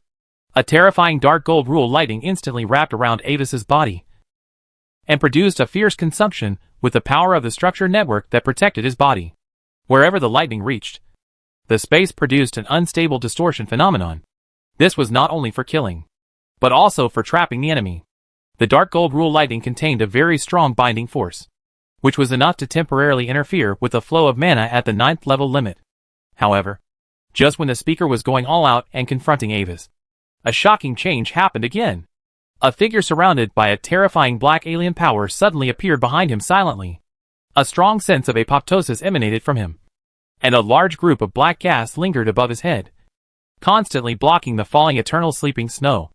Looking at the speaker, whose defense power was weakened due to the powerful attack, the figure had a wicked smile on his face, and his hands, which were surrounded by a strong force of apoptosis, suddenly penetrated the speaker's vest. My old enemy, how are you doing? During the 4,000 years of sleep, I have been thinking about you every moment. Chapter 481 Final Battle. Accompanied by the figure's evil laughter, more dark and abyss-like dense, apoptotic power quickly flowed along the arm inserted into the speaker's body, and was deeply poured into the speaker's body. Apoptotic power? The speaker was caught off guard by this sneak attack, and the magic aura all over his body instantly became disordered and weak, because Malim's power had filled the entire space. Although the speaker was at the 9th level, he did not dare, and could not expand his own domain, and his perception was also seriously disturbed. So he was attacked by the mysterious man without noticing, and without the support of the speaker's will. The dark golden rule lightning instantly collapsed, and was annihilated by the power of the constructed network around Avis. However, at the last moment, the speaker's terrifying 9th level magic power burst out completely, and instantly threw away the figure behind him, who was attacking him. Ha ha ha. Didn't expect it. Sakaz? You have this day too. Although he was forced back by the speaker's Jedi counterattack, the figure was still laughing wildly. At this moment, the apoptotic force that he had injected into the speaker's body almost without regard for his life also produced a terrifying effect. The terrifying black alien magic began to conflict fiercely with the special power in the speaker's body. As a battlefield of the two forces, the speaker's body instantly fell into rapid decay, and then recovered into a complete cycle. On the other hand, Avis was also a little surprised by this sudden change. He was very familiar with the power used by the figure who attacked the speaker. That was the special power shown by Landon, but it was far less powerful than the figure in front of him. However, there were only 10 seconds left before the ceremony was completely completed. So now was not the time to be surprised. Taking advantage of this great opportunity, Avis controlled the huge power of the constructed network in his body and instantly sent out a space cut, directly targeting the speaker and the ritual array under his feet. In the case of sudden severe damage to himself, the speaker had no way to block his full-strength space cut, and the only way was to escape. But even if the speaker could run, the ritual array could not move. Knowing that it was hopeless to resist, the speaker simply abandoned the running array and barely escaped from the attack range. As a result, the huge ritual array that lost its protection was instantly split into two by the space cut, and then began to fall to the ground out of control. As the array was destroyed, the magic light that was originally on suddenly dimmed. The signal that was originally being sent to an endlessly distant place was also stopped at this moment. In the array, many 9th level people who fell into deep sleep and whose bodies were used as magic nodes were also affected. Part of the body structure of two 9th level warriors was cut off by this space cut. But even with such injuries, they still did not wake up. What a pity. Looking at the completely destroyed magic circle, the speaker in the distance shook his head with some regret. Only a dozen seconds left. The ceremony was completely completed. Do you have anything else to say, Lord Farr? After confirming that the magic circle was indeed completely destroyed, Avis breathed a sigh of relief and turned his eyes back to the speaker in the distance, who had almost dispelled the negative influence. Although the attributes of the power of apoptosis restrained him a little, it was just a rootless duckweed after all. Under the flushing of his massive magic power, it was soon completely consumed. Humph. First of all, I need to congratulate you, Lord Zast, and a certain pathetic worm who can only hide. You did succeed in destroying my magic circle and interrupted the ceremony at the last moment. With a low hum, the black-robed speaker glanced at Landon, who had attacked him before, and then returned his gaze to Avis, who was concentrating the next attack. But as he spoke, a strange smile suddenly appeared in the speaker's eyes. But, unfortunately, things are far from over. The final act of this grand performance tonight has just begun. As the speaker's words fell, a mysterious power suddenly descended on the speaker, causing his whole body to instantly rise. The body that had been penetrated from front to back due to the sneak attack was now completely restored to its original state, as if the previous injury was completely an illusion. What is this? Looking at all this with a frown, Avis suddenly realized that although the ritual array had been destroyed, the strange snow and various strange phenomena in the sky had not subsided until now. Have you discovered it? Yes. This is the power of the great Dream Master Malim. Looking at Avis's reaction, the speaker showed a strange smile. Unfortunately, although you destroyed the entire array before, he actually already knew the approximate location of this world. So, after losing the guidance of the array, he may not dream of this place again. Or he may still. And now it seems that fate is on my side after all. As he said this, the speaker put the fingertips of his hands together in front of his chest and made a somewhat special gesture. The next moment, a pale yellow ball of light filled with the power of sleep appeared in the center of his palms. Then, fall into eternal sleep now. As the speaker's mind moved, the ball of light suddenly flashed and disappeared, and then hit Landon, who was trying to escape quietly when he saw that the situation was not good. Under this ball of light, the power of apoptosis lingering on Landon's body instantly dissipated like snowflakes encountering the sun, and he was completely unable to stop it. No. Hit by this ball of light, Landon fell to the street in an instant, and his consciousness fell into sleep. Then, let this war tonight come to a final rest, Lord asked, withdrawing his eyes from the fallen Landon. Another ball of light began to appear in the speaker's hand again. However, unlike the first one, the color of this ball of light is darker, and the aura is obviously much stronger. Even a simple gaze makes people's consciousness seem to fall into sleep. At this moment, with the continuous infusion of power from Malem, the aura of the speaker was no weaker than that of Avis, who was blessed by the power of the construction network, and it even continued to grow stronger as time went by. Seeing all this, Avis's face also became solemn. He immediately released the attack that had been condensed, trying to interrupt the speaker's action. At the same time, the speaker also threw the eternal sleep ball in his hand. One blue and white, one dark yellow. Two completely different auras, but equally powerful spell-like attacks, instantly collided with each other under the flying snow. The next moment, due to the completely different nature of the power, the two light balls, one virtual and one real, penetrated each other and directly hit their respective locked targets. As the terrifying magic power fluctuations erupted, the huge blue-white ball of light illuminated the night sky again.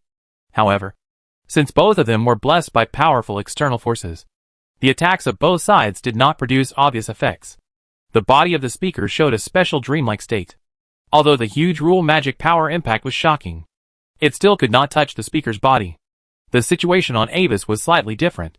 The power of the construction network was not highly resistant to the power of eternal sleep, but the old secret scripture still blocked it out, making it unable to take effect on Avis. Not only the power of the construction network, you also have another power. What is it? Seeing the effect of his attack, the speaker raised his eyebrows in surprise. Chapter 482. The dormant power from Malen's body is a power of extremely high status, because the corresponding to the Malen's body in the outside world is a truly complete rule. Even if it is used in this world with incomplete rules, it can cause obvious status suppression to the power of the constructed network. That is why the speaker was so surprised when he saw that Avis relied on a strange power to resist the eternal sleep ball that he had condensed with all his strength. Humph. It doesn't matter. After a moment of surprise, the speaker came back to his senses and shook his head indifferently. With the power of Malem, this kind of attack based on the ordinary power of rules piled up in large numbers has basically no effect on him. And, at this moment, he actually doesn't need to continue fighting. Do you feel it? The great power from the Master of Dreams. With a hint of contempt and pity in his eyes, the speaker looked at Avis with disdain, and then ignored him completely. In fact, at this time, Avis could also feel the abnormal changes in the environment. The strange sleeping snow in the sky became bigger, and the surface of each snowflake began to emit a strange luster like starlight. The stars in the night sky turned into dark yellow eyeballs, and also began to emit a strange ominous glow. They were restless, flickering, and trembling, drawing crazy spiral arcs in the night sky. It seemed that there was some kind of extremely huge monster hiding behind the dark sky and silently watching the world. The music from deep space became more strange and clear. It was a melody that was like an evil bell and a black and white piano, which made the listeners instinctively want to sleep. The sky began to distort, and countless shadows of dream predators with dark tentacles swirled and danced in the night sky. Even the silver-purple moons that had never changed began to be stained with an ominous dark yellow. The final moment has come. He is coming. Looking up at the changes in the night sky, the speaker stood in the snow of starlight, with a strange intoxicated tone. Snowflakes flew through his body without any obstruction, as if the speaker was just a phantom. At the same time, the area of the entire abnormal area began to expand on a large scale. Has the leader come to this point? On the top of an unnamed mountain thousands of kilometers away, the gray mist in a cloak stood side by side with the stars, looking at the endless and distant sky. Although the distance is far, the changes in the web of fate can directly reflect the situation on the battlefield. At this moment, with the sudden change of the battlefield situation, the huge abnormal celestial phenomenon in the distance can be directly observed with the naked eye. Will he succeed? Looking at the various strange phenomena in the sky, Xing Qingling's tone also showed a rare hint of doubt. Destiny is unpredictable. Grey Mist spoke with an unfathomable look. Due to the advent of Malim's power, the breakthrough process brought to him by the construction network was terminated. At present, he still stayed at a delicate boundary between the 8th and 9th levels. However, this situation was not unexpected. As long as the speaker can break through the wall of the zenith, he will definitely be promoted to the 9th level prophet tonight. Listening to Grey Mist's standard prophet tone, Xing Weilan's blue eyes turned slightly and glanced at him. I can't be sure until the last moment. Feeling an invisible pressure, Grey Mist considered the gap between his strength and Xing's, and explained, in the entire organization, except for the speaker, Xing was the only one he couldn't see through. Is that so? Nodding, Xing looked into the distance quietly again, wondering what he was thinking. However, at this moment, unlike the two of them who were waiting calmly, many high-level professionals from other camps were already extremely pessimistic about the situation. Is there no way to stop him? At this time, the web of fate was already silent, and many predictors looked at the strange phenomenon on the battlefield that seemed like two worlds overlapped, and their hearts were a little silent. Malim could not be predicted by them. In their perception, all the fate lines involving Malim, and even the fate web of the entire battlefield area, had already appeared to be completely swallowed by darkness. And the fate lines representing many 9th level people had already been silent long before the battlefield area was completely dark, and were covered with a hazy dark yellow color. This can only mean one thing: the identity of the terrifying existence that is about to descend does not belong to this world. Or it is extremely powerful. So powerful that it can even distort the web of fate. Not only many high-level prophet, but also the royal families of the 3 kingdoms, and the top leaders of the other 2 empires on the continent are closely watching the situation on the battlefield. No one had thought that the speaker's plan would be so crazy. He could even use the plan to pull off this unprecedented grand summoning ceremony. This made them lose the best chance to stop the speaker. And now it was too late to force it.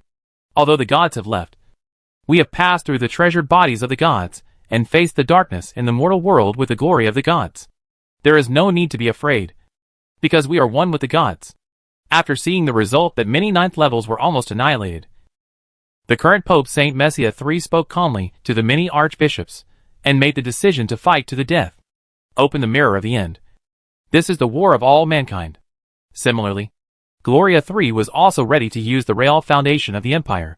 He also knew very well what the real outer gods represented to the world. Look! What is that? At the top of the mountain far away from the battlefield, a low-level professional of the Spark organization pointed to the snowflakes that suddenly spread from the direction of the battlefield and spoke in surprise. It's snowing? But it's still summer now. Looking at the strange snow that was getting closer and closer in the distance, many professionals were also a little confused. It was not yet the fire month September, and there were no clouds in the clear night sky. Where did the snow come from? No. No! That's not snow. Run! However, in the eyes of professionals above level 7, who could sense the power of nature, every snowflake falling from the sky contained a terrifying aura that made people tremble and shudder. While sounding the highest level alarm, their main bodies had already used various secret techniques to slip away before the snowflakes arrived. At this time, countless low and middle level professionals realized what was happening and hurriedly used various methods to flee in all directions. But the snow in the distance seemed to be spreading slowly, but was actually fast. Except for those who escaped through the flying secret technique, almost all the others were covered by the snow, as the sleeping snow that even the 9th level could not contend with. These low and middle level people naturally fell to the ground in an instant. Gods, save us! But at the moment of despair, a dark green meteor containing a horrible power fluctuation suddenly flashed through the night sky and plunged into the snow. Only the real high-level people could barely see the true face of the meteor. It was a giant dragon shining like a diamond. And between its claws, a dark green sun was emitting thrilling and terrifying magic fluctuations. Chapter 483. As the meteor streaked across the sky, the web of fate also changed, which suddenly made many prophets notice this variable. However, as a black hole that completely blocked the web of fate, the speaker himself on the battlefield did not know all this. "Why haven't you given up yet?" Lords asked. "Is there something else to rely on?" Looking at Avis, who was still quietly floating in the sleeping snow, the speaker raised his eyebrows with some interest. In Avis's eyes, he did not see any despair, only vigilance, solemnity, and a hint of heat. This look puzzled the speaker. But at this moment, the arrival of Malem's will had reached the last moment. In the misty and brilliant night sky of the starry snow, a huge dark yellow eyeball had already appeared faintly. It was tightly closed, but its size almost covered the entire starry sky. "Mr. Farr, the real core hub connecting him and this world is actually you, right?" Looking at the speaker whose aura was still rising, Avis spoke calmly, as if he didn't see the huge eyeball in the sky. "As long as you disappear from this world, then him will lose its anchor point again." "You're right. But even if you know it now, what can you do?" Hearing Avis' words, the speaker nodded in interest and did not deny it. "I can even give you a message. If you can completely erase me before he opens his eyes and sees this world, then he will indeed lose his position. But guess how long it will take for him to open his eyes?" Under the power that Malem instinctively radiated, his strength at this moment had far surpassed the 9th level, reaching a level that even he himself was somewhat unfamiliar with. And the aura of power on Avis was obviously weaker than his.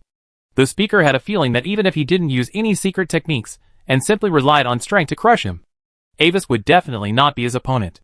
This time, he could no longer find any reason to fail. "Thank you for your timely intelligence, Lord Farr." Under the mocking gaze of the speaker, Avis nodded calmly, and his eyes suddenly turned. "Here it comes." Although he suspected that Avis was playing tricks, the speaker still looked in the direction of Avis's gaze. The first thing that came into view was a dark green meteor. The next moment, the meteor suddenly grew larger, revealing the Power Dragon clone and the real old secret book in it. Previously, due to concerns about the safety of the old secret book, Avis did not let the clone carry it, but always kept it on the main body, just using it as a storage and conversion device for magic power. But when he sensed the strange characteristics of the speaker, he immediately gave up his previous plan and prepared to seal the speaker directly. However, since the main body of the old secret book absorbed and gathered too much power from the construction network, it has become almost impossible to transmit it through the space secret method, because the stronger the magic power of the object to be transmitted, the more energy it needs to consume. And as the main body of the old secret book that gathers nearly half of the power of the construction network, no spell can withstand the consumption of forcibly transmitting it. Therefore, Avis immediately gave up the original plan and asked the dragon clone to bring it as fast as possible. Along the way, with the full force field control ability and the dragon clone that temporarily drew out the air in front and created a vacuum pipeline, Avis was able to bring the old secret scripture to the battlefield thousands of miles away so quickly. "Is that the trump card you were waiting for? A book?" Sensing the power fluctuations contained in the old secret scripture in the claws of Avis's dragon clone, the speaker was a little suspicious. Indeed, the old secret scripture that absorbed the power of the construction network was quite powerful, but it was still a little worse than what he was now. But in the next moment, his expression turned into shock. Without Avis's control, the old secret scripture opened automatically, as if it had seen some peerless delicacy, and instantly turned to the last blank page. The color turned into a pale surface of the page, and an irresistible force instantly burst out, enveloping the speaker's body. "What the hell is this?" Feeling that his existence was gradually being sealed into the pages of the book, the speaker was horrified, and the power from Malem surged violently, wanting to destroy the old secret book as the source of the seal.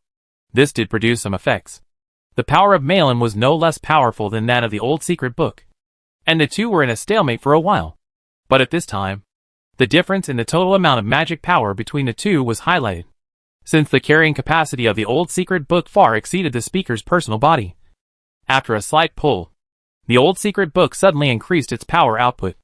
At the same time, The power of the construction network attached to the thick book began to be consumed at a very obvious speed and converted into the power of the old secret book itself.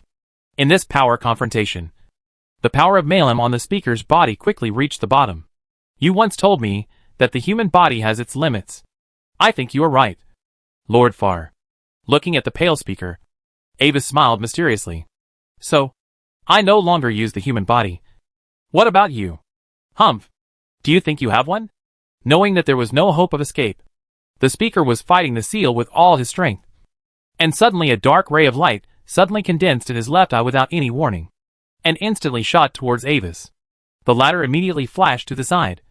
But the ray of light flashed synchronously with Avis's direction as if tracking, and directly penetrated the multiple layers of magic protection on Avis's body, and really hit Avis's body. You? With a trace of astonishment on his face, Avis's body suddenly began to disintegrate, and along with his clothes, it turned into pieces of black snow and scattered. This is the original spell of the void predator named Sochaz, an alien being that coexists with him. The devouring ray. Not only does it have the characteristic of being sure to hit at the rule level, but it can also devour the target's soul together. He was betting that the seal of this strange book needed to be maintained by Avis himself. But what made the speaker somewhat desperate was that the seal of the old secret book did not stop because of Avis's death. At the same time, because he had just distracted himself to attack Avis, the power resisting the seal inevitably weakened. At that moment, his own existence once again flowed into a part of the page. With this, the already tilted balance between the two suddenly collapsed like an avalanche. I'm only a little bit away from leaving this world. I'm not willing.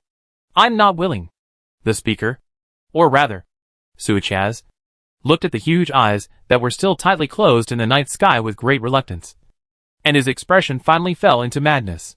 He once again burst a ray of light at the old secret book, but as a container that carried the power of the constructed network. The dark green thick book was directly immune to the attack. In the end, the speaker's figure completely faded and disappeared, and was sealed in the pages of the book. After the seal was completed, the old secret book became quiet and slowly floated in the air, like a dark green star. At this moment, in the eyes of the power dragon clone, the huge eyeball in the night sky suddenly trembled slightly, but it failed to really open. The heavy snow in the sky began to gradually decrease, and the various strange phenomena in the dream world began to dissipate again. Slowly floating to the side of the old secret book, the diamond-like dragon raised its front paw and activated a talisman. In a burst of magical light, another clone of Avis walked out of it. He was very weak at the moment. The dark ray emitted by the speaker before he was sealed completely annihilated part of his soul that he used to control his clone. Thanks to the protection of the old secret book, the ray did not trace back to the original body along the clone. But even so, he had to rest for a while. Do you know why I like the name Zaster? Lord Far. Opening the dark green thick book in front of him, Avis stroked the lifelike image of the speaker on the page, showing a slightly pale smile, and whispered softly, because justice will always win. Chapter 484 Results and Breakthroughs. As Avis touched, in addition to the image, a brief information about the speaker's situation was also transmitted on the page.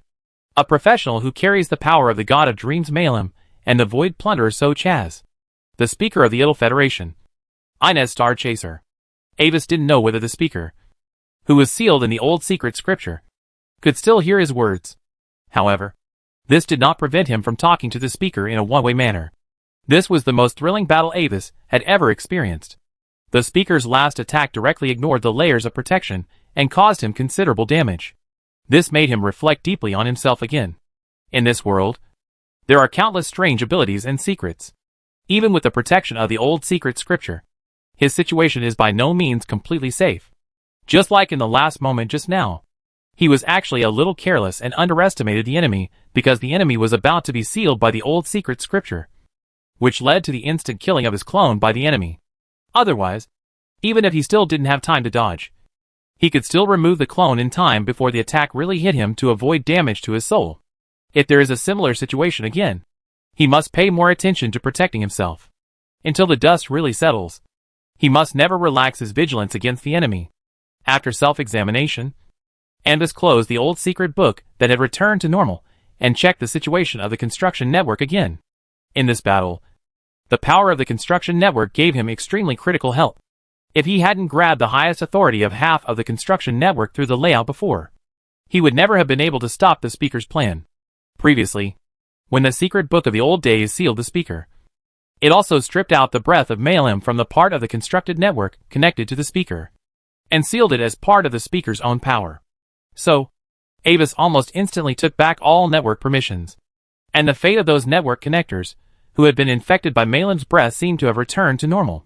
However, Avis didn't think they would really recover completely after waking up.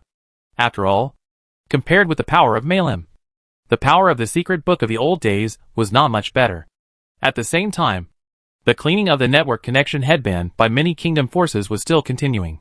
Just as the speaker said before, the brilliant power of the constructed network may only bloom once tonight. With the precedent of tonight, not to mention whether the two empires would sit back and watch the constructed network appear again. Those civilian professionals probably wouldn't dare to touch this thing again. At this moment, the sleeping snow around has been significantly reduced. Glancing at the many 9th level professionals, who were still in a dormant state, Avis suddenly had a new idea. He saw the Speaker of the Federal Parliament, who was powerless against multiple 9th orders. This was a good opportunity to promote the Ring of Truth. He did it as he thought. Avis skillfully took out a piece of eternal gold and shaped it into a stack of thin gold sheets. Then, with the power of the old secret scripture, he branded the emblem of the Ring of Truth on the eternal gold sheet and threw it on each of the sleeping 9th orders. When the 9th orders outside came over and saw the scene, it was estimated that the scene would be a bit chaotic.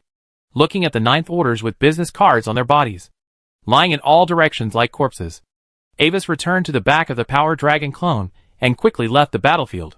While the construction network has not completely collapsed, he is ready to use the body of the old secret scripture as a carrier again, and finally get some wool. When Avis's clone left, the power feedback of the old secret scripture finally came from the body. Because the speaker was already full of Malem's power when he was sealed, the power transformed after the seal was much stronger than its normal state. In the distant Silver Moon Kingdom, the power of Avis's body suspended in the sky suddenly began to rise slowly and firmly. Because the incident happened suddenly, he didn't have time to arrange a breakthrough sight that completely covered his breath this time. So he could only land on the ground temporarily, and quickly put down several protective arrays around him. The surrounding area is in a primitive jungle, with few people. The nearby birds and animals had already been scared away by his breath, leaving only the rustling sound of the silver oak leaves blown by the night wind. With the help of the power of the array, Avis bound his own breath within a certain range to avoid the impact of his breakthrough being too large, which would cause some accidents that he could not deal with. These arrays were obtained by Avis from the secret collection of Emperor Phidias and the inventory of the Sky City. After that, Avis made some modifications, except that the consumption became a little bit higher. The other effects were good. After hastily preparing, Avis quietly made a meditation posture, guided the power of the old secret book with his mind, and sank into the breakthrough state. After a moment, it seemed that without any sign, the glimmer of ice blue and platinum appeared on his body's surface. As the power of the old secret book was transmitted, Avis could feel that the quality of his mental power began to improve continuously. Under this continuous infusion of power, a certain bottleneck was silently broken through like ice and snow melting. It was as if his own will suddenly broke through the wrapping of some kind of fog and got closer to the real world. In an instant, the magic power between heaven and earth formed a huge vortex, spontaneously surrounding Avis, causing the pressure of the protective magic circle to increase suddenly. If the 6th level professional breaks through the 7th level, it is a process of completely integrating the body and the sea of spirit.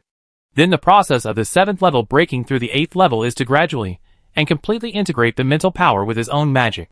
In ancient times, the 8th level professional was also honored as the controller. This is because their magic itself is an extension of their body and will. Even without casting spells, all kinds of miracles can be achieved with just thoughts. Using his own magic as a lever to pry the huge magic between heaven and earth, various super-level magics that can destroy the world are formed. When Avis broke through the 8th level, the power of the old secret scripture continued to promote his strength. Finally, when Avis's strength was close to the middle of the 8th level, this force finally stopped gradually. Feeling his unprecedented power at this moment, Avis gently raised his right hand. At the same time, a cold flame with a color close to blazing white appeared silently in his palm. It divided according to the player's level. I am probably between level 83 and 84 now. But the basic attributes are almost level 90. Evaluating his current strength, Avis put away the ice flame, and then unfolded his own initial spell, which had been upgraded to the 8th level ice field of phantom light at the same time as him. Following his thoughts, a layer of light white light fog suddenly enveloped the hemispherical area with Avis as the center and a radius of nearly 10 kilometers. In this light fog area, Avis instinctively felt that in addition to the enhancement of his original abilities, the biggest change after the breakthrough of the Phantom Light Ice domain to the 8th level was that he seemed to be able to appear instantly at any point in the fog. This involved a profound change in the spatial level, and it was also a domain effect that ordinary professionals could only obtain after breaking through the 9th level. When Avis was concentrating on breaking through the 8th level, on the top of the distant nameless mountain, watching the gradually disappearing vision, Xing and Huiwu both understood the final result. He still failed, staring at the horizon with a complicated look. Xing's tone was a little emotional. I have already warned him that even if he made a seemingly safe plan, his chances of successfully breaking through the zenith wall would not exceed 37%. Besides, at the last moment, half of the control of the construct network was taken away, which made his chances of success even slimmer. The other two empires would never sit idly by and watch Malin descend, and would certainly stop him at the critical moment. Grey Mist also shook his head, looking regretful.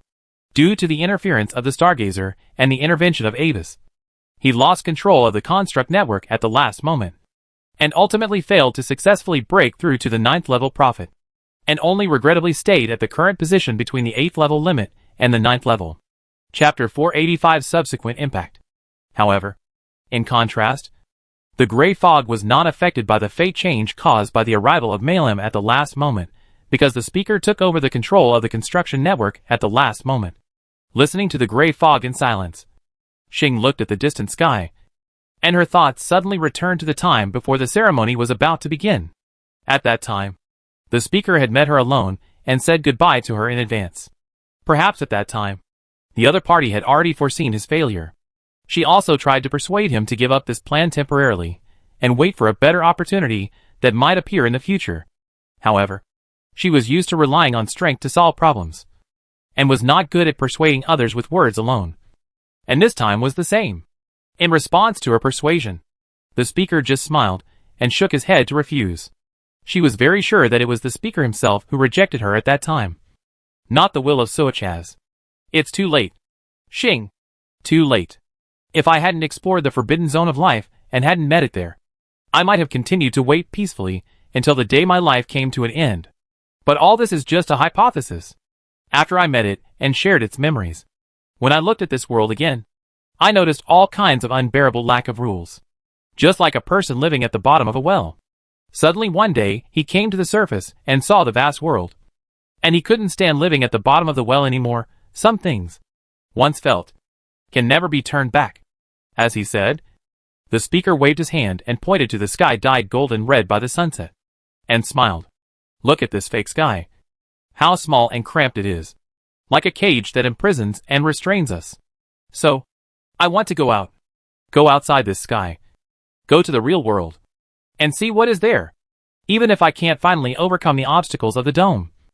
At least I have already stood among the stars. At that moment, under the setting sun, the speaker's dark eyes, looking up at the sky, were also stained with a layer of golden red light, as if burning with a flame called hope, recalling the scene at that time. After a moment of silence, Xing opened her mouth. But in the end, she only sighed softly. When you make a choice, you must bear the price of the choice. Next, what are you going to do? Looking at the abnormal area in the distant sky that is getting smaller and smaller, Xing murmured in a low voice, as if asking the grey fog, and as if asking herself. She witnessed the speaker's entire planning process, and she also knew what role the speaker played in the entire ceremony. The disappearance of the anomaly only represents one result. The speaker himself is probably in danger. The speaker of the Federation and the leader of the Door in the Eye, Soachaz, are actually one and the same, but they have two different wills. Moreover, among the 9 ranks who cooperated with the speaker in the ceremony, several 9 ranks also served as members of the Federation and the Door in the Eye. Therefore, after tonight, the Door in the Eye can almost be said to be dead in name only. Before leaving, The leader has made arrangements. If he has an accident this time, I will temporarily take over as the leader of the door in the eye. After hearing Xing's question, Grey Mist glanced at her and took out the emblem ring and mask representing the identity of the leader. He knew you were unwilling to accept this position, so he left it to me. Although I failed to successfully break through to the 9th level prophet this time, my ability to protect myself is enough. However, those members who were sacrificed by the leader may find it difficult to trust us again after this time. So, I plan to temporarily dissolve the door in the pupil and wait for an opportunity in the future to reunite. I understand. Listening to Grey Mist's words, Xing nodded without much surprise. At this time, the web of fate suddenly produced a new wave, attracting the attention of the two. Hey, it seems that another new prophet has broken through to the 8th level? Feeling the information represented by this ripple, Grey Mist was a little surprised. Due to the suppression of the stargazers, the 8th level prophet is actually the ceiling of the continent. Every additional one will directly have a certain impact on the major forces. It seems that the Guy Mirror has also broken through to the 8th level? Soon, Grey Mist came to a conclusion based on his own perception. As time passed, the sleeping snow above the battlefield finally dissipated completely. After confirming safety, many 9th Order subordinates immediately ventured into the battlefield to investigate the outcome of the battle. So, when the first team that went deep into the core of the battlefield saw a group of 9th Orders still in a dormant state, and their eternal gold business cards branded with the emblem of the Ring of Truth, the situation suddenly exploded. After seeing all this from their perspective, the high-level officials of many major forces outside all looked solemn. The mysterious disappearance of the speaker, who triggered all these changes. What role did the Ring of Truth play in this? At the same time, with the disappearance of the sleeping snow, the wills of many 9th level warriors were no longer suppressed. The strongest 9th level warriors began to slowly wake up under the power of rules that operated spontaneously in their bodies. Instinctively sensing the approaching professional team, Crown of Thorns Mark slowly opened his eyes. After exhausting his holy power, he was invaded by the power of Malem and fell into an endless nightmare. Glancing at the approaching people, Mark suddenly felt that something was added to his body. He raised his hand and touched it, and a metal sheet made of eternal gold appeared in his hand. Ring of Truth? It turned out to be them. Recalling the aura of the mysterious man at the time, Mark suddenly realized, and a trace of shock flashed in his eyes. They are so strong? Even though he had overestimated the threat of the Ring of Truth. After this time, after the other party showed its strength through this means, he suddenly realized that he seemed to have underestimated this legendary resistance organization, being able to withstand the sleeping snow, forcibly destroy the speaker's ceremony, prevent Malem from coming, and even leave a business card at the end. This is not something that an ordinary 9th level can do. After looking at the same business cards on many 9th level people around him, Mark's figure flashed and disappeared, and he quickly rushed back to the capital of the Saint Messia Empire, preparing to report the situation to the Pope and urgently discuss how to deal with the threat of the Ring of Truth. Mark's awakening was like a signal. In a very short time, other 9th level professionals also woke up one after another. When they found the Hingjin business card of the Ring of Truth on their bodies, they couldn't help but be shocked again. There is no need to explain too much. After experiencing everything before, all the 9th levels knew what this meant. At the same time, after waking up, many 9th level people on the speaker's side looked at each other and were a little embarrassed. Although they were hostile to each other at first, the speaker had even tricked them at that time. Besides, there is no reason to continue to take action now. Chapter 486 Epilogue and Return. It seems that we still underestimated the depth of the Circle of Truth. In the floating city before, they definitely gained some extremely important gains. The awkward silence lasted for a moment. And finally, Crystal Door Bayer from the Gloria Empire spoke in a deep voice, breaking the quiet atmosphere on the battlefield. Previously, he relied on his special crystal body that was immune to most negative states, and wanted to temporarily resist the sleeping snow and forcibly break through the speaker's defensive array. As a result, he became the only 9th level extreme who was knocked down by the sleeping snow. Except for Archbishop Mark, who launched the God's Descent. Looking at the other 9th levels gradually waking up around him, Bayer's tone was firm. Do you remember the prophecy? The fallen sky city hides a secret beyond the 9th level. And now it seems that this secret has probably been secretly mastered by the people of the Circle of Truth. Otherwise, they would never have been able to do all this. What Lord Bayer said makes sense. After the previous changes, we must be more cautious about the organization of the Circle of Truth. Listening to Bayer's words, another ninth level, whose body was translucent like an element, nodded in a serious tone. He is a veteran ninth level in the federal parliament, a senior member of the Door in the Eye, and a member of the Human Battery in the speaker's previous magic circle. At this moment, seeing someone come out to provide a step for both parties, he also changed the subject.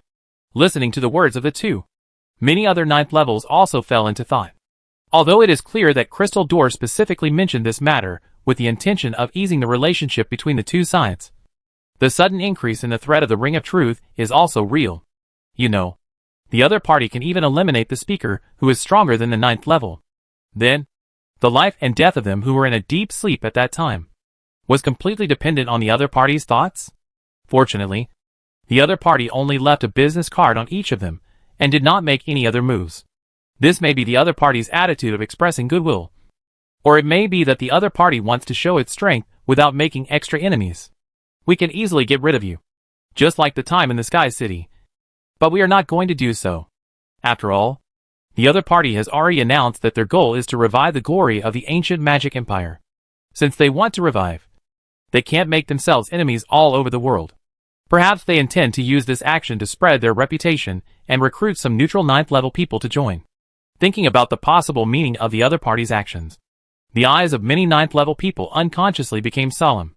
It seems that from today onwards, there will be another top level hidden force on the continent. The Circle of Truth should not be underestimated. After looking at each other, everyone dispersed, and at the same time began to make their own plans in their hearts. As Bayer said before, the other party was able to destroy the speaker's summoning ceremony in such an extremely unfavorable environment. And even the speaker himself was missing. It is impossible for a ninth level professional to do all this. The other party is very likely to have really obtained the secret of breaking through the ninth level and successfully embarked on a further path. Then, for some ninth level professionals in the neutral camp, in order to obtain the secret of breaking through the ninth level limit, even if they really join the Circle of Truth organization, it is actually not impossible. With the suspicion and attention of many ninth level professionals to the Circle of Truth, the Web of Fate suddenly began to undergo new changes. This is exactly what Avis wants to achieve. At this time, Avis's body is in a secret base in the Silver Moon Kingdom. As his professional strength breaks through the 8th level, the huge feedback from the Web of Fate finally falls on Avis. This time, as he plans to seize control of the network, he forcibly destroys the speaker's magic circle, and at the last moment, he seals the speaker himself, and narrowly prevents the will of Malin from coming, and finally attracts unprecedented attention from many 9th level people. The interference degree of the Web of Fate caused by this series of operations has far exceeded the limit required for a normal breakthrough of the 8th level. Therefore, all the breakthrough conditions are met, and Avis is promoted to the 8th level prophet. Even after just breaking through, his strength is close to those old-fashioned 8th level prophet masters who have been famous for a long time. At the same time, all his deeds this time have directly brought him more than 100,000 units of fate feedback power. Gently opening his eyes, Avis exhaled a long breath. After a self-examination of his mental power, he was quite satisfied with the gains of his trip. Every new 8th level prophet will have a significant impact on the fate network of the continent. Therefore, when he broke through the 8th level before, the ripples caused by the fate network could not be hidden from anyone. Other high-level prophets should have known about his breakthrough, and now someone is probably secretly investigating his true identity. However, due to the interference of the old secret book, this investigation is basically a waste of effort. No longer thinking about those things. After adapting to the increased strength, Avis slowly left the base. His base is located on the west side of the Thebiros Mountains, in the belly of an unnamed mountain. The entrance is hidden halfway up the mountain, in a giant gneiss located on a small hillside. Walking out of the rock-like entrance, Avis stood on a gentle hillside covered with all kinds of exotic wild flowers and plants, looking into the sky. At this time, the night has faded, and the horizon has revealed the beautiful light golden color unique to the early morning. The sun of a new day is about to rise. Everything that happened last night seemed to be just an absurd dream. It's time to go back. Gazing at the pale golden morning sun, Avis stroked the thick book hanging on the silver chain in the void around his waist, which was slightly cool, and smiled with ease. He suddenly remembered the cool morning in Moon Castle, and his soft bed, with the scent of snowy orchids, and the little girl who greeted him while yawning in the morning, with her light golden hair with a faint fragrance. On the other side, Landon, who fell on the battlefield, finally woke up in a daze. He felt that he had a long nightmare, which continued the scene in the dark pyramid before, and took him back to the eve of his wedding night with his 3 girlfriends, and he was alone in a room with his sister Leah. This time, without the interference of the dark crow, he finally heard Leah's secret. It turned out that his beloved sister Leah was actually a boy, even younger than him. In extreme shock, although he felt a little bit of incongruity, he accepted this setting very naturally. So, the protagonist of the wedding the next day became Leah, and Landon married Leah in a daze, and became one of Leah's harems with his other girlfriends. Before he woke up, decades had passed in the dream, and his children had broken through the 7th level, although he couldn't remember how he had children, nor how they broke through. But the fact was that, he didn't know why he and Leah were both human, but they often got all kinds of children with dark and amorphous appearances, using ancient and weird syllables to communicate. Chapter 487, Searching for the Circle of Truth. What a weird dream. Recalling everything in the previous dream, Landon couldn't help but still feel a little scared, under the power of Malem. This dream was absurd, but extremely real. Even after he woke up, he could still clearly recall the details of the dream. Landon? Why are you here? At this time, Leo, who had woken up, also noticed the student of his deputy. He immediately fell beside him, and asked curiously, I don't know. When I saw the strange phenomenon in the sky in the camp before, I suddenly fainted. When I woke up, I was lying here, facing the leader's probing eyes. Landon was a little hesitant and vague. He can still feel the existence of Dark Crow, although he doesn't know what happened to the other party. He still instinctively covers for the other party. Is that so? Under normal circumstances, with Landon's poor cover, he can't escape the eyes of Leo, who is a 9th level. Fortunately, Leo didn't pay much attention to Landon. He was now thinking about how to deal with the legendary Circle of Truth before the general attack. The other party had come to him and gave him a big gift. Such an attitude was enough to prove that the existence of the Spark organization was valuable to the other party. Then, could he also use this relationship to establish a deeper communication with the Circle of Truth organization to try to obtain the legendary secret of breaking through the 9th level? I know. Come closer to me. Let's leave here. At this moment, after receiving Landon's answer, which was not unexpected, Leo nodded absent-mindedly, stroking the Evergold business card in his hand, and did not continue to ask. Landon approached obediently. Leo spread his cloak, and the 2 figures disappeared in a twist. In the following days, everything that happened on the battlefield soon spread among many forces on the continent. The Evergrande business card placed on the surface of each sleeping 9th level body could not be concealed. Many people used the remote detection secret method to peek at this shocking scene. So, the name of the Circle of Truth once again shook the entire continent.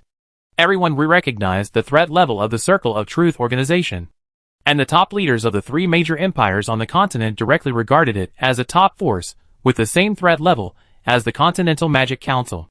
When the scale of the anomaly in the sky expanded rapidly, they had already unlocked their final insurance and were ready to stop Malem from coming at all costs.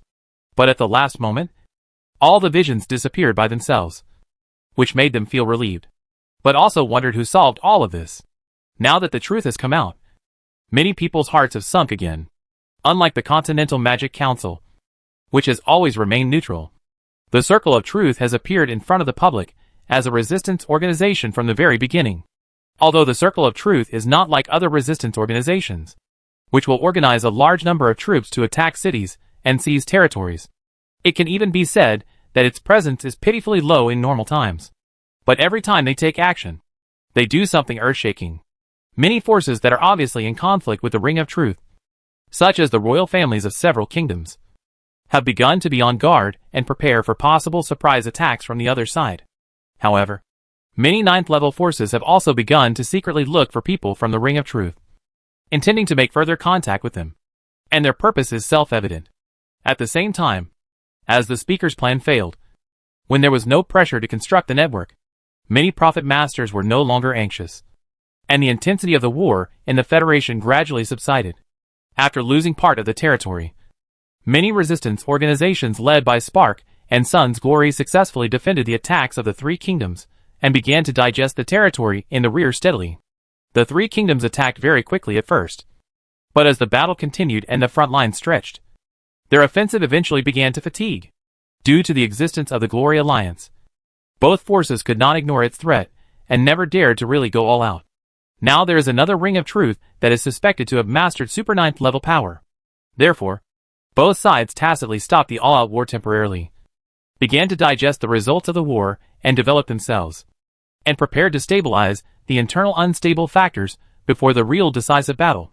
For the 8th level prophet, who pushed the war behind the scenes, when the first one who was far ahead was eliminated by the joint efforts, the progress of the others in breaking through the 9th level prophet was actually not particularly different.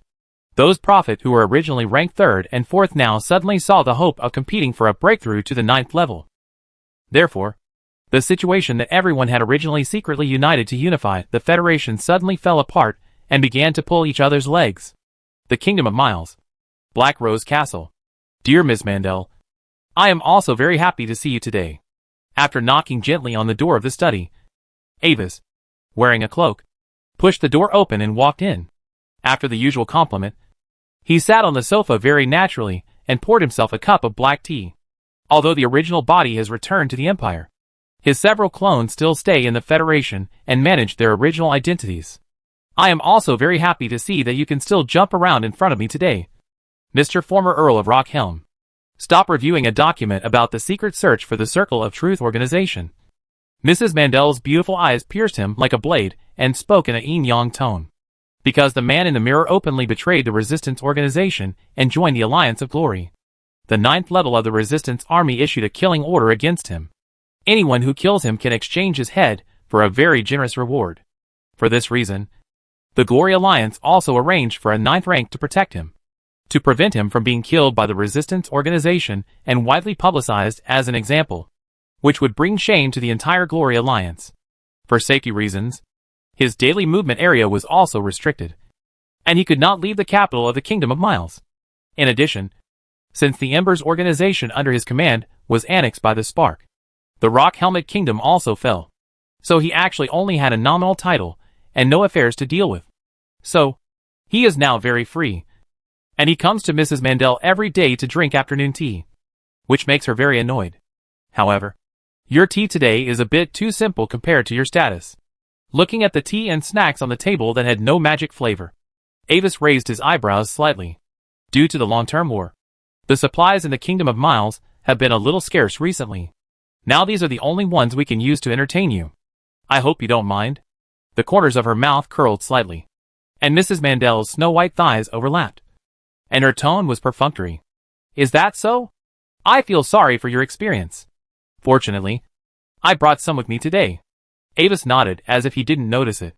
Under Mrs. Mandel's piercing eyes, he took out several plates of exquisite tea and snacks that exuded a magical atmosphere from his ring, as well as a plate of crystal nuts with rich life energy, and placed them on the table very naturally. The magic dessert specially made by the chef of the Secret Gold restaurant, and the first batch of special products produced by the Ancient Tree of Life this year. I got some through private channels. Your quality of life must be very bad recently. Don't worry. I will give you some before you leave. Chapter 488 Wingless Angel. Thank you for your kindness, but I don't think it's necessary. When the next batch of material transport teams arrives in 3 days, the current situation will be restored. Gnawing her silver teeth secretly, Mrs. Mandel tried her best to maintain her elegance on the surface, and nodded with a fake smile. Okay.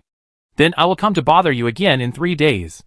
I believe that by then, your quality of life should have returned to normal. After drinking a sip of red tea, Ava smiled and changed the subject. By the way, respected Ms. Mandel, why didn't I see your little pet today? Humph. It's just a pet. After I got tired of playing with it, I naturally threw it away. Ignoring the ridicule in Avis's eyes, Mrs. Mandel responded indifferently. At the same time, she approved the document proposing to secretly send people to find the Circle of Truth organization and try to contact the other party, and also arrange specific investigation personnel. Really? Then why do you want to create an illusion to entertain yourself? Withdrawing his mental power from the document calmly, Avis looked at the bottom of the desk, pretending to be curious. Your perception is surprisingly sharp, Mr. Mirrorman. The tip of the feather pen in his hand shook violently, leaving a small trace of ink on the paper. Mrs. Mandel finally stopped her action and turned her charming purple eyes to Avis, her tone full of gunpowder. Well, I don't know where they got the news from, but the puppy's family came to find them. I couldn't bear to see their pitiful eyes, so I kindly sent them to reunite. Previously, the deputy leader of the Spark organization, Shooter, met with her in private and proposed to exchange for Freya's brother. As an 8th level peak powerhouse, Shooter's strength is much stronger than hers, and she couldn't refuse. However, since she relied on the Glory Alliance behind her, the other party's attitude was not particularly tough. After reaching an agreement, she handed her pet to him. As a price, the other party paid her a considerable amount of resources, which was more than 10 times her previous bid price. Although it seemed that she made a lot of money, she still felt very unhappy. A down-and-out prince with elf blood is not always available, especially not long after Ambus left. Landon brought Freya to find him, which made it difficult for her to believe that this matter had nothing to do with the damn guy in front of her. Oh, I see. Your noble character is really admirable, Ms. Mandel. Hearing Mrs. Mandel's answer, Avis raised his hands and folded them on his chest, slightly raised his face, and pretended to be moved. His acting was extremely exaggerated, which made Mrs. Mandel angry. Yes, but no matter what, a lady who lost her husband has now lost her lovely pet who once accompanied her. As a gentleman, I wonder if Mr. Man in the Mirror is willing to provide a little comfort to this poor lady. As she said, Mrs. Mandel raised her hand and took out an exquisite black collar from the drawer, placed it on the table, and looked at Avis provocatively. Obviously, this guy himself is also her prey, but he has no self-awareness and comes to tease her every day. If she hadn't known that her superiors were currently arranging the 9th level to secretly monitor the person in the mirror, and it was difficult to take action, she would have wanted to subdue him by force with her strength right now, and pin him on the sofa and beat him until he cried and begged for mercy. Actually, it's not impossible. Glancing at her, Avis said in a quiet tone, and the words he said made Mrs. Mandel stun for a moment. However, the premise is that you can successfully make me lose my rationality first. But when she wanted to say something, Avis raised the teacup in his hand to her. For example, you were very wise today. You didn't continue to add the enchanting dream to the black tea, but changed to a new psychedelic. I tasted some fresh white rambutan and phantom pollen. Let me think. Today is the fallen maize with a purity of about 70%. Right? As he said, Avis put down the teacup and looked at Mrs. Mandel with a look of even pretended innocence. It's a pity that I am somewhat resistant to love potions. Of course, if you add a higher purity of the depraved maize next time, I might really fall for it. Has anyone ever told you that you are an absolute bastard? Mrs. Mandel's long eyelashes trembled, and she finally became angry. Thank you for your compliment. Picked up the delicate bone china teapot. Avis poured himself another cup of black tea and sipped it happily. I just like to see you greedy for me. But you just can't have it. Simply drugging his clone cannot affect the rationality of the original body, especially when he has now broken through the 8th level. Tasting the drugged black tea directly was a novel experience. He felt a little hot and a little dizzy, but that was all. When Avis's mirror clone was wandering around leisurely, attracting hatred from the outside world, his other clone, Raphael, who was in charge of the Black Ring Chamber of Commerce, became a little busy. Although the war that swept the Federation has temporarily eased, frictions still break out from time to time between the small kingdoms. Since all the royal families of small and medium-sized kingdoms have basically joined the Glory Alliance camp, the overall situation of the Federation has formed a situation of multiple forces, such as resistance organizations, the Glory Alliance, and many large kingdoms. Once a war breaks out, it will no longer be a small fight between a single small kingdom, but a systematic battle between large armies. Therefore, the countries in the Federation are currently engaged in an unprecedented large-scale arms race. The business of munitions has become very popular for a while, and various special life professions such as constructors, alchemists, and enchanters have ushered in a wave of rapid development. Many large chambers of commerce that had already established a firm foothold in the Federation reaped rich war dividends again, especially the few large chambers of commerce that mainly engaged in magic construction business. such as the Black Ring Chamber of Commerce and the Ever Gold Crown Chamber of Commerce, received a large number of orders and made a lot of money. Due to the previous price war, many small and medium-sized chambers of commerce left the market at a loss and abandoned the magic construction business. And the remaining factories and equipment were also acquired by many large chambers of commerce. As a result, only a few large chambers of commerce can still compete with the Black Ring Chamber of Commerce and the Ever Gold Crown Chamber of Commerce in the field of magic construction. It is worth mentioning that when other chambers of commerce saw the profit and raised the price of selling military supplies, the Black Ring Chamber of Commerce Alliance was able to stick to its original intention and continue to supply some extremely cost-effective magic guide structures to many small kingdoms and civilian professionals at very low prices. When many low-level professionals escaped from the crisis by relying on the affordable magic guide structures sold by the Black Ring Chamber of Commerce, the Black Ring Chamber of Commerce also became famous and gained the reputation of a conscientious chamber of commerce, and was sought after by many civilian professionals. Moreover, under the guidance of rumors that came from nowhere, Raphael, who started out by selling military magic guide structures, gradually gained the title of a wingless angel among the people of the Federation. In order to thank the praise of the people of the Federation, the Black Ring Chamber of Commerce launched the latest military magic guide structure Angel series, which was newly developed and sold to all professionals. At present, Angel Type 1 and Type 2, as the king of cost-effectiveness among affordable structures, have been widely equipped in the armies of many kingdoms in the Federation, and will be officially put into use soon. Chapter 489 Reunion and Changes in the Astral Stone. When the main body finally returned to the Gloria Empire, Avis's life returned to its previous state. Fiona welcomed Avis's return. Although they had met before, Avis had been alone for a long time, and she was always worried that her brother would be discovered by the family's enemies. So, since Avis returned to Moon Castle, the little blonde girl almost always pestered him, as if she was afraid that he would disappear again. Wherever Avis went, she followed him, and her clinginess made Avis feel as if he had an extra big pet. And considering that his youngest son, who had been forced to wander outside, finally returned to the family, it was indeed worth celebrating. Seeing that Fiona and Avis had such a good relationship, Duke Carrot decided to make an exception and exempt Fiona from the lessons for the past few days, so that she could spend more time with Avis. At the same time, the Duke and his wife secretly contacted their other 3 children, implicitly mentioned Avis's return, and proposed that the 3 return to the castle to celebrate together. Although it was announced that Fiona was missing, as descendants of the Duke, the real missing person was Avis, and the Duke did not hide it from them for too long.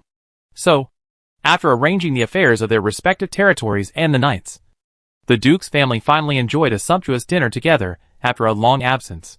Avis, I heard from my father that you were taken away by a 9th-level extreme strongman. Would you mind telling me about your experience in the Federation? I'm curious about how you escaped from the enemy.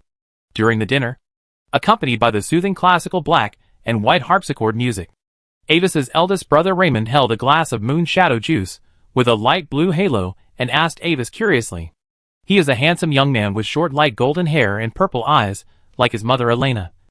And his cheerful personality has inherited his mother's cheerful personality. Hearing Evan's question, Avis's second brother Evan and third sister Alanis also perked up. They were all very curious about Avis's experience in the Idle Kingdom Federation during this period. But since Avis had just returned, everyone had not had time to ask before. Of course. No problem, Brother Raymond. Avis had already anticipated the situation he might encounter after his return. At this moment, facing the curiosity of everyone, Avis slowly wiped the corner of his mouth with a napkin, and then calmly began to tell the story. Actually, I was able to escape at that time, but I was lucky. Do you remember the attack on the Circle of Truth that occurred in the Kingdom of Nice not long after I was taken away by the enemy? Looking at the thoughtful eyes of the crowd, Avis picked up a cup of magic spring, took a sip, and confirmed the vague guess in everyone's hearts. Yes, I was taken to that underground base by the enemy at that time. According to the information I collected there, the identity of the enemy should be an ancient organization called Door in the Eye in the Federation. Not long after I was captured there, the legendary resistance organization Circle of Truth suddenly raided the base, and the enemy leader was also led away by the 9th level of the Circle of Truth. So I was able to escape in the chaos. Is that so? Listening to Avis's description, Everyone looked at each other and was a little surprised. They naturally knew about that incident, but they didn't expect that it was one of the secret bases of the Gate in the Eye. After that, Avis picked out some of the more representative things he had experienced and talked about them, such as how he disguised his identity and temporarily lived in seclusion in the Silver Moon Kingdom after escaping, studying the principles of crystallization disease, and how he joined the Embers organization. Is it the Circle of Truth again? After listening to Avis's narration, Duke Carrot instinctively frowned. After the mysterious strongman of the Circle of Truth eliminated the Speaker of the Federation and prevented Malem from coming, the discussion about the Circle of Truth at the regular meeting of the nobles had never stopped. As the current Duke of Carlos of the Empire, he was extremely vigilant against this mysterious and powerful legendary resistance organization, even if the other party's actions accidentally saved Avis. Anvis, when the people from the Circle of Truth raided the base, did you notice any information that could help identify their true identities? Unfortunately, I was busy escaping at the time, so I didn't get any relevant information. Father, facing Duke Carrot's gaze, Anvis showed a thoughtful expression. After a moment, he shook his head, as if he really couldn't think of any valuable information. The Circle of Truth is still very important in his next plan, so it is not convenient to reveal it to the Duke for the time being. Well, I know. Duke Carrot didn't doubt him. After all, he just asked casually without any hope. If Anvis noticed something at the time, it would be an unexpected surprise. Even if there is no such thing, it is also reasonable. After the dinner, Avis finally said goodbye to the reluctant girl and returned to his own room. At the beginning of the first month of the furnace fire, the purple moon Amos was still in a special crescent state. Among the stars, only Sevian, like a narrow sickle, hung in the night sky. The cold moonlight poured into the room through the open window, flowing on the surface of the pearlwood desk, covering everything on the desk with a layer of silver gauze. Sitting in front of the desk, Avis took out an ancient light blue stone plate and observed it carefully under the moonlight. The surface of the stone plate was inlaid with 5 gems of different colors. Under the hazy moonlight, the strange inscriptions engraved on the stone plate glowed with a faint silver light, and the material seemed to be somewhat translucent, which looked extremely mysterious. That was the star stone plate that Fiona gave to Avis. After Avis's research, he noticed that whenever the silver moon was covered and the purple moon was not visible, the stone plate would show special changes. However, it seems that due to the lack of destiny power gathered in the stone disc, the changes in the stone disc only showed signs, and then could not continue. Using the destiny ripples caused by his breakthrough to the 8th level prophet, Avis arranged a special secret ritual to forcibly accelerate the process of the stone disc gathering destiny power. At present, in his perception, the progress of the stone disc collecting destiny power has reached about 80%. If there is no special change, it should be completely completed in the next few years. After studying for a while, Avis put away the stone disc and began to analyze his next action plan. What he did before was still effective. With his intervention, his brothers and sisters are still safe and sound. And the door in the eye, one of the masterminds in the previous life, was also hit. However, the threat faced by the family has not really been resolved. The Stargazer was just injured and closed, and he would recover again in a few decades at most. Even due to the feedback obtained from the previous wide-ranging destiny blessing, the recovery time may be shortened again. Although the door in the eye had to lie dormant under the continuous blows, its main body was not really hit hard. Although the speaker, who is suspected to be the leader of the other party, has been sealed by the old secret book, the other party now has a gray fog between the 8th and 9th level prophet. After waiting for the current crackdown to pass, it is still possible to recover secretly. Chapter 490, Unexpected Seeds. His actions actually delayed the arrival of the family crisis by several decades. It seems like a long time, but for mid and high-level professionals, it is actually just a short period of time in life. Therefore, in this precious development time that he has worked hard to gain, he must be careful in every step. The ideal situation is to find some foreign beings that can serve as fuel for the old secret scripture again, and it is best to stack his attributes to above the 9th level. Even if it doesn't work, at least he must gain enough power to protect himself so that he will not be slapped to death by the enemy. At the same time, he has a problem about the old secret scripture to deal with. When living a low-key life in the Federation, in order to form the prototype of the Embers organization. Avis personally injected the seeds of distortion into some high-level professionals in the evil camp. From the evolution of the old secret scripture to the present, the upper limit of the seeds of distortion that can exist at the same time is 7. And the only living carriers of the seeds of distortion at that time should be Matt, who joined the Spark organization, and Ogman, who studied the perfect blood on the island. In other words, he should still be able to use 5 distortion seeds. But when he was actually controlling his subordinates, he noticed that the number of distortion seeds he could use was inexplicably 1 less, leaving only 4.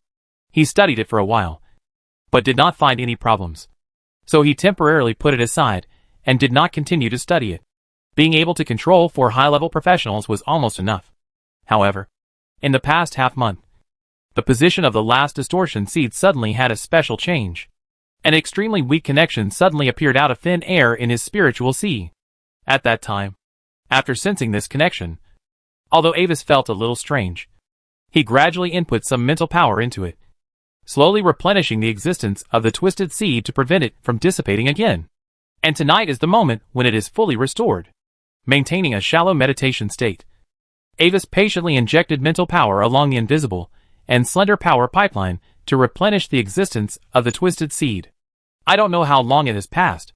Finally, at the location where Avis injected mental power, a star with the same appearance as other twisted seeds, and several other normal twisted seeds, but slightly dimmer in brightness, suddenly lit up in his spiritual sea. At the same time, a new piece of information was transmitted into Avis's spiritual sea along the trajectory of the starlight. Reading the information automatically transmitted back by the twisted seed, Avis finally understood the source of this twisted seed. The bishop of the Holy Light Church, Yanel. Avis had previously thought that he had died in the secret ritual of the Saint Plan. But in fact he was not really dead, but was taken back by the Vatican for emergency treatment. The original purpose of the ritual was to create a 9th order extreme gods chosen. But due to unknown reasons, 2 of the 7 bishops directly turned into light and disintegrated, and the aftermath formed the light column of the Holy Night. The other 4 bishops were also seriously injured. And then, their souls were irreversibly assimilated by the holy power. And their self-will completely dissipated. Only Bishop Yanel survived all the dangers. After more than a year of sleep, he recently woke up again. And it was a blessing in disguise, making the body's affinity and purity for the holy power even further. At the same time, under the extreme holy power infusion of the ritual, Yanel directly broke through the final bottleneck of the 8th level, and became the youngest 9th level priest in history. Yanel's awakening shocked the entire Holy Light Church. Even the current Pope Saint Messia III was alarmed. After visiting him in person, he immediately announced that he would accept him as his student. After receiving the information sent back by the seed, Avis was a little happy and worried. He was happy that he might get a 9th level undercover. But he was worried that when the other party broke through the 9th level, he was not sure whether the twisted seed would still work on Yanel. Although the status of the old secret scripture is very high, the 9th level priests of the Holy Light Church are different from other professionals after all, facing the legendary power of the gods. Even Avis is a little uncertain. Although the connection seems to be still there, Avis cannot be sure whether this is a trap that the other party deliberately kept after discovering it, and intended to lure him out. Staring at the stars in front of him, and thinking for a moment, Avis finally decided to observe for a while. He had previously given instructions to Yanel, and when he got information about the Saint's plan, he should pass the message to him through the distortion seed. Now, with Yanel becoming the Pope's student, the probability of him getting in touch with the real secrets of the Holy See will be greatly increased. As long as the other party continues to pass on information to him, he will not lose. Yes, Father, I hope to return to Pamir College for further study. After playing with Fiona in the family secret realm for several days, and sharing many of his travel experiences with the girl, Avis found Duke Carrot again, and applied to him to return to Pamir College. He couldn't hide in the family secret realm for a long time to study and practice like Fiona did. For him, that was tantamount to waiting for death. There are many benefits to returning to the academy. First of all, it is equivalent to strengthening the idea that Anwise himself has never disappeared to the outside world, and in disguise confirming the authenticity of his previous letters. At the same time, this can provide a good cover for his private actions. At present, when his real strength breaks through the 8th level, he can leave a clone in the academy at any time to confuse the sight, and the main body takes the opportunity to leave to do other things. Finally, as the top magic academy in the entire empire. Some taboo magic wonders that will appear in the future in Pamir Academy are always secretly watched by him. The students of Pamir are also very valuable magic talents, and they are also worth managing. Okay, if this is your decision. Looking at the handsome boy in front of him, who looked at him calmly. After careful consideration, Duke Carrot finally nodded and agreed to Anwise's decision. He actually knew very well that Anwise's purpose was definitely not just to learn magic, or like other ordinary noble children, to indulge himself outside for a few more years. Carrot has always been quite tolerant of the actions of his surprisingly worry-free little son, and he actually had a vague guess about Avis's true strength. But since his child was unwilling to reveal it, he would not deliberately explore it. Is this really okay? Will Avis be in danger? A moment after Avis bowed and left, the voice of Duchess Elena rang in a low voice in the shadow corner of the study. There is nothing without risks, dear. But since our child has made his own choice, the only thing we need to do is to provide him with blessings and support.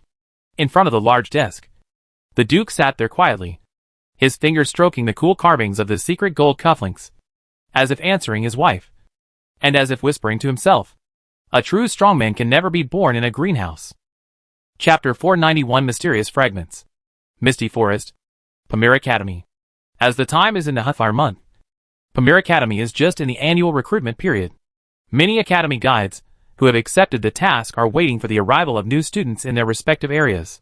Without any signs, in the eyes of everyone who is a little surprised, a strange small airship suddenly broke into the academy's maze and slowly landed at the airport dock. The ice blue crystal bird emblem is imprinted on the side of the airship.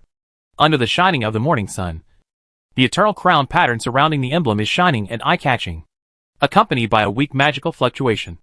The hatch slid open silently, and the metal gangway covered with a red carpet slowly descended to the ground. Greeted by two academy guide mages, Anvis slowly walked down the family's alchemical airship. The exquisite earth dragon leather boots stepped on the solid black stone ground of the dock, making a rustling sound. Behind him, the silver-white alchemical airship gradually rose up, and then flew away among the light golden clouds illuminated by the morning sun. Sir Avis, this is your new college ID card. Your previous residence is still reserved for you. You can go and receive it at any time. After Avis stood firm, one of the guide mages stepped forward and took out an ID card and handed it to Avis. In addition to your previous credit balance, there are an additional 5,000 credits, which is the college's compensation for your previous attack. Okay. Thank you, Sir Guide. Nodding calmly, Avis didn't say much, just took the ID card, and then left for his residence. This was his personal compensation. When the enemy attacked, the trap he set in his courtyard was triggered, triggering the alarm of the maze lock, which scared the enemy away. As for the fact that Fiona was taken away by the enemy, the Pamir Academy and the family members discussed the compensation separately, which had nothing to do with Anvis. Soon, his former residence appeared in his sight. After a year and a half, the traces of elemental explosion in the courtyard had been covered by weeds. The green climbing spread to the outer wall of the small building, and lavender flowers bloomed. After spending half a day using magic to repair his residence, Anvis took out a pile of letters from the magic mailbox, and then took off the sign of "Do Not Enter" on the fenced door of the courtyard and returned to his residence. In half a day, I believe that the news of his return should have reached the ears of many people with a caring heart. As Anvis expected, in the following days, many people came to visit one after another with their own thoughts. The fastest ones were the descendants of the other three major families, as well as the 9th Prince Lon Nua and others. They were the most well-informed. For example, Avis's return was a big event. Avis had been notified as early as he boarded the airship to the academy. Later, his friends such as Harvey, Hillier, and the female knight Erica visited him. Albans himself was in charge of an important magic experiment and could not leave for the time being. But he also controlled a constructed clone to meet with Avis and exchanged identity marks again. At the same time, during the time when he was not in Pamir, Claire, who had left the academy, sent him several letters. She shared her travel experiences in it, and attached some magical images of ruins and antiquities, as well as some small things found in the ruins. For example, strange eyeball sculptures, silver pendants engraved with twisted stars, runes carved on black stone, pale green fossil pieces, etc. Looking at these magical images and souvenirs, Avis could imagine the scenes of her thrilling escape from the collapsed ruins. However, when he picked up the last letter sent by Claire, the old secret book hanging on his waist suddenly flickered. This immediately attracted Avis's attention. He opened the letter and poured out a piece of dark blue fragment about the size of a fingernail from the envelope. The material of this fragment seemed to be some kind of crystal, but it flashed a bright metallic luster, and there were several parallel scratches on the surface. Due to its small size, its original form could not be distinguished. Avis picked up the fragment and held it in his hand. It felt very light in his hand, not even as heavy as ice of the same volume. He noticed that when he held up the fragment, the old secret book did flicker slightly, but it did not change further. Avis was somewhat concerned about this change, and he looked at the content and time of the letter. The letter was sent by Claire 4 months ago. In the letter, the half-elf girl told about a hidden ancient ruins group she found in the lost desert, as well as some strange traces of prehistoric civilization in it. The fragment was obtained by her from an altar in the ruins. Since she could not distinguish its specific material, she sent it to Avis to see if he could tell its purpose. After repeatedly testing the fragment, Avis finally found that he could not tell what it was through these conventional identification magics. After thinking for a while, Avis contacted the head of the family and asked him to investigate Claire's whereabouts as soon as possible. Then, he took the fragment into the underground laboratory and prepared to use a special magic spectrum analyzer to determine the specific elemental composition of the fragment. In Avis's research, half a month passed in a flash. During this period, Avis did not have a smooth time. The progress of instrument analysis was unexpectedly slow, and the detection progress was only about halfway through. The family's intelligence agency also failed to find Claire. It only found that the other party entered the lost desert alone and then disappeared. In this case, Avis came to the classroom of the Advanced Mystery course for a long time, ready to change his mood. Today, I will tell you about the legendary 7th level mystery spell Limited Wishing. In the center of the wide casting field, a huge magic circle with dark red main lines, as if drawn with the blood of some creature, is emitting a faint magical light. Several mermaid candles with blue candle flames were scattered at the 6 corners of the core of the ritual array, making the atmosphere in the room very mysterious. Standing in front of a huge black crystal ball, half a person's height at the core of the array, the silver-haired girl mentor Nancy pushed her silver-rimmed glasses and looked at the many students on one side of the ritual array. Most wish magic is actually like a trick. All it does is to realize wishes through ordinary means, and use magic to make up for the unreasonableness of the process. The lens reflected the jumping blue light, and Nance's eyes slowly swept across the faces of everyone. Perhaps you will make a wish to obtain some treasures, such as dragon scales, which may cause a dragon to fly over your residence, or simply a dragon's space transmission made a mistake and was directly teleported to your home. Then, under the effect of the wish magic, it dropped a scale. But here, the effect of the wish magic ended. The most important thing is that this does not mean that the dragon itself cannot feel the influence of the wish magic. So you will have to face the wrath of a dragon. Chapter 492 Limited Wishing Technique. Standing on one side of the crowd of students, Avis listened to the instructor's explanation like other students, and his performance was inconspicuous. Advanced courses usually teach magic knowledge from level 4 to level 7, and the students who come to listen are all students above level 4. However, since there are always few students in the Department of Mysticism, most of them are students from other schools who come to audit. In addition, there are also few people auditing other courses in the Department of Mysticism, except for the course of wishing.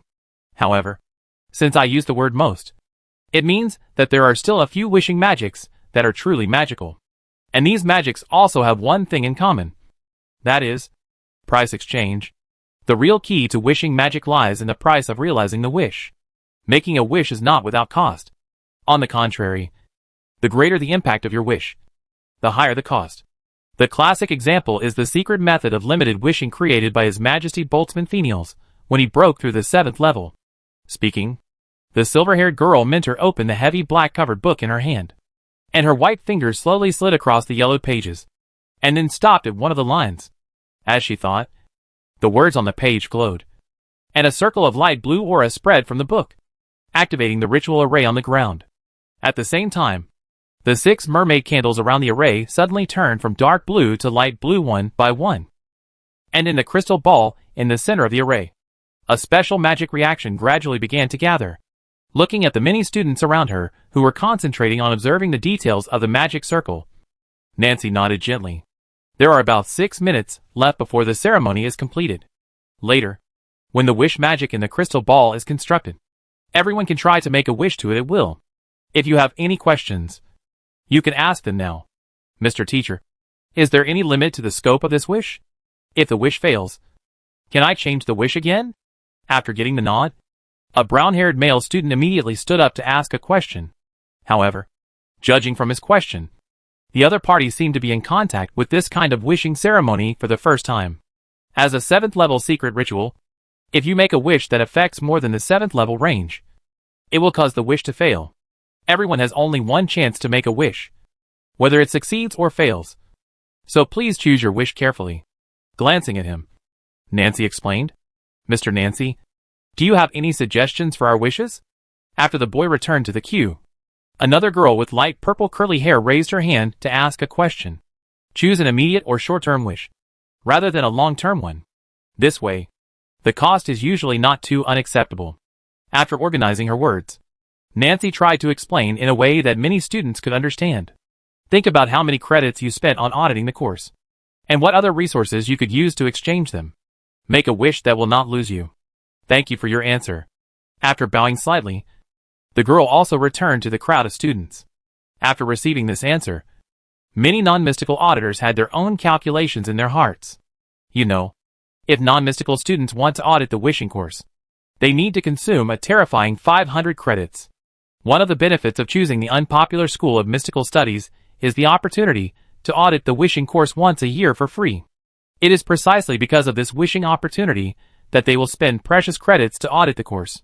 A moment later, 6 minutes passed slowly. In the crystal ball in the center of the magic circle, a faint golden light finally emerged. What is a bit strange is that there is no magic structure in this light point formed by a large amount of magic power, as if it is a projection that does not exist in the world. The ritual has been successful. As a simulation teaching, the sealed crystal ball next to me can provide a barrier. When you make a wish, the price of the wish will be shown in the crystal ball, and then you can decide whether to realize it. After explaining the rules of use, Nancy fell silent again, letting the students whisper. Looking at the huge crystal ball in the center of the magic circle, Avis inexplicably thought of a miraculous wishing medium that had brought him to this world. Since he was brought to this world by the magic of wishing, he had a systematic understanding of the magic of wishing. For example, today's limited wishing spell. According to records, although Boltzmann himself created it, he never really used this magic. As for the reason, it seems that the effect of this spell is a bit tricky. Teacher, can I make a wish now? After a moment, because most students were still hesitant, it was the brown-haired boy who stood up first. Come over to me. Stand in this star structure, and use your mental power to transmit your wish into the crystal ball. The silver-haired girl instructor nodded and pointed to a 7-pointed star with tiny inscriptions beside him. Standing at the position indicated by the instructor, the boy looked at the crystal ball in front of him, thought for a moment, and then decided to be conservative. I hope to get 50,000 gold coins immediately. The price is that whatever you do with these gold coins will get the results you don't want to see. Looking at the feedback emerging from her magic book, Nancy read it out. At the same time, the light blue flame on a candle returned to a faint blue. Do you need to make a wish come true? Make it happen. Getting this result? The boy hesitated for a while and finally nodded. Very good. Next one. Getting his confirmation, Nancy tapped the crystal ball in the air. So, a pile of gold coins appeared out of thin air and floated in front of him. After he collected the gold coins and returned, another girl stepped forward. I hope my next magic experiment will be successful. As a price, your next important experiment will definitely fail. After reading the information in the crystal ball, Nancy looked at her. Forget it. Hearing this result, the girl immediately waved her hand. Very good. Next one. Under the guidance of teacher Nancy, students made their wishes one after another. But in the end, half of the students did not choose to realize it. Finally, it was Ava's turn to make a wish. Many students present had heard of his identity. Seeing him on the stage at this moment, they couldn't help but hold their breath a little and planned to listen to his wish. I want to know the current location of the person who took this magic image. After observing the wishes of everyone before, Avis also roughly understood how to use this spell. It just so happened that he needed to find someone. Since the wishes of the limited wishing spell did not exceed the 7th level, he could also determine the danger level of Claire's area. The price is, you will be haunted by the weird. Looking at him with some surprise, Nancy nodded. So, is it possible? Chapter 493, Valuable Exchange and Dragon Slime. Of course. Somewhat surprised by the price, Avis nodded. He originally thought that the price might be that he couldn't find Claire no matter where he went. As for the so-called weirdness, Avis didn't care at all. With his current strength, he didn't think that the so-called weirdness would pose any threat to him. Very good. Next one. Without saying much, Nancy tapped the crystal ball in the air as before. Then, a picture suddenly appeared in Avis's mind. In the blue-black night sky, a full purple moon and strange black stars hung high, and a light blue guiding star hung far away in the sky, indicating the concept of direction. The dark purple barren mountains and deserts under the moonlight appeared in Avis's gaze. Then, the height of the picture began to drop rapidly and sank deep into the earth. In the dark cave environment, a blonde girl wearing a thick traveler's cloak and holding a magic lantern in her hand walked alone on a narrow rock bridge. The material of the bridge is a dark and solid rock with no guardrails. Both sides of the bridge are like a bottomless dark abyss.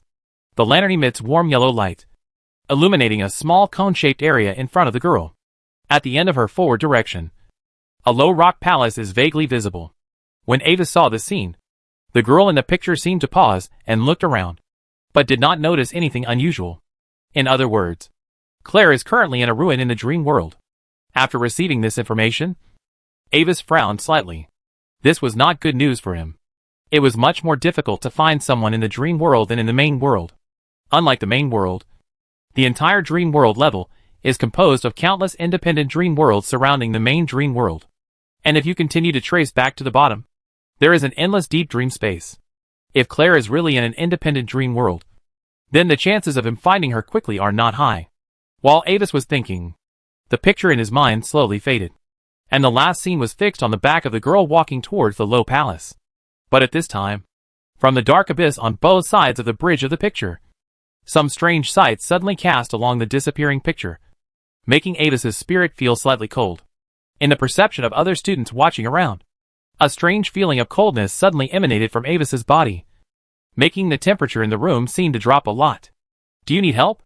Sensing the abnormality of Avis, Nancy frowned slightly. In her perception, the aura of this strange existence is at least above level 6.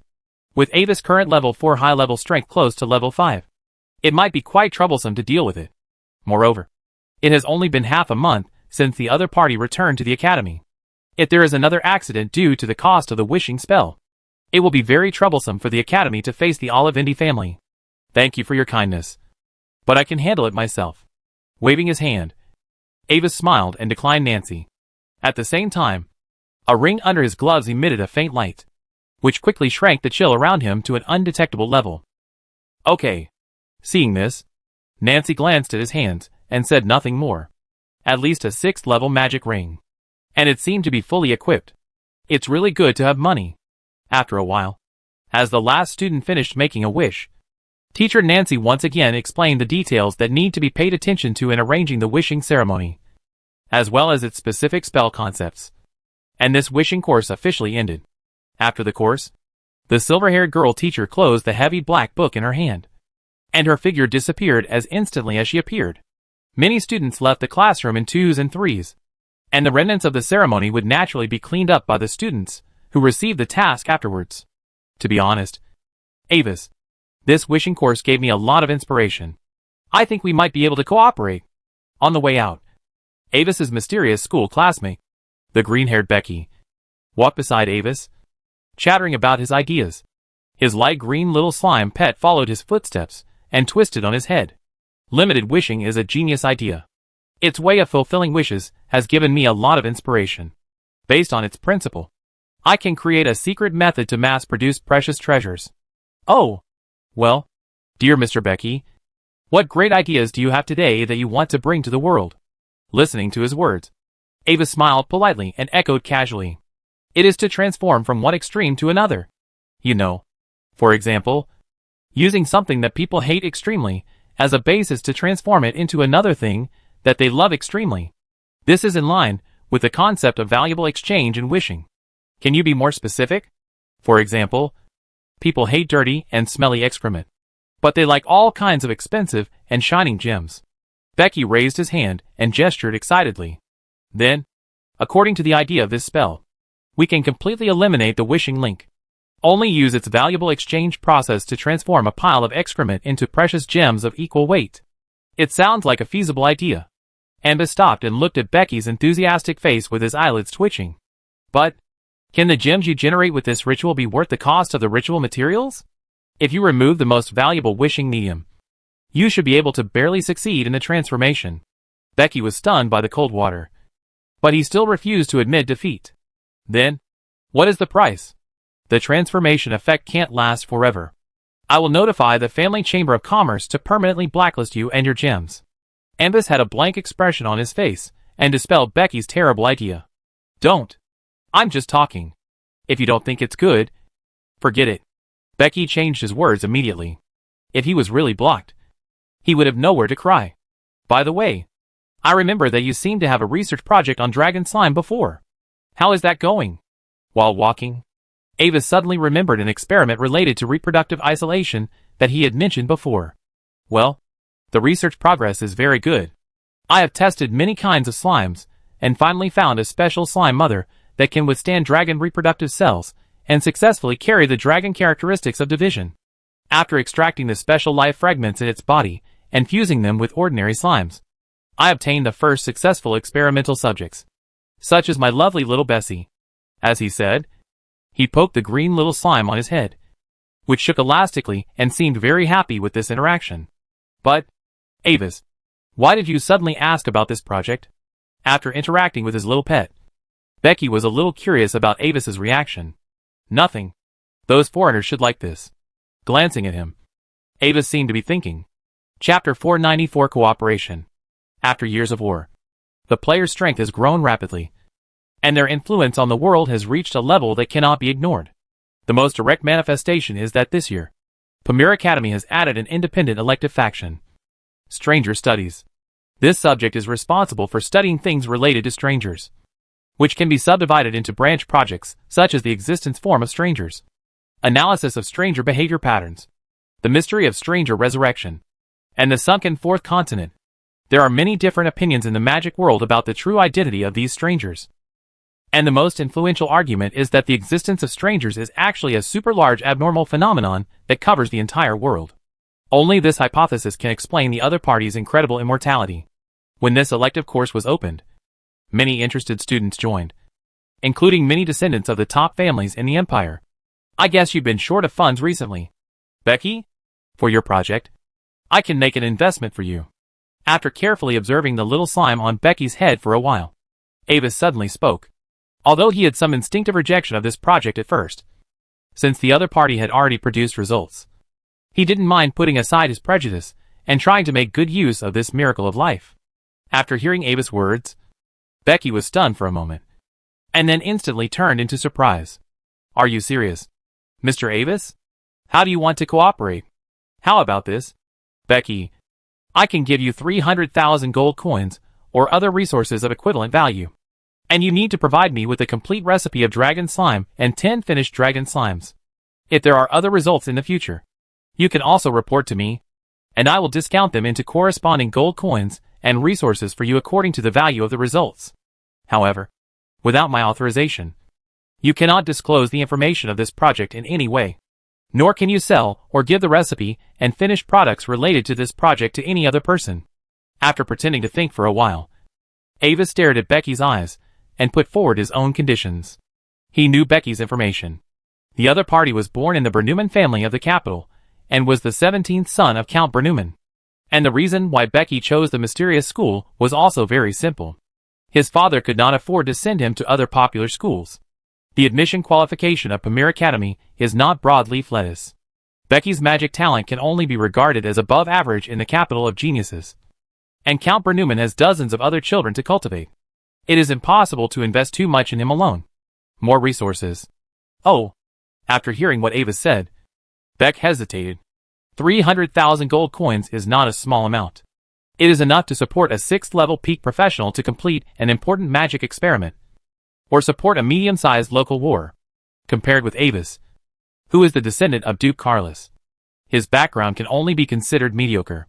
With this money, several new experimental projects in his mind have sufficient financial support. But if he agreed to Avis's conditions, it would be tantamount to selling the entire Dragon Slime project to the other party. If the project is further explored, it is likely to bring him more benefits. I'm sorry, Avis. I can't agree to your condition. Can you change it? Finally, the green-haired boy shook his head regretfully and rejected Avis's proposal with some difficulty. Really? Avis nodded without comment. Then, what if I raise the price to 400,000? This, 400,000 gold coins. Even so, Beck's throat rolled. His forehead was sweating. His turquoise eyes stared at Avis's calm expression. And he was in a fierce struggle between heaven and man. The other party was willing to offer 400,000. Which means that in the eyes of the other party, the value of this project is definitely more than this number. How can the project be sold so easily just because the other party added some money? 500,000 gold coins. This will be my last bid. Okay. Happy cooperation. The two hands shook gently. Forget it. The old does not go. The new does not come. So, when will the deal start? After the two of them reached an agreement on the deal, Avis took out a contract, wrote the main text, and after both parties confirmed and left their seals, the power of the contract enveloped the two of them. I can give you the detailed process of preparing the dragon slime now, but the finished product will have to wait until 7 days later. I need some time to cultivate it. Take out a crystal ball. Becky put it on his forehead, took it off again after a moment, and handed it to Avis. This is the preparation information, which includes my experimental log. You can study it by comparison. Putting away the crystal ball handed by Becky, Avis looked at the slime above his head and suddenly thought of a question. By the way, have you ever experimented with humanoid creatures? I've only tried the winged mother, and the results were pretty good. The little slime born looks similar to the mother, but can't fly due to the special gel structure of the body. Beck nodded, not hiding anything. However, with this new funding, I think I can try other species of experimental subjects. Keep going. As for the resources, someone will be responsible for handing them over to you. After getting the answer, Avis turned and left, no longer paying attention to Beck, who was excited alone. He bought this dragon slime to add a new specialty product to his own chamber of commerce and power stores. As long as the mother is well selected, the slime after alienation with the help of other biological characteristics should be a good pet choice. And, considering the diversity of players' tastes, it is best to continue to enhance the splitting and reproduction ability of this slime, not only sticking to females, but also allowing males to become the mother of genetic information. At the same time, after his return, he found that in the past year and a half, the player organization Secret Society that he had almost always left alone since it was established has gradually grown into an existence that cannot be ignored. Since Avis brought back an astonishing number of various resources after his return, the foundation of the Secret Society has been truly supplemented. The Secret Society can now be regarded as a high-level force. Previously, because Avis insisted on establishing the Secret Society despite the dissuasion of others, the weird reputation of being whimsical, and so on was instantly turned into a long-term vision, which made those who planned to watch Avis have fun a little dumbfounded. But at the same time, they also began to doubt whether Avis had mastered the behavioral patterns of some foreigners. Chapter 495 Racial Distinction of Slime Girls. Before the study of strangers was officially launched on Pamir College, many high-level nobles had actually already started research on strangers. At first, they only saw the special immortality of the players. Many people secretly captured some players, hoping to develop some kind of secret ritual to obtain the player's resurrection ability. However, after a while of research, such projects were gradually shelved, because even the powerful 9th level professionals could not figure out the source of the player's characteristics. There were even rumors that there was some extremely great existence behind the strangers, whose power far exceeded the 9th level of this world. So, after the first period of time, high-level professionals always kept a distance from the players, because they actually doubted whether the players were also a trap set by a powerful existence. If so, the wisest choice was to keep a distance from them for the first period of time. This choice was not a problem, because the players with generally low levels could not get in touch with things at their level. But as time went on, the players' performance completely refreshed their cognition. Can you become stronger by eating, drinking, and looking for cats? Even the speed of becoming stronger is faster than their practice? After noticing the players' weird strength improvement speed, many high-level professionals were shocked. If it was just one or two strangers, it could be attributed to their talent. But if all strangers were like this, then the matter would become serious. Could it be that looking for cats can produce some indescribable special power? In order to solve this mystery, Star Chaser, the vice president of the Imperial Royal Magic Academy, even went out in person to accompany one of his foreigner students to find cats. But after catching hundreds of cats, Vice President Sai found that there was no abnormal power flow during the whole process of finding cats. Only at the moment of submitting the task, the power aura emanating from the foreigner, who was the object of observation, would suddenly become stronger without any signs, and even break through the rank on the spot. Sai was puzzled by this unreasonable breakthrough method, but no matter how many question marks they had, as time passed, the strength of a large number of foreigners was infinitely close to the 4th rank. This is a very critical threshold. The middle-level professionals, who have undergone the first qualitative change in mental power, are the real backbone of the countries on the continent. The good news is that these foreigners seem to have finally encountered obstacles when they reached this threshold, and could not continue to break through smoothly. Now, with the rise of the foreigner discipline, many professionals in the academy have also begun to form their own foreigner forces, intending to use them as possible observation objects in the future, as the mysterious ceremony has long been developed. Perhaps the largest foreign power in the entire empire. Many people have recently had the idea of getting involved in it. In this regard, the 9th Prince Lano and Evan had specially reminded Avis when they met with him before. A few days later, Becky delivered the first batch of slime samples that Avis wanted as promised. After getting the samples, Avis immediately took them into his remodeled underground laboratory. Claire couldn't be in a hurry for the time being, so Avis decided to solve the research on this kind of slime first, so as to add some core competitiveness to his mysterious ceremony. Other forces have also begun to pay attention to players, although they seem to have started much later than Avis. Avis never overestimates the integrity of players. After all, collective job hopping and backstabbing are traditional skills. Welcome, Your Majesty the Controller. Detecting Avis's breath approaching, accompanied by the greetings of the court-tailing Bomia, the heavy magic-blocking alloy door automatically opened. At the same time, various states of quick thinking and immunity to negative influences were attached to Avis. With the improvement of his own strength and power, this place has been arranged by him into a real cutting-edge magic laboratory, including various extremely expensive and giant magic instruments that have high requirements for the user's mental power. Even the research of taboo spells is not a problem. Placing the silver storage box containing the living slime sample on the central composite analysis table, Avis opened the lid of the box and released the slime inside. Pudgy poo. However, after opening it, Avis found that among the slimes sent by Becky, only 5 were the initial ball-shaped slimes, and the other 5. Looking at the translucent girl slimes on the experimental table looking at him curiously, Avis had a blank expression. Humans, winged people, orcs, natural elves, dark elves. There are 5 new types of slimes in this world. The specific types are easy to identify.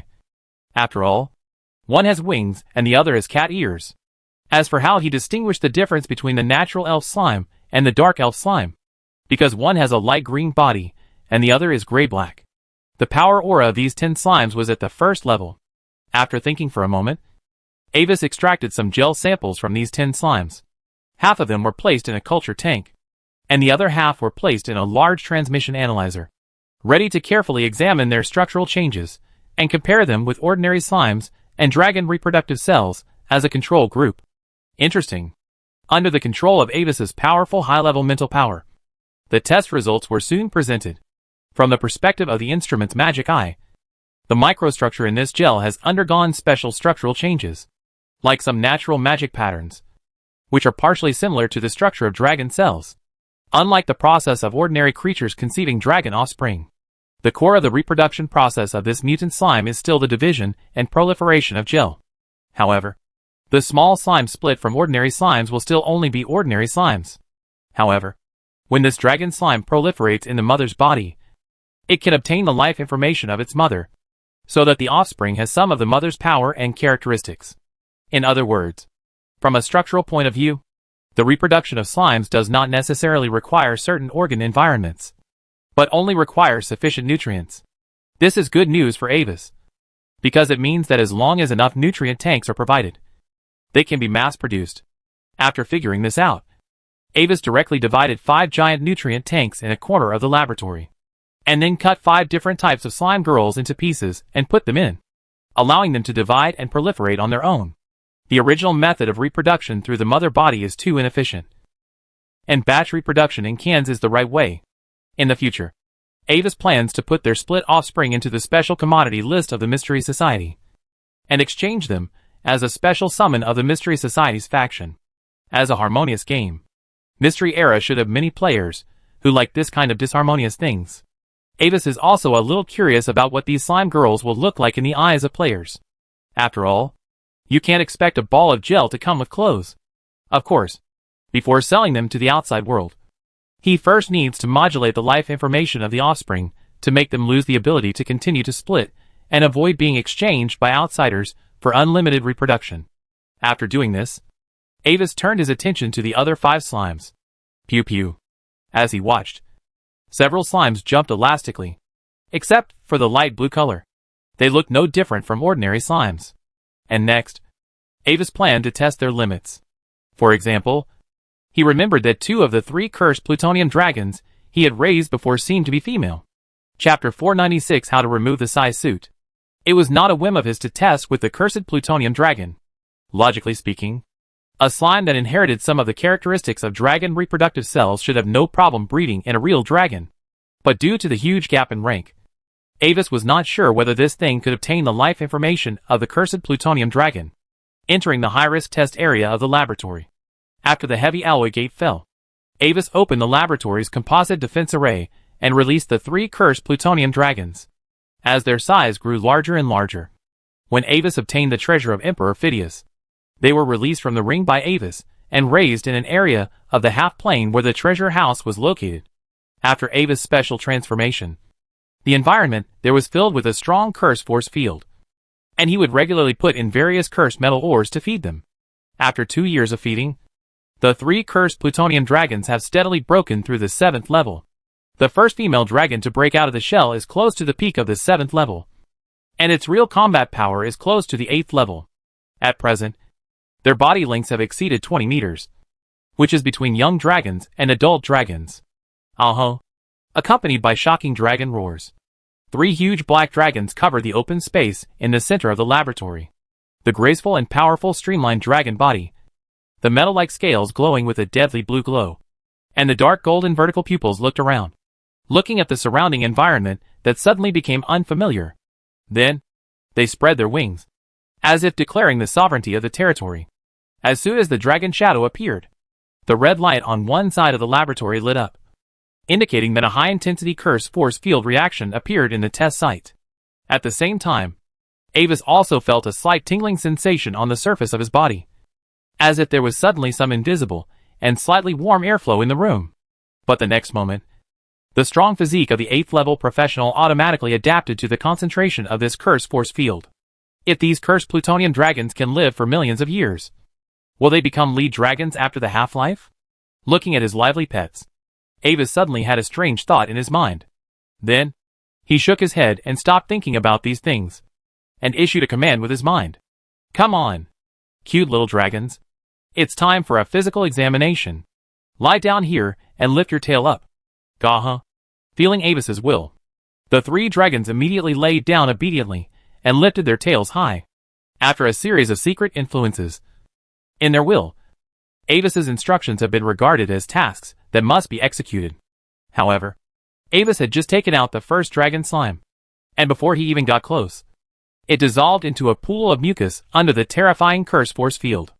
After discovering the problem, Avis readjusted the gel structure of these slimes and implanted the ability to absorb the curse force field, allowing them to proliferate normally in a strong curse force field environment. However, the second slime that Avis had high hopes for still failed, although it was able to absorb the curse force field. However, due to the huge gap in hard power, The unlimited absorption eventually caused itself to be directly blown up by the curse force. The gap in strength is still too big. I'm afraid the success rate of direct reproduction is very low. Seeing this result, Avis was also a little helpless. Unlike other species, the price of the dragon slime as a secret modulation creature that can master this special reproductive ability is that the structure is not as stable and perfect as the naturally evolved species. This also means that their strength is almost completely solidified, and there is no room for improvement. In this case, there is no need to try the original reproduction method. After changing his way of thinking, Avis listed several questions. Why must they proliferate in the mother's body to give birth to a new variety of slime with the mother's characteristics? Why can't they obtain the life information of male organisms? According to the knowledge of the previous life, the biggest difference between females and males should be in reproductive cells. So, if it is extracted separately and placed in the nutrient tank with the dragon slime for cultivation, can the same effect be achieved? After having an idea, Avis used a special extraction magic to take out some cell tissue samples of the two female dragons, merge them into the other two slimes, and place them in the culture tank. At the same time, in order to increase the success rate, both culture tanks use a special nutrient solution rich in cursed force fields to simulate the internal environment of the cursed plutonium dragon to the greatest extent.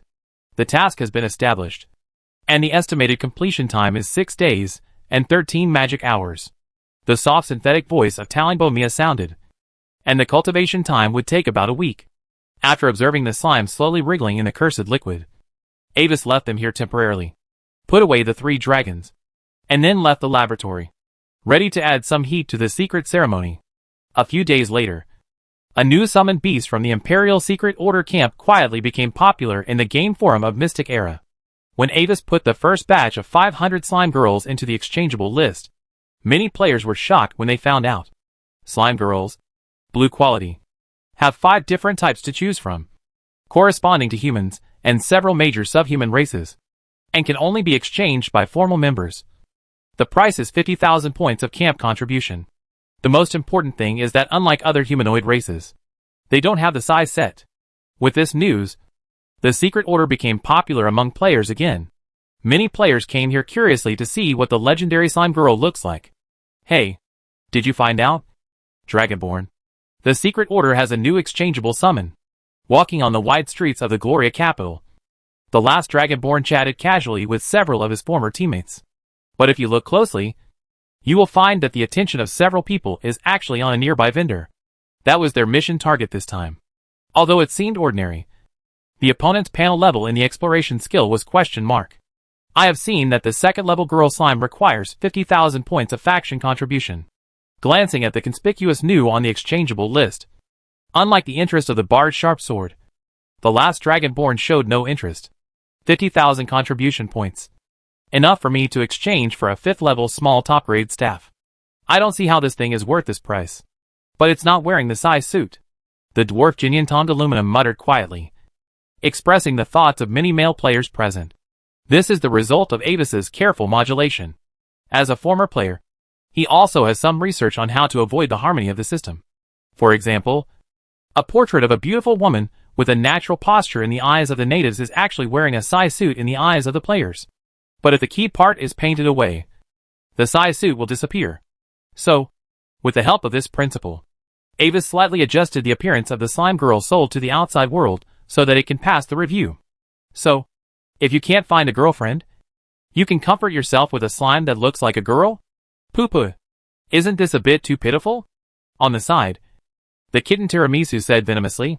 Chapter 497 The Whereabouts of the Sword of the Chosen King. Ahem. As a professional player, you should see the deeper meaning behind this. Kitty. Standing under a street lamp nearby, the human mage Nyarlathotep put down the newspaper in his hand, pushed his monocle, and spoke a little helplessly. First, according to the analysis report of the plot team, there was no record of the activities of monsters like the girl slime in this world. Now that they have appeared, they will only be a new product of the secret method. Then, their life structure has a very high value. If we can use them as samples to deduce the secret method of life refining used by the transformer, even if only a part of it is deduced, its value is enough to offset 50,000 contribution points. Second, you should have some understanding of monsters like slimes. Their reproduction method is division and proliferation. If this kind of slime girl also has the characteristics of division and proliferation, then we can also try to breed some slime girls to sell. Naya's analysis of the benefits of slime girls was very clear. Really? What's the result? Tiramisu's suspicious eyes drifted to Naya's side, where a light green elf slime girl was looking around curiously, making puffing sounds from time to time. And her turning back rate was off the charts. I don't know if it's their characteristics or some other reason, but they can't continue to split. The gel will lose all its activity if it is separated from the body. If it splits into large pieces, it will endanger their lives. Ignoring the kitten's gaze, Naya touched the slime girl's head and continued to watch the target's movements under the envious gaze of nearby players. This time, the plot team of Baiguang Esports discovered a very important hidden plot mission, the importance of which made their entire team gather together again. And the last Dragonborn, as Baiguang's specially hired foreign aid player, was also pulled back and returned to the team. It is said that this action involves the whereabouts of the legendary epic artifact Sword of the King. The Sword of the King, also known as the Starfall Sword, was originally the sword of successive emperors of the ancient magic empire, and its creator is no longer traceable. And Emperor Gloria is the penultimate and most famous controller of the Sword of the King. Among the people of the empire, the legend of Emperor Gloria and the Sword of the King is still circulating, and there is more than one version. Countless children in the empire grew up listening to these stories. In the most widely circulated version of the legend, the Sword of the King has its own will, and will select its holder by itself. Only those who have the qualification of the king can truly exert its power. When it was in the hands of Emperor Gloria, the power it exerted even cut down the stars in the night sky. But when the emperor stepped down from the throne of the empire and passed the star crown and the Sword of the King to Gloria too, the second emperor himself could not exert its power, and could only wear it as a symbol of imperial power when attending important occasions. Then, one night hundreds of years later, the palace was attacked by a mysterious strongman. In the chaos, the Sword of the King, which was closely guarded in the treasury, was taken away by the enemy and disappeared from then on. Even though the royal family arranged a secret search by a 9th-level extreme strongman afterwards, and used countless materials including the prophecy secret treasure, they still found nothing in the end. Attention! The target is moving. Let's follow. With the intentional or unintentional attention of several people, after a team of city guards passed by, the peddler carrying a large basket looked around and suddenly turned into a nearby alley. Seeing this, several people stopped playing and began to get serious, connecting to the vision of several gray skylarks flying from high in the sky. The half-elf ranger 2-G shared the peddler's movement trajectory to the team map in real time to prevent everyone from losing track. The other party stopped in a dead end, as if waiting for something. Wait, there is an unknown person in the alley, and the two are suspected to be conducting some kind of transaction. At this time, the previously silent half-elf ranger suddenly spoke. Don't alert the enemy for the time being, so we continue to monitor. Dragonborn, please and Kitty follow the mysterious man. It is best to investigate his identity clearly.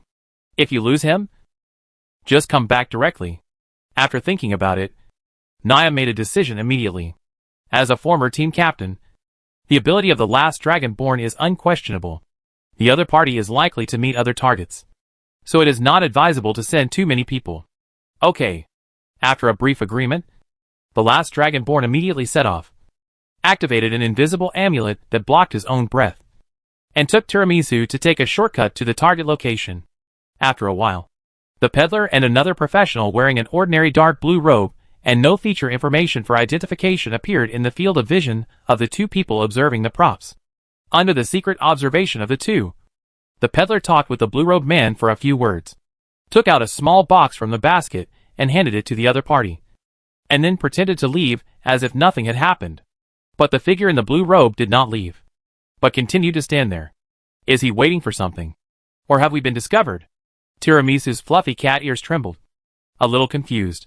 Wait, something is wrong.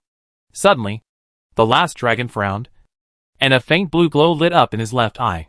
The next moment, he quickly made a gesture, and an invisible wizard's hand flew out, grabbed a crossbow that Tiramisu had left in the nearby area, aimed at the blue-robed man, and pulled the trigger.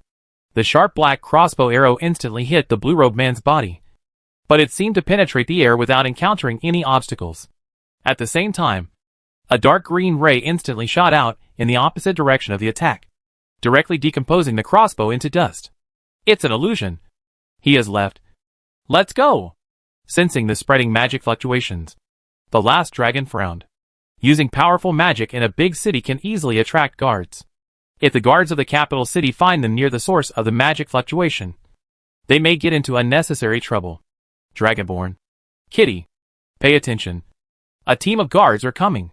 In the team channel, Bunny Princess's slightly anxious and soft voice sounded. At the same time, several red dots approaching quickly appeared on the map. Without time to say anything, the last Dragonborn and Tiramisu hurriedly fled in the opposite direction, narrowly passing by the guards. Hoo-hoo. It's really dangerous. I almost fell into the hands of those guards. Running to another alley in the lower city, Tiramisu patted his chest lightly, looking at the elves beside him who seemed normal, and his breathing slightly accelerated. Also, what happened to your eyes just now? You mean this? This is a special power I got from an altar in a secret ruin. I'm still trying to figure out what the specific effects are. Looking at the curious kitten beside him, the last dragon touched his left eye with a faint green glow and explained. We lost track of him. What should we do now? Go back? No need. When they were talking just now, the special ability of my left eye had already marked the breath of that person. I can sense the direction of his body, which is not far from here. That's really convenient. But now, there are only two of us here. Looking at the direction indicated by the elf with some surprise, Tiramisu suddenly bit his tail and poked the elf's forearm, and his tone suddenly became a little tempting. What do you want to do? The elf's eyebrows jumped, and he looked at Tiramisu in silence. Do the half-cats in this game have estrus? Look, there's a hole in the wall over there, and the target happens to be in that direction. How about I go through that hole and take a shortcut? The black-eyed cattered girl did not answer directly, but pointed mysteriously at a hole on the wall of the alley, with a strange expectation in her tone. If you get stuck in the hole, I will help you put your photo on the wall. Glancing at the direction of the kitten's finger, the elf held his forehead weakly. Chapter 498 The Wisdom of the Little People. At this moment, in a dark basement near the elf and the kitten, the blue-robed figure, who had disappeared before, was sitting face to face with two other figures dressed differently. If there were outsiders present, they would find that the aura of the three people was all level 6. A rough black iron oil lamp was placed on a small round table in front of them. Under the dim light of the oil lamp, an ancient sheepskin map was spread out, and another open wooden box was placed in a corner of the map. Is this it? The key that can reveal the location of the sword of the chosen king in legend? Staring at the seemingly ordinary charred black stone in the open wooden box in front of him with wide eyes, a red-haired strongman in mercenary armor on the opposite side pinched it with his thick fingers and asked with a doubtful tone. And I can't feel any magic fluctuations. Do I need to drip blood to recognize the master first? Or do I need to crush it and sprinkle it on the map? Another elf youth dressed as a traveler, with green hair and purple eyes, took the stone from his companion, looked at it lazily, and then threw it back into the box, guessing casually, because it's not for you to use like that, and dripping blood to recognize the master and so on. Have you read too many biographies of heroes in the Federation? Looking at his two companions with a rustic tone, the blue-robed figure's tone was a little helpless. This is not a legacy left by others on purpose. How could there be any ruins treasure map and secret key? It comes from the core area of the secret laboratory. It is the melted remnant of some special device. With it, and the map in our hands as a medium, we can use special tracking magic to determine the possible location of the sword of the chosen king. Even if the whereabouts of the sword of the chosen king cannot be directly determined, at least the other secret laboratories of the strongman, who took the sword of the chosen king thousands of years ago, can be found. So that's how it is. The two nodded in sudden enlightenment, with a look on their faces, as if they really understood. Then let's get started as soon as possible. It's up to you. Auburn.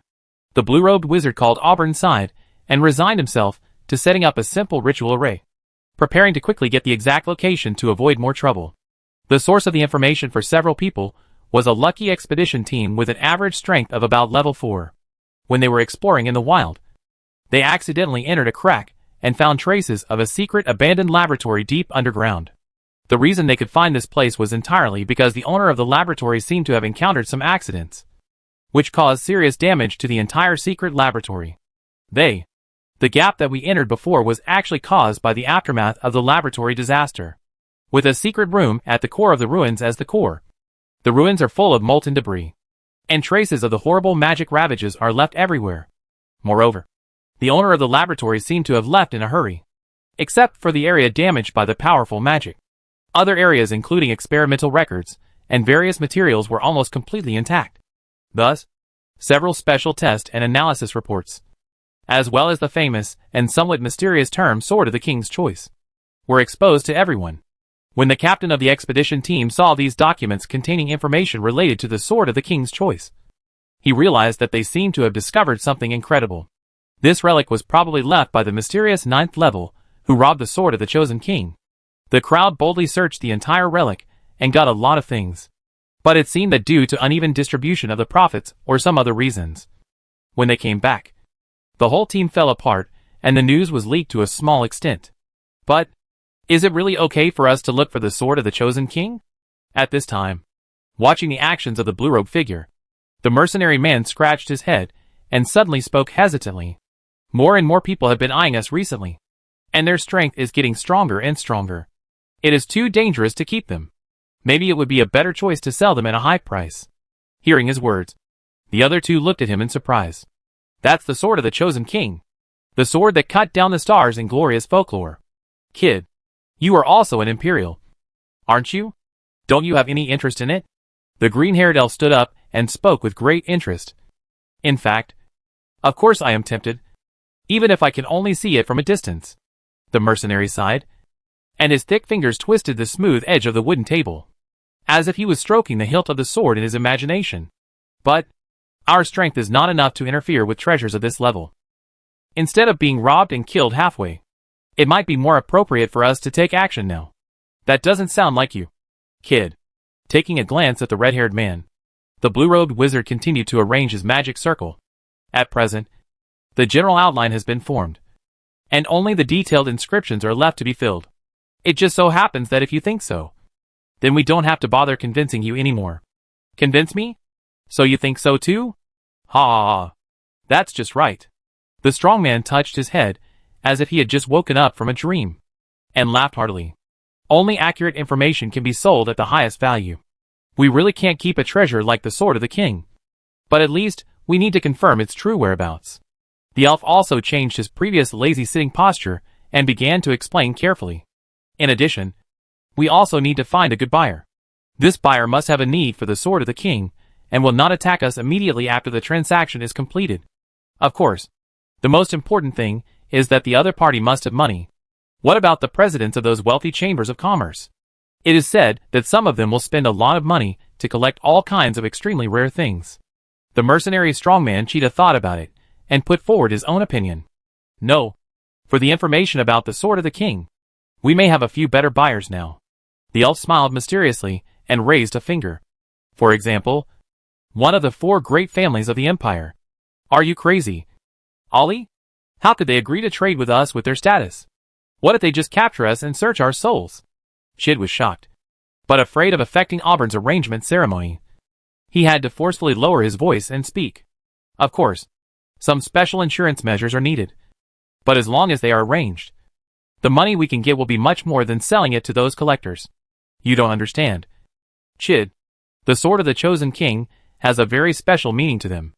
As long as our asking price is not too exaggerated, the other party has no need to take the risk to directly attack us. For the power of the 4 great families, if the problem can be solved with money. Wait, the early warning magic I set up outside shows that someone is approaching here. As he said, the elf suddenly looked condensed. 2 4th level, an elf mage, and an orc assassin. Their direction is very clear, and this place may have been exposed. Chapter 499, The Fox Takes Advantage of the Tiger. Just 2 4th level people? I'll deal with them. Nodding indifferently, the mercenary strongman kid slowly stood up and prepared to go out to solve the trouble. Wait a minute. You said there are 2 4th level people? 1 elf and 1 orc. But at this time, the blue-robed wizard Aubin, who had been silently arranging the magic circle, finished his work and spoke with a surprised tone. What? Is there a problem? Twisting a rose gold coin between his fingers, the elf glanced at him. Just now when I was trading with that poor guy, there were indeed 2 4th-level professionals nearby.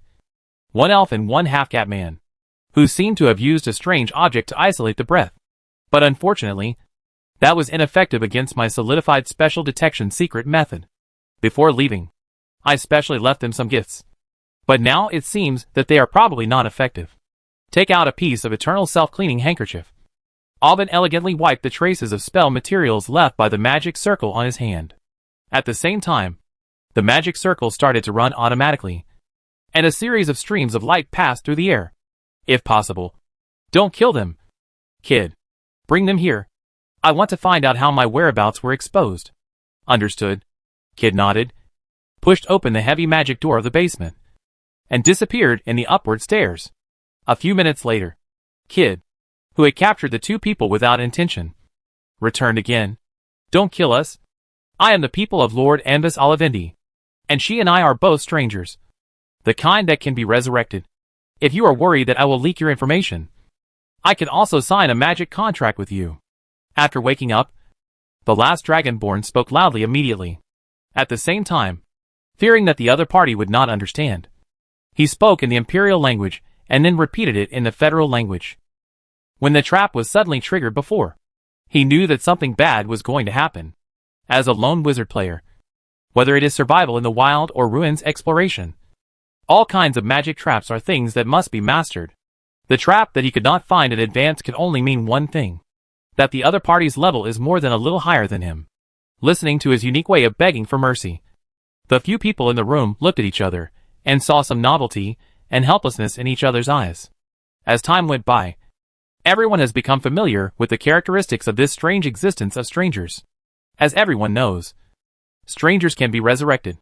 Although this resurrection is not infinite, strangers cannot be completely killed by any known method before the number of deaths is exhausted, and no one can sense how many deaths a stranger has left.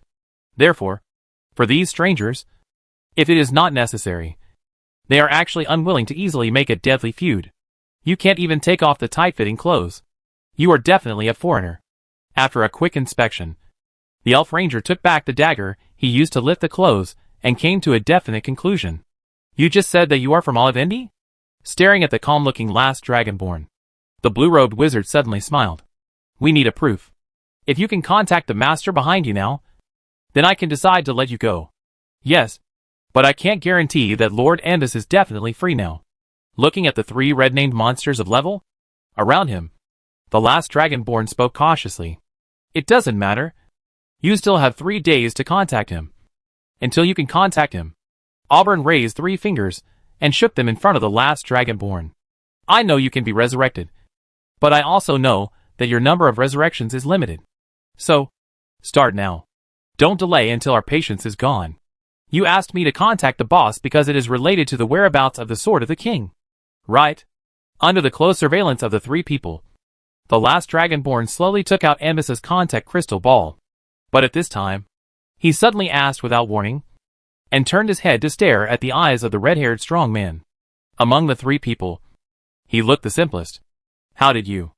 The red-haired strongman kid's face suddenly changed, and he blurted out almost instantly, and then reacted. At the same time, the 2 people next to him turned their faces away, feeling ashamed to be with this guy. You guessed right. Now, we don't need to hide anything. But don't do it again. I won't repeat this warning. With a gloomy face, Orban stared at the last Dragonborn, wondering whether to make him suffer. I'm sorry. With a perfunctory tone, the last Dragonborn picked up the crystal ball and put it on the table. Suddenly, he paused again and tilted his head to look at the mage. By the way, is there anything I can help you with? Contact me right now. Orban threw a painful curse directly. Okay. Looking at the task of contacting Avis that popped up on the panel, the last Dragonborn activated the crystal ball with satisfaction, feeling numb all over.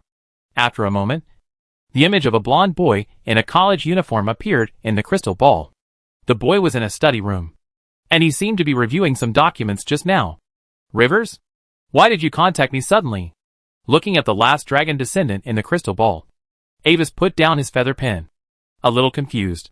Previously, after adding new exchangeable pets to the secret ceremony and increasing the attractiveness of the camp, He was solving the employment problem of his players. The Gloria Empire is different from the Federation, and the overall environment has always maintained a long-term peaceful state. Maybe there will be some bandits and beast tides occasionally, but they are not serious. This has led to many players not being able to find monsters to spawn, and they can only run around to take some scattered tasks to make a living. But players need experience to upgrade, and need to contribute to exchange equipment and materials, which is a rigid demand. If it cannot be met, it will be easy to cause turmoil over time. So, Avis found a new solution for them. That is construction and production tasks. According to Avis's research, when players take on some large buildings that require magic to build, the task levels that pop up on the panel are all above sea level, and the reward experience points are not low. At the same time, long-term production of goods can also gain a small amount of experience points, and the total amount of experience points is given according to the manufacturing difficulty and production quantity. Therefore, Avis arranged for players to go to the remote areas of the Carlist province to open up forests and wastelands, and build many new assembly factories and supporting small towns, and then sent them to work, and their wages were paid with camp contribution points. With this operation, almost all problems were solved. There are countless tasks and opportunities in the process of building a new city from scratch in the wild. Whether it is an ambitious player or a Buddhist player, they can find their own position.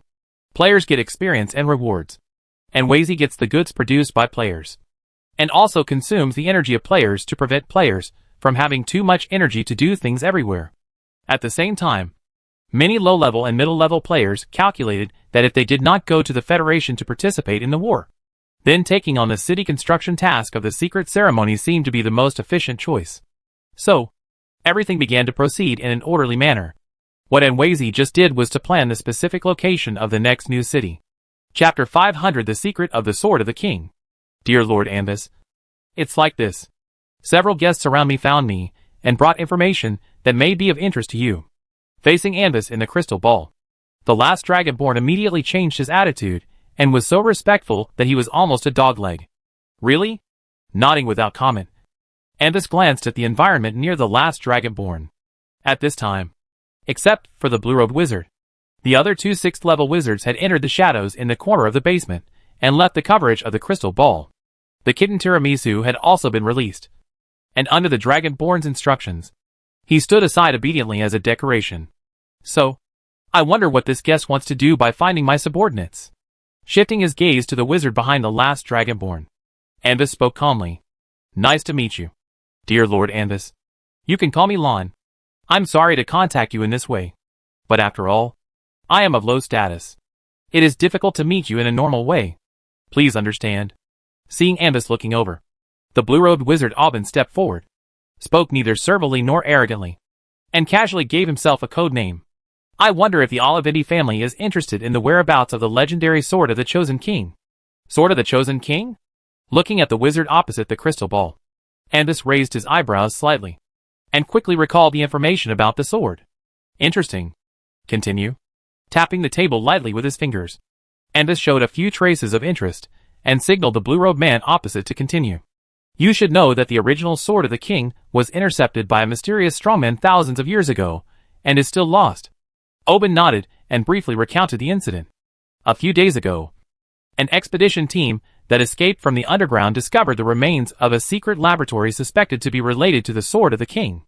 In the remains, they found several analytical materials on the nature of the Sword of the King. But when they left, they had an internal conflict, which led to the leakage of information.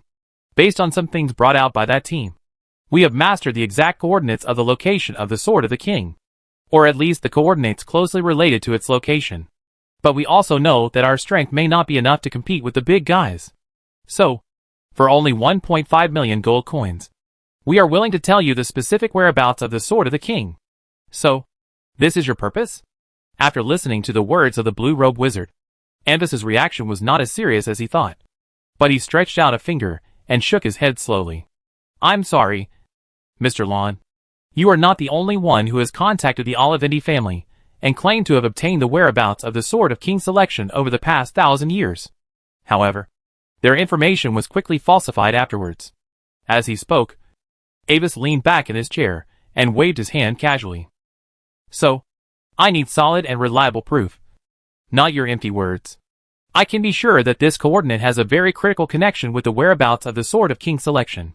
You can contact the prophet of the Olivendi family, and prove this through prophecy magic. In response to Avis's reaction, the blue-robed wizard shrugged his shoulders without any sign of nervousness. And we are not the only ones who know the whereabouts of the Sword of the Chosen King. We just got the coordinates first. Others who also got the information may have contacted the other 3 major families, or even the Imperial family. After all, we don't have the ability to block the news. The longer you hesitate, the greater the probability of variables. Okay, leave a location, and someone from the Olivendi family will contact you to discuss the specific details. If your information is proven to be true, then your request will also be met. Nodding, Avis cut off the communication, looking at the crystal ball in front of him that had regained its dimness. A little absent-minded, unexpectedly, the last dragon descendant, who was released to move freely, actually brought him back some unexpected surprises. In the Imperial secret history treasured in the family's large library, it was once recorded that Emperor Gloria held this sword and fought against the flame of all things frozen from outside the domain. The terrifying dawn star descended upon the world, and everything was frozen in the pale flames of the stars. In the critical moment, the brilliant figure stood proudly in the air, fearlessly swinging the sword towards the dark night sky, cutting off the cold sparks from the night sky. This is exactly the original text of the secret history, and the prototype of the cutting down the stars in folklore is also that battle. He actually had some impression of the Sword of the Chosen King. After all, it was the only epic wonder in red, and several guilds in the previous life seemed to have fought a large-scale guild war for it. It was also because of this that the real high-level forces of many empires showed up in front of many players and took off the mysterious veil. However, Avis was not clear about the specific location of the ruins unearthed and the final whereabouts, because those thorny information were considered confidential even in the previous life and were not made public. If you calculate the time when the Sword of the Chosen King was reappeared in the previous life is less than a year away from now. Therefore, the coordinates mentioned by the wizard, who called himself Lon, are actually very likely to be true. Of course, for Avis, even if they are false, it doesn't matter. After all, they just want money. As everyone knows, problems that can be solved with money are not problems, with both parties willing. The transaction was completed smoothly. After verifying the coordinates, Avis paid 1.5 million gold coins as a reward, and arranged a clone to go to the coordinates immediately to try to explore there first. At the same time, because Avis did not hide anything when mobilizing the family members, the Duke and his wife also knew about it. For the epic artifact, the Sword of the Chosen King, they knew more secret information than Avis. The Sword of the King's choice has real and powerful power, and the key lies in the so-called King's qualifications. Emperor Gloria has been in office for 300 years. During these 300 years, in addition to governing the empire, the Emperor also relied on the heritage left by the ancient magic empire to create a nearly invincible legion of terrifying golems. According to the few data, the entire legion consists of 1,024 golems, divided into 32 independent teams, and the chief and deputy leaders of each team are all 9th level golems. They are uniformly controlled by floating city-level tower spirits, and are proficient in joint magic array attacks. When all the golems form a giant magic circle and attack together, they can easily send out a terrifying forbidden spell that breaks the limit. And its power is so powerful that even the 9th level limit dare not touch it. But after Emperor Gloria stepped down from the throne and mysteriously disappeared, this golem army also disappeared with the Emperor. It is said that only the holder recognized by the Sword of the King can find the sleeping place of this golem army and awaken it again. It is precisely because of knowing this secret that the Imperial family and the 4 major families are very concerned about the whereabouts of the Sword of the King, because it is a force that can balance the balance. However, it is not completely certain that the Sword of the King is at the coordinate location, and the reappearance of the Sword of the King is not certain whether it is a trap deliberately created by some forces. Duke Carrot simply handed the matter over to Anvis to handle it, intending to exercise his ability to do things